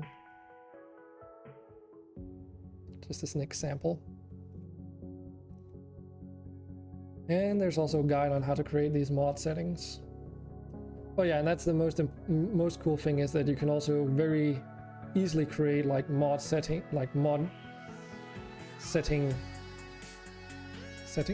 options mod. God damn it, mod settings within options, without like, because I took a look at some other mods that add like toggleability of the stones and stuff. But holy shit, that was a lot of like just volume amount of code or XML or whatever in order to make that happen. And I think it even required C#, can't recall. But this allows you to do all that without C# because it just uses the framework. So I would highly recommend it. Maybe we could use that for something. I wanted to use mod settings options. Some other mods have that, not looked at it all into it, how they do it. Yeah, it's like a fucking pain and a half. A bit of a sidetrack here, I guess. Can't remember if I got any of them. No, I don't think so. No. You're not in here. But yeah, it's like it's a pain and a half to create mod settings for RimWorld mods. Ooh, we can upgrade our belts, distributors, and tunnels. Oh god damn it! Wait, so does that mean that now we don't need the other shapes whatsoever? Are you serious? All those other shapes that I've built up are now no longer required? Oh boy. Oh my god, and that's so annoying. Notice how this is like a circle with like a square in the bottom, but then they cut out the top part. Oh god, that means you need to cut off that half, cut that half in half to separate those two pieces, then stitch one of those halves back onto the shape. Jesus fucking Christ. Well, at least it's not different colors yet. God damn. Way to throw a curveball. But yeah, XML extensions is pretty cool. It's fairly new too, so I would highly recommend looking into it. I had a little bit of issue personally figuring out how the fuck, you used it, because I was doing some things in the wrong way, but it's actually pretty simple once you get the hang of it, so.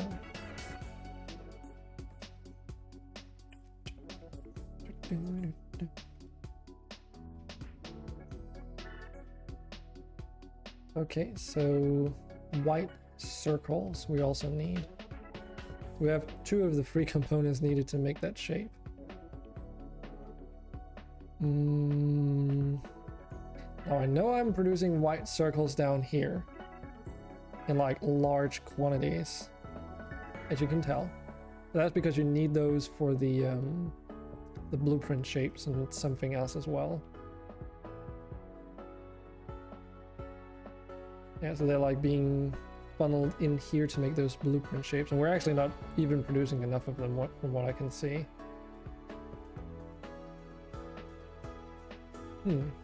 That's an easy fix though.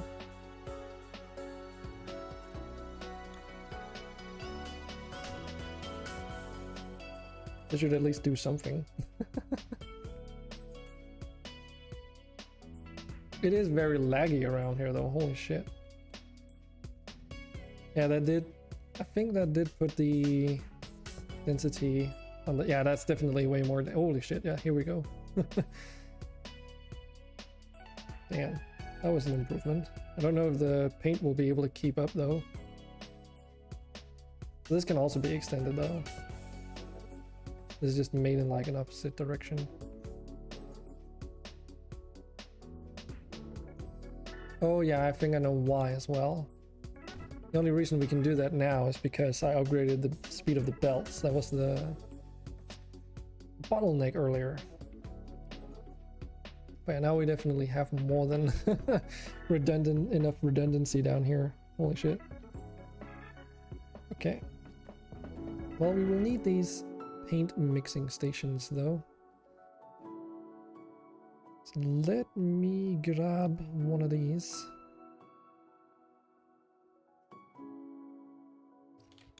Like so.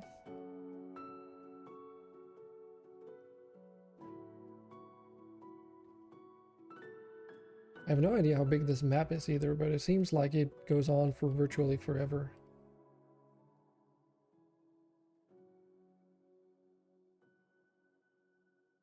I think I was colorblind for a moment. For some reason that color looked more yellow than green.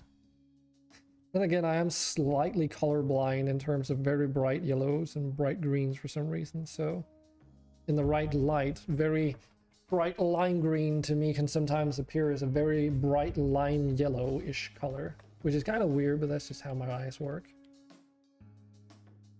It's very annoying at times, especially in certain video games where for some for God's sake unknown reason they decide to use like two very bright colors, aka bright green and bright yellow, in like a pastel color right up against each other, and on text and very small text at that, so making it really hard for me to determine when there's like a smaller surface area which of the two colors it sometimes is. So that's like a lesson on usability, I suppose. Anyway, so this is a paint mixer. And why is this one going up or down instead of up? It's okay. We'll just try and put in enough redundancy and then hope that we do enough. There will never be enough, but oh well. Alright, Streamraiders. 42 units, Jesus Christ.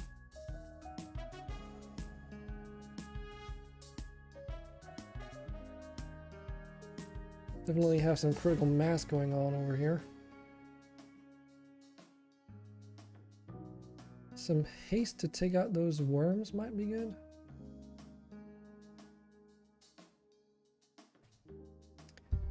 Because that seems to be like their weakness, is when you get in close. Nani?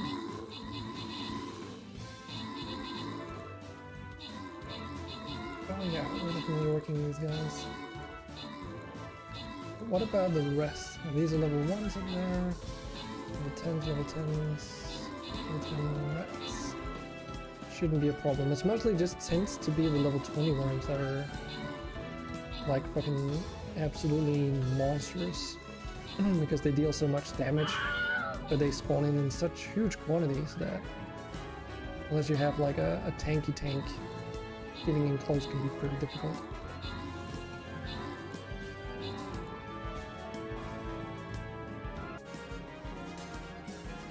Ooh, that's some pretty good rewards. Wasn't that also the skin loyalty chest, or was that the next one? Anyways, boy, you get 50 coins, Occam gets 50 coins, and Moo gets a flying rock scroll. Oh, you're in here too now, huh? Try sneaking in. Just in time for this loyalty skin chest, so it was the next one. Holy shit, that's a lot of orcs.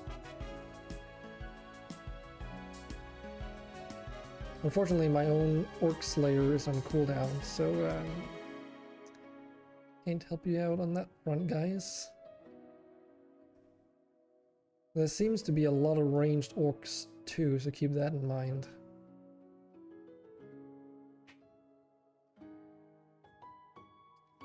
I'll try and put down a Centurion.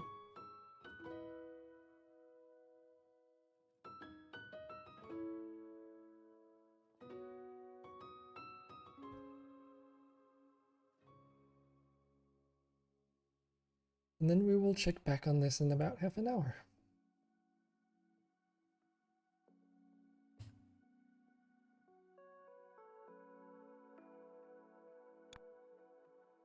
Okay, so we make the paint go upwards. Should give us more space to work with. And then this paint can go downwards, no problem.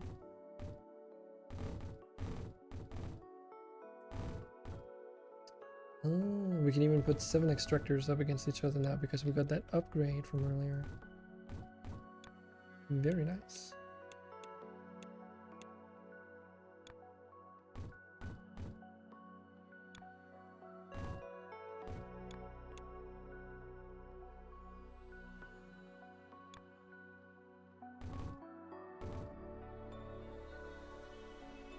I think 4 of each should be more than fine. I mean, right now we only really need 1 to fulfill the need.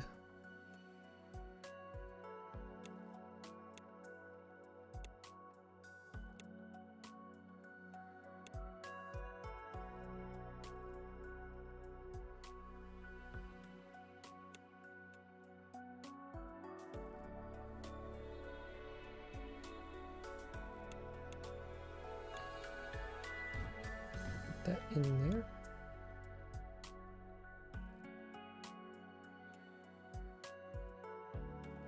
So that's the first part of the die creation process done.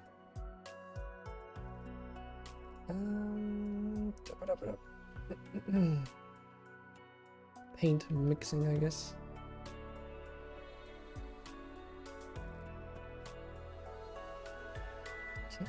Instead of trying to look for a setup that I already have.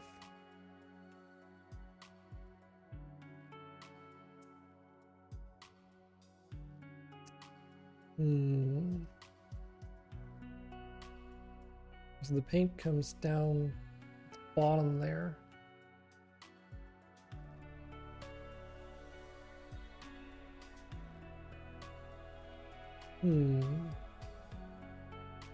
And they have to come in from both the same sides because of how this paint mixer works. Both the inputs need to be in the same direction. So for efficiency, that's probably what you should aim for. But we can do something up here in this direction. And then what we'll do, we'll remove all those. And then make it go the opposite way. It's opposite day. There we go. Now we can just copy paste this across. And with all this added extra space here, hopefully that's going to be more than enough. 5, 6, 7, 8, 9, 10, 11, 12. 1, 2, 3, 4, 5, 6, 7, 4, 8, 12. Good. Just making sure that it's like a equal sort of size, let's call it that.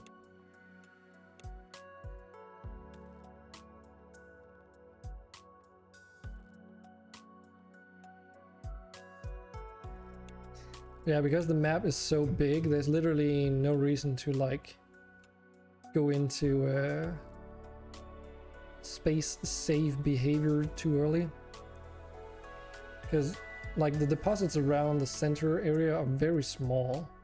You can see how they are absolutely tiny in comparison to some of these fields out here. And I don't think the only thing I could think is that maybe the shapes out here get more funky. This is a mix of 3 different shapes. Same with this one. Requiring more operations in order to pick them apart and stitch them back together. So there's less of these round shapes around. Or simpler shapes as you go out, they are very far apart, right? Whereas near the center, you get these star shapes, and a lot of the other basic shapes handed to you for free, so making pure shapes is much easier that way. But based on what we just saw in the upgrade menu, apparently that doesn't matter. Because eventually you don't need to use basic shapes anymore because the game is going to throw you a curveball and give you a new added challenge, I suppose. I do like the challenge, but still.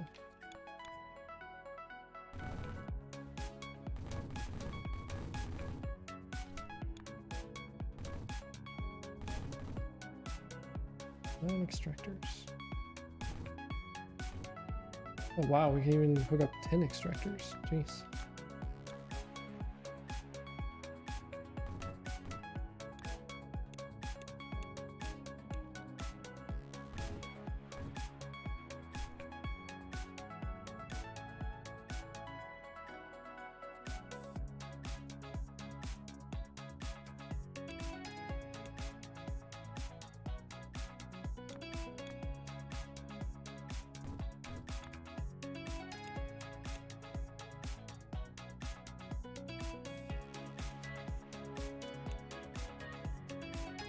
So knowing that, why don't we just give these guys a little bit more room than I did last time, huh?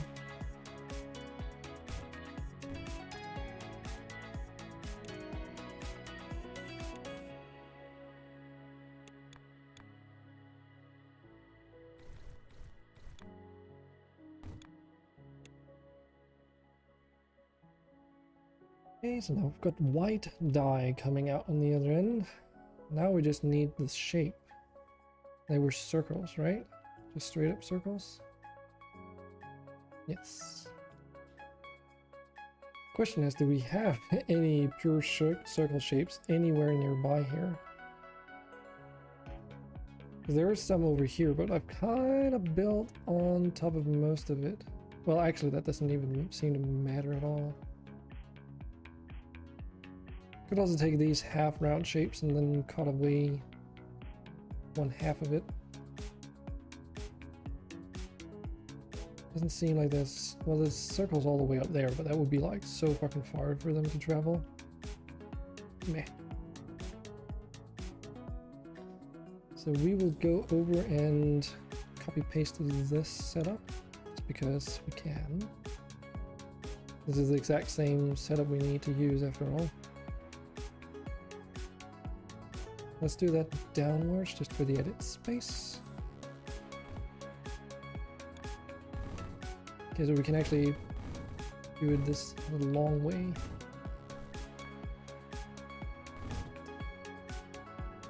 How many can you do? Okay, 12 extractors. That's like the current limit.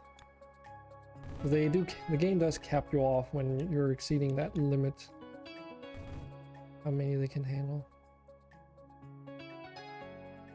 Oof. Okay, 1, 2, 3, 4, 5, 6, 7, 8.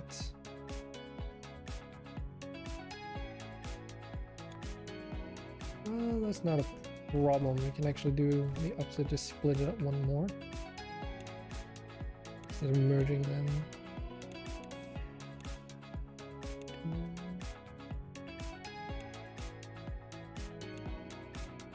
Just barely fits too. Nice. Okay, now we do have to change some things though. I actually have to change a lot of things now that I notice it. Shit.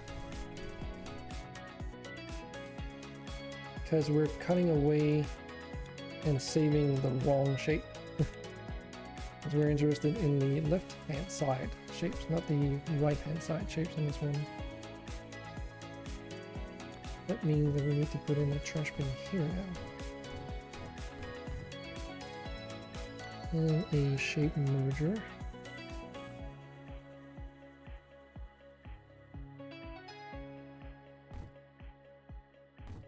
I don't even remember what the original design looked like, but this is... Oops. This works just as well. There we go. Oh shit. Yeah, we've made like a half circle inside a half circle because I forgot to put the bloody rotators in. Let's do that. I guess it doesn't really matter which way they rotate, but let's put those on the left-hand side because there's room for two.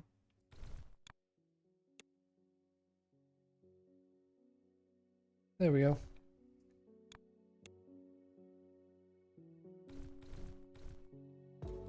So now these need to be painted. So we'll just copy paste this setup. And our paint is up there.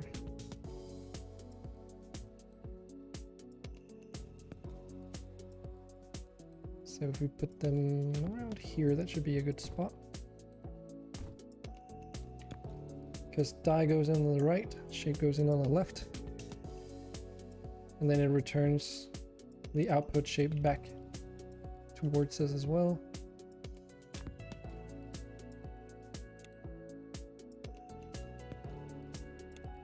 Let's try and get that dye down first.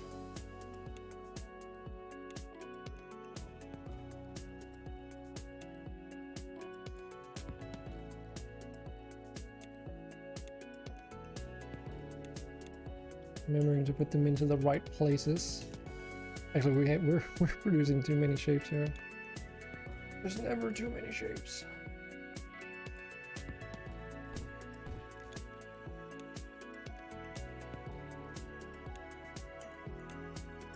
So let's just merge these lines.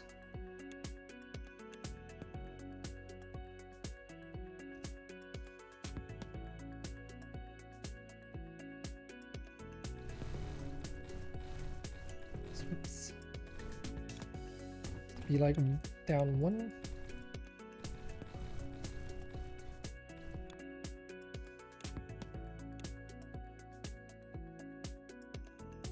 So we do need to have some space for that underground belt here. Well, technically we could have made do with that, but no, I made it anyways. These belts are more than long enough to reach on the other side. Jeez. Cool. Okay, so we've got our mint pastels here, I guess we can call them. Kind of fun with this game, since it's just a bunch of geometric colored shapes. You can kind of make them out to like whatever you feel like they look like. Case in point, these half circle things that look like melon slices.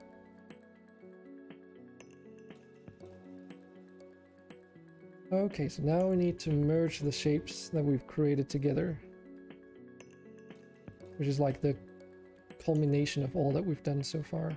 Like that's what we've been aiming for. Okay, so what direction does this go? Okay. So let's get this shape correct. So first we need to take the mint pastels and put them onto that half blue circle square thing. Okay, and they're down here, coming out to the right. God, they're so far away.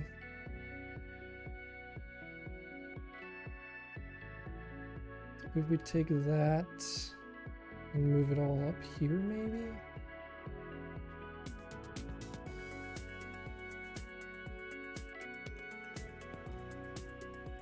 I am noticing something that we can sort of make use of. Shit. Yep, I am sure.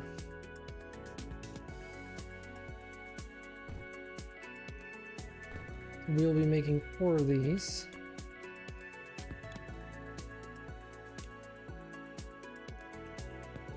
Reasons which will become apparent eventually. Okay.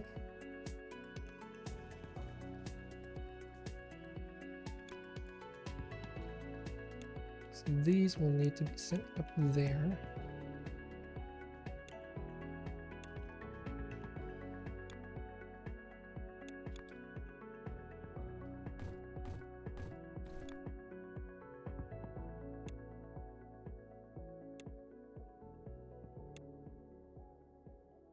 To the tune of this.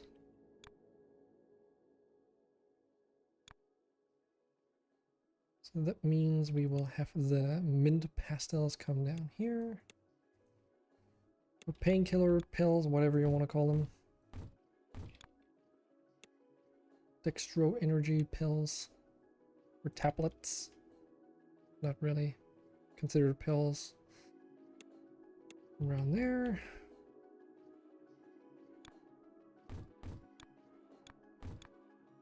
Let's merge that stuff together. Get a conga line up here. Now here comes the part that I always get wrong, which is which order in which they are supposed to be merged. If I remember correctly, it's the right hand side item gets put on top of the left hand side item. So what I mean by that is that it matters. Shit. Where is it? There.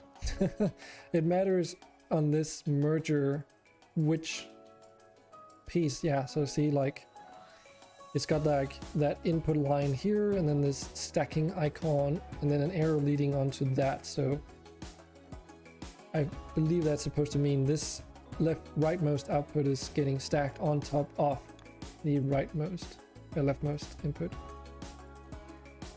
which means that these need to go here. Then we will need one of these. Oh, we can like make those reach all the way. We'll just do like a couple tests. Yes. Good. So this one is okay.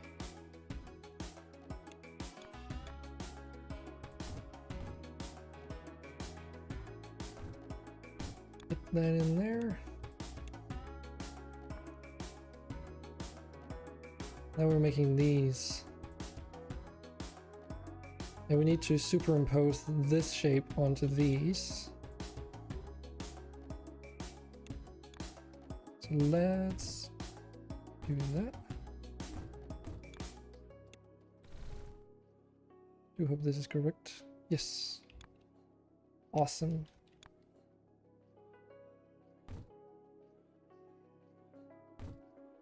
We can like freaking feed those out with one belt all the way. Okay, so here's the hub. Now, that shape is literally used nowhere here. But we don't need to feed in regular circles anymore. That's like a waste of time. I think... Okay, we're still needing those quarter circles, which I'm producing here.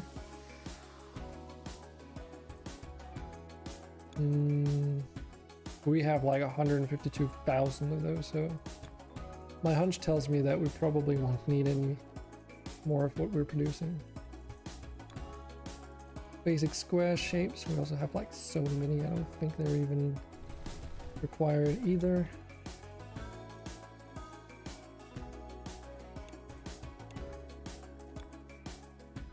Red circles are not required anymore. These are probably still, yep.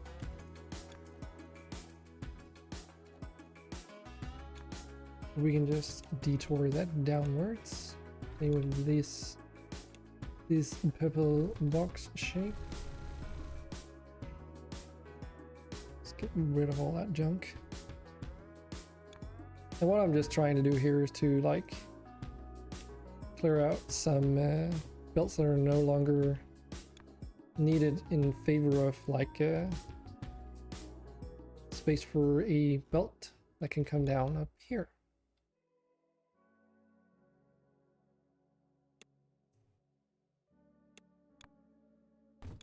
Let's just do this. I believe having a single line in will be more than adequate.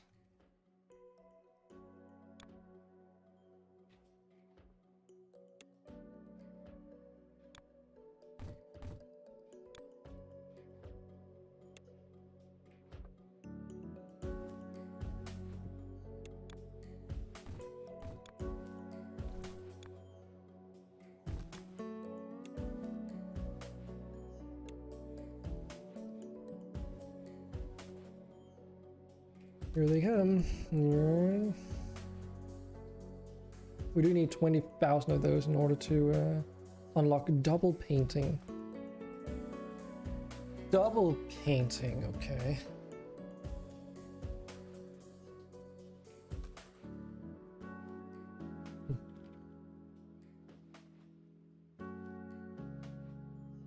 Do want to mess around with some stuff here though. Yes, just delete it all. That's okay with me.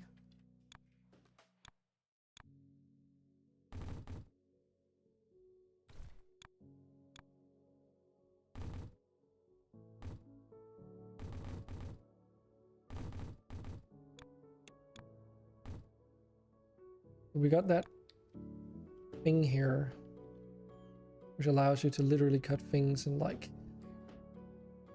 4 pieces all in one go. Jeez.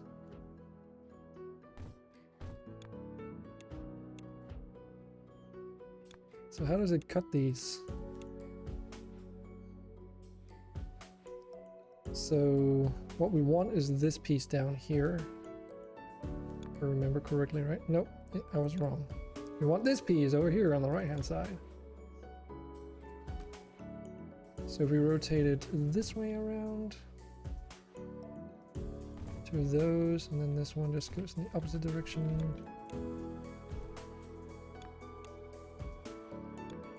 Copy that over.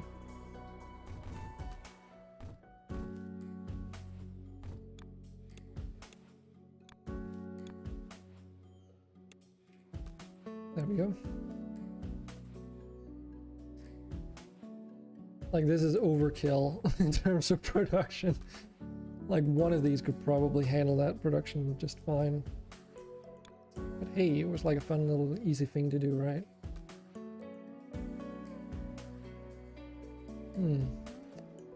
This one is awfully familiar.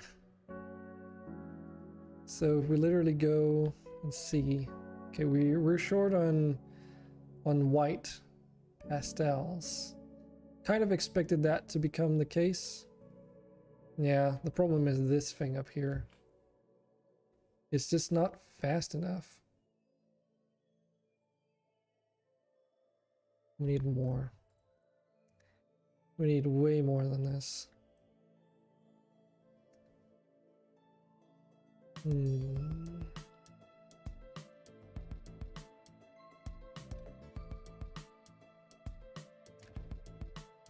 Okay, I'm gonna try something wild here, so bear with me. This is 8 outputs.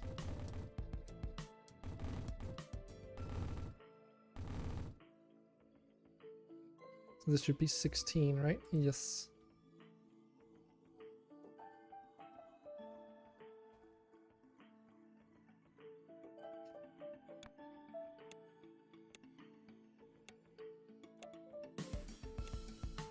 This is madness.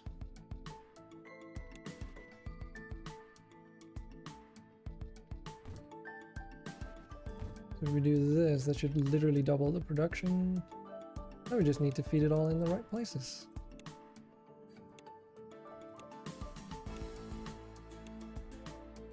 This fucking squiddly thing. Oh yeah, this is one of the most spaghetti arm-like contraptions I've made in this game so far. Well, not to be fair, I've made like way worse actually. Much worse. Yeah, we can just do we have 1 or 2? Okay, we had 2. 2 throughputs. If I do this, I guess the last one doesn't really matter, but then we can just do this and this. That should have doubled the production speed of those circles. Might still not be enough for the demand required over here. But I would literally have to like duplicate this onto the opposite side in order to make more. Which we could do. I mean, how much space does this even require? Let's just for funsies say I were to take this and copy paste it over. I mean, we could fit it. It would fit. Maybe we just need to somehow like something along that. And then make them face the opposite way.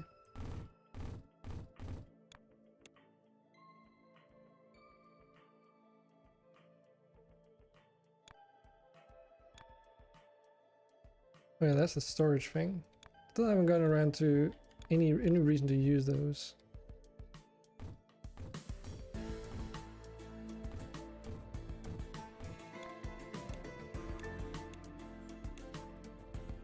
Does this do the right shape? Yes, it does. Good. Of course it does. It will always do the right shape. Doesn't matter what orientation those machines are rotated in.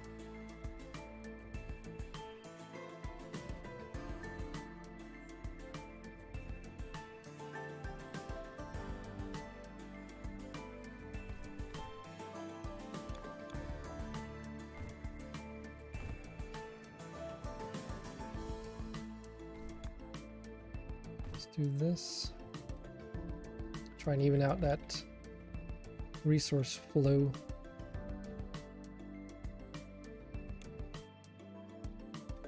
It's like some madness though.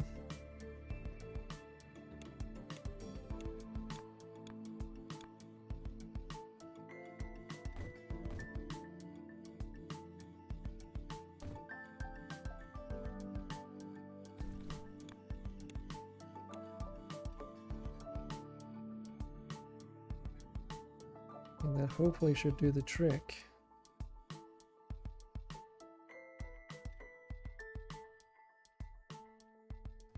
Until eventually when we get the cutting, rotating, and stacking thing upgraded, but that requires us to make this fucking scary looking shape. Which we're already like struggling to produce the previous one. So having to make another like two color, two shape weird ass thing, holy fuck, and then need 50,000 of those. God damn. Tell you what though, what we can do is we can now seemingly upgrade this production chain. That should give us progress towards that 20k much faster. What is the time though? Yeah, it's getting around that time. 9 hours, huh? Well, we will have to see, like, on another stream, I think. How's Streamraiders doing? 1 minute to go. Okay, so we'll just wait until Streamraiders... Actually, screw that. I'm just gonna exit out immediately. But before I leave today, I do still have one more thing that I want to do. Might as well do that while streaming, I suppose. And that is Genshin Impact dailies and stuff, because we got new content for that game. I've been at it for long, yeah. Well, I was also like eating like food while streaming, so I've been sort of like trying to get a little bit back today.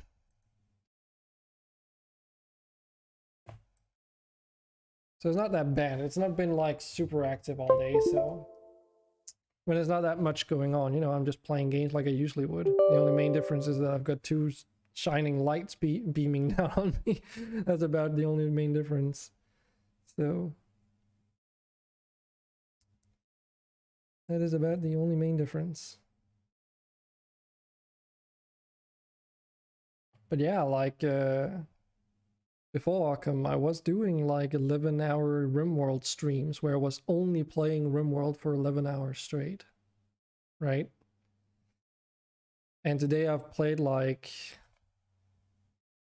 Loop Hero, Factory Town, Shapes.io.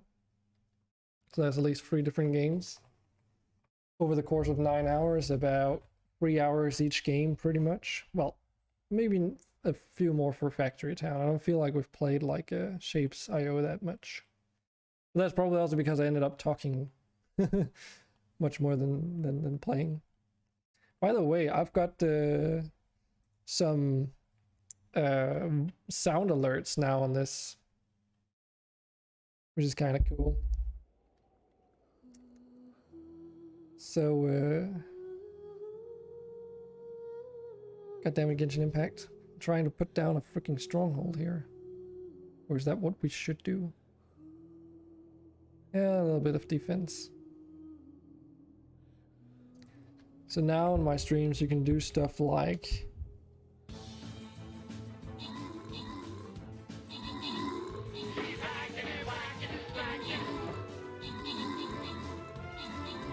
do some redemptions. I'm using the Streamlabs store for that. So the cloud butt stuff. And using loyalty points because I decided not to get affiliate. It's literally the same fucking system. You gain points from watching the stream, and if you're active actually, I assume that means just considered active in terms of stream chat, you actually get more points. And you can redeem those on the store for voice sound alerts. Consuming some of the points in return, and you can set like, I can set cooldowns that are global or like per viewer, so pretty cool. And you can see all the redeemables. I've made like a new panel on my Twitch page now called Loyalty Store. They take you right to it. It'll also show you like a live feed of the chats. I literally just got the notification you got live. Come on, Twitch. Wow, that's like 9 hours too late. Jesus Christ.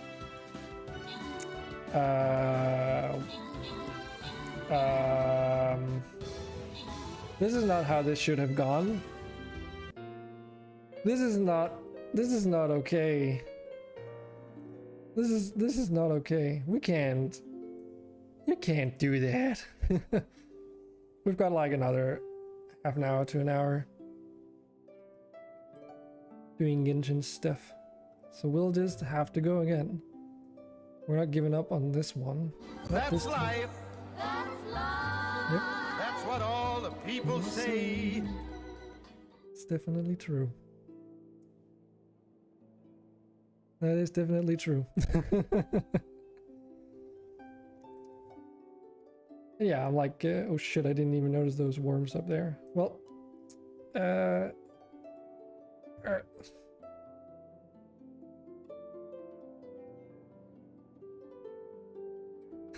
sorry, my back started hurting from the carrying I performed there. Yeah, boy. What would we do without you?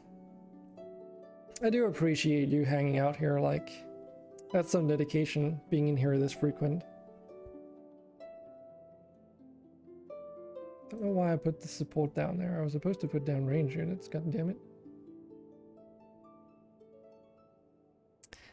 Okay. Now before I switch over to Genshin Impact, because I don't want to have my email doxed too often, I am going to log in before I switch over. Got vacation and nothing to do. See, maybe that's a thing I've been wondering. Maybe that's where my entire audience went before. They just like, vacation. What's that? So this is a good option, and that's good. That's cool. I will just get a drink though, because my throat is kind of dry. He says.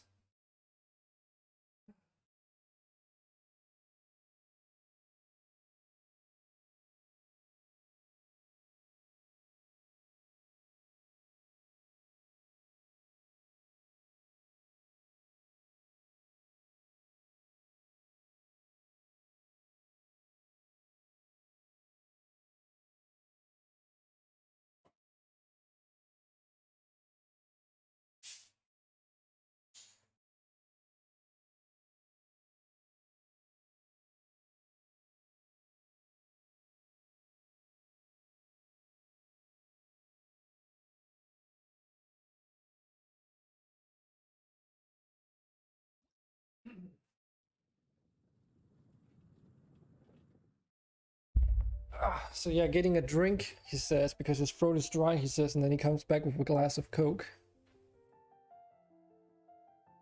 He just throws some pawns in the barrel, but they do little to nothing. So, well, Occam, it depends on what units you're putting in there. You can actually do surprisingly much with your units. So, I guess I can best show it in here. So like for instance, right, if you look closer at the units, these worms don't have a lot of hit points, but they do a lot of damage every single shot if you consider it. But like rogues eventually get this milestone ability where they just straight up resist ranged damage. And they reduce it mostly when, most of it like while moving. So they can be used to like take out the worms. Alternatively, you can also use the warrior, I think it is. The tank dude. Reduces a 30% defense bonus versus range. And being a tank, I think they also aggro. You can also put down a Centurion, which does it, but just to other units. You call me.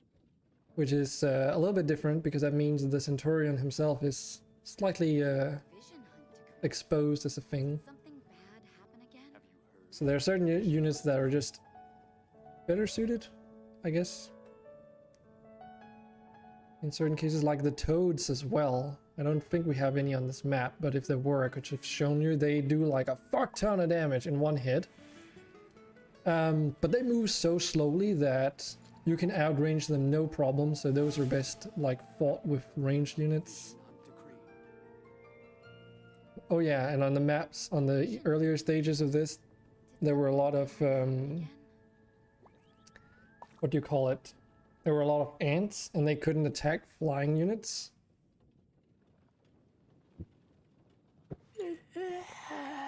Basically meaning that flying rogues ended up getting free pot shots at them. So. Have you heard about the Vision Hunt decree? See here. Okay, we're in there. Did something bad Let me just check some stuff. Oh, why am I fucking... Oh, maybe that's why my game is running like trash when I've got Genshin Impact running. Yeah, that is the other thing. Of course, low-level units is a limitation, but hey, you can still do a lot. So maybe that's why my game was running trash. I had like... I just looked over on my Streamlabs OBS, and apparently I was having like... You know how I have that dragon claw thing background? So I have that on the bottom of every single one of my stream layouts. But for some reason for my Genshin Impact one, I also was having my desktop underneath the background. Always visible and rendered, but then getting occluded by anything. And if there's something that's expensive, it's rendering the entire screen twice. So yeah. Maybe that's why I've been having performance issues trying to stream this freaking game. So hopefully that's gonna make enough of a good impact. I'll almost say a good Genshin impact. That was a bad joke.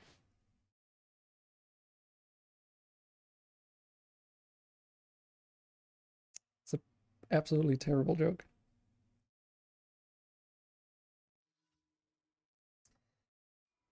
But yeah, so exclamation mark game. Oh, right. Well, not really like it matters too much, but you're right. I assume should update stream info, I meant. Yeah. Yeah, I almost forgot about that. Yeah, I know, Racer, you're rearing to go, but...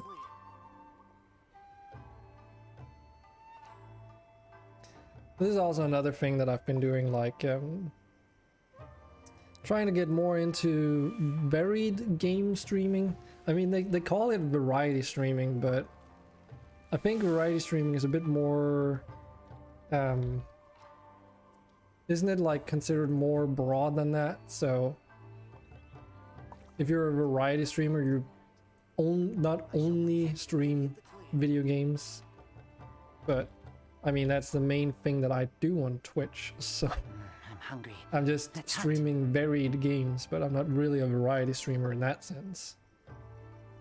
At least I would not consider myself one in that regard. Okay. Oh shoot, now I forgot to double check on Twitch. Still a little bit not concerned, but something to the tune of that in terms of restream, not updating the streaming categories properly, but it seems like it's doing a pretty good job. Really good job. Cool. Okay, so Genshin Impact. But thanks for that reminder, Arkham. That's very helpful. So I got Yoimiya. He is a new Pyro Archer character. Unfortunately, though, I don't have like all the materials required in order to fully like make her combat ready, but she's getting there. Her stats aren't that high.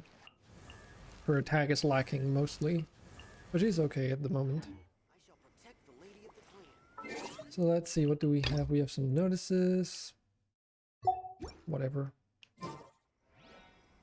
We have some event stuff that I haven't initiated yet. It's like a, I think it's a fight arena thing. Want to learn some Favonia's blade work?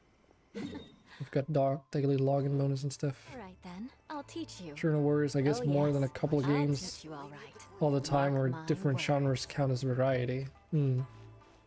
Probably. It's like there's also something that's pretty hard to like do. Okay, I can definitely feel that the game is still laggy. I need a dedicated streaming computer. There's just no way around it. I should really get my laptop set up. Shut up. It's kind of what I've been meaning to do, but I've just not been getting around to it. Would be so much easier if I could like change the stream quality for when I'm playing this game on the fly instead of having to completely halt the entire— oh shit.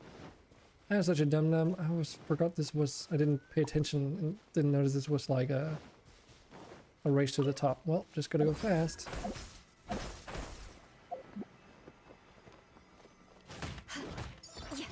You get time for killing slime, so it should be okay.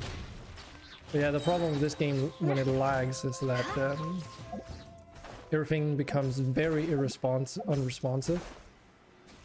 Well, not everything, but mostly just regular base attacks. Like this, for instance, I was not intending to do that. My character just registers the multiple button presses as like a hold, and that makes them use their charged attack instead of their regular, like, faster hitting attacks.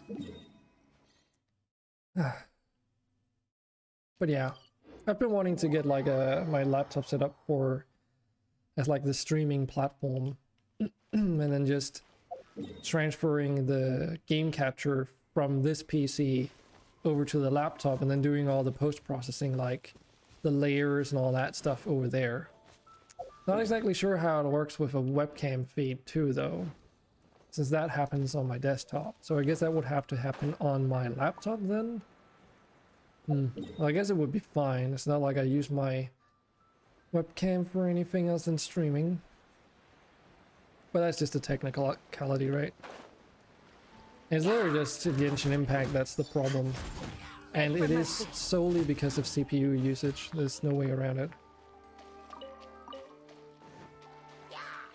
Because Streamlabs OBS does use a CPU. I think if I switch into regular OBS, I could also get around it, but then, you know, there's a trade-off to every decision you make, so. But anyways, yeah, I've been wanting to, like, be able to play more varied games instead of just RimWorld. Because though RimWorld is a really good and, you know, varied game in its own right, playing it like not 24/7, but you know, every single time that you're streaming does get pretty stale. And at the end of my 1.2 colony, I just found that I was running out of interesting things to talk about because I felt that I'd already covered everything that was to talk about in the game, everything that was to talk about the mods, and even then the mods themselves or the playthrough was just dragging on really. Like the last 3 sessions I ended up doing basically nothing. Like there was nothing left for me to do other than wait for the pawns to do their stuff because of how like large colony in-game RimWorld stuff just slows down to a crawl where it's not even enjoyable to play anymore. But I felt that I needed to see it through, which in hindsight might have been like a lost cause. Would have been better just to do a different colony. But then 1.3 happened and it didn't really matter anyway, so.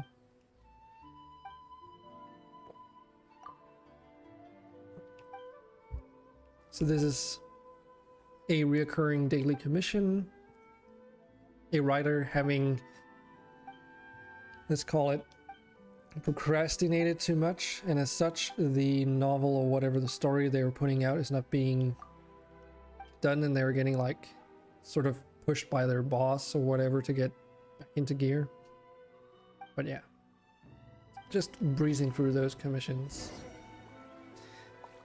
Yeah, I don't stream much, but I kind of have the same problem with RimWorld. Still have a one free colony that might be fun with the own own Rim Trust mod, but might look into some other game.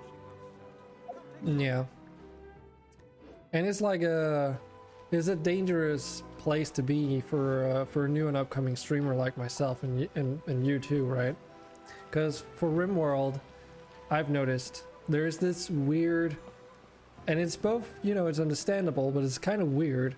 There's this weird trend where RimWorld streamers will only raid other RimWorld streamers, preferably if they do TTK in the past Puppeteer. And that is kind of why I got this skewed, I think, perception of progress. And because I was getting like, you know, average 10 viewers almost every time I would stream the game, or every time I would stream. Mostly just when I was streaming RimWorld. Like I was trying to do Tailspire stuff too, but you know, I could definitely see in the viewer numbers. But that's because you get rated by like 25 people, and then, you know, about 8 or so of them might hang around because hey, it's more RimWorld, so why not?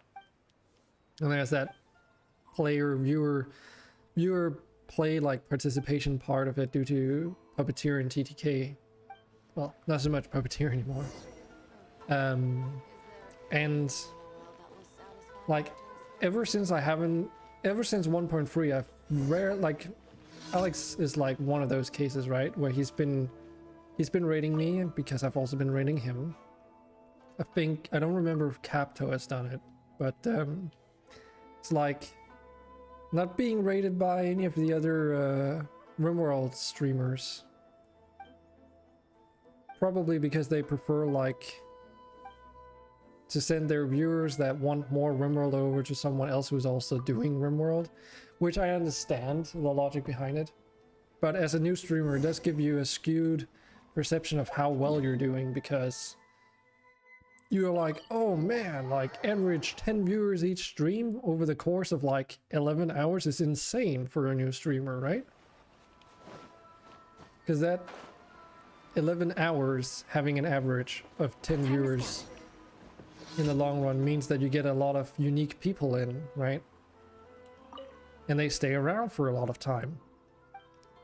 But then you switch into another game and then like no one, just absolutely no one shows up. Basically to the point where ever since 1.3 came out, I feel like I had to start all over in terms of streaming progress, which is a very weird place to be. Of course, not entirely true, but still, it kind of feels that way in a lot of ways. And it is like that with RimWorld, where you get rated by one person like 1 hour into your stream, comes in with 20 people, and you immediately get bumped up to the top of the page on RimWorld. Because again, also, Twitch doesn't have any discoverability, so literally the only way to make yourself more discoverable is by sheer luck. And, you know, basically meaning getting rated by other people to push your stream forward in comparison to others. Now, of course, your content also matters, but at the end of the day, anyone who raids you with like 30 people, that's like their viewer base most likely, unless it's like a viewer base that also comes from like a completely third streamer, which is actually something that happens with RimWorld, right? Because one person will stop streaming, Freeze to the core. raid one RimWorld streamer, bring over maybe like 10-20 people. A lot of them will like leave or whatever. But then that streamer will eventually stop streaming and raid a third RimWorld streamer, carrying over basically viewers from 2 different streamers over. And you get a lot of follows, which is nice and stuff. But, you know, those people are going to be loyal to their streamers, right? That's kind of what you expect. So unless your stream hours happen to fit in with, like, the other streamers, chances are they won't be around that frequently. And that's, like, how it is. So the only thing about it, of course, is that it gives you this aforementioned skewed perspective of how well you're doing. So yeah. That happened to me when Tim rated me. He was rated before, but then if I don't do RimWorld, I guess I would get even less viewers. Yeah, and that's the dangerous part, right? Because you get stuck into this mentality like, oh my god, I need to like stream more RimWorld in order to keep my viewer numbers up. Which is not really what we should be focusing on when we're starting out as streamers. We should be focusing about like, okay, so what do I want to do with my stream that makes it set itself apart from other streams? How do I try and make it more engaging and interesting for people that come by? So it's not just that, oh, I'm just another guy that happens to stream a lot of RimWorld. You know, there should be something else.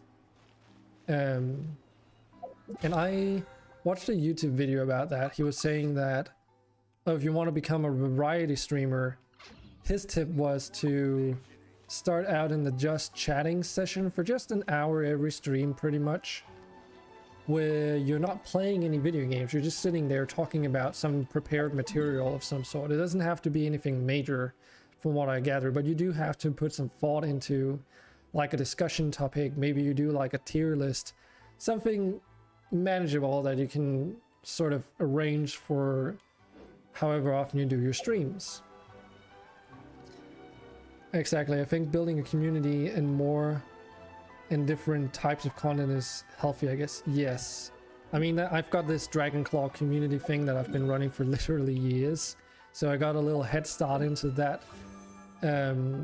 Already having like a Discord and stuff like that ready to go.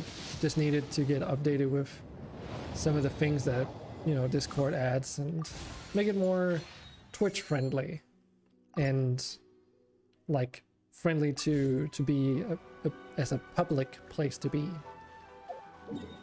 But he said anyways that you should stream for like an hour's worth of just chatting in order to like have a chat with your chats so that they get to know you more. Because his point was that if you want to be more successful or put yourself apart from the crowd, you need to make you yourself as a person seem interesting to other people. And that's what just chatting is good for, because you kind of just end up talking about stuff like that. It's more relatable and you get to know the streamer for something else than just one game, of course. Exactly. Exactly. And just, you know, people come to your streams for you, not the games that you play. Which is kind of what I want to try and do. It's hard though. For the time being, I'm trying to sort of stream different varied types of games that are fairly similar in terms of like who I would imagine the player base behind those games would be, like, you know, Satisfactory, Factorio, Shapes.io, and a bunch of other games even that I've been looking at. They're all very similar. RimWorld and Rise to Ruins also have some things in common, I would say. It's the same with my favorite YouTubers and streamers. You love the guys too, their personality and humor and so on. Yeah. And personally, like, I want to be that streamer that can talk about interesting, hopefully, hopefully to people, interesting game trivia, but also like trying to use whatever knowledge I have as a game developer in order to dissect video games in certain cases, or talk about how we could make them better if we had the option to, you know, hypothetical thinking, really. Speaking of hypothetical, I need to find out what I should hypothetically be doing right now, because I've got resin still to use, but I don't know where I should spend it. Don't spend it all in one place. I kind of need to farm this artifact set for Yoimiya. So it says for the 4-piece set, when casting an elemental skill, if the character has 15 or more energy, they lose 15 energy, and then normal and charged and plunging attacks, damage is increased by 50%. 50% is pretty nutty. Especially because it says attack damage, which means it doesn't matter if it's elemental or non-elemental. It's just your damage. And the 18% attack bonus for the 2-piece set is just universally applicable as well. So that's kind of where I want to go. Since the only other thing I can do for her is I can get experience notes to get her up to level 80, and that way figure out what kind of ascension materials we need. Well, I guess we might as well start somewhere. Head off to bed now. The couple of minutes hanging out in Streamraiders turned out longer than expected. Well, I assume that means you at least had a good time. And it was good to have a chat with you, Occam. I hope you can also find some kind of resonance in this talk about streaming and stuff, because I know you also do it a little bit, right? So know that you're not the only one that's dealing with it. And I think the most important part regarding that whole, I don't know if you would call it Rimworld stigma or whatever, but that whole Rimworld situation is just to acknowledge it's a thing and then decide to be one of those people that just don't want to propagate that kind of behavior, because it's kind of weird, but understandable for people that have loyal viewers that they want to bring on to watch more Rimworld or whatever. Yeah, sure. Also like the modding part and also streaming, although I'm not fully committed at all into it. Yeah, it does take a long time too. Anyways, I don't want to hang on to you for any longer if you're tired and need to go to bed. So have a good one, Occam, and I will see you next time, hopefully, or another time, whenever. I do notice when you're in Discord as well, so there's plenty of opportunities.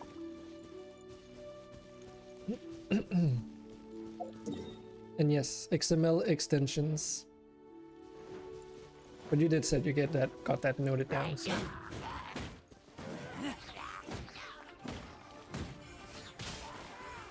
Okay, so no problem. Have a good one too. Thanks. Okay, so yeah, we'll be farming XP, character XP, for Yoimiya. Unfortunately, I didn't get, what was her name, Suyu? Or something to the tune of that. A new greatsword user, a chibi character that's the first greatsword animo user that also happens to be chibi. So she's the first character in a lot of ways. Unfortunately, even though her being a 4-star, I did not get her. I did get the featured 5-star though, which meant I did about 90 pulls on that banner in order to get her. Which also subsequently means that out of those 9 other guaranteed 4-star pulls, I didn't get that one 4-star character even once. So, and always have what you want, I suppose. But hey, I'm sure she'll get onto a banner another time. The only thing that sucks about it is that I really was wanting to use her because she looks like so much fun. Just a small, very small character with the first character, you know, being able to use the greatsword is one thing. But she's also the first animo greatsword user. And as a result, you get super high damage output combined with animo, which pretty much just propagates all other on the battlefield existing elemental effects so that it amplifies them. And she can do this weird ass, what do you even want to call it, roly-poly kind of move, where she just spins around on the ground and creates an anemo like AoE effect around her. And apparently she can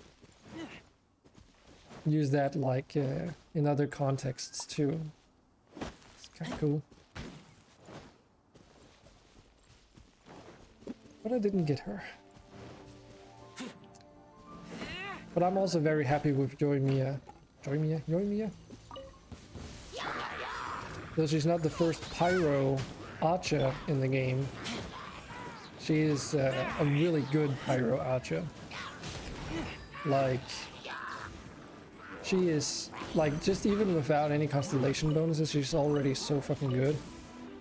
So she's, from what I can tell, you can build her either for charged attacks, or you can actually also use her a little bit like Child, where you just use her normal attacks instead, and then just spam attacks. Because her elemental skill converts all her base damage, or all her regular attacks into pyro damage. Which is very good, as it's, as I said, an elemental skill, which means you can trigger it quite often. And since she's like built to do, you know, regular attacks that way, you can dish out a lot of DPS without having to worry about standing, you know, still almost, aiming at the target until the right moment sort of shines. That being said though, even at 0 constellation bonus, if you were to charge her attack, she actually gets like you can overcharge her bow attack, so that if you continue charging it after the arrow turns into a pyro arrow, aka a charged attack, for like up to 3 different additional projectiles, you get like these additional firework particles that sort of spawn around the arrow. And they can deal additional damage. And not only that, they are also homing attacks, reducing your need for aiming, which is kind of cool. Okay, 31 units. Jesus Christ, you guys. And there's only another 8 of you in here, so you're very dedicated. Very nice.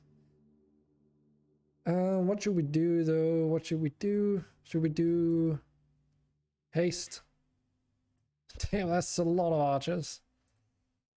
Nice. Well, I guess they are the easiest to mass, so.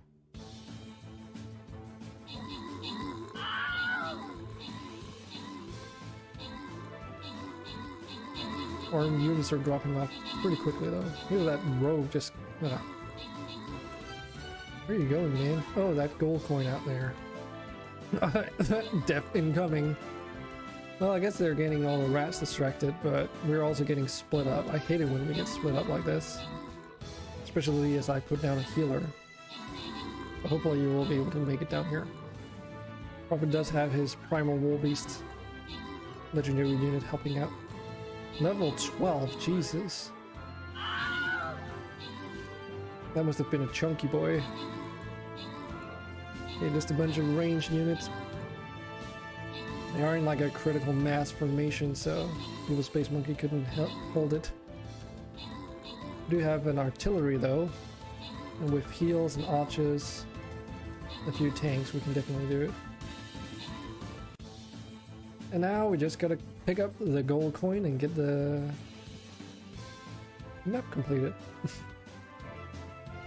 See, this is why, like, what's the point of these things other than to distract the freaking rogues? Like, this is not a good thing to go for. You shouldn't go for these. Shark, get him. Yeah, I noticed that. That was a pretty cool one. So who gets the 200 coins? Flippy Leeds gets 200 additional coins. Alright. Coolio. Everyone else gets 8. I hope you got a skin box. Not too sure how those work, actually. Now let's go for the gold chest. I know you guys just spent like 2 epic units, but let's go for broke. This might be the last Streamraiders, depending on how long Genshin Impact takes. Oof, what do we have here? A lot of mixed bullshit. Yeah, I'm not entirely sure on what to put down, honestly. I can put down a tank to suck up the projectile damage from those suckers.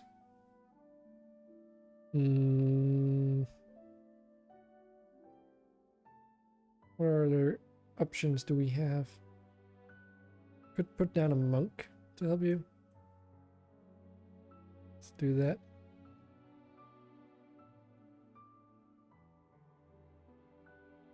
Yeah, because they're like an all-purpose unit in a lot of ways.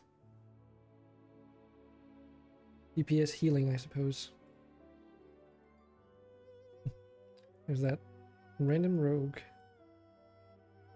Okay, we'll check back on that in like half an hour. Let's see if we can get the remaining resin utilized.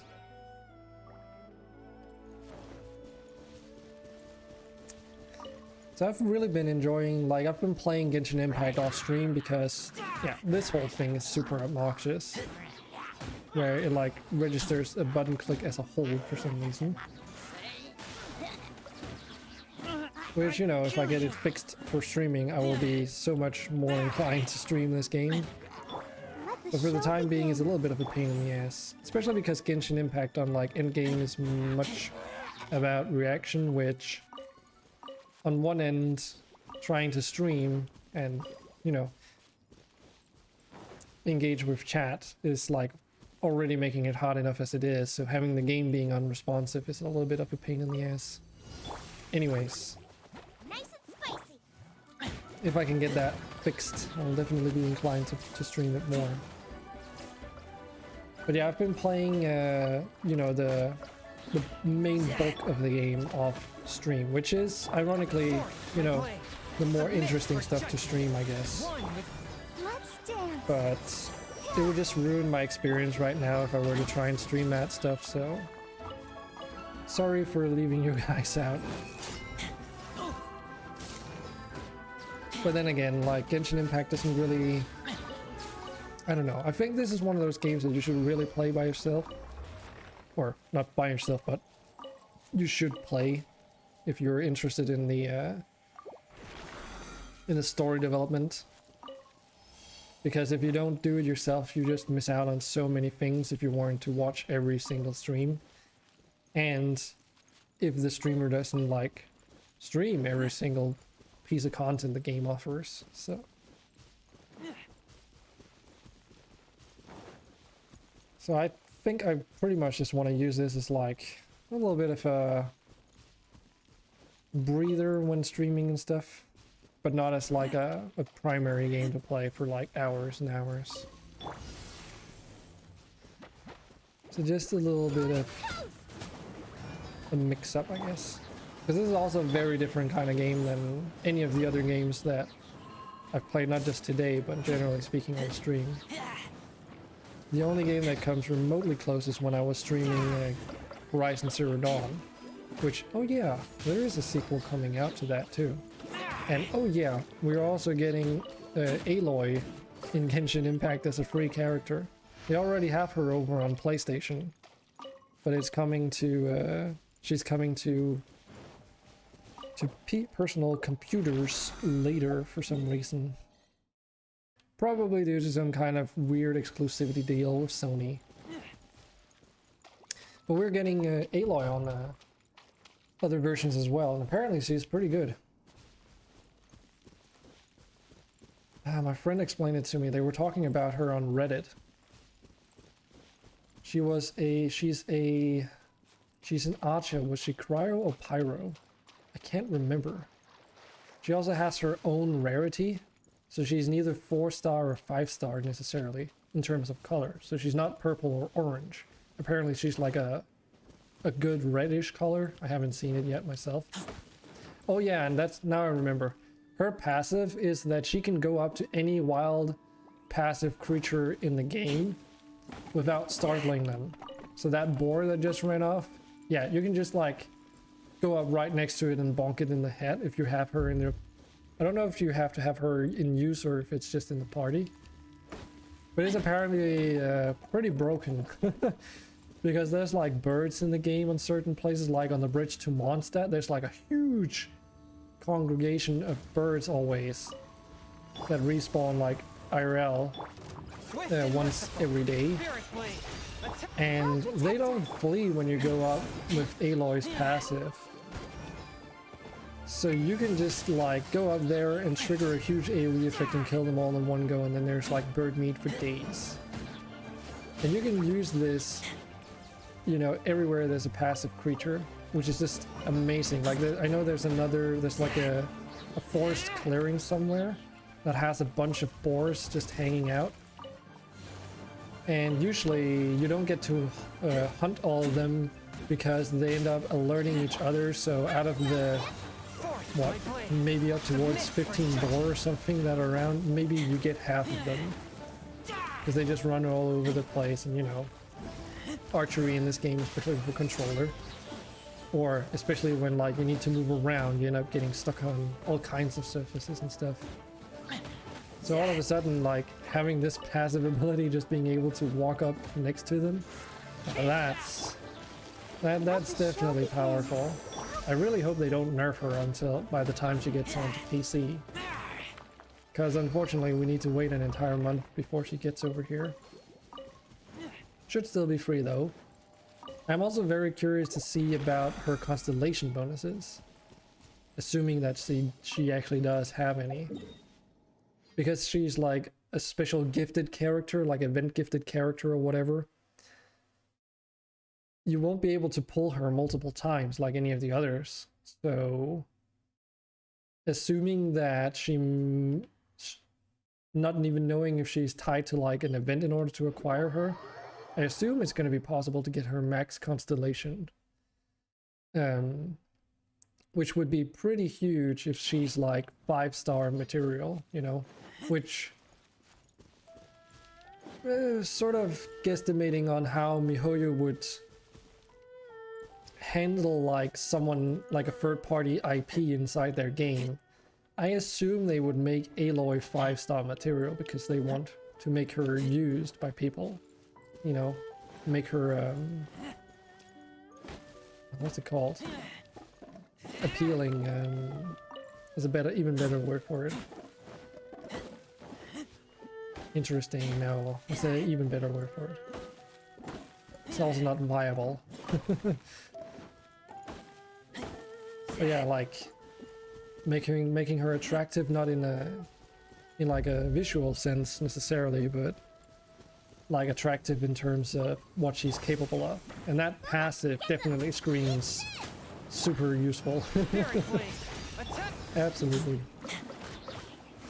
Now the only problem with this game, I feel, is that you can only have 4 characters in your party at any point in time.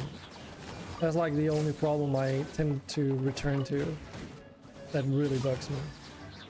But you know, the game has to have some kind of balance. But sometimes I wish like I could get those passive abilities that are mostly just utility really into parties where I don't necessarily want the character to be themselves. Other good examples, for instance, are Ningguang. She has a passive that doesn't aid you in combat whatsoever, but on your minimap she will highlight nearby, is it minerals? I think it is. So meaning that if you're out and exploring in a foreign area or you're not paying attention, she will like basically help you find ores and stuff by marking the nearest one on your minimap. So that if you're in the area, you might as well check it out, basically. Just the small things. Of course, you know, if you were to memorize the locations and spawns of everything in the game, that ability becomes technically useless. Which is also another reason, like, I don't think that's something that detracts from my statement that I really wish those were always available. I think that just even adds more to it. Because at that stage, Ningguang's passive being useless means that she has an entire talent that, if she's in your party, doesn't do you any favors. Like, sure, it'll show you things on the minimap, but if you know where they are, you don't look for that anyway. So.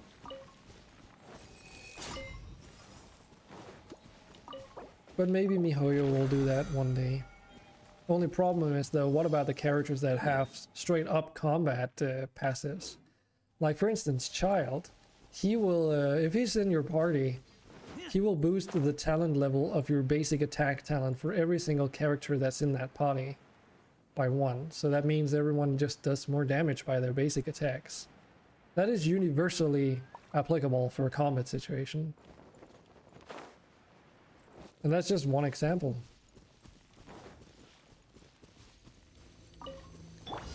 And there are multiple cases where, like, you can really make some good use out of those passives. Let's put it.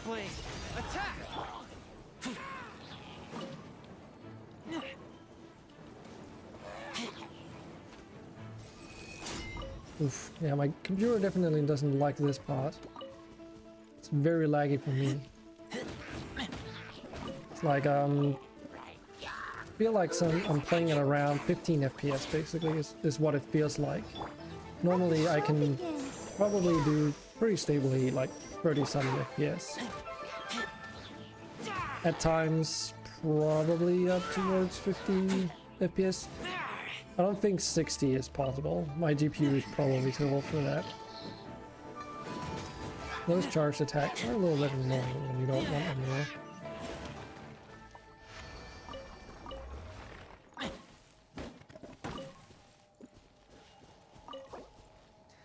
And it's just a problem of me being so used to just like tapping the button over and over again. Not really caring too much about the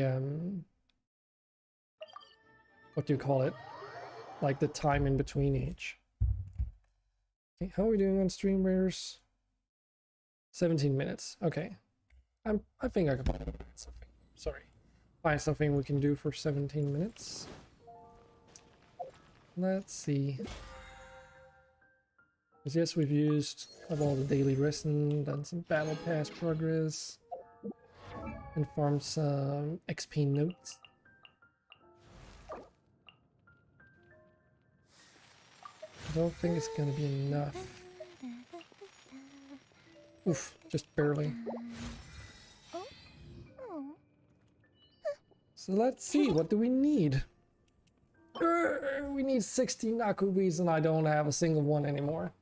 Try and guess where the all my Nakuweeds have been going. And if you guessed Joy Mia, then ding ding ding, you're correct. I also need 6 Acnidus Agate gemstones. And then I also need to defeat that new Pyrohypostasis. A couple more times. 2 times would do it in terms of that material. You call me. The question though is, can I synthesize these? Okay, let's try and see how many we can make.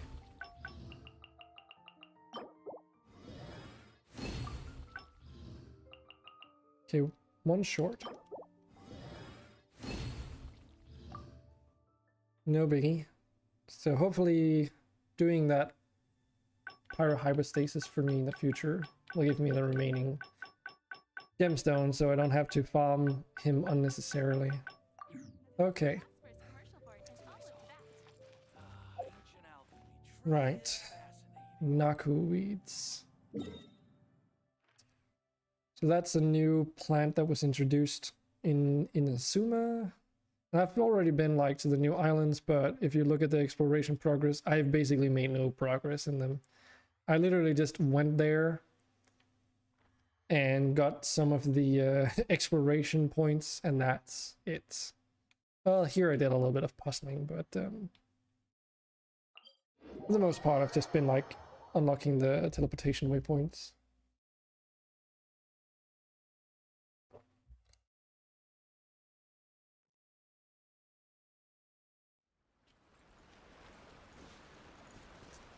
So I'm hoping, because the Naku weeds sort of have a tendency to appear in areas that have like electric blue like grass and purplish colors. Haven't played since the Frozen Mountain. Oh, Dragon Spine? Oh geez. That's a long time ago. Or what they call it again. Yeah, it's called Dragon Spine. Yeah, that is a long time ago. Like, we've just gotten the second update to Inazuma 2.1, so this island landmass has already been expanded once. So, you know, become available first with the first half, just like the other regions kind of were structured, and then expanded later. Did get it 90% in 2 days, I think, or something. Yeah, a lot of people got Dragon Spine exploration up really quickly, but I think that's okay. Consider the fact that it's part of the Mondstadt region, it's not even part of Liyue, and by the time Dragon Spine was implemented, Liyue was like, we were in the midst of like the Liyue end storyline part, I think. So Dragon Spine was pretty much like a filler episode. That's kind of how I view it. Okay, any knuckleweeds around here? Doesn't seem like it. But yeah, it's a very small area, or it's a very densely populated but still small area. Inazuma brings with it like new enemies, new puzzle kinds, a lot of them based off of electro stuff. So it's a pretty good time. I just completely neglected that after I completed Mondstadt.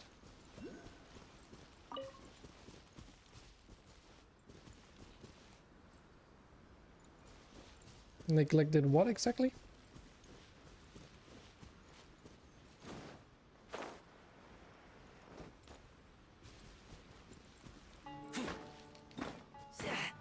Oh yeah, and I've been playing this game a lot, by the way. In case you were wondering just by how much. I haven't done any story in Liyue, really? Oh wow, like that entire story arc is completed, so if you went back into the game, you could like literally finish that. But yeah, I've played this game a little bit. Case in point, this is how many crystal chunks I've got stored. And you think that's a lot of crystal chunks. Here.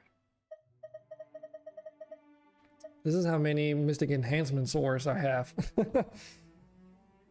I'm more the enjoy and explore type. Okay, so you've explored all of Liyue, but you haven't done the storyline?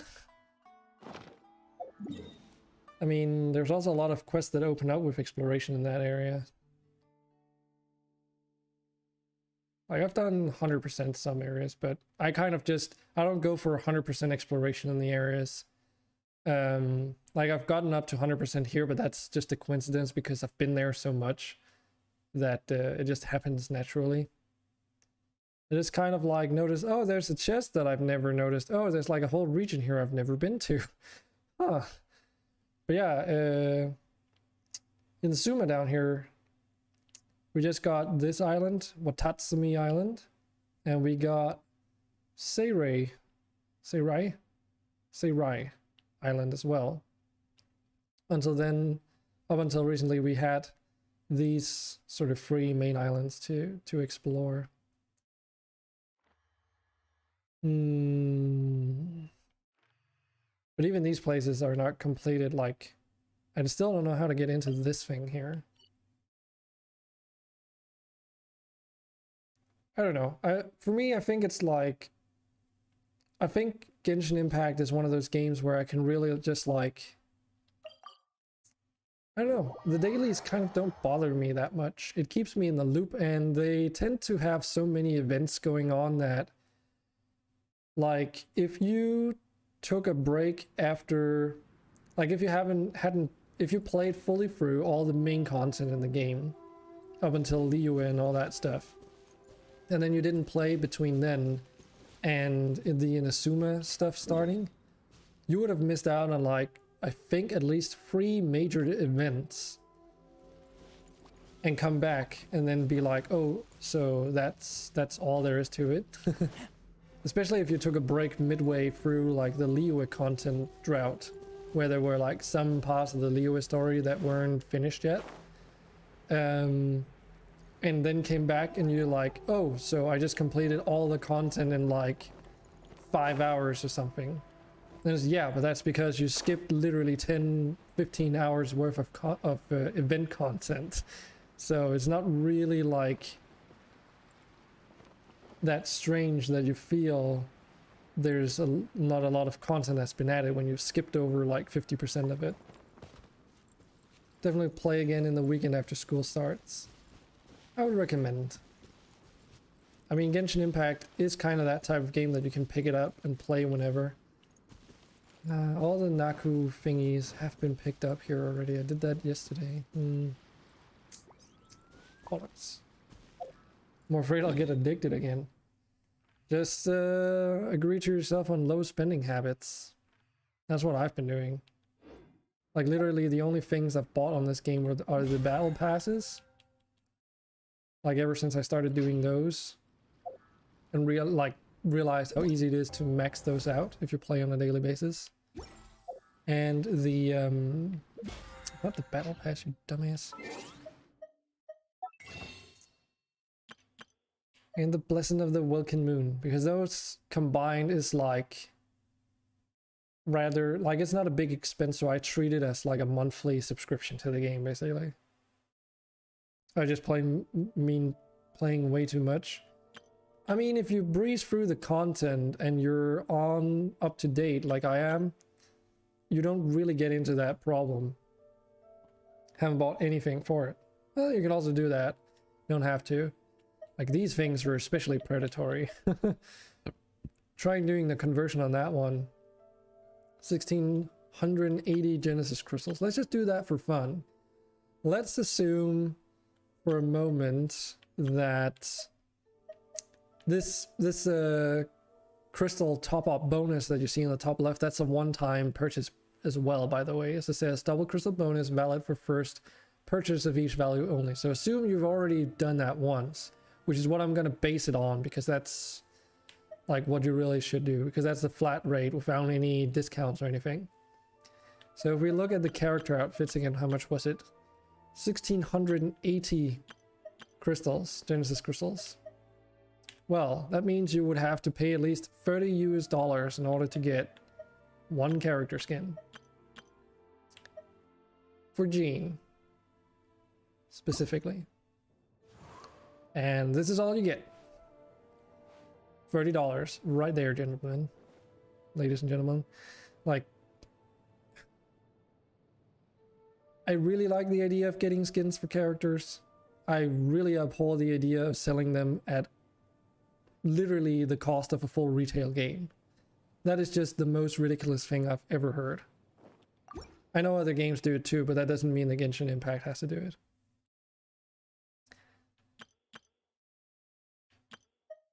And I mean, here's my reasoning for why I have a problem with it in this game.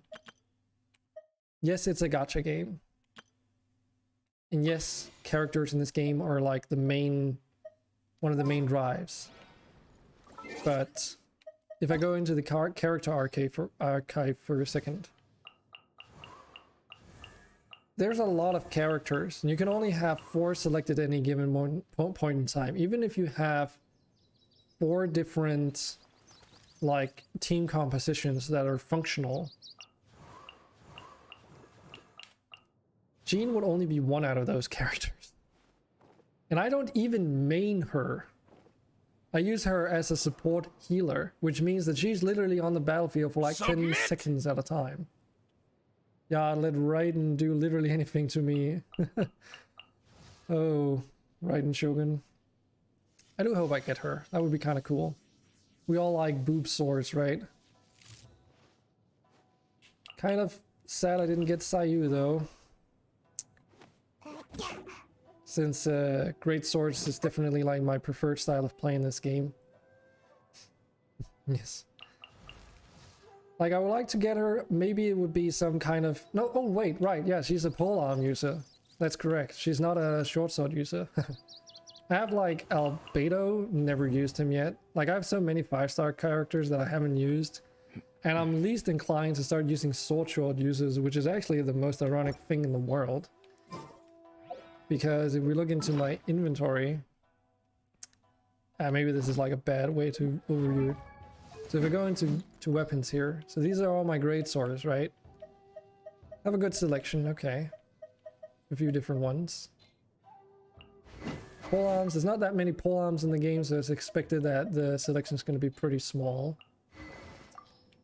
Catalysts, also a pretty decent selection. I need to get like some of these merged though. Bows, also pretty decent. But then fucking short swords. Like, it doesn't seem like much, but notice how I have a Favonius Greatsword that's maxed, almost this sword maxed, almost Lion's Sword maxed, almost the Flute maxed. Don't think I have any 5 stars, and draw luck sucks. Like characters or weapons. The only reason I have this one is because I pulled on a Wolf's Greatsword banner and got this instead. As far as I remember. Either that or in the it might actually have been on the standard banner, this one, I think. Yeah, I think I'm talking shit. I think this might have actually been on the standard banner. Of course, this is the Battle Pass short sword weapon as well. I thought putting that on Jean would have been like the best idea in the world, but nope. It's actually pretty shit for her. She's better off with energy recharge and just spending 10 seconds on the battlefield in my case. Characters. Ah, okay. Well, I smell rat. that's because you haven't been getting those daily primogens. Jean literally doesn't wear jeans. Well, Mona and Lisa combined doesn't even have any of the traits of Mona Lisa, does she? Do they? I don't know. Speaking of Mona, that's another character that I probably won't ever use. Her whole diving into a water puddle and being locked in the direction that she reappears in is so fucking annoying to deal with. Like, she's really good, don't get me wrong, but that feature alone, if you can call it, is just grounds for me to never use her. Even though I was happy getting her, it's just, no. They are a poor trait. Poor trait?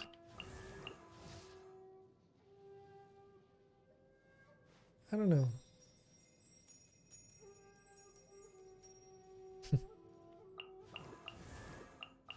Oh yeah, also like I've gotten to that point now where like I've started getting characters that are max constellation too. So like Xiangling is now max constellation. That just happened yesterday, I think. Barbara's been max constellation for a while, but you also get her for free, like, or I got her for free like 3 times over or something. My official's almost maxed.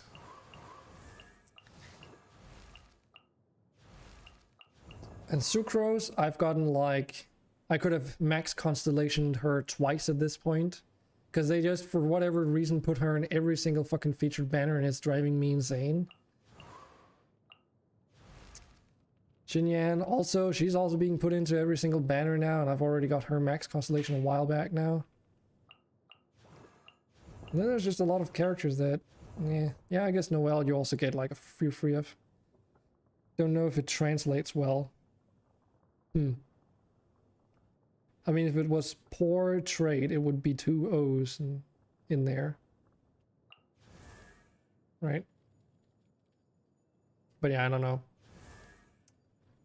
Yona is also almost max constellation. Beidou is almost max constellation. I could actually have had her max cons. Because I kind of fucked up on one of the recent events where you could get her for doing like event stuff. And I totally like fucked it up. I totally forgot that that was a thing. To the point where I ended up not getting her.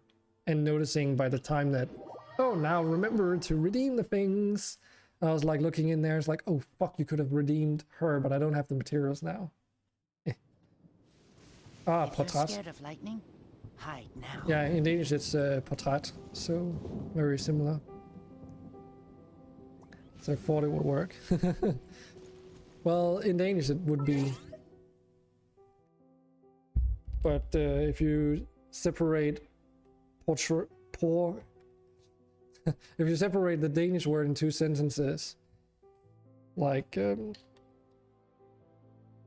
spell like this, and the word træt literally means tired. Anyways, let's get into Streamraiders, and unfortunately we'll have to finish the stream off. It's also like almost midnight here, so got like a huge army of 34 units. Well, better like make this Captain Buff Cow. What's this down here, boy? Are you on like a suicide mission? Okay, well,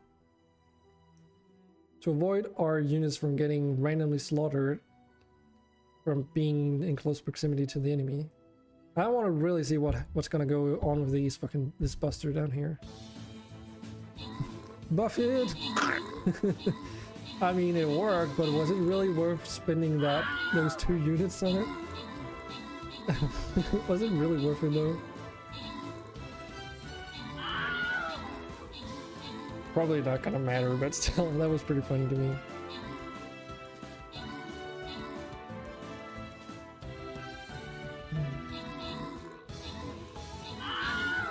Okay, we're down to 22 units. But they are also dwindling in numbers pretty rapidly. If only our units can figure out the weight of the enemy, then it's gonna be fine.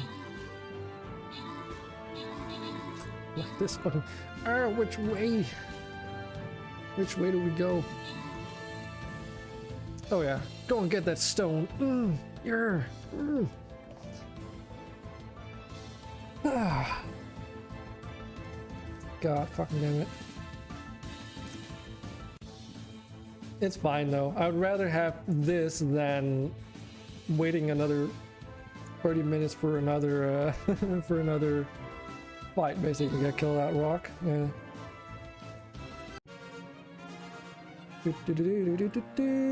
Boy, you get 2 bomber scrolls. An evil space monkey gets 50 coins. Can't remember which map that was. That was a golden chest. Unfortunately, that is where we will be ending the stream today. So let's see how this works out. Don't necessarily know if this is gonna work. Nah, okay. Oh yeah, it's not gonna show anything. Or maybe it should. So I have this credits thing here that's supposed to roll and show like recent likes, followers and stuff like that, but for some reason it's not showing up whatsoever, and I don't know why. I will have to figure out what is going on with that one, because I can see it over in the preview. For some reason it's just not showing up in the actual thing, and I have no idea why. There's literally no reason why this shouldn't be working. Anyways, with that being said, thanks for dropping by, everyone. It's good to see you here, boy, and everyone else who tuned in as well. That was pretty nice. I've got streaming planned for tomorrow, but we did stream for quite a long time today, so I don't know if it's going to be an early stream tomorrow or if it's going to be an evening stream. I've tried changing my Twitch specific schedule to match that, sort of in terms of like that intention, so to speak. So in there now, instead of streaming RimWorld in the weekends, it says like has 2 time slots, and then sort of describes, okay, it's whether or not it's likely I'll be streaming in the evenings or, you know, earlier in the day and stuff.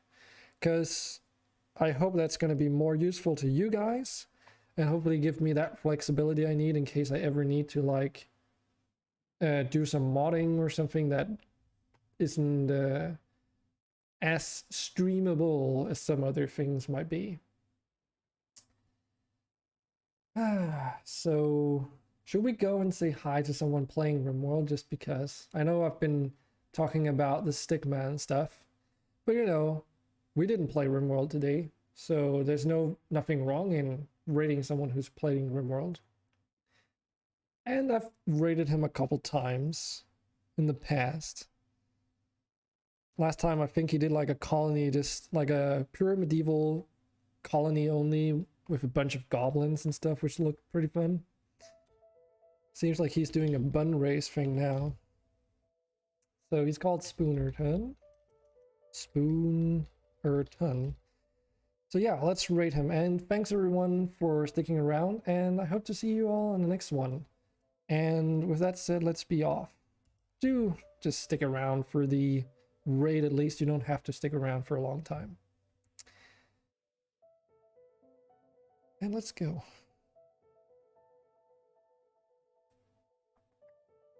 Give Twitch a moment to catch up.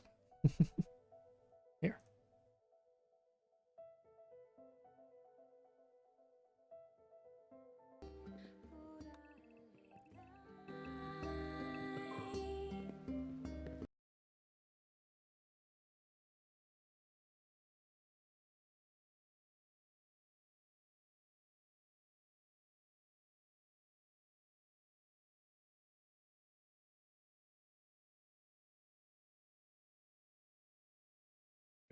Every time I look over and you've rated me, I swear to God, I look at your name and I read Donkey King. I want it to be Donkey Kong so bad, I think. But thank you. Fuckers. Get a great straight dragon. I hope it was fantastic.